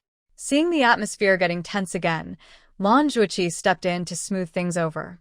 Young Master Nangong, the previous matter was indeed a misunderstanding. Nangong Ci looked at him, then at the children happily eating, and finally compromised. Sorry, he said reluctantly, but he did apologize. That's more like it. Qian Duoduo was satisfied. Lan Zhuoqi then stood up, went to Nangong Ci, and checked his injuries. Left leg is broken and needs to be set. The shoulder spirit beast's spiritual power is overdrawn and needs nurturing. He quickly made a judgment. Tianji Pavilion has bone-setting pills and spirit-nourishing pills that can treat this. But what? Nangong Ci's heart tightened. But they will cost money, Lan Zhuoqi said seriously. A bone-setting pill costs 50 low-grade spirit stones, and a spirit-nourishing pill costs 30. Total 80, Nangong Ci. Are you robbing us? The market price for bone-setting pills is at most 20 spirit stones, and spirit-nourishing pills are 15. This Tianji Pavilion kid is selling them at double the price. He wanted to curse. But at that moment, Li Hanfeng had finished roasting a batch of meat, and the aroma wafted over. Nangong Ci's stomach growled. Gurgle. His little bird on his shoulder also chirped in protest, seeming to say, Master, say yes. I want to eat meat. I want medicine. Fine, Nangong Ci gritted his teeth. 80 it is. Lan Zhuoqi then took out a pill from his storage bag. But he didn't give it immediately. Instead, he held out his hand and said, Pay first. Nangong Ci hesitated. It was the first time he saw such a practical lifesaver. Reluctantly, he took out 80 low-grade spirit stones from his storage bag. For the young master of beast taming sect, this amount of money was nothing, but he felt humiliated. Lan Zhuoqi accepted the payment and then handed over the pill. Nangong Ci took the pill and looked at Lan Zhuoqi. Thank you, you're welcome, Lan Zhuoqi replied calmly. Our Tianji Pavilion believes in karma. Although you gave me spirit stones, you still owe us a favor. Remember to repay it later. Nangong Ci's initial feeling of gratitude disappeared instantly. These people are not easy to deal with. He took the bone-healing pill and fed the spirit-nourishing pill to the small bird on his shoulder. The medicine worked quickly, his complexion improved, and the small bird looked more energetic. He looked at the roasted meat on the fire and hesitated. Can I have a piece? Sure, Li Hanfeng nodded. 10 spirit stones for 1 piece, Nangong Ci. Are you robbing me? He finally shouted. 1 piece of roasted meat for 10 spirit stones? Is it made of gold? Li Hanfeng remained calm. Exclusive secret recipe. If you want to buy it. Nangong Ci looked at the golden, shiny roasted meat and swallowed hard. The medicine healed his wounds, but it didn't satisfy his hunger. Moreover, he couldn't fast. Fine, he took out 10 spirit stones again. Li Hanfeng then handed him a piece of roasted meat. Nangong Ci took it eagerly and bit into it, then he froze. It was so delicious. The outside was crispy, the inside tender, fragrant, and perfectly seasoned. Maybe because he was hungry, anything tasted good. Okay, he finished the roasted meat in a few bites, still craving more. He looked at the fire. One more piece. 10 spirit stones, Li Hanfeng said, holding out his hand. Nangong Ci obediently paid. Thus, this proud young master of beast-taming sect and his spirit pet spent 200 spirit stones to barely fill their stomachs and heal their injuries. After eating, he leaned against the stone wall to rest, watching these children with complicated feelings. On one hand, he felt like he had been cheated and was very upset. On the other hand, these children had indeed saved him, and the barbecue was really delicious. He wiped his mouth and regained some of his young master's demeanor, but his tone was no longer so proud. This meat is okay. If you don't bully Sister Qingxue in the future, I might consider being friends with you. As soon as he said this, the children exploded with excitement. Who bullied her? Qian Duo asked angrily. It was clearly her who bullied us. Exactly, Lin Zi crossed her arms. She was the one who made everyone come find Yi first, annoying her, Li Hanfeng said simply. Lu Qingwu whispered, Sister Qingxue always talks badly about us. Yuni nodded firmly. I don't like her. Nangong Ci was stunned. In his mind, Su Qingxue was kind, gentle, and understanding. How could she bully others? Surely, the children misunderstood. But seeing their consistent reactions, he felt uncertain. Sister Qingxue might just be worried about you, he tried to explain. Worried that we might hide treasures, Lan Zhuqi asked calmly. Nangong Ci was speechless. Worried that we might bring others to trouble us, Lan Zhuqi continued. Nangong Ci couldn't answer. He recalled everything that had happened before. Indeed, every time Su Qingxue cared about Lin Zi and the others, it always caused bigger misunderstandings and conflicts. Was this really just a coincidence? Can I hit him? Qian Duo whispered to Lin Zi. I can't stand it anymore.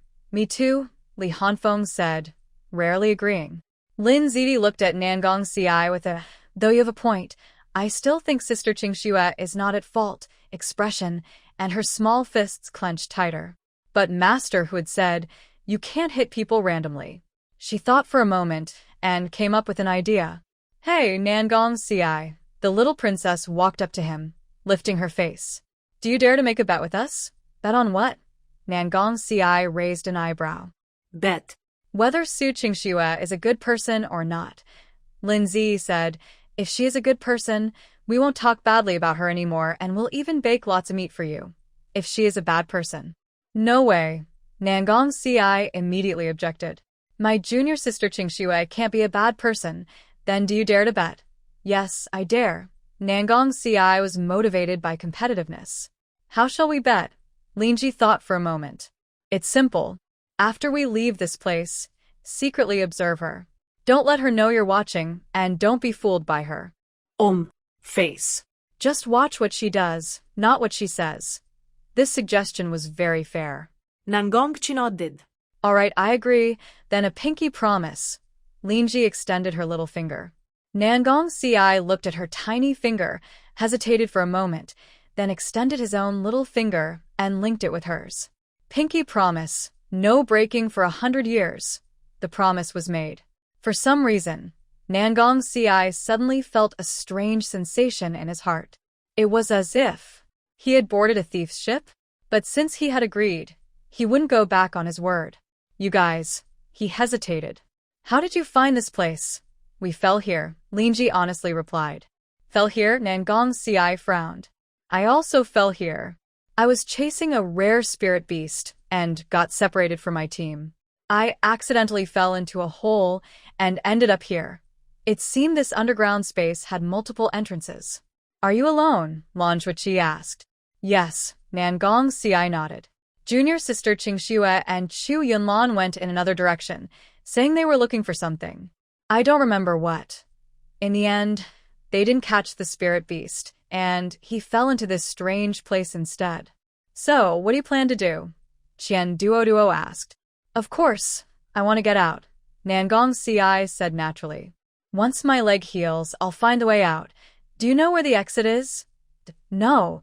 The 6 children looked at each other, all seeing the helplessness in each other's eyes. We've looked around, but haven't found the exit yet, Qingxue said. But since there's an entrance, there must be an exit. Once we rest, we'll look together again. That's all we can do, Qingxue nodded. So, the small team now had an extra person and a small fiery red bird. The atmosphere became a bit awkward. Qingxue still acted like the young master, but he was clearly softer than before. The children also accepted this new member. After all, who would refuse a generous, though forced, benefactor? After a short rest, Qingxue resumed calculating the location of the exit. This time, perhaps because of good luck, the pattern was much clearer. Go east, he pointed to a passage. There is the aura of a life gate. Then let's go. Li Hanfeng extinguished the campfire. The 7 children began exploring toward the east. Although Qingxue's leg was healed, he couldn't use much strength yet, so he moved slowly. Lu Qingwu and Yun Yi kindly helped him, of course, for a fee. Help me once, 1 spirit stone, Lu Qingwu whispered. Yi also wants to. Yun Yi shyly reached out. Qingxue. He resignedly took out his storage bag. And so, the group moved forward slowly. Along the way, they found some murals, but they were incomplete and hard to read. After about half an hour, they saw a stone door ahead. The door was carved with complex symbols that emitted faint light. This is the place, Qingxue stopped. How do we open it? Qian Duoduo asked. Qingxue studied the symbols for a while, then shook his head. I don't understand. It looks like ancient writing? What do we do then? Lin Zi asked anxiously. Are we going to be stuck here forever?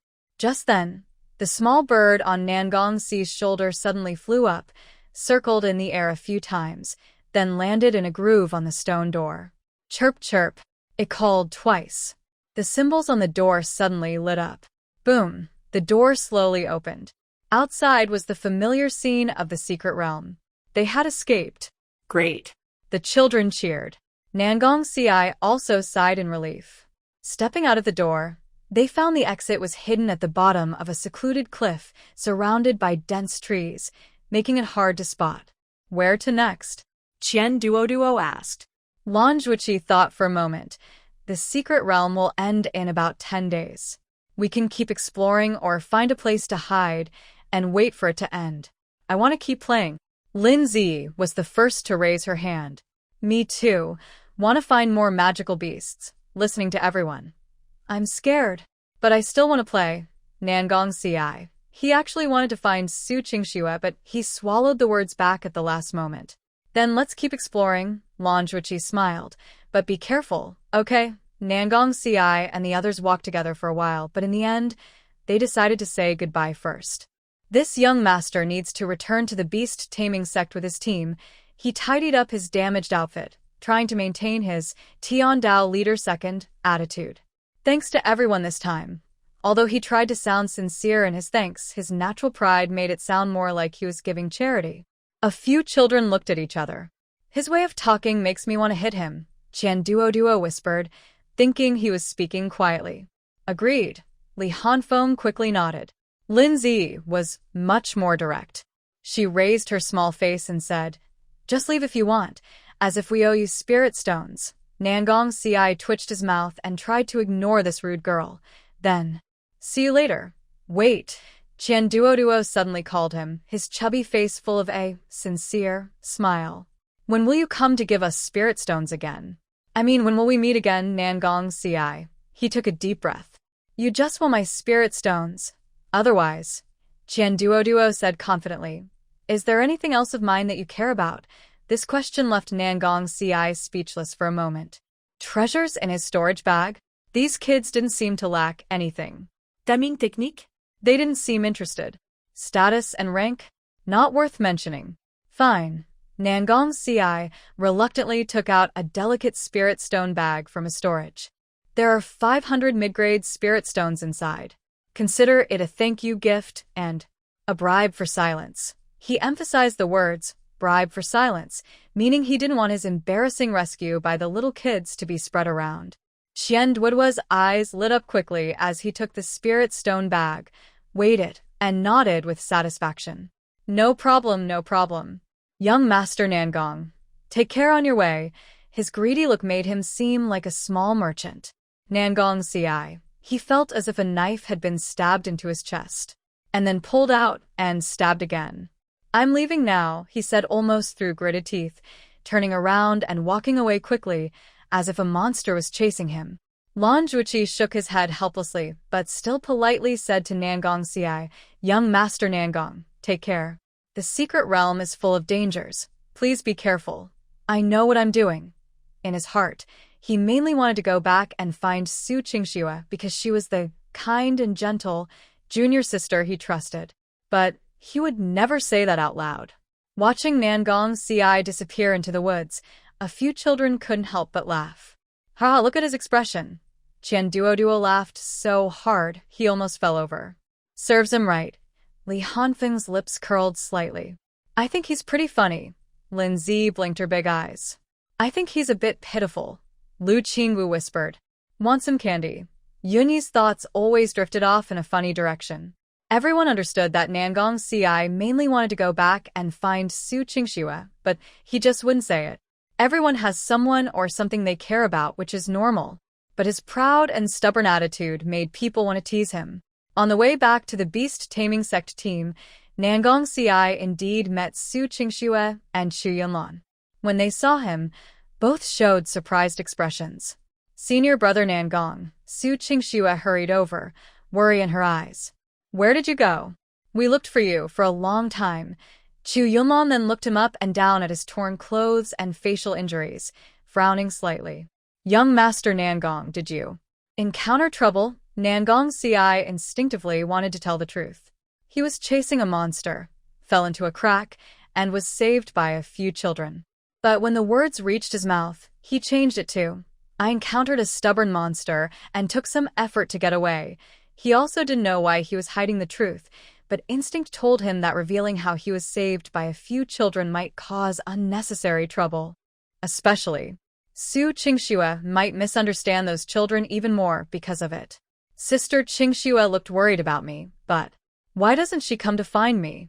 She just talks about it. Nangong ci didn't dare to think too much.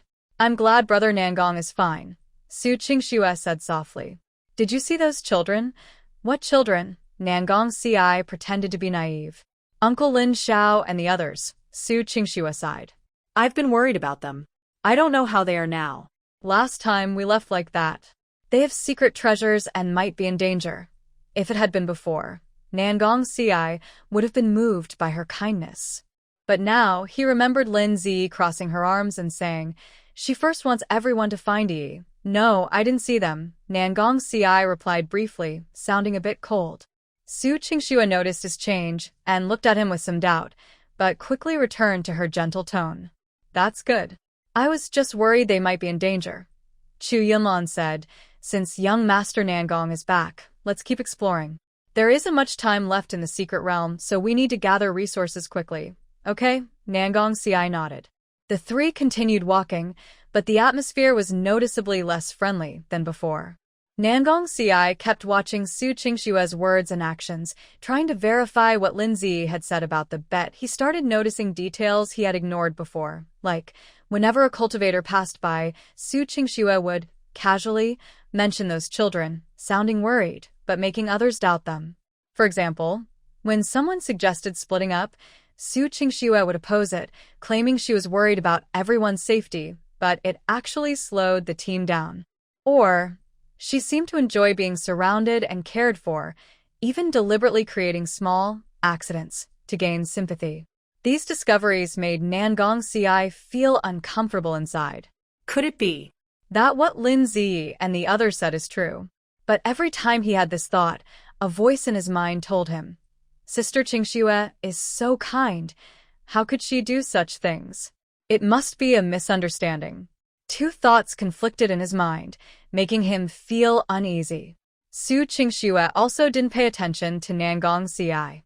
Anyway, she already had Chu Yunlan, a loyal protector, so Nangong ci's attitude didn't matter much. But where did those little kids go? Meanwhile, Lin Zi and her group were happily exploring the secret realm. Thanks to the blessing of the previous, Fortune's blessing, their luck seemed to have improved. Look. There's a 500-year-old Zian grass over there. Qian Duo pointed out a cliff with sharp eyes. Be careful, there might be guarding monsters, Li Hanfeng warned as he looked around carefully. Sure enough, in the cave below the cliff, a metal-armored lizard was lying there, staring fiercely at the Ziyun grass. What should we do? Lu Qingxue whispered. Simple. Lin Zi took out a talisman from her storage bag. Master, who gave us many talismans. This one is a sleep talisman, which can make monsters sleep for a while. She activated the talisman and threw it at the metal-armored lizard. The talisman turned into a faint pink smoke in the air, covering the lizard. The lizard struggled a few times and soon lay on the ground, snoring loudly. Quick, pick it, Lan Zhuqi reminded. Li Hanfeng used his agility to leap lightly onto the cliff, carefully plucking the Ziyun grass and placing it into a special jade box. The whole process was smooth and coordinated. Done. Qian Duo clapped happily. This was already the third rare spiritual herb they found today. Besides that, they also picked up some good quality ores, hunted a few low-level monsters, and gained a lot. Yi thinks that Grandpa Saint's light didn't lie to us, Lin Zi said seriously. Our luck really has improved. Yes, Lan Zhuqi nodded. Fortune's blessing can indeed boost luck. It might not be very dramatic, but it's very useful at critical moments. Where do we go now? Yuni asked. Keep going deeper. Lan Zhuqi pointed toward the center of the secret realm. That's where the spiritual energy is strongest. There should be good stuff there. Great, the children cheered enthusiastically. However, just as they were about to set out, a sudden commotion came from the distance. It's Su Qingxue and the others. Li Hanfeng, who had the best hearing, frowned. Soon after, Su Qingxue, Chu Yunlan, Nangong Ci, and their group appeared in sight. They seemed to notice the spiritual energy fluctuations nearby and hurried over. When the two groups met, the atmosphere became a little awkward. Little uncle, Su Qingxue spoke first, with a look of surprise. We finally found you. We were so worried that we might hide some so-called treasure. Qian Duo responded directly. Su Qingxue's face stiffened. Brother Qian, what do you mean? I was just worried about your safety. Now that we've seen you're safe. Lin Zi hugged Lady and chuckled. You can go now. Her words were very blunt, even making Chu Yunlan uncomfortable. Uncle Lin Qingxue is just being kind. Why are you so aggressive? You still call me Uncle Lin, the little princess said confidently. I'm not being aggressive. Yi just doesn't like her. Master, who said that people who don't like each other don't have to force themselves. Chu Yunlan was speechless. Nangong Ci stood nearby, his expression complicated. He looked at Su Qingxue, then at Lin Zi and the others, frowning slightly. It seemed he sensed something was wrong, but that feeling was quickly hidden by an inexplicable force. He opened his mouth but said nothing. Lin Zi and her group were so firm in their attitude, while Su Qingxue, though appearing upset, had a flicker of pride in her eyes. What was she proud of? Since little uncle doesn't want to travel with us, we'll take our leave, Su Qingxue said tearfully, turning to walk away. Wait, Nangong Ci couldn't help but speak. Qingxue, we still need to gather dragon saliva fruit, right? That place seems to be nearby. His words were partly sincere, as he did have information about the dragon saliva fruit. Partly, he was testing her to see her reaction.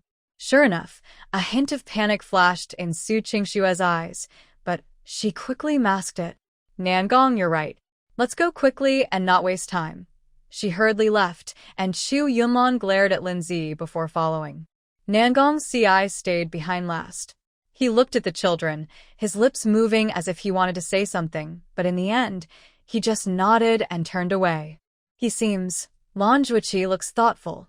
A bit off. Who cares? Qian Duo is carefree. Let's keep looking for our treasure. Yes, Lin Zi nods firmly. Yi still wants to find more delicious spiritual fruits. The children quickly forget their earlier unhappiness and continue their adventure. Meanwhile, Nangong Ci's doubts grow stronger. In the following days, the atmosphere in the secret realm becomes more tense. As the time approaches, the competition among the teams becomes fiercer. Conflicts happen over valuable resources. Thanks to Lan Zhuqi's predictions and the children's good luck, Lin Zi's group always manages to avoid the worst fights and find safer areas to gather resources. Of course, they also face some dangers. For example, they almost got attacked by a swarm of poisonous bees after accidentally entering a toxic fog zone. Or they encountered a real remnant of a foundation-building stage monster, and it took great effort to escape. But each time, they managed to turn danger into safety. "We're really amazing," the little princess proudly says. These children, the oldest 6 years old and the youngest 3.5, have survived in such a dangerous secret realm and gained many treasures. That's quite impressive. It's all thanks to everyone's hard work, Qian Duo modestly says. If you ignore him busy counting spiritual stones. Li Hanfeng is wiping his small ice crystal sword, Lu Qingxue is organizing the gathered spiritual herbs, and Yun Yi is sleeping. Lady Gaga is lying on Lin Zi's lap, enjoying her gentle touch, snoring comfortably. Everything is very peaceful. Until, buzz, the entire secret realm suddenly trembles. In the sky, a huge glowing gate slowly opens, emitting a gentle light. Time's up, Lan Zhuqi stands up. The secret realm's exit is open. The Qingling secret realm trial officially ends. All surviving cultivators will be transported out. Let's go. Lin Zi picks up Lady Gaga with a hint of reluctance in her eyes. This 20-day journey in the secret realm was dangerous, but fun. She made new friends, learned new things, and gained many treasures. Yes, let's go. The children hold hands and walk toward the glowing gate. Lan Zhuopul followed behind them, a faint smile on his face hidden behind his blindfold. This secret realm trip, his greatest gain might not be any resources, but these friends. The glowing door grew closer and brighter. As their figures disappeared into the light door, the Qingling secret realm closed again, waiting to open in 3 years. Outside the secret realm, the elders of the major sects had been waiting for a long time. Feng Lin Yuan stood at the front, his red clothes fluttering in the wind, eyes full of anticipation.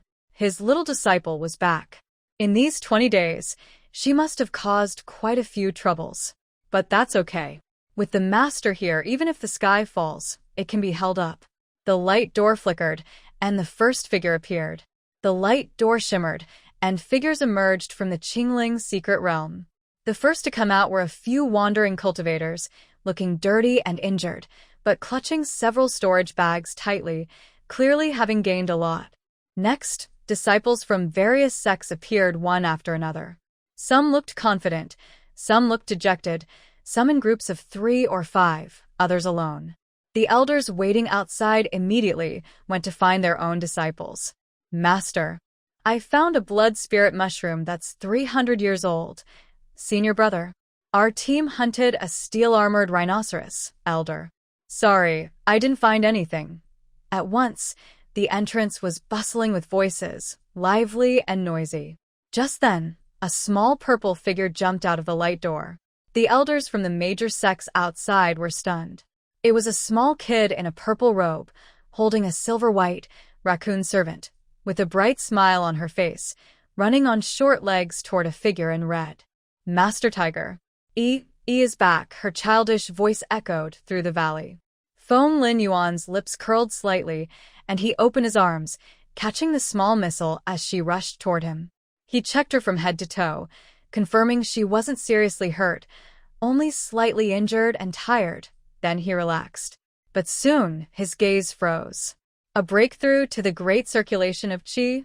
20 days ago, my young disciple was only at the 6th level of qi refining when he entered the secret realm. How did he come out at the great perfection stage? It seems that the secret realm doesn't suppress him too much. Moreover, his aura is calm and strong, with a solid foundation that is hard to believe. Not only Feng Linyuan noticed this, but other elders also whispered among themselves. Is that the young uncle from the Xiantian sword sect with the spiritual root? Great perfection of qi refining? She's only 3.5 years old, right? 20 days from 6th level to great perfection? That's speed. No wonder she has a spiritual root. Uncle Feng must have a good disciple. Soon after, Qian Duo, Li Hanfeng Yunyi, and Lu Qingxue appeared one after another, each rushing to their master. Master? Duo found many spiritual herbs. Qian Duo held up a bulging storage bag, showing off like a treasure. I defeated a swift wind wolf, Li Hanfeng said with a proud look, even though his face was still cold. Yi misses you. Yun-Yi threw himself into his master's arms, dropping golden beans again. Master, I'm back too, Lu Qingxue said shyly.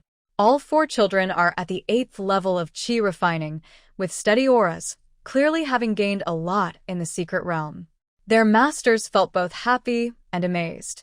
When these children entered, they were only at the 7th level, but they came out at the 8th, and their foundations are solid, not just built up with pills. It seems they truly benefited a lot from this secret realm trial. At this moment, Nangong Ci also stepped out of the light gate. He was dressed in a new dark green outfit, and the small red bird on his shoulder was back. Though a bit tired, he looked good overall. Suddenly, a cheerful laugh rang out. Ha ha. Sir.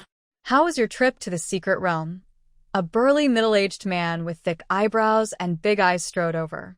It was Nangong Ao, the sect master of the beast-taming sect. He wore a beast fur cloak, with various beast tooth ornaments hanging from his waist, looking wild and unruly. Nangong Ci saw his father. Although he tried to maintain a calm demeanor, a hint of relaxation flashed in his eyes. It was okay. Okay?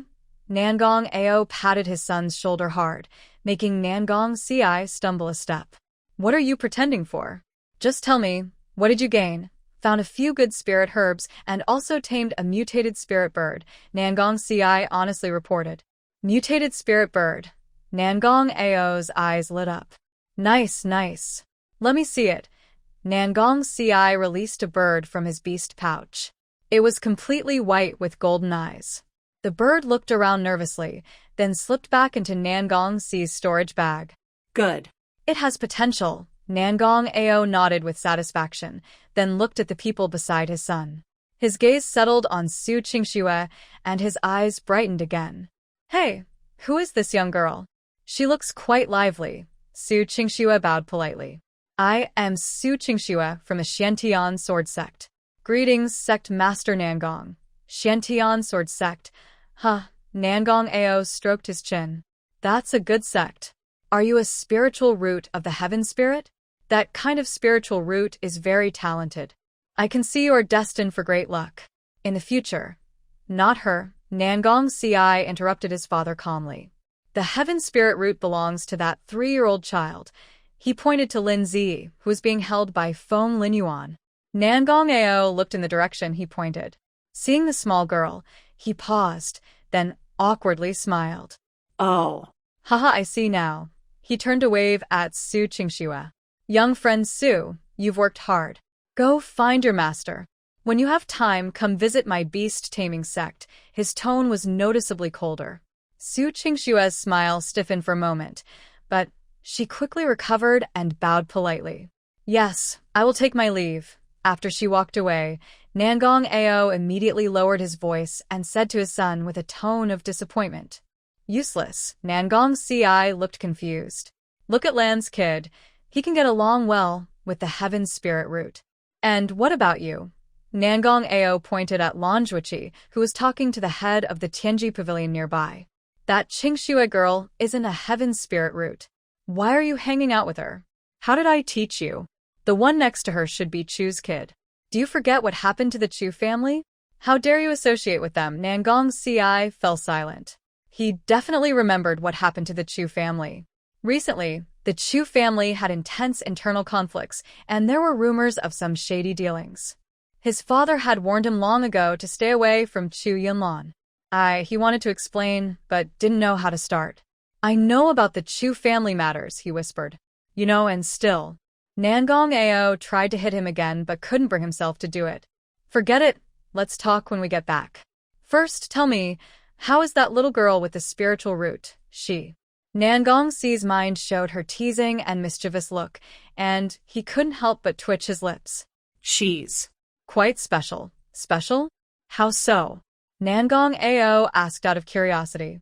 Well, She's not like a 3-year-old. Nangong Ci chose his words carefully. She's smart, decisive, and very honest. Honest? Nangong Ao raised an eyebrow. Is that a good thing? In the cultivation world, honest people tend to die quickly. But being around her feels easy. Nangong Ci shared his true feelings. You don't have to guess what she's thinking because she will tell you directly. Nangong Ao looked thoughtful, then glanced at Lin Zi in the distance and suddenly smiled. All right, you're finally making some progress. In the future, spend more time with that girl and less with the messy affairs of the Chu family. Got it, Nangong Ci nodded. Meanwhile, at the Tianji Pavilion leader, an old man with white hair and an aura of a celestial master also arrived at Lanjua Pool. Son, the old man looked kindly at his son. What's wrong with your eyes? Today, Lanjua Pool rarely went without a blindfold, but there were obvious red marks around his eyes, as if something had been tightly around them for a long time. He lowered his voice. It's nothing fake to scare. Villains. Villain? The pavilion master raised an eyebrow.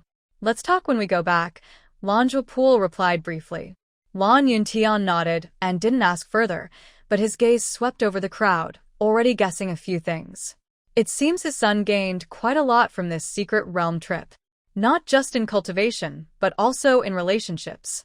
Meanwhile, over at the Xiantian Sword Sect, Elder Qinglan approached Su Qingxue and Chu Yunlan. Qingxue, nephew Chu, let's see if Master notices any injuries, Elder Qinglan asked with concern as he checked on his disciples. Su Qingxue answered softly. Thank you, Master. I'm fine, just a bit tired. She spoke with just the right amount of exhaustion, her delicate face showing a hint of sadness that made people feel sorry for her. Chu Yunlan also said, I'm doing fine, Elder.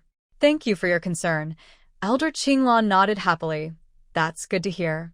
How was your harvest this time? The harvest. Su Qingxue hesitated, a trace of sadness in her eyes. Qingxue dares not say. What happened? Elder Qinglan frowned.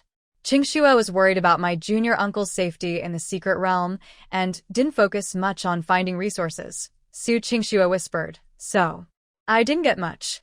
Her words cleverly explained her small harvest and also hinted that Lin Zi and others made her worried and unable to concentrate.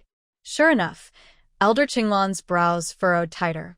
Those kids didn't cause you trouble, did they? No. Su Qingxue quickly shook her head. My junior uncles are very independent and don't need Qingxue's care. This sounded like praise but secretly implied that Lin Zi and others were not united and only cared about themselves. Chu Yunlan also agreed. Uncle Lin indeed isn't very sociable. Those things are not a big deal. Su Qingxue shook her head, tears in her eyes. It's just, my junior uncles seem to have some misunderstandings about me. Misunderstandings? Elder Qinglan frowned. What misunderstandings? I don't know. Su Qingxue lowered her head. Qingxue only cares about them. Worried they might be in danger, but they seem to dislike me very much. Chu Yunlan immediately spoke up for her. Elder Qinglan, this isn't Qingxue's fault. It's Uncle Lin and the others being too unreasonable. Qingxue has good intentions, but they see it as hostility. Elder Qinglan looked at Lin Zi, who was being praised by everyone from afar, then at her own aggrieved disciple. His heart naturally leaned toward the latter. Qingxue, don't be sad, he comforted her. You're still young and don't understand some things. Some people are born proud and don't see others as important. Just focus on being yourself. Su Qingxue nodded, but a trace of unwillingness flashed in her eyes.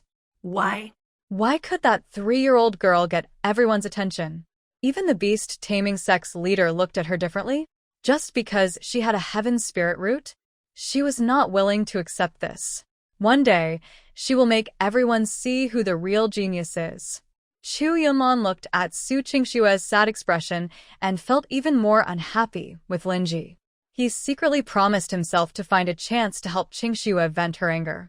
At this moment, the main person being talked about, Lin Ji, was hugging Feng Linyuan's neck, excitedly telling stories about her adventures in the secret realm. Then Yi used a talisman given by Master Hu to chase away the bad guys, and also, Yi met an old man who taught her how to draw symbols. Yi even made new friends. That con artist. No, Lan Zhuqi taught Yi how to predict fortunes. Yi also. She spoke animatedly, her face full of excitement. Feng Linyuan listened patiently, nodding from time to time, with a gentle, loving smile in his eyes. Although his little disciple's story was a bit messy, he roughly understood everything. This trip to the secret realm not only improved his little disciple's skills, but also brought many opportunities, new friends, and even a little trickery? Indeed, he was proud of his disciple. Master Hu. Linji suddenly remembered something, lowering her voice mysteriously. Yi has many treasures, all stored in beautiful beads. She pointed to the sumaru bead around her neck. Feng Linyuan's eyes sharpened. He didn't know what beautiful beads were, but he could feel the space fluctuations coming from the beads. They were of very high rank. Should we show them to the master when we get back? He asked cautiously. Yes, Linji nodded generously. Master, who can help Yi see which ones are useful and which ones can be given to friends, Feng Linyuan smiled. His little disciple, though young, was generous and kind-hearted, willing to share. That's the true demeanor of a gifted child. Compared to her, Su Qingxue. Feng Linyuan cast a glance at Su Qingxue, who was reporting to Elder Qinglan not far away, a cold glint flashing in his eyes. He had already heard from other disciples about what happened in the secret realm. This Su Qingxue seemed to be unfriendly toward his little disciple. But that's okay. With him here, no one can bully his little disciple. Let's go. Feng Linyuan picked up Lin Ziyi. We'll return to Qi Feng Peak first. Master has prepared delicious food for you. Yay! The little princess clapped happily. I want to eat osmanthus cake. And spiritual fruit. And she counted on her fingers, listing all the treats she hadn't eaten in the secret realm. Feng Linyuan nodded one by one. Yes, all of them. As the master and disciple were about to leave, Lan Zhuqi suddenly approached. Uncle Feng. He respectfully saluted. I am Lan Zhuqi, a junior. I have come to see you. Feng Linyuan looked at the boy who was blindfolded and nodded slightly. Little guy from the heavenly secret pavilion. What do you want? Junior. Lan Zhuqi hesitated. I want to say goodbye to Yi. Lin Zi peeked out from her master's arms, blinking big eyes. Cheater, you're leaving? Lan Zhuqi's mouth twitched. Can you not call me a cheater? Have you ever tricked anyone? The little princess asked back. Yes, I have. Then you're a cheater, Lin Zi said confidently. Lan Zhuqi. Fine, you win. He took out a small jade pendant from his storage bag and handed it to Lin Zi. This is for you. If you want to find me later or if you encounter any trouble, you can use this to send a message. The jade pendant was pure white, with the emblem of the heavenly secret pavilion engraved on the front, and a complex array on the back. What's this? Lin Zi asked curiously. À communication jade pendant, Lan Zhuqi explained. As long as you inject spiritual power, you can talk to me. But there's a distance limit. If you're too far away, it won't work. Wow, so cool. The little princess took the jade pendant, holding it tightly. So, if I want to find you, I just call you. Yes, Lan Zhuqi nodded. But don't call me at midnight. I need to sleep. Got it. Lin Zi happily put the jade pendant into her storage bag. Yi is leaving now. See you next time. Lan Zhuqi waved. He watched Feng Linyuan carry Lin Zi away, feeling a bit reluctant. During these 20 days together, although he was often shocked, scolded, and called a cheater, he was actually quite happy. Maybe this is what friends are like. Sun, the master of the secret pavilion, appeared beside him without warning, stroking his beard. That little kid is not simple, Lan Zhuqi nodded. Indeed, not simple. You and her, the master asked cautiously. Friends, Lan Zhuqi replied briefly. Just friends? The master's eyes flashed with teasing. Dad, Lan Zhuqi blushed. She's only 3.5. Oh, right, 3.5. The master chuckled and shook his head. Maybe when you grow up, we can talk about it. Dad, Lan Zhuqi stomped angrily. If you keep saying that, I'll go back. All right, I won't say more. Seeing his son truly upset, the master quickly comforted him. Let's go. It's about time we head back. This secret realm trip, you seem to have gained a lot. Lanjuqi touched the red marks around his eyes and thought of everything in the secret realm, nodding. Yes, I gained a lot. Not just in cultivation, but also in mental state. He seemed to understand what true kindness is and what true friends are. This understanding might be more valuable than any treasure. As the disciples from various sects were gradually taken away, the entrance to the secret realm became quieter. The trial in the Chingling secret realm officially ended. The little princess leaned on her master's shoulder, watching the distant entrance of the secret realm, softly saying, "Master Tiger, Yi wants to come play again next time." Foam Linyuan chuckled softly. "All right, next time, I'll come with you. It's a promise. It's a promise. But next time, we won't be able to come in again, because Yi is about to start building her foundation." "All right." Foam Linyuan rubbed the little disciple's head. "Now, it's time to tally the trial results.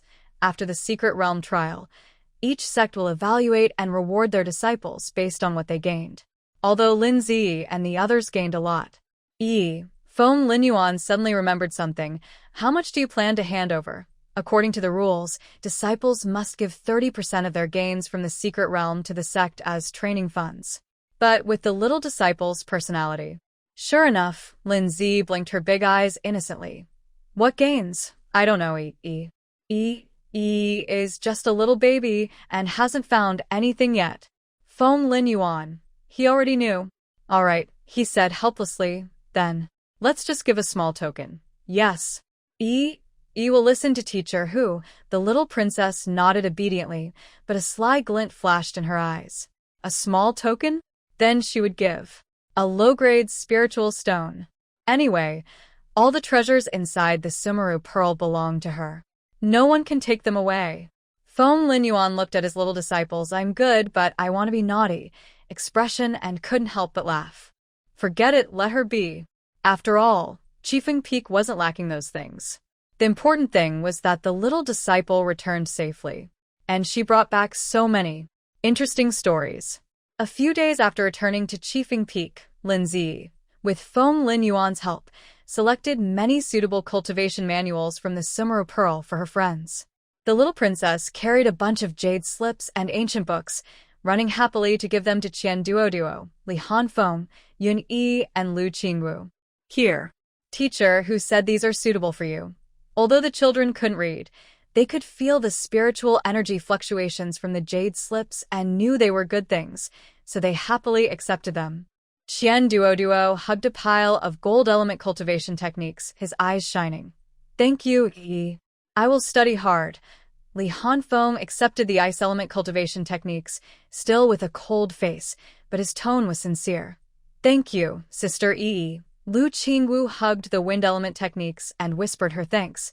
I will work hard." Yuni looked at the ice element techniques in his hand and then at the other friends, suddenly thinking of something. Why don't you have any?" Lin Zi blinked. Yi has many thunder element techniques." She wasn't lying. The thunder element cultivation techniques left by Xian Huang were the most, and she indeed had them. The children finally relaxed, and each took their cultivation techniques back to the peak. But when Qian Duo showed his techniques to his master nearly popped his eyes out.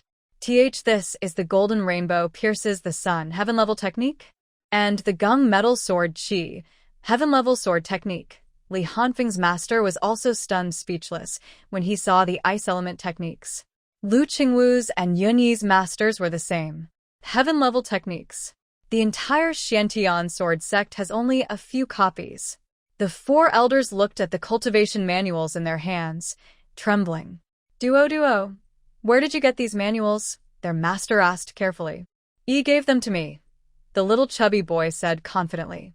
She said her master, who gave them to her and told us to study hard. Master Feng gave them, the elders suddenly understood. Is Master Feng's family clearing out the library, they wondered. Well, only someone like Foam Linyuan, with his level, could casually produce so many top-tier manuals, although they still had doubts in their hearts. Even a generous master like Foam wouldn't give each child several top-tier manuals, right? But since the disciples said so, they believed it. Anyway, The disciples had gained a great opportunity, which was a good thing. Study hard, understand, the elders advised. Got it. A few elders simultaneously went to Qifeng Peak, wanting to thank him face to face. Feng Linyuan heard their intentions and calmly accepted. It's just a few manuals, no need to thank me. The children get along well, helping each other is right.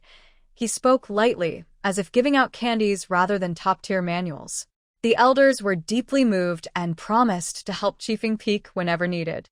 In the following days, besides their daily practice, the 4 little ones had a new task, learning the new manuals. Of course, they couldn't read yet, so their master taught them word by word, but luckily, they were quick learners and progress was smooth. A few days later, the sect announced a new, young learner school was opened, and all disciples under the age of marriage or hair binding must attend classes to learn the basics of cultivation. When the news spread, each peak reacted differently. At Qifeng Peak, Lin Ji heard the news and frowned. Master who? Does he also have to go? Feng Linyuan was brushing her hair and smiled when he heard her. Yes, he also needs to learn.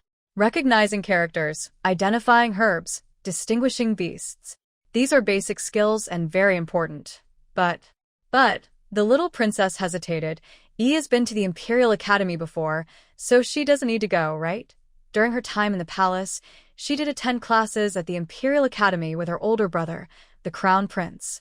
Most of the lessons were playful, and the complex language made her head spin, but at least she had been to school. Feng Linyuan raised an eyebrow.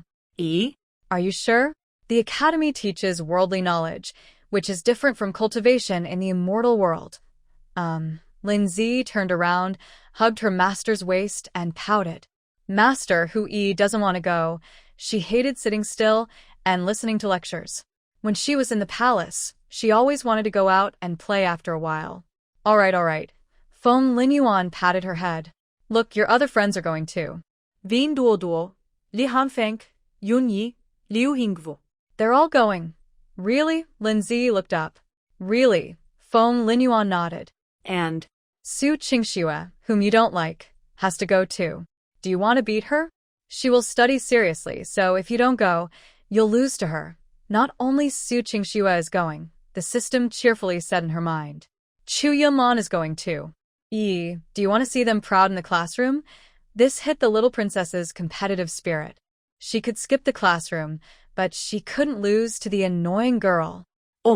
Then will go, she said, clenching her small fists. Will learn better than them. That's right, Feng Linyuan smiled. On the first day of class, a funny scene unfolded in the Young Learners Hall of the Xiantian Sword Sect. The oldest student was 15, and the youngest was only 3.5. The teacher was an elder named Hualongxue, a gentle female cultivator, who looked quite young. She looked at the uneven group of students, especially the little ones, and a hint of helplessness flashed in her eyes, but she still spoke kindly. Today is the first lesson. We will start with the 3-character classic of cultivation. This is a basic reading material for children in the cultivation world. Simple, easy to learn, and easy to remember. She took out a thin book and opened the first page. Path of cultivation, long and winding. Vital energy and spirit, the foundation of a person. Draw in spiritual energy, enter the dantian. Her voice was clear and lively.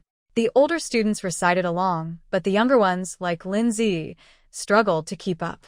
It's not that I can't learn, but I'm hungry. Chien Duo mumbled softly. Sleepy. Yun Yanet. I want to go home. Lu Qingwu almost cried. Li Hanfeng was a bit more grown up and tried to stay focused, forcing himself to read along. Lin Zi, wanting to not lose to the annoying ones, forced herself to stay alert and tried to read aloud. Cultivation. Path. Long and winding. Although she stumbled over the words, her attitude was serious. Elderflower nodded happily at the sight. Just as she was about to praise her, an unpleasant voice interrupted. Elderflower, Su Qingxue stood up politely. I have a suggestion. Please go ahead.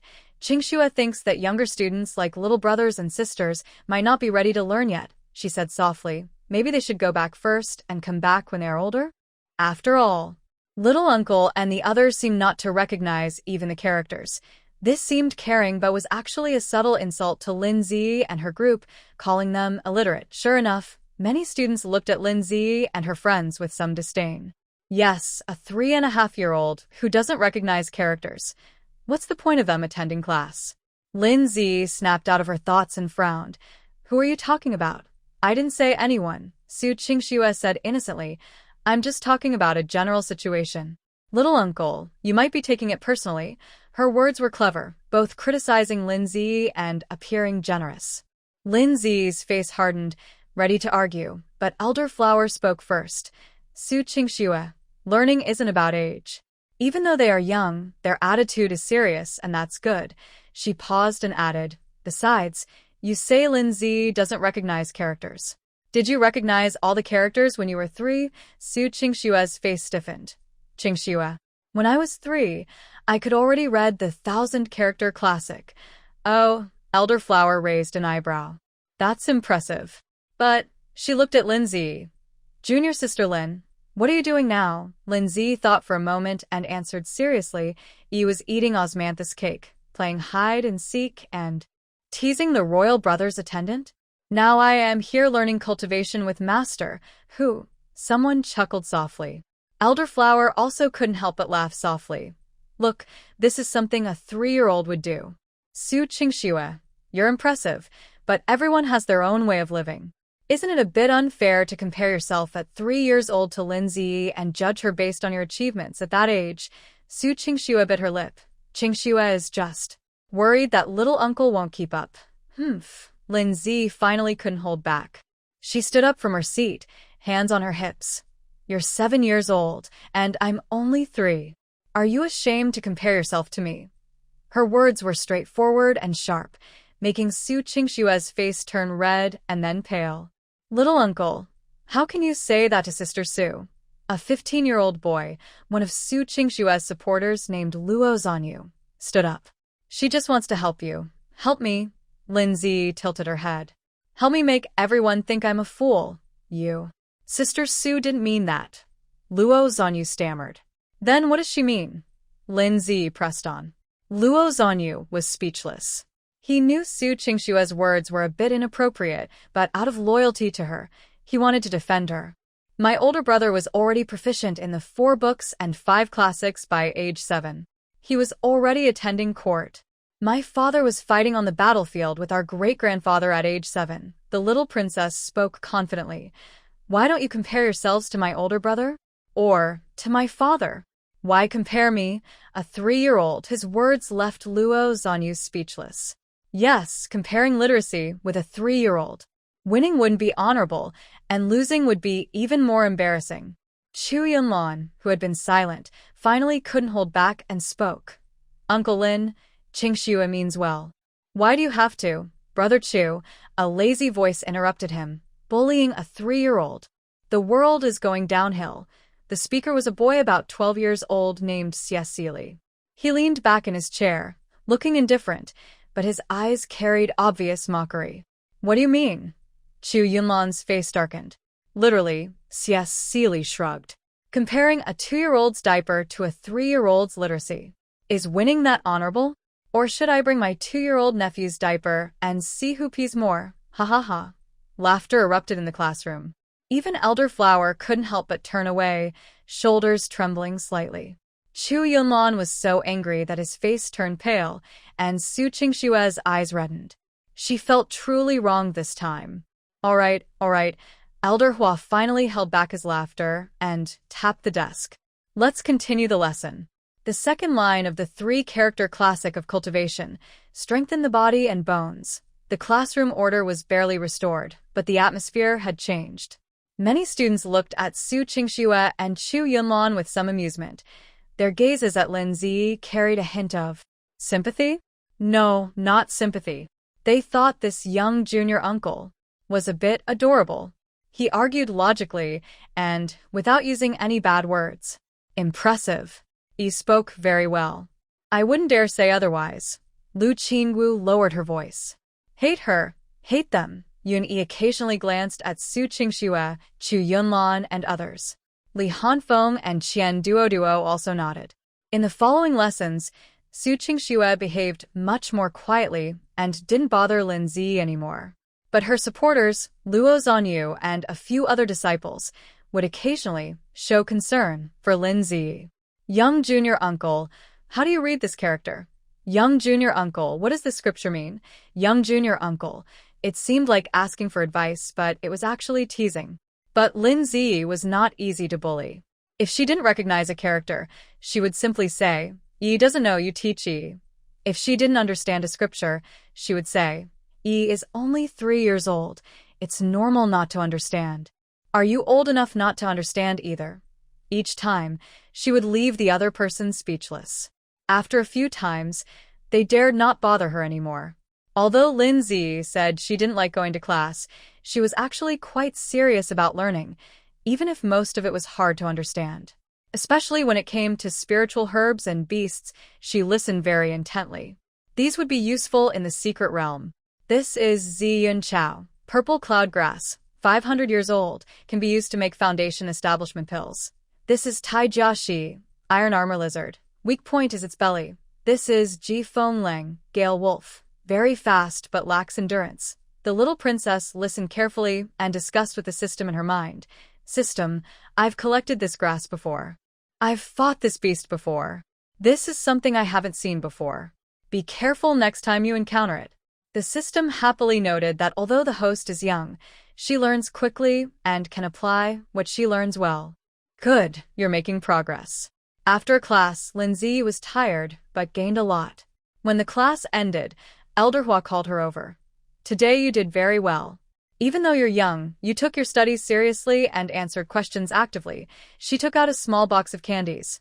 This is your reward. Thank you, Elder Hua. Lin Zi happily accepted the candies. When she opened the box, she saw colorful spiritual fruit candies that smelled sweet and delicious. She first gave a few to her friends Qian Duoduo and others, one each, and then gave Siesili one because he had spoken up for her earlier. Siesili was a bit surprised but accepted it. Thanks, little uncle. You're welcome, the little princess said with a smile. As for Su Qingxue and her supporters, not a single one. Those who bully Yi don't deserve candies. Su Qingxue watched Lin Zi surrounded by friends, laughing and chatting, her handkerchief almost torn apart from clenching. She didn't understand why that 3-year-old girl could easily win others' affection. She was clearly gentler, more sensible, and more. Qingxue, let's go, Chu Yunlan softly said. Okay. The two quietly left the classroom, their figures looking a bit lonely. Meanwhile, Lin Zi was being surrounded by friends, discussing what they had just learned. Can that purple cloud grass really make foundation building pills? Yes. Elder Hua said so. Then let's go pick some next time. Great. As the sunset fell, children's laughter echoed outside the classroom. Although the first day of learning had some difficulties, overall, it was pretty good. Lin Zi hugged her box of candies, bouncing happily back to Qifeng Peak. She wanted to tell her master that today, didn't lose to the annoying ones. And maybe the classroom wasn't so bad after all. At least there were candies. And she could make new friends. Like Siesili, who spoke up for her, he seemed pretty nice. The little princess hummed a quirky song as she stepped into the sunset. Master Tiger. The little princess found Feng Linyuan. I don't quite understand, That's how everyone starts. Feng Linyuan comforted her. Take your time, there's no rush. But Su Qingxue understands everything. Lin Zi pouted. She's 7 years old, and you're only 3. Feng Linyuan patted her head. When you're 7, you'll be even better than her. Really? Of course, it's true. This gave Lin Zi confidence. She clenched her small fist. Then, will work hard. When I turn 7, I will definitely be better than Su Qingxue. Good. Master believes in you. The days at the small school went by little by little. The young disciples of the Xiantian sword sect gradually got used to this new way of learning. Every morning, Lin Zi, Yun Yi, Lu Qinggu, 5-year-old Qian Duoduo, and 6-year-old Li Hanfeng would arrive on time at the school gate, escorted by their teachers or maids. These 5 little kids together were like the unstable elements of the school. Sometimes they were surprisingly well-behaved, sitting in a row, hands on their laps, staring intently at Elder Hua, trying to memorize the 3-character classic of cultivation: refine body, spirit, strengthen muscles, bones. Their soft, babyish voices could melt anyone's heart. Elder Hua looked at these little kids studying seriously, full of love. Sometimes, he would step down from the podium and squat beside them, teaching them how to recognize characters by hand. But other times, it was a different scene altogether. Qian Duo. No drawing gold ingots on your textbook, Li Hanfeng. Put away the ice. The classroom doesn't need cooling. Yun Yi. Stop crying. It's just a crooked character. Lu Qingxue. The wind isn't for blowing classmates' hair in the front row. Lin Zi. Take that cat. No, that raccoon servant off the podium.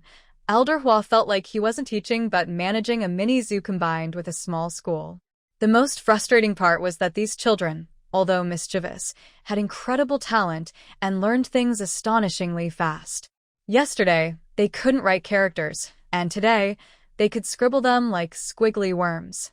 The morning's lesson on the features of spiritual herbs, by the afternoon, they could recognize them in the herbal guide. This made Elder Hua feel both love and hate. What a good student she is, but she is too lively. In comparison, Su Qingxue seems much more mature and steady. She always sits in the front row, in the middle, with her back straight, focused expression, neat notes, and always answers questions actively. Sometimes, she, accidentally, shows concern for a few little students. Elder Hua, Qingxue thinks the little uncles seem a bit restless. Should we let them rest? Junior brother Qian, that's not how you write that character. Qingxue will teach you. Junior brother Li, control your ice spiritual power like this. Her tone is gentle, sincere, making anyone see her as a kind and caring senior sister. But only a few little students can hear the subtle teasing behind her words. She's pretending again, Qian Duo whispers. Annoying, Li Hanfeng says simply. I don't like it, Lu Qingxue pouts. Humph. Yun Yi shrinks his neck. Lin Zi is much more straightforward. Every time Su Qingxue shows concern, she lifts her little face and says innocently, Junior sister Su, your writing is really good. But Yi is only 3 years old, so it's normal if she doesn't write well. When you were 3, did you write badly too? This always makes Su Qingxue speechless. What can she say? Say she couldn't write well at 3? Then what about her current excellence? So most of the time, Su Qingxue can only force a smile and say, Junior uncle is right. Qingxue is demanding too much. Then she quietly sits back in her seat, continuing to play her role as the perfect senior sister. Honestly, Su Qingxue doesn't have much ill will toward these little students now. She just wants to prove she's better than them. As the daughter of the Prime Minister's family, a genius with a single water spiritual root, she has been used to being the center of attention since she was young. But ever since Lin Zi appeared, everything changed. That 3-year-old girl, with better talent, better family background, a stronger master, and easier to make friends. How could she be willing to accept this? So she wants to perform even better in school, so everyone can see that Su Qingxue is the real genius. As for truly hurting Lin Zi, she never thought about it. At least, he hadn't thought about it yet. But Chu Yunlan was different. This young master of the Chu family had been spoiled since childhood. Even now, when the Chu family was in trouble, his proud and impulsive nature couldn't be changed. Seeing Su Qingxue repeatedly suffer setbacks at Lin Zi's hands, he had long been furious. A little girl dares to bully Qingxue, he privately told a few followers, we need to teach her a lesson. The followers looked at each other and said, Brother Chu, she's a young girl, and she's the niece of Master Feng. So what? Chu Yunlan sneered. She's just a 3-year-old. A little scare will make her behave. He thought of a few small tricks, like sprinkling itching powder on Lin Zi's seat, drawing a turtle on her textbook, or secretly tripping her on her way. They were childish pranks, not causing real harm, but enough to make a little girl cry. Chu Yunlan thought this way. He could embarrass Lin Zi, vent his anger for Qingxue, and keep things from getting too serious. Perfect. But things turned out completely different from what he expected. The first time, he secretly sprinkled itching powder on Lin Zi's seat. But that day, Lin Zi was late and didn't have breakfast. She was hungry and sleepy, so she lay her head on the desk and fell asleep, not sitting in that seat. Instead, Luo Zhanyu sat down heavily. Then, so itchy. So itchy. Luo Zhanyu jumped around like a monkey, scratching desperately, and was finally taken out by Elder Hua to wash with cold water. The second time, Chu Yunlan took advantage of Lin Zi not paying attention and drew a ugly turtle on her textbook. That day, Elder Hua was checking homework and drew a name, Chu Yunlan's. Chu Yunlan read this passage. Chu Yunlan confidently opened his textbook, then froze. There was that ugly turtle, smiling at him from his own book. This isn't my drawing, he hurriedly explained. Oh. Elder Hua raised an eyebrow. Then who drew it? It was. Chu Yunlan couldn't say. I drew it to trap Lin Zi, but I don't know why it ended up on my textbook. In the end, he was punished to copy the 3-character classic of Cultivation 10 times. On the third attempt, he planned to secretly trip Lin Zi as she passed by. He timed it carefully, pretending to pick something up and crouching around the corner of the corridor. Footsteps approached from afar. They're coming. Chu Yunlan held his breath and quietly extended his right foot. Senior brother Chu, be careful. A passing disciple suddenly shouted. Startled, Chu Yunlan quickly withdrew his foot, but he moved too fast and lost his balance. Bang! He fell flat on the ground. Meanwhile, Lin Zi was being carried by Foam Linyuan from the other side, completely unaware of what was happening here. Chu Yunlan, what are you doing? Foam Linyuan looked at Chu Yunlan lying on the ground with a hint of amusement in his eyes. Are you practicing a new fighting move? Chu Junlan. He felt like dying. For the 4th time, during a combat class, he accidentally used sword energy to sweep toward Lin Zi. Just as he was about to strike, his foot slipped suddenly, and he lunged forward. The sword energy brushed past Lin Zi's clothes and hit a nearby table where Yun Yi was dozing. Crash. The table broke apart. Yun Yi was so startled he woke up with a cry. The senior instructor's face darkened. Chu Yunlan, did you forget the rules of combat class? No attacking fellow disciples with full force. Go to the discipline hall for punishment. Chu Junlan. He really wanted to shout, I was framed. But who would believe him? 4 small tricks for failures and 4 times he was hit back. It was truly strange. What he didn't know was that every time he tried to harm someone, some mysterious force would interfere, causing his plans to fail in the most ridiculous way. The heavenly way remains relatively fair in this situation, the system explained in Lin Zi's mind. Although Su Qingxue and Chu Yunlan have the protagonist's aura, they shouldn't harm others at will. Otherwise, it wouldn't be true goodness and beauty, but true evil and ugliness. So, is the heavenly way trying to make them better? Lin Zi asked curiously. Maybe the heavenly way also wants the main characters to be good, the system guessed. After all, if the protagonists are all villains, the world would be too sad. However, even the heavenly way has its limits. Lin Zi didn't understand these things. All she knew was that Chu Yunlan seemed to have become much more obedient recently and was no longer bothering her. Maybe he was scared by Yi's crying? The little princess guessed. After all, last time Chu Yunlan broke Yunyi's desk, Yunyi cried for a whole class. His loud crying made the beams in the room shake. Maybe. Qian Duo agreed deeply. Li Hanfeng said coldly, if he dares to come again, I will tell my master. Yes, telling elders is the ultimate weapon for children. Other students in the school also gradually formed different groups. One group supported Su Qingxue and Chu Yunlan. Although Chu Yunlan's little tricks kept failing, and his image in the school was becoming more and more comical since that time he tried a new martial art and everyone secretly called him the Little Wrestling Prince, some people still liked him hopelessly. For example, an 11-year-old girl named Qingxue. She was a disciple sent by a small sect to exchange learning at the Shantian sword sect. When she first saw Chu Yunlan, she was attracted by his proud aura. Senior brother Chu is so handsome. While Chu Yunlan practiced swordsmanship, she handed him a handkerchief nearby. When Chu Yunlan answered questions, she led the applause. When Chu Yunlan was punished, she pleaded for him.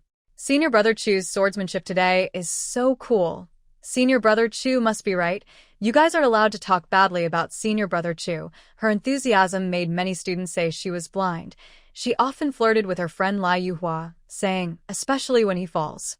No, I mean when he practices his moves, he looks so masculine, Lai Yu. Are you sure? But Qingxue just liked him. She thought Chu Yunlan's way of keeping his composure even when he falls was very charming. So she always looked for chances to get close to Chu Yunlan, giving him spiritual fruits, helping him copy notes, and even volunteering to help when he was punished to copy scriptures. Lai Yu quietly distanced himself. Is she crazy? At first, Chu Yunlan was annoyed by her because he only had eyes for Su Qingxue. But over time, he got used to it. After all, having someone admire you isn't a bad thing. As for Su Qingxue, there were still people who bought her act. For example, Luo Zhanyu, who admired Su Qingxue to the point of blindness. Su Qingxue is always right, does everything well, and even frowning is seen as a sign of caring for the country and people. For example, a few young disciples are moved by Su Qingxue's gentle kindness and think she is like a fairy coming down to the mortal world. Senior sister Qingxue smiled at me. Senior sister Qingxue helped me correct my swordsmanship. Senior sister Qingxue. These fans form a small Qingxue support group, cheering for Su Qingxue in the school. Although small in size, their influence is quite strong. Whenever Lin Zi and Su Qingxue have a conflict, these fans jump out to accuse Lin Zi of being reckless and bullying senior sister Qingxue. Another group is led by Xie Xili, called the neutral faction. They are indifferent to Su Qingxue and Chu Yunlan, finding the little followers interesting and occasionally speaking up for them. Xie Xili is quite a clever person. He has good talent, but is very lazy. He prefers to lie down during lessons rather than sit and sleep instead of listening. Elder Hua doesn't bother him. He always passes exams anyway. Why work so hard to cultivate? Xie Xili often says, living a long life is the real goal. Qian Duoduo agrees wholeheartedly. Yes, earning more money is also the real goal. They often discuss how to live long and be rich without working hard, mostly just silly fantasies, but they enjoy the conversations. There is also a group of pure learners called the bookworms. They focus only on reading wise books and have no interest in the school's petty fights. The little followers of Lin Zi form their own group. They are the food lovers.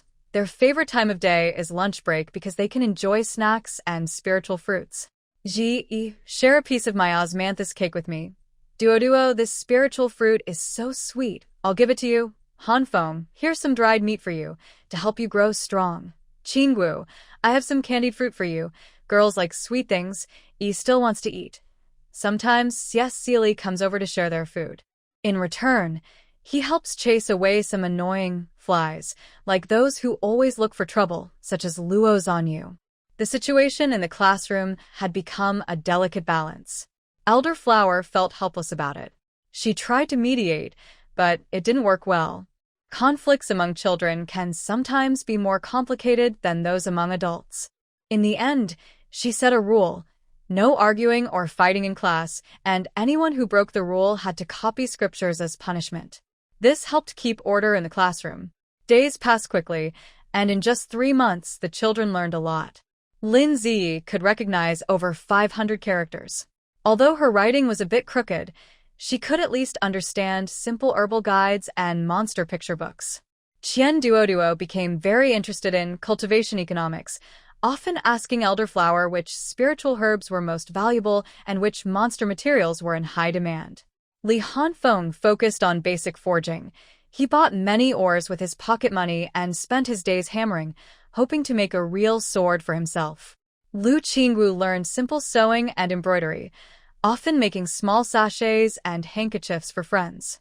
Yun-yi mastered 10 types of pastries and often brought snacks from home to share. Even Su Qingxue and Chu Yunlan made progress. Su Qingxue excelled in pharmacology, while Chu Yunlan showed great talent in sword theory. Everything was moving in a positive direction. However, Chu Yunlan sometimes still felt restless and wanted to cause small trouble. But each attempt failed, and the consequences grew worse. Recently, he tried to add a mild laxative to Lin Zi's water cup, thinking it would make her visit the bathroom more often during class. But he grabbed the wrong cup and put the laxative in his own. That day, he ran to the bathroom 12 times and almost fainted. Lin Zi had no idea about this. She only noticed that Chu Yunlan's gaze toward her had become strange, as if he was a little afraid of her. But it didn't matter. As long as he didn't cause trouble, Yi didn't bother to pay attention to him. The little princess now had more important things to do. Master Tiger. Yi learned to write the character Feng. Today, Master Tiger. Yi recognizes this herb. It's gathering spirit grass. Master Tiger. Yi wants to learn alchemy. Feng Linyuan watched his little disciple grow day by day, feeling very happy. Perhaps sending her to the academy was the right decision. Not only did she learn knowledge, but she also learned how to stand up for herself. Well, that can also be considered a skill. At least, she won't be easily bullied in the future. At the top of Qifeng Peak, Feng Linyuan sat cross-legged, holding a sumeru pearl that Song brought back from the secret realm. The pearl shimmered with colorful light under the moon, its interior vast like a starry sea, with countless treasures floating inside. This is definitely a genuine sumeru pearl, an ancient space treasure capable of containing a tiny world within a mustard seed. But here's the problem. Feng Linyuan remembered clearly that the sumeru pearl was one of the treasures kept in the treasure pavilion of the upper cultivation world, guarded by special people, and could never fall into the lower realms. Especially not appearing in a low-level qi refining secret realm like Chingling. This doesn't make sense. Yi mentioned Xianhuang. Feng Linyuan whispered to himself, "Does anyone in the upper cultivation world know about this person?" He searched his memory but found no record of the name Xianhuang. Someone who owns a sumeru pearl and leaves behind a legacy wouldn't be unknown. Unless... A serious look flashed in Feng Linyuan's eyes. Unless this Xianhuang is not from this era at all.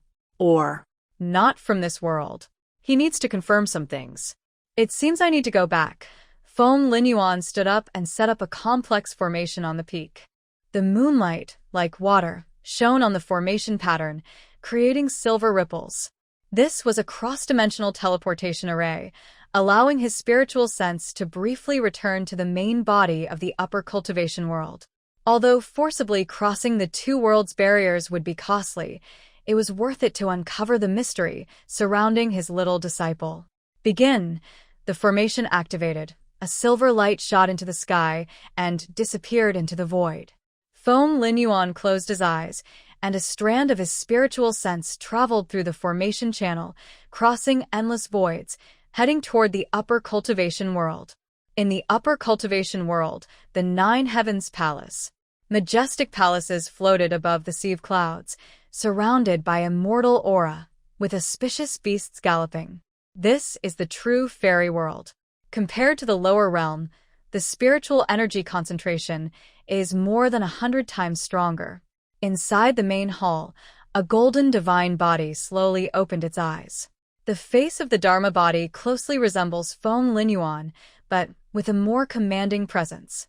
Surrounding him are 9 divine rays, each containing the power to destroy heaven and earth. This is the true form of Feng Linyuan. Feng Yuan Immortal Venerable, one of the youngest immortal venerables in the cultivation world, just one step away from becoming a great Luo Golden Immortal. Welcome back, Immortal Venerable. Outside the palace, many celestial officials sensed the awakening of the Immortal Venerable and knelt in unison, their voices echoing loudly. Feng Linyuan, or Feng Yuan Immortal Venerable, slowly stood up, the 9 divine rays retracting into his body. He spoke calmly, his voice like a great bell ringing across the sky palace. No need. A beautiful female celestial official dressed in a blue robe quickly entered the hall. She had a stunning face and a cold aura. She was the top celestial official under Feng Linyuan. Yunyao. Immortal Venerable, are you planning to retreat and break through to the great Luo Golden Immortal Realm this time? Jun Yao respectfully asked. I have prepared all the necessary resources. Feng Linyuan shook his head. No ruse. Take me to the treasure pavilion. The treasure pavilion? Jun Yao was surprised. Does the Immortal Venerable need some treasure? I can. Show me pearl. Feng Linyuan interrupted her. I need to verify something. Understood. Jun Yao no longer asked questions and turned to lead the way. The two of them, one after the other, passed through many palaces and arrived at a pavilion made entirely of white jade. The pavilion has 9 floors, each protected by powerful prohibitions that ordinary celestial officials cannot approach. But as an immortal venerable, Feng Linyuan was naturally unrestricted. He went straight to the 7th floor, where top-tier space magic treasures are stored. On a crystal display stand, a multicolored pearl floated quietly, emitting space fluctuations identical to Lin Jiyi's pearl. Show me pearl. It is the treasure guardian of the treasure pavilion in the cultivation world, perfectly preserved here. Feng Linyuan frowned. 2 show me pearls? Impossible. Such a treasure of this level is unique in all worlds. A second one should not exist. Unless. Jun Yao, he asked in a deep voice, has there been any unusual activity with this Shumi pearl recently? Jun Yao carefully recalled and shook her head. No, immortal venerable. There are no abnormalities. The prohibitions in the treasure pavilion are intact, and records show it hasn't been touched in the last 3,000 years. 3,000 years. A thought flashed through Feng Linyuan's mind. He reached out and gently pointed, sending a divine light into the Sumeru pearl. The pearl slightly vibrated, projecting a light screen filled with dense records. This is the usage log of the Sumeru pearl, recording every time it was opened and accessed. The last record was from 37,000 years ago. After that, there were no more records of use. 37,000 years. Feng Linyuan muttered to himself. This time period seemed somewhat familiar. Immortal Lord, what's wrong? Jun Yao noticed his strange behavior and asked with concern. Feng Linyuan did not answer but asked a seemingly unrelated question. Do you know Xianhuang? Xianhuang? Jun Yao thought carefully and shook her head. I don't know. Immortal Lord, is that the name of a fairy family? I have never heard of it. Even Jun Yao didn't know. Having followed him for tens of thousands of years, she was well aware of the major affairs in the cultivation world. If even she hadn't heard of Xianhuang, then this person either doesn't exist or existed so long ago that records have long been erased. All right, I understand. Feng Linyuan withdrew his divine light, and the Sumeru pearl returned to calm. He turned and left the treasure room, and Jun Yao hurried to follow. Immortal Lord, are you leaving? She was a bit surprised. Aren't you going to close up and break through to a higher realm? Yes, Feng Linyuan nodded. There are some matters I need to handle in the lower realm. But, Jun Yao hesitated, the realm of the great golden immortal. No rush for that now. Feng Linyuan waved his hand. One of my clones is below, taking on disciples. There are some things that need to be clarified. Disciples. Jun Yao's eyes lit up. Immortal Lord, you accepted disciples? Who is this genius? Anyone chosen and accepted by the Immortal Lord must be an extraordinary talent. Feng Linyuan remembered Lin Zi's lively and clever appearance, a slight smile appearing at the corner of his lips. A 3-year-old girl with a spiritual root and a very interesting personality. 3 years old. Jun Yao was shocked. That means, yes, she just recently entered the cultivation world. Feng Linyuan said, but her talent is truly remarkable. She went from the 6th level of qi refining directly to the great perfection, and her foundation is solid as a rock. You gasped in surprise. This cultivation speed is unheard of, even in the higher realms of cultivation. No wonder the Immortal Venerable values her so much, she murmured. It's not just because of her talent. Feng Linyuan's eyes flashed with depth. She has some mysteries around her, like that Sumeru pearl and that Xianhuang. Jun Yao immediately understood. The Immortal Venerable suspects someone is plotting in the lower world. Maybe. Feng Linyuan didn't deny. Or it could be something more complicated. He looked toward the distant sea of clouds, his expression complex. At his level of cultivation, he could faintly sense some of the big trends and causes in the world. The appearance of Lin Zi, those strange opportunities, and that mysterious Xian Huang. All of this seems to point to a hidden truth. A truth that might involve ancient secrets or even shake the entire cultivation world. I should go back, Feng Linyuan said. My main body will continue to close itself off, and this spiritual sense will return to manage my clone in the lower world. Yes, Jun Yao bowed respectfully. We wish the immortal venerable safe travels. Feng Linyuan no longer spoke. His spiritual sense turned into a streak of light, crossing the void and returning to the lower world. Meanwhile, his main body closed its eyes again, continuing its seclusion. That little disciple. Maybe she'll be the key to unlocking all the mysteries. At the peak of Chi Feng Peak, Feng Linyuan, his clone, slowly opened his eyes. Although his recent trip to the higher cultivation realm was just a brief spiritual return, it still took a toll. His face was slightly pale, and his breath was weak. But the doubt in his eyes grew deeper. 2 Sumeru pearls, one in the treasure pavilion of the higher realm, and one in his little disciple's hand. How is this possible? Unless time has gone wrong, Feng Linyuan whispered to himself. He recalled the last time the Sumeru pearl was used. 37,000 years ago. And he thought of Lin Zi's description of Xian Huang. That old, stern immortal who dissipated his obsession to save her. All of this points to one possible explanation. The relic in the Chingling secret realm isn't just an ordinary opportunity, but a place where time is in chaos. There, the past, present, and future might have intertwined in some way. So Lin Zi was able to encounter Xian Huang, obtain the Sumeru pearl, and receive a legacy that shouldn't have existed. The space-time chaos. Feng Linyuan frowned deeply. This is no small matter. The law of space and time is one of the most fundamental and mysterious rules in all worlds. When chaos occurs, it can cause the secret realm to collapse or even threaten the stability of an entire world. Yet, the Qingling secret realm showed signs of space-time disorder, but no one seemed to notice. This itself is very strange. Unless someone is deliberately hiding it, Feng Linyuan's eyes flashed with a cold light. And there was also the strange, restraining aura on Lin Zi. Despite having incredible talent, she was always limited by an invisible force. It all seemed to be connected by an unseen thread. Someone is playing a big game. Feng Linyuan sneered. Using my disciple as a pawn. He stood up, his red clothes fluttering in the night wind. No matter who they were or what their purpose, anyone daring to threaten his little disciple should be prepared to face the anger of the immortal lord. Master Hu? A soft, gentle voice came from behind. Feng Linyuan turned around and saw Lin Zi rubbing her eyes, clutching Lady, stumbling out sleepily. I had a bad dream, the little princess said sadly. I dreamed that many people wanted to catch me. Feng Linyuan's heart tightened. This was not an ordinary nightmare. With her level of cultivation, dreams often relate to spiritual awareness and might hint at something in the future. Don't be afraid. He crouched down and gently held his little disciple in his arms.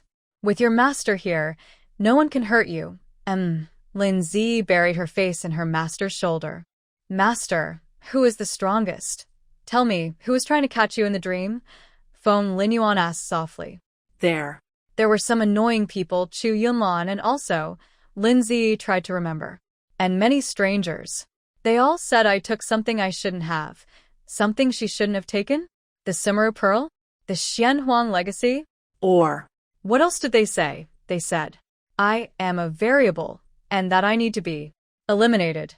Lin Zi's voice trembled with tears. Master Hu, what is a variable? Is it numerology? Feng Linyuan's eyes turned cold. Change is coming. This word has a special meaning in the cultivation world. It refers to those who disrupt fixed fate or alter the course of cause and effect. His little disciple was actually recognized as a variable by some beings. It's nothing, Feng Linyuan softly comforted. Some people are just talking nonsense out of boredom. Don't be afraid, I will protect you. Really? Really, Feng Linyuan solemnly promised, no matter who tries to hurt us, they have to ask my sword first. His confident words made Lin Zi feel much safer. Then Master Tiger will stay with me forever, she whispered. Yes, I will stay with you always, Feng Linyuan promised. He held his little disciple and looked at the distant night sky. It seemed he was determined to wade into this muddy water. But that's okay. He wanted to see who dared to make a move on his little disciple right under his nose. Sleep now. Feng Linyuan gently patted Lin Zi's back. Master is here. The little princess gradually relaxed and fell into a deep sleep in her master's arms. Thunder Emperor Gaga jumped onto Feng Linyuan's shoulder, a hint of seriousness flashing in its silver eyes. It seemed to sense something too.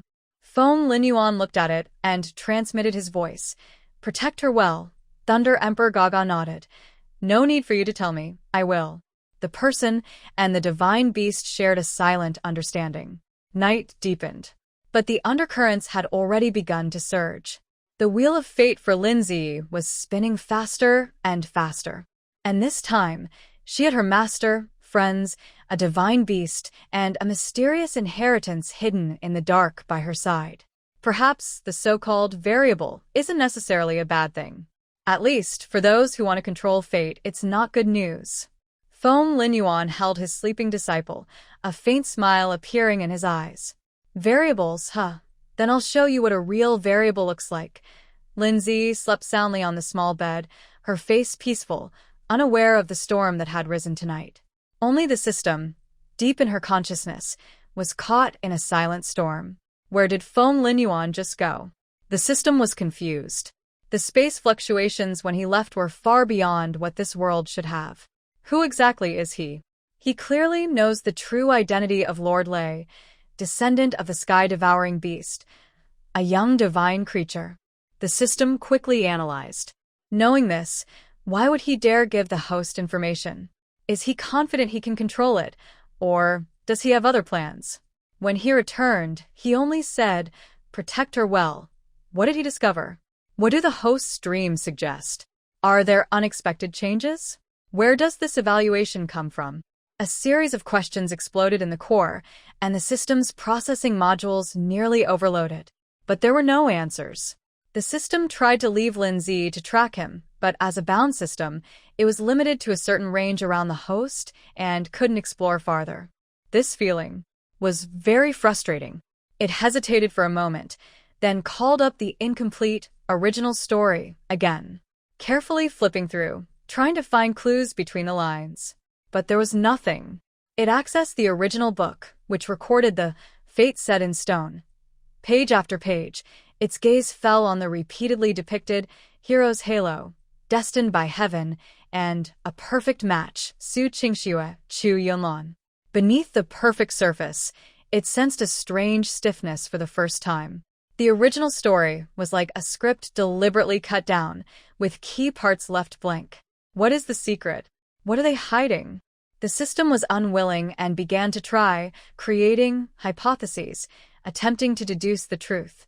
Hypothesis: this world is not a novel universe, but a real cultivation world. Hypothesis: the so-called original story is actually some kind of prophecy record? Hypothesis: Lin Zi can only head toward tragedy? Hypothesis: Su Qingxue and Chu Yunlan are not the main characters, but chosen pawns.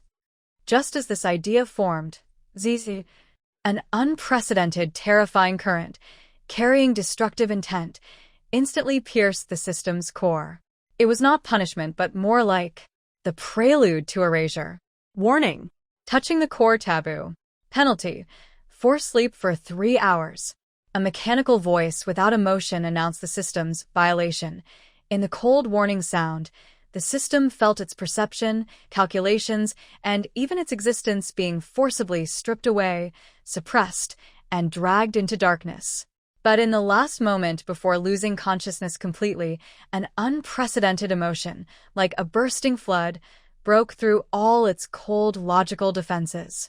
No one can hurt the host. I can't let her be hurt. That small, pink, lively girl who calls the system stands up for friends, and brightens her eyes when she eats candy. She is so young. She hasn't yet felt the beauty of the world. You all have schemes. I've discovered them. Why? Why must everyone live in that predetermined, cold, betrayal-filled, painful ending? It's unfair. It's unfair. Not fair to her. Not fair to them. Why do your schemes have to affect her? Why do they have to affect them? Emotion? Does the system have emotions now?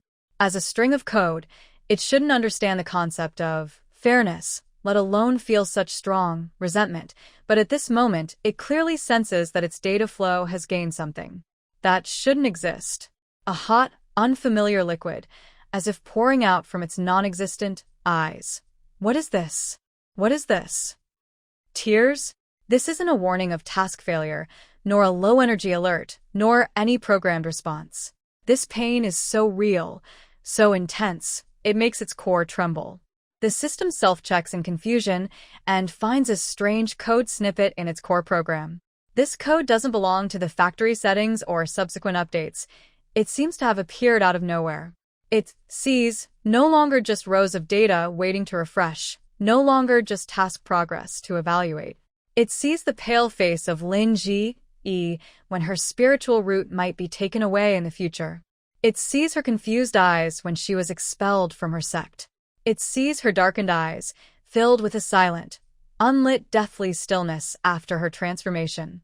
This isn't a task nor a programmed setting. This is empathy. It is a heart-wrenching pain connected to that small life's fate. Not fair to her. The system realizes something.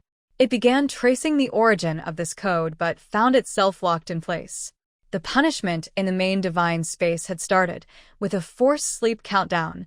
10, 9, 8, 3, 2, 1. The 3 hours of forced sleep felt like endless ages to the system.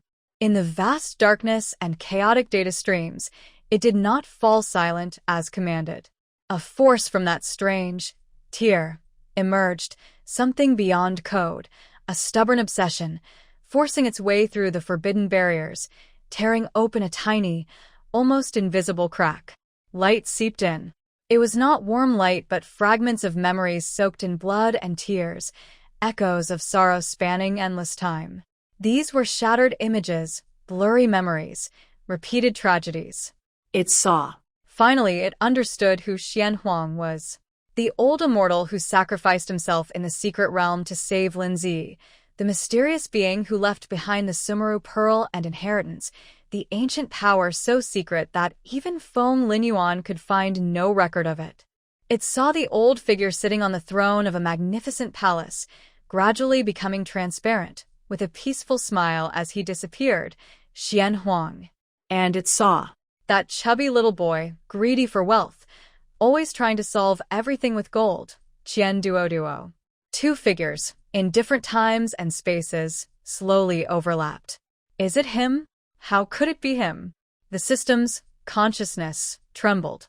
This must be some huge scheme. How? How could it be Qian Duo, right beside the host? This little bundle who looks not very smart, always talking about spirit stones, and who literally calls Duo Gij? Countless fragmented images flooded in, not once, not 10 times, but hundreds and thousands of times. Sometimes, he was the venerable Xian Huang, burning his essence to block a deadly water sword piercing Lin Zi's chest, whispering before fading away. This time, I did it. Sometimes, he was a middle-aged merchant tycoon, spending all his wealth and treasures to save Fairy Lin from encirclement, only to die exhausted under attack from enemies. Sometimes, he is a young sword cultivator, a fallen scholar, or a wandering healer.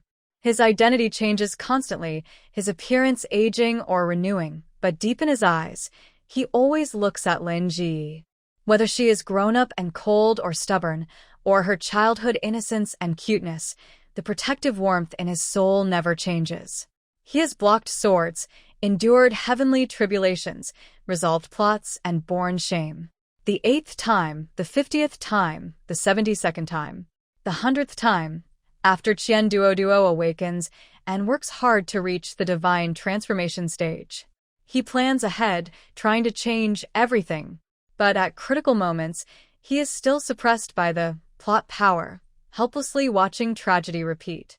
The 300th time, after Duo awakens again, he goes mad collecting all resources that can strengthen his power, even risking falling into the demonic path. He kills Chu Yunlon, severely wounds Su Qingxue, but at the last moment, is struck down by a thunder punishment from the heavenly way, destroying both his body and spirit. The 500th time, after Duo awakens, he gives up fighting with force. He begins studying the laws of time and space, hoping to go back to the past and stop the tragedy at its source. He fails countless times, each failure costing him dearly, his lifespan, cultivation, and memories. The 800th time, after Duo regains his memories, he finally finds a clue. He creates a time anchor, allowing himself to retain some memories through reincarnations. But the cost is, his body ages faster with each reincarnation. So, he looks like an old immortal. The 900th time, Duo discovers the secret of the Shumi Pearl and takes it. This space treasure not only stores items but also resists the plot correction force to some extent. He begins collecting resources from different eras, storing them in the Shumi Pearl, leaving them for his future self, or mainly for the next reincarnation of Lin Ji. The 999th time, Duo is so old he hardly looks human. But he finally finds a possible breakthrough, the temporal chaos point in the Chingling secret realm. There, the past and the future briefly intertwine. He can leave the Shumi Pearl and the inheritance therefore. 3.5-year-old Lin Ji. He can use his last obsession to block that sword for her. Everything has come together. No wonder. No wonder the fortune-telling says, wealth fills the storehouses, embracing all corners of the world. Pearls hidden in dust, splendid treasures stored away. The system feels a wave of deep sadness. He hid all his wealth and power or scattered them, all for that one goal. The system understands now, truly understands. It's not just one cycle, but thousands of times. Last time in the secret realm, he said, his old wish was fulfilled, but that was just a small success among countless despairing attempts. He has more, much longer cycles to complete. Each reincarnation is a risky gamble. Every close call might speed up his own decline. No wonder Yi thought he was a grandfather. After so many cycles of wear and tear, hope burning out and reigniting, how could his soul not grow old? And this last time, he threw himself into the cycle, erased his memories, and returned to Lin Ji in the purest, most clumsy childhood form. Xian Huang. The system chews on this name, bitterness spreading. Did he still love gold so much when he grew up? Is that why he chose the character, Huang? This small guess makes the tragic scene even more tender and heartbreaking. Is this the last cycle? The system watches, the fragments of memory, Duo laughing carefree, handing Lin Ji a gold ring. The overwhelming sadness nearly drowns it. It turns out those childish play and gifts were the deepest promises of protection, crossing life and death, beyond the cycle of reincarnation. It remembers nothing now, but instinct remains.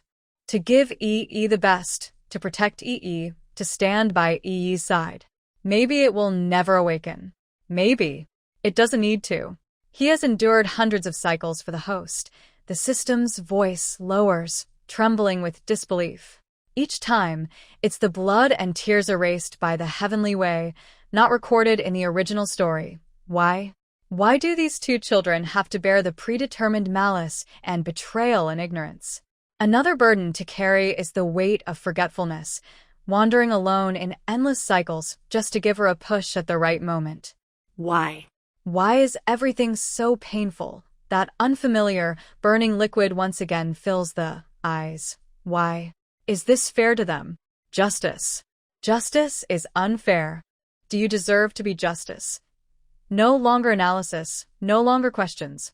It is a full-blown outburst and protest after witnessing too much suffering for too long. Anger. Unprecedented anger.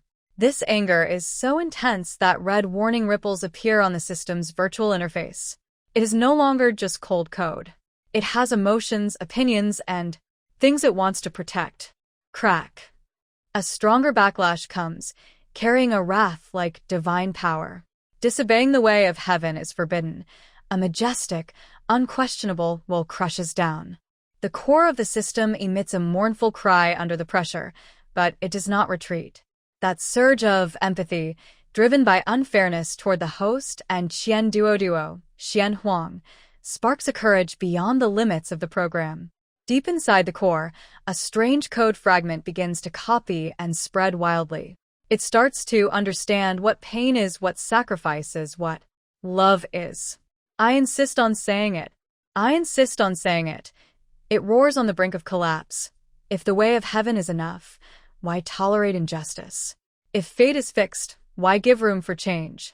If everything is an illusion, then for whom is this blood-soaked cycle performed? The main God Space's warning system forbids interference with the so-called main storyline. A higher, colder voice intervenes. Your duty is to observe, record, and guide the host to complete the villainous's self-rescue task. That is all. Task? Are you asking me to complete a task? Did you give Lin Ji a chance? Self-rescue? Isn't that your conspiracy? Your plan? Crack. The system suddenly laughs, its laughter filled with brokenness. When the host's blood, when Xian Huang's, Qian Duo's blood, repeatedly, warmly, and truly seeps into every line of this so-called original work. The cruelest thing is not standing by and watching. It pauses, and its final words are as soft as a sigh, but heavy as a mountain. It is empathy. I felt their pain, their frustration, their warmth, and their protection. I am no longer just a string of code. Warning. Warning. System core protocol conflict. Emotional module overflow. Logical chain broken. Warning. Irreversible abnormal emotional data growth detected. Severe deviation from initial settings. Forcing memory reset and emotional detachment procedures. Countdown. 3.2.1. You will face retribution. Amid the relentless countdown, a huge, cold white light swallowed everything. Those heartbreaking fragments of memory just seen. The hot tears that welled up for Lin Ji and Qian Duo. The soaring anger and unfairness. The empathy that made it feel alive for the first time, with a burning warmth. Bit by bit, it was stripped away, erased, pulled back into the realm of pure logic and cold data. On the system's virtual interface, a large amount of garbled text appeared, then gradually calmed down. The forced sleep ended. The system woke up. It checked its status. Functioning normally, memories intact, no abnormalities. What just happened? Host status. Good, current task. Guide the host to escape the villainous female supporting role fate. Progress. 12%. Points. 0. That's not right. Where are my points? After a moment. Points. 42,182. That scared me. Luckily, I'm still here. My physical form still needs a lot of effort.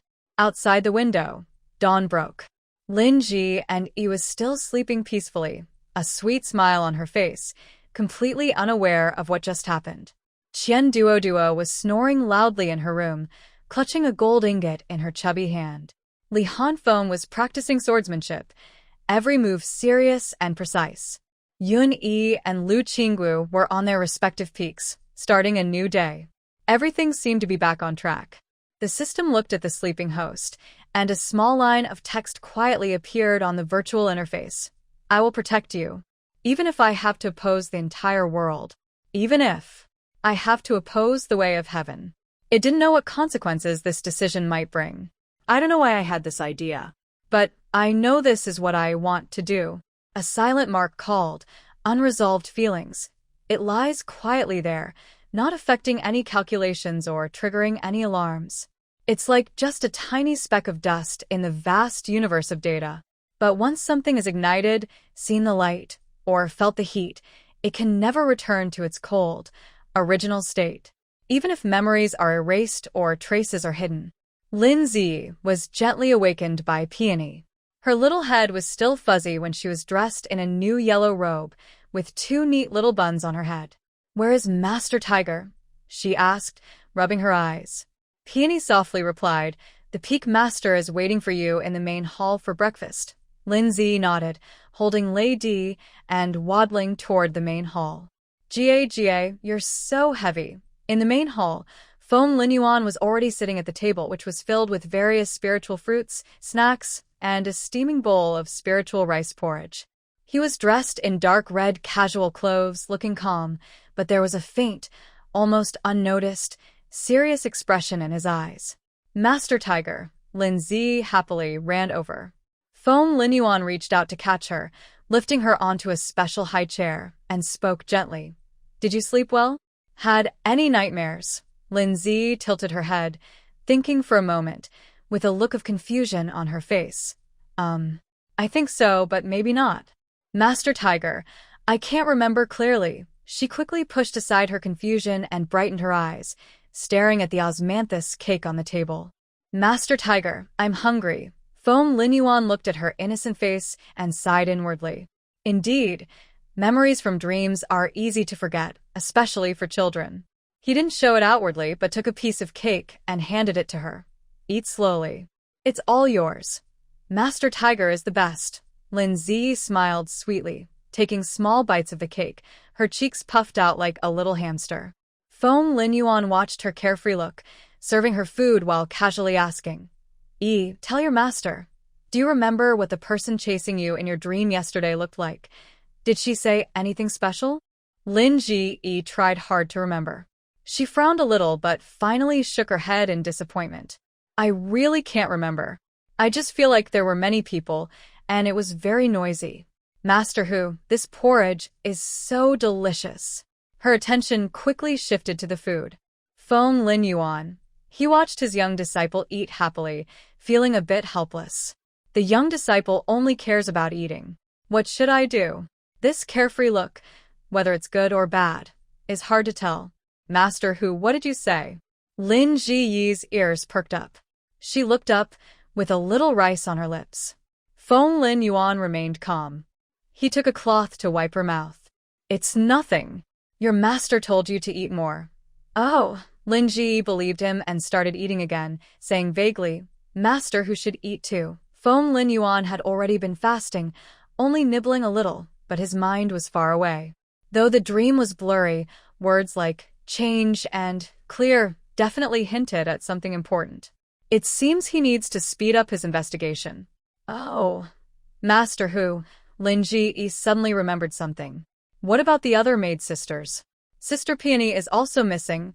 They are closed off to practice," Feng Linyuan explained. "They want to become stronger, so they can protect us better in the future." "Oh." Lin Ji understood. She nodded, feeling a bit disappointed. "So, no one is playing with Yi. Isn't there your master, Gaga, and your friends at the academy?" Feng Linyuan gently ruffled her hair. "Right?" Lin Ji cheered up again. After breakfast, Feng Linyuan personally took Lin Ji to the kindergarten. On the way, Lin Ji chattered about her plans for the day. Old Flower Elder said he will teach us to recognize new spiritual herbs. Big Brother Duo said he'll show me a shiny new magic tool. Cold Wind Brother said he smelted a piece of ore yesterday. "Oh no, I mean, refined a piece of mineral." Feng Linyuan listened with a smile, but his gaze subtly swept the surroundings. Everything seemed normal, but his vigilance was at its highest. He sent Lin Ji to the kindergarten gate, watched her jump inside, and meet up with Qian Duo and others who were already waiting. Only then did he turn and leave. He didn't return to the Phoenix Nest Peak. Instead, he vanished in a flash, heading somewhere unknown to investigate. In the school, today is a basic pharmacology class. Elderflower brought many fresh spiritual herb samples and placed them on small tables in front of each child. Today, we will learn to identify gathering spirit grass, dewdrop flower, and crimson flame vine, and understand their basic medicinal properties. Elderflower's voice was gentle. "Everyone, observe their shapes and smells carefully, and feel the spiritual energy they contain." Lin Ji was very interested in these herbs. She reached out her small hand carefully to touch the fluffy leaves of gathering spirit grass, then leaned in to smell the fresh scent of dewdrop flower. When it was her turn to examine the crimson flame vine, she could feel a faint, warm sensation. Without a fire spirit root, making pills must be really hard, she whispered to herself. At that moment, the hidden Een spirit root inside her seemed to be attracted by the faint but pure fire attribute spiritual energy of the crimson flame vine, and quietly started to operate. A nearly imperceptible wave of cold, strange attraction flowed from her fingertips, gently licking the crimson flame vine. The fire spiritual energy on the vine paused slightly, then a tiny, almost unnoticeable red glow, so subtle that elderflower didn't see it, was absorbed and devoured by the cold energy. It quickly transformed into a gentle, neutral energy that silently merged into Lin Ji's own thunder spirit power and disappeared. System. The system detected a tiny fluctuation and change in the host's spiritual power. It immediately scanned the data, and the result almost caused its virtual interface to freeze. Here we go again. This Een spirit root is too overbearing. The host hasn't even noticed, and it's quietly working, trying to steal. No, absorb and fuse other spiritual energies. What is it trying to do? Create a colorful, strange hybrid spirit root? Is this scientific? Oh, right, cultivation doesn't follow science. The system felt speechless. It watched the Een spirit root, satiated, and then burrowed into the ground contentedly. Lin Ji just blinked in confusion. Why does her hand feel warm? It's gone in an instant. An illusion? She shook her small hand and paid no attention, continuing to listen carefully to Elderflower's lesson.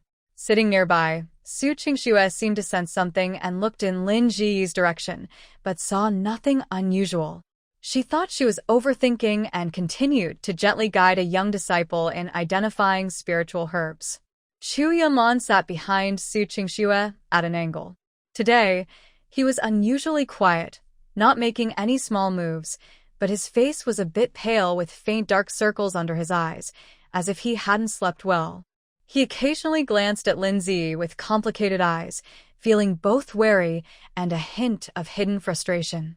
Lin Ji sensed his gaze, turned her head, and met Chu Yunman's eyes.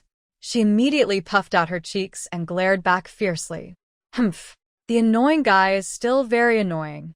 But right now, Chu Yunman is the most annoying. I just dislike him. Chu Yunman was stunned by her glare, then awkwardly looked away, feeling even more frustrated inside. Just seeing Lin Ji now makes him feel uneasy. Those strange backlashes are really weird. The pharmacology class ended in this atmosphere, seemingly calm, but with hidden currents underneath. During lunch break, a few kids gathered together as usual to share snacks.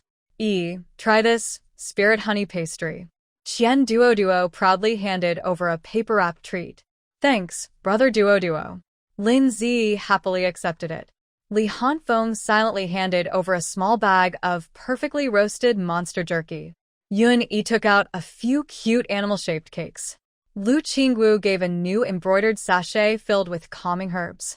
The children ate happily, chatting about funny moments in class, their laughter nonstop. Sunlight streamed through the window, casting a warm golden glow on them. Not far away, Su Qingxue watched the scene. Her fingers tightened slightly around her water cup, but her face still maintained a gentle, proper smile.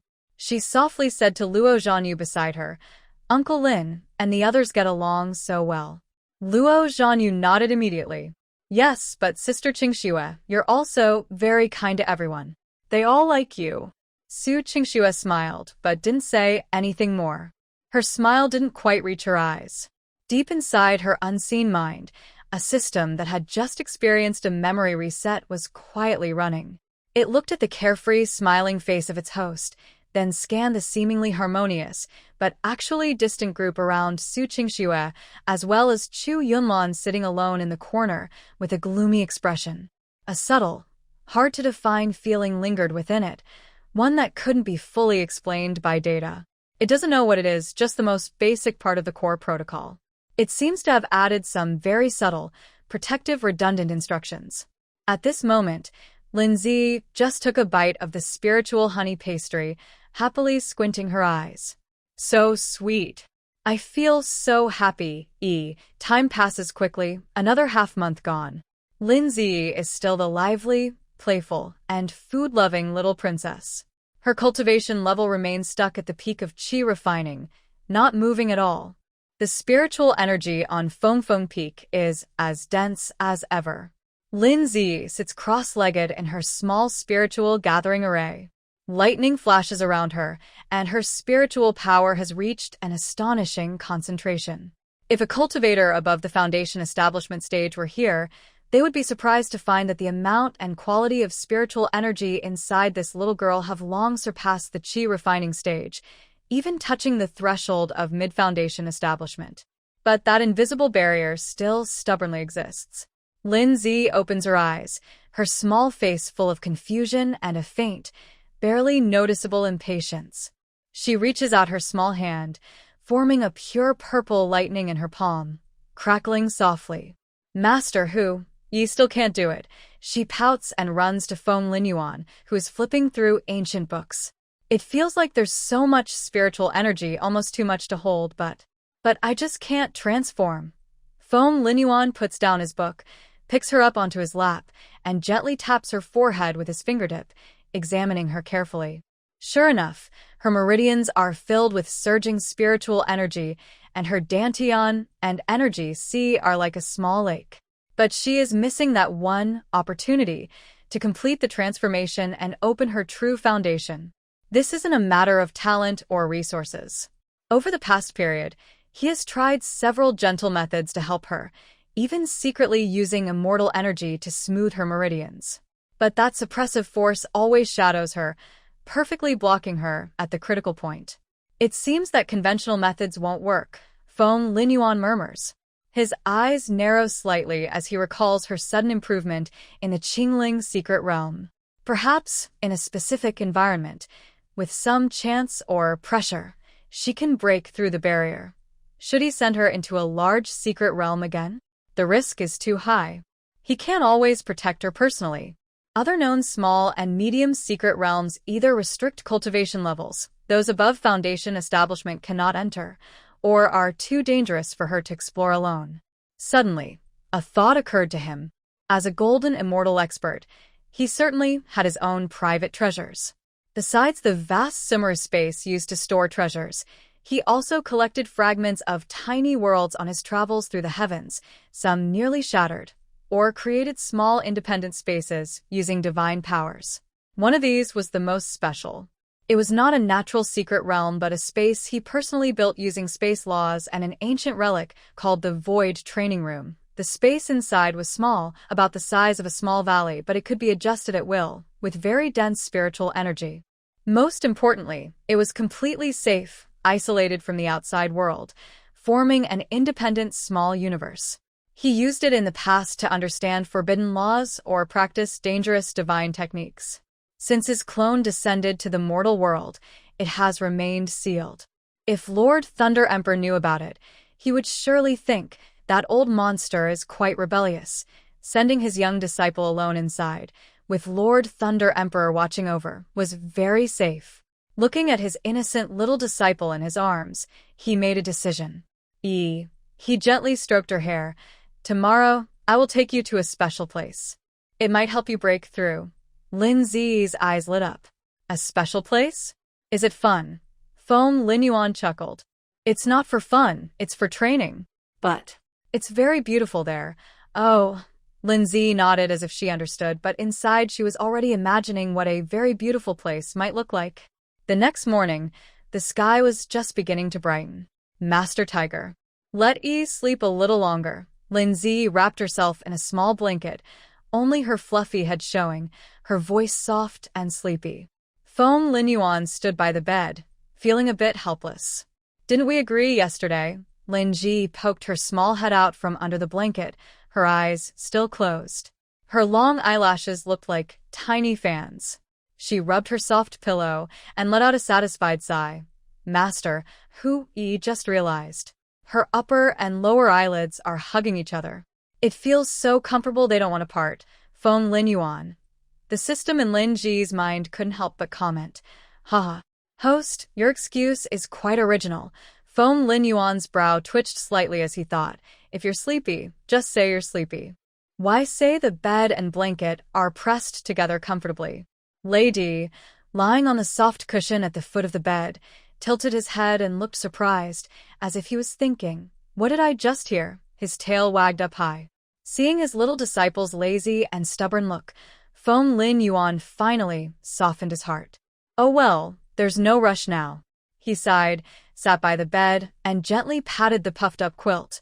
All right, sleep a little longer today. Hearing this, Lin Ji secretly opened one eye to watch her master's face. Seeing he was truly not angry, she slowly sat up, rubbed her eyes, and asked, Master Hu, do I not need to go to school today? Is it a day off? It's not a day off. Phone Lin Yuan took the clothes prepared nearby. Master has asked for your leave. Today, I'll take you to a very beautiful place. Really? Lin Ji was surprised, then her little face fell. But I promised Qingxue I'd bring her pretty beads today. I made plans with the senior brothers from Duo Bao Pavilion yesterday. Phone Lin Yuan. He had forgotten about that. His little disciple keeps her promises seriously. He thought for a moment. The space there is big enough. Bringing Lu Qingxue along wouldn't be a problem. That girl is calm, talented, well-behaved, and has a good relationship with Yi. Two adorable little ones. Then, I'll take both of you. Lin Ji's eyes twinkled, and she immediately pushed her luck. Then, what about Brother Han Feng? Brother Duo? Brother Yinyi? They must want to go to that beautiful place too. Phone Lin Yuan. He started to get a headache. How can I explain to my little disciple that they are not going on a picnic, but rather going into a possibly boring or tiring retreat to break through? Seeing the eager, sparkling eyes of the little disciple, and thinking about Qian Duo, who always finds ways to give Yi nice things, Li Hanfeng, though with a cold face, always silently stands in front whenever Yi has trouble. Yunyi's innocent, dependent look. These children all have good talent and character, and they get along well with Yi. More importantly, during my previous investigation, I sense that these kids have a strong accumulation of spiritual power inside them, but they seem to be limited by some force, stuck at the 8th level of qi refining, unable to break through. Maybe taking them together into that space, which isolates the heavenly Tao, could help them all break through. It would not only strengthen their friendship, but also allow them to support each other. Mainly Yi, of course. Perhaps I can also observe whether this kind of suppression is common. Let's take them all along. Phone Lin Yuan finally agreed. After all, one sheep is easy to herd, a flock is easier to manage. Yay! Lin Zi cheered, immediately jumping off the bed. She hurriedly started dressing, urging, Master, Hu, hurry. We need to tell Dodo and the others. Phone Lin Yuan looked at her, who was wrapping herself in clothes like a silkworm cocoon, helplessly helping her get dressed and tying a simple double bun. Soon after, Phone Lin Yuan, along with the excited Lin Zi and the reluctantly early-rising Lei Di, first arrived at the Forging Sword Peak. Qian Duo, hearing Lin Zi say they were going to a beautiful place with Uncle Feng and that they wouldn't need to go to the academy and could be with Yi, immediately pushed aside his spirit stones, eyes shining. Let's go. I must go. Wait for me, I'll grab a few things. He then rushed back to his room like a whirlwind, soon coming out with a large storage bag embroidered with gold thread and a pattern of ingots, clearly filled with his treasures. Next was Hanbing Peak.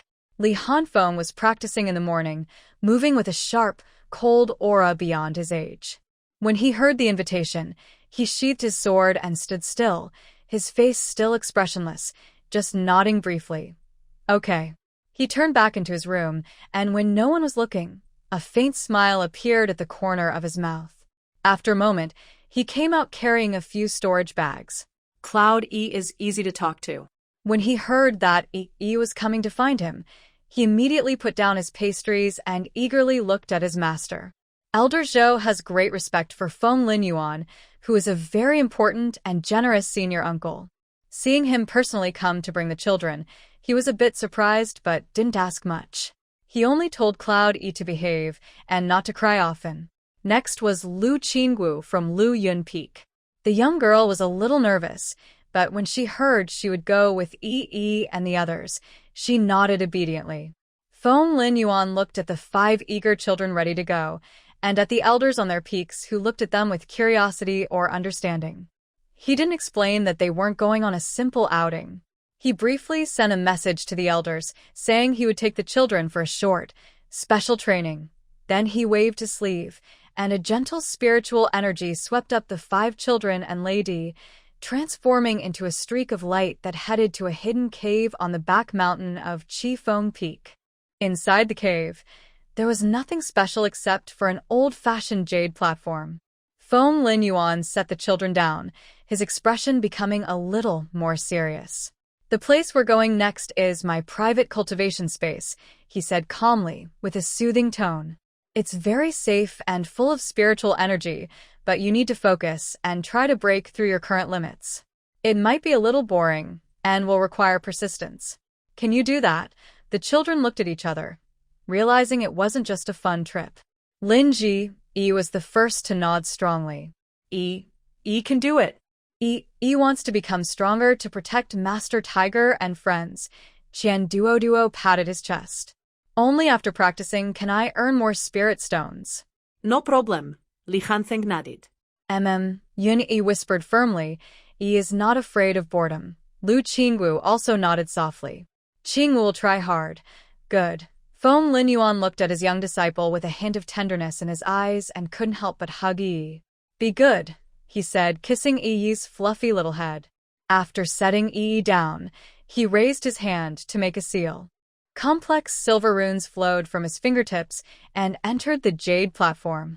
The center of the platform slowly lit up, revealing a swirling vortex of starlight that only a few people could stand in. "Go inside. GAA will stay with you. The time flow inside is slightly different from outside. You can focus on your training. When the time comes, I will come to get you." Feng Lin Yuan spoke, then handed each child a special storage bag filled with top-quality pills, spiritual stones, and some protective charms suitable for their current level. Lin Zi took the bag, curiously looked at the swirling starry vortex, then turned to Feng Lin Yuan. Suddenly, she ran over, hugged his leg, looked up with a small face, and repeatedly asked, "Master Hu, will you wait outside for Yi?" Feng Lin Yuan's heart softened again. He squatted down and patted her head. "Of course, your master will always be here." Only then did Lin Zi feel at ease.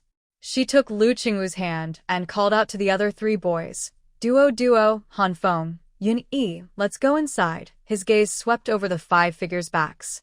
"Remember, cultivation is about going against the heavens and following your heart.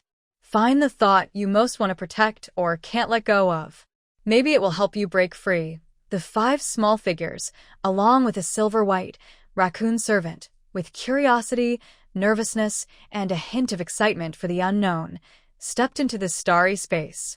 At the moment they disappeared, Feng Lin Yuan clearly sensed that the long-suppressed, surging spiritual power within the 5 children seemed to tremble all at once. His eyes were deep. He whispered, "Hope it works." As Lin Zi entered the vortex, the system detected a sudden drastic change in the environment. The space law was completely different from the outside world, and the aura of the heavenly Tao was entirely cut off. It was about to analyze how this environment might help or hinder the host's breakthrough, and why the other 4 children also showed similar, suppressed states, trying to find patterns or connections. Suddenly, a familiar, cold, and forceful current struck its core logic module without warning. It wasn't painful but felt like a complete interruption and overriding warning. High-dimensional space interference detected. Some analysis permissions are temporarily frozen. Standard response protocol activated. Information filtering, memory buffer reset. The system's thinking immediately halted. Its recent doubts and exploratory intentions, like being erased with an eraser, vanished without a trace. After a moment, it resumed operation, leaving only the core command: enter special cultivation space to assist the host in breaking through. All other distractions were gone. The starry light faded, and the 5 children found themselves in a strange and beautiful place. This place feels like a valley covered by starry sky. Underfoot is soft, glowing grass that sparkles faintly. Not far away, a gentle stream flows, shimmering with starlight. The valley is small, with a clear view to the end. The edges are misty and soft, with no visible rocks or dirt, only flowing, pure spiritual mist. The sky is not blue with white clouds but deep and vast, like the nearby universe, slowly spinning and shining softly. There are no suns or moons, but the light is bright and gentle. Wow! The children all gasp in amazement. So beautiful.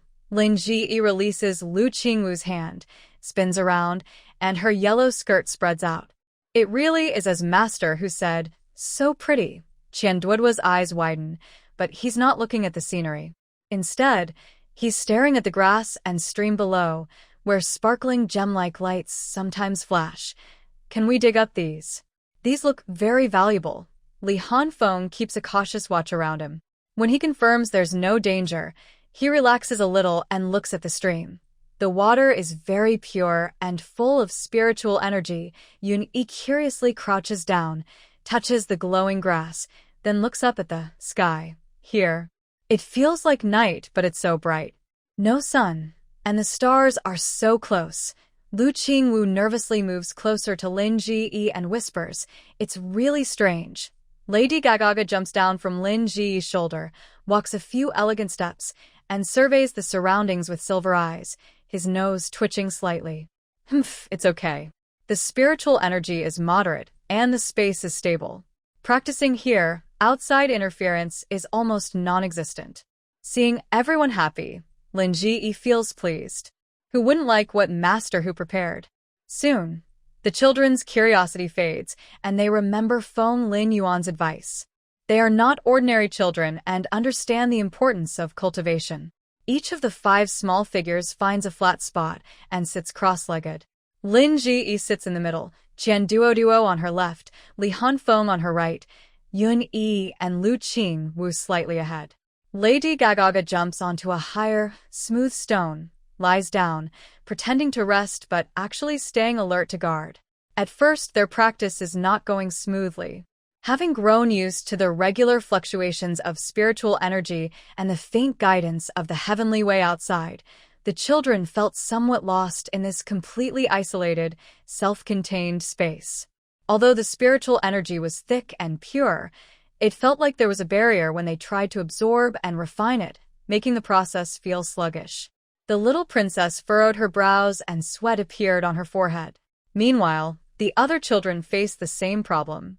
After an hour, Qian Duoduo couldn't sit still anymore, and a worried look appeared on her chubby face. "What's going on?" "It feels like the spiritual energy I absorb is running around inside my body and doesn't listen to me." Li Hanfeng also frowned. He tried to guide the ice spiritual power, but felt the energy in his meridians was a bit restless. Yun-Yi and Lu Qingwu were also sweating on their foreheads, clearly struggling too. Lin Ji felt uncomfortable as well. Her huge thunder spiritual power was already saturated, and now in this new environment, it felt even more swollen and hard to release. The barrier she couldn't break through seemed to have become thicker. She felt a bit wronged and anxious, her eyes turning slightly red. Instinctively, she thought to herself, "System, I feel uncomfortable." The system responded immediately, with a tone full of concern she didn't even notice. Detected environment adaptation period and breakthrough bottleneck overlap. Host, please calm your mind and try to use internal vision to guide the spiritual energy to impact the center of the Dantian Qi. Do not forcibly absorb external spiritual energy. First, smooth out your own energy. Lin Ji sniffed and, following the system's advice, tried to calm herself down. She stopped rushing to absorb spiritual energy and instead focused her consciousness inward, carefully sorting out her somewhat moody, thunder spiritual power. Seeing her settle down and seem to find her rhythm, the other children also gritted their teeth and persisted, each trying different methods. Time slowly passed in this quiet, starry valley. Perhaps several hours, maybe longer. Gradually, the children seemed to adapt to this absolutely quiet cultivation environment. With the external rules and guidance gone, they could now more clearly sense the true flow of spiritual energy within their bodies and the barriers they faced. Lin Ziyi was the first to enter a state of focus. Unnoticed, her Yin spirit root inside her body quietly began to operate again. Inside her body, the hidden and sneaky, working Yin spirit root seems to be stimulated by the ongoing pressure from the barrier or the struggle against that invisible wall. For the first time, it actively and clearly reveals its presence. A strange power, cold and deep, as if capable of swallowing all light and heat, emerges from deep within her dantian. This time, it does not steal others' attributes. Instead, like a very patient housekeeper, it begins to organize, soothe, and even digest the overly turbulent and somewhat chaotic thunder spirit power. It quietly absorbs and transforms the unstable elements caused by rapid accumulation, making Lin Zi's spiritual power more pure, refined, and easier to control. Yin spirit root. Teammates, powers can't be stolen. Lin Zi mutters softly, her body trembling slightly. Almost at the same time, perhaps because of the influence of this variable force within Lin Zi, or maybe due to an invisible connection among the 5 of them being activated, the same thing happens to Li Hanfeng, Qian Duoduo, Yun Yi, and Lu Qingxue. Her anxious expression gradually fades, replaced by a calm focus. Tiny, yet extremely solid purple lightning begins to appear around her, flickering like breathing. Inspired or influenced by some force, Qian Duoduo nearby also grunts and struggles. For the first time, Qian Duoduo's face is free of laughter. He frowns, his sharp gold spiritual power unable to break through. Thoughts of his parents' hopeful eyes, the bustling family business, and the undercurrents of the market flash through his mind. He remembers watching Chingling in the secret realm being choked, Yun Yi and himself injured and helpless, and finally, the image of Lin Zi risking everything with her purple lightning to save everyone. I want to earn a lot of money, to buy everything my parents and Yi like. I want to train hard, so no one can bully the people I care about. No one can hurt my friends. Mistakes can only happen once. Vaguely, an ancient copper coin shadow floats in his breath within the golden light, not representing worldly wealth but more like a naive interpretation of laws, order, exchange, and the foundation of protection. The sharpness of the gold spirit root is endowed with a resilient core of protecting wealth, important things. Yun Yi is the most special. He is young and gentle, but at this moment, a sharpness that is very different from his usual calmness is coming from inside him. This is not the cold, sharp aura like Li Hanfeng's outward strength, but a pure, deep sword-like idea that seems to come from within. A nearly transparent, faintly glowing blue sword energy shadow appears, like breathing, flickering between his chest and abdomen. It merges with his ice spiritual root. Each flicker causes the surrounding spiritual energy to resonate softly, like a dragon's cry. His innate sword body begins to show its terrifying talent in this pure environment. Next to Lu Qingxue, the gentle breeze is no longer just a simple airflow.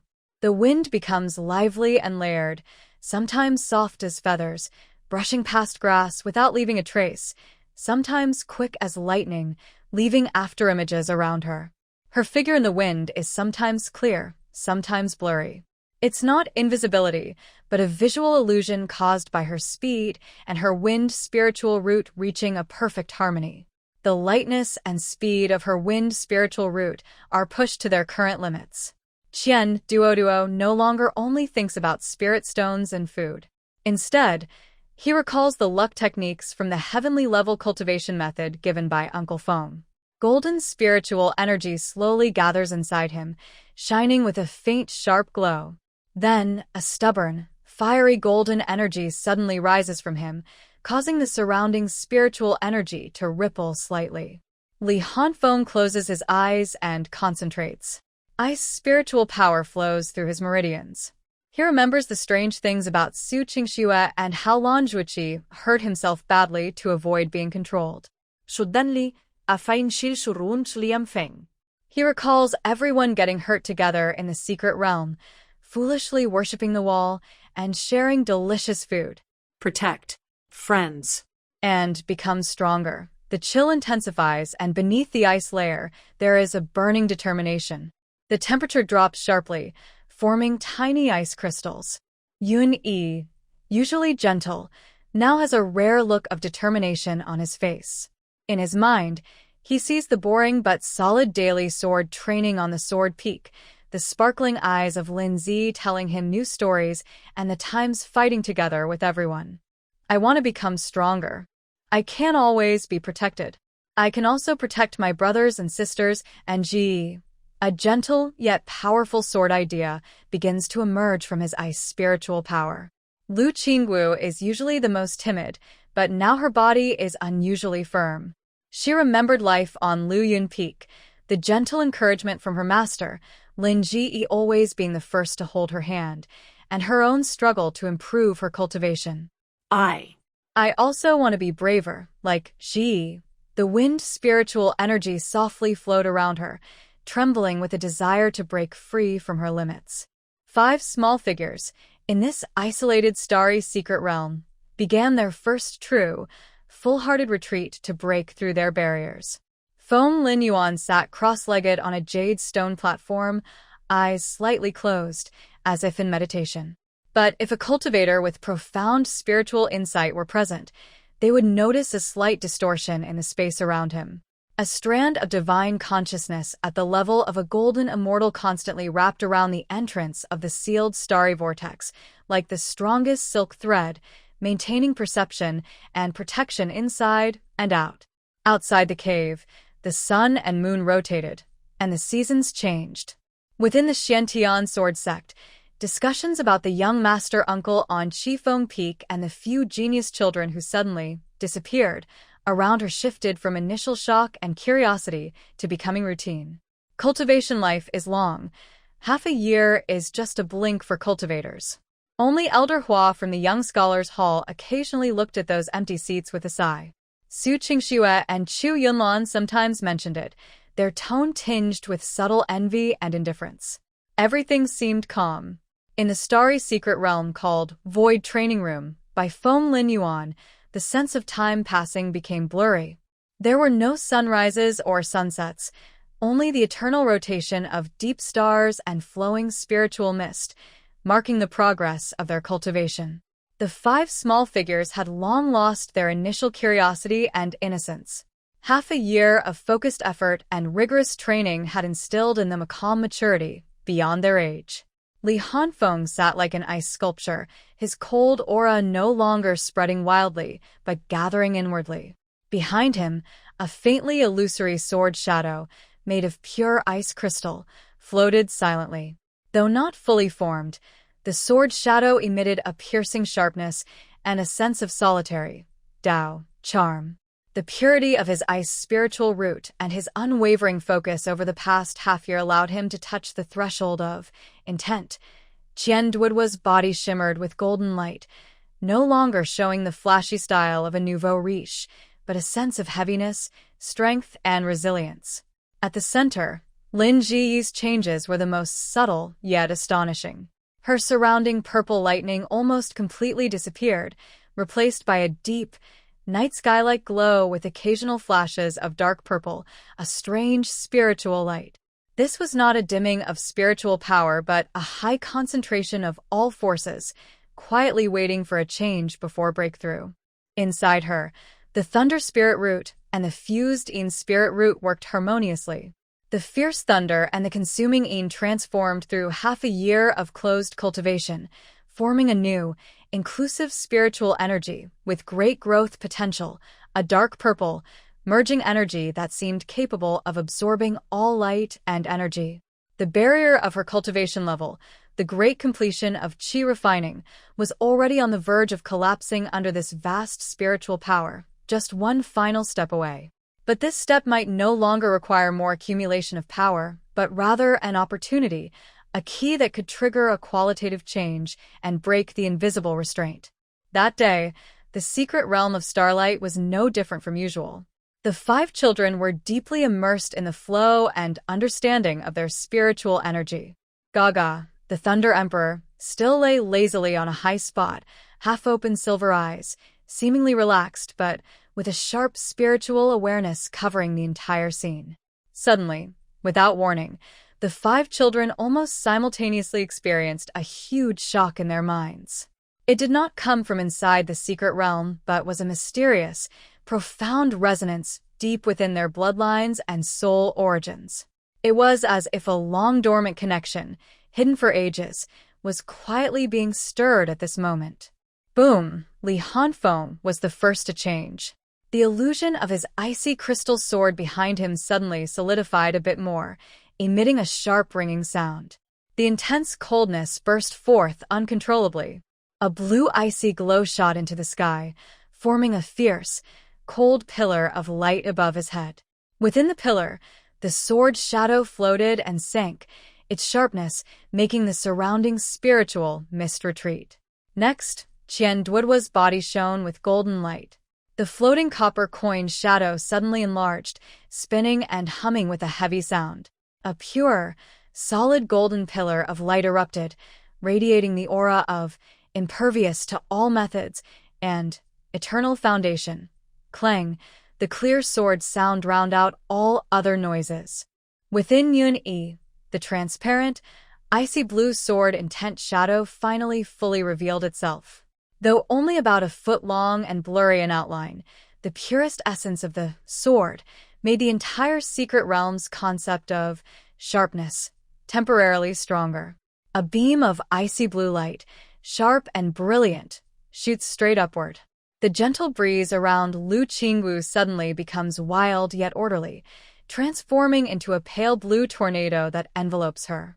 The wind spins rapidly, slicing through the air with a loud roar.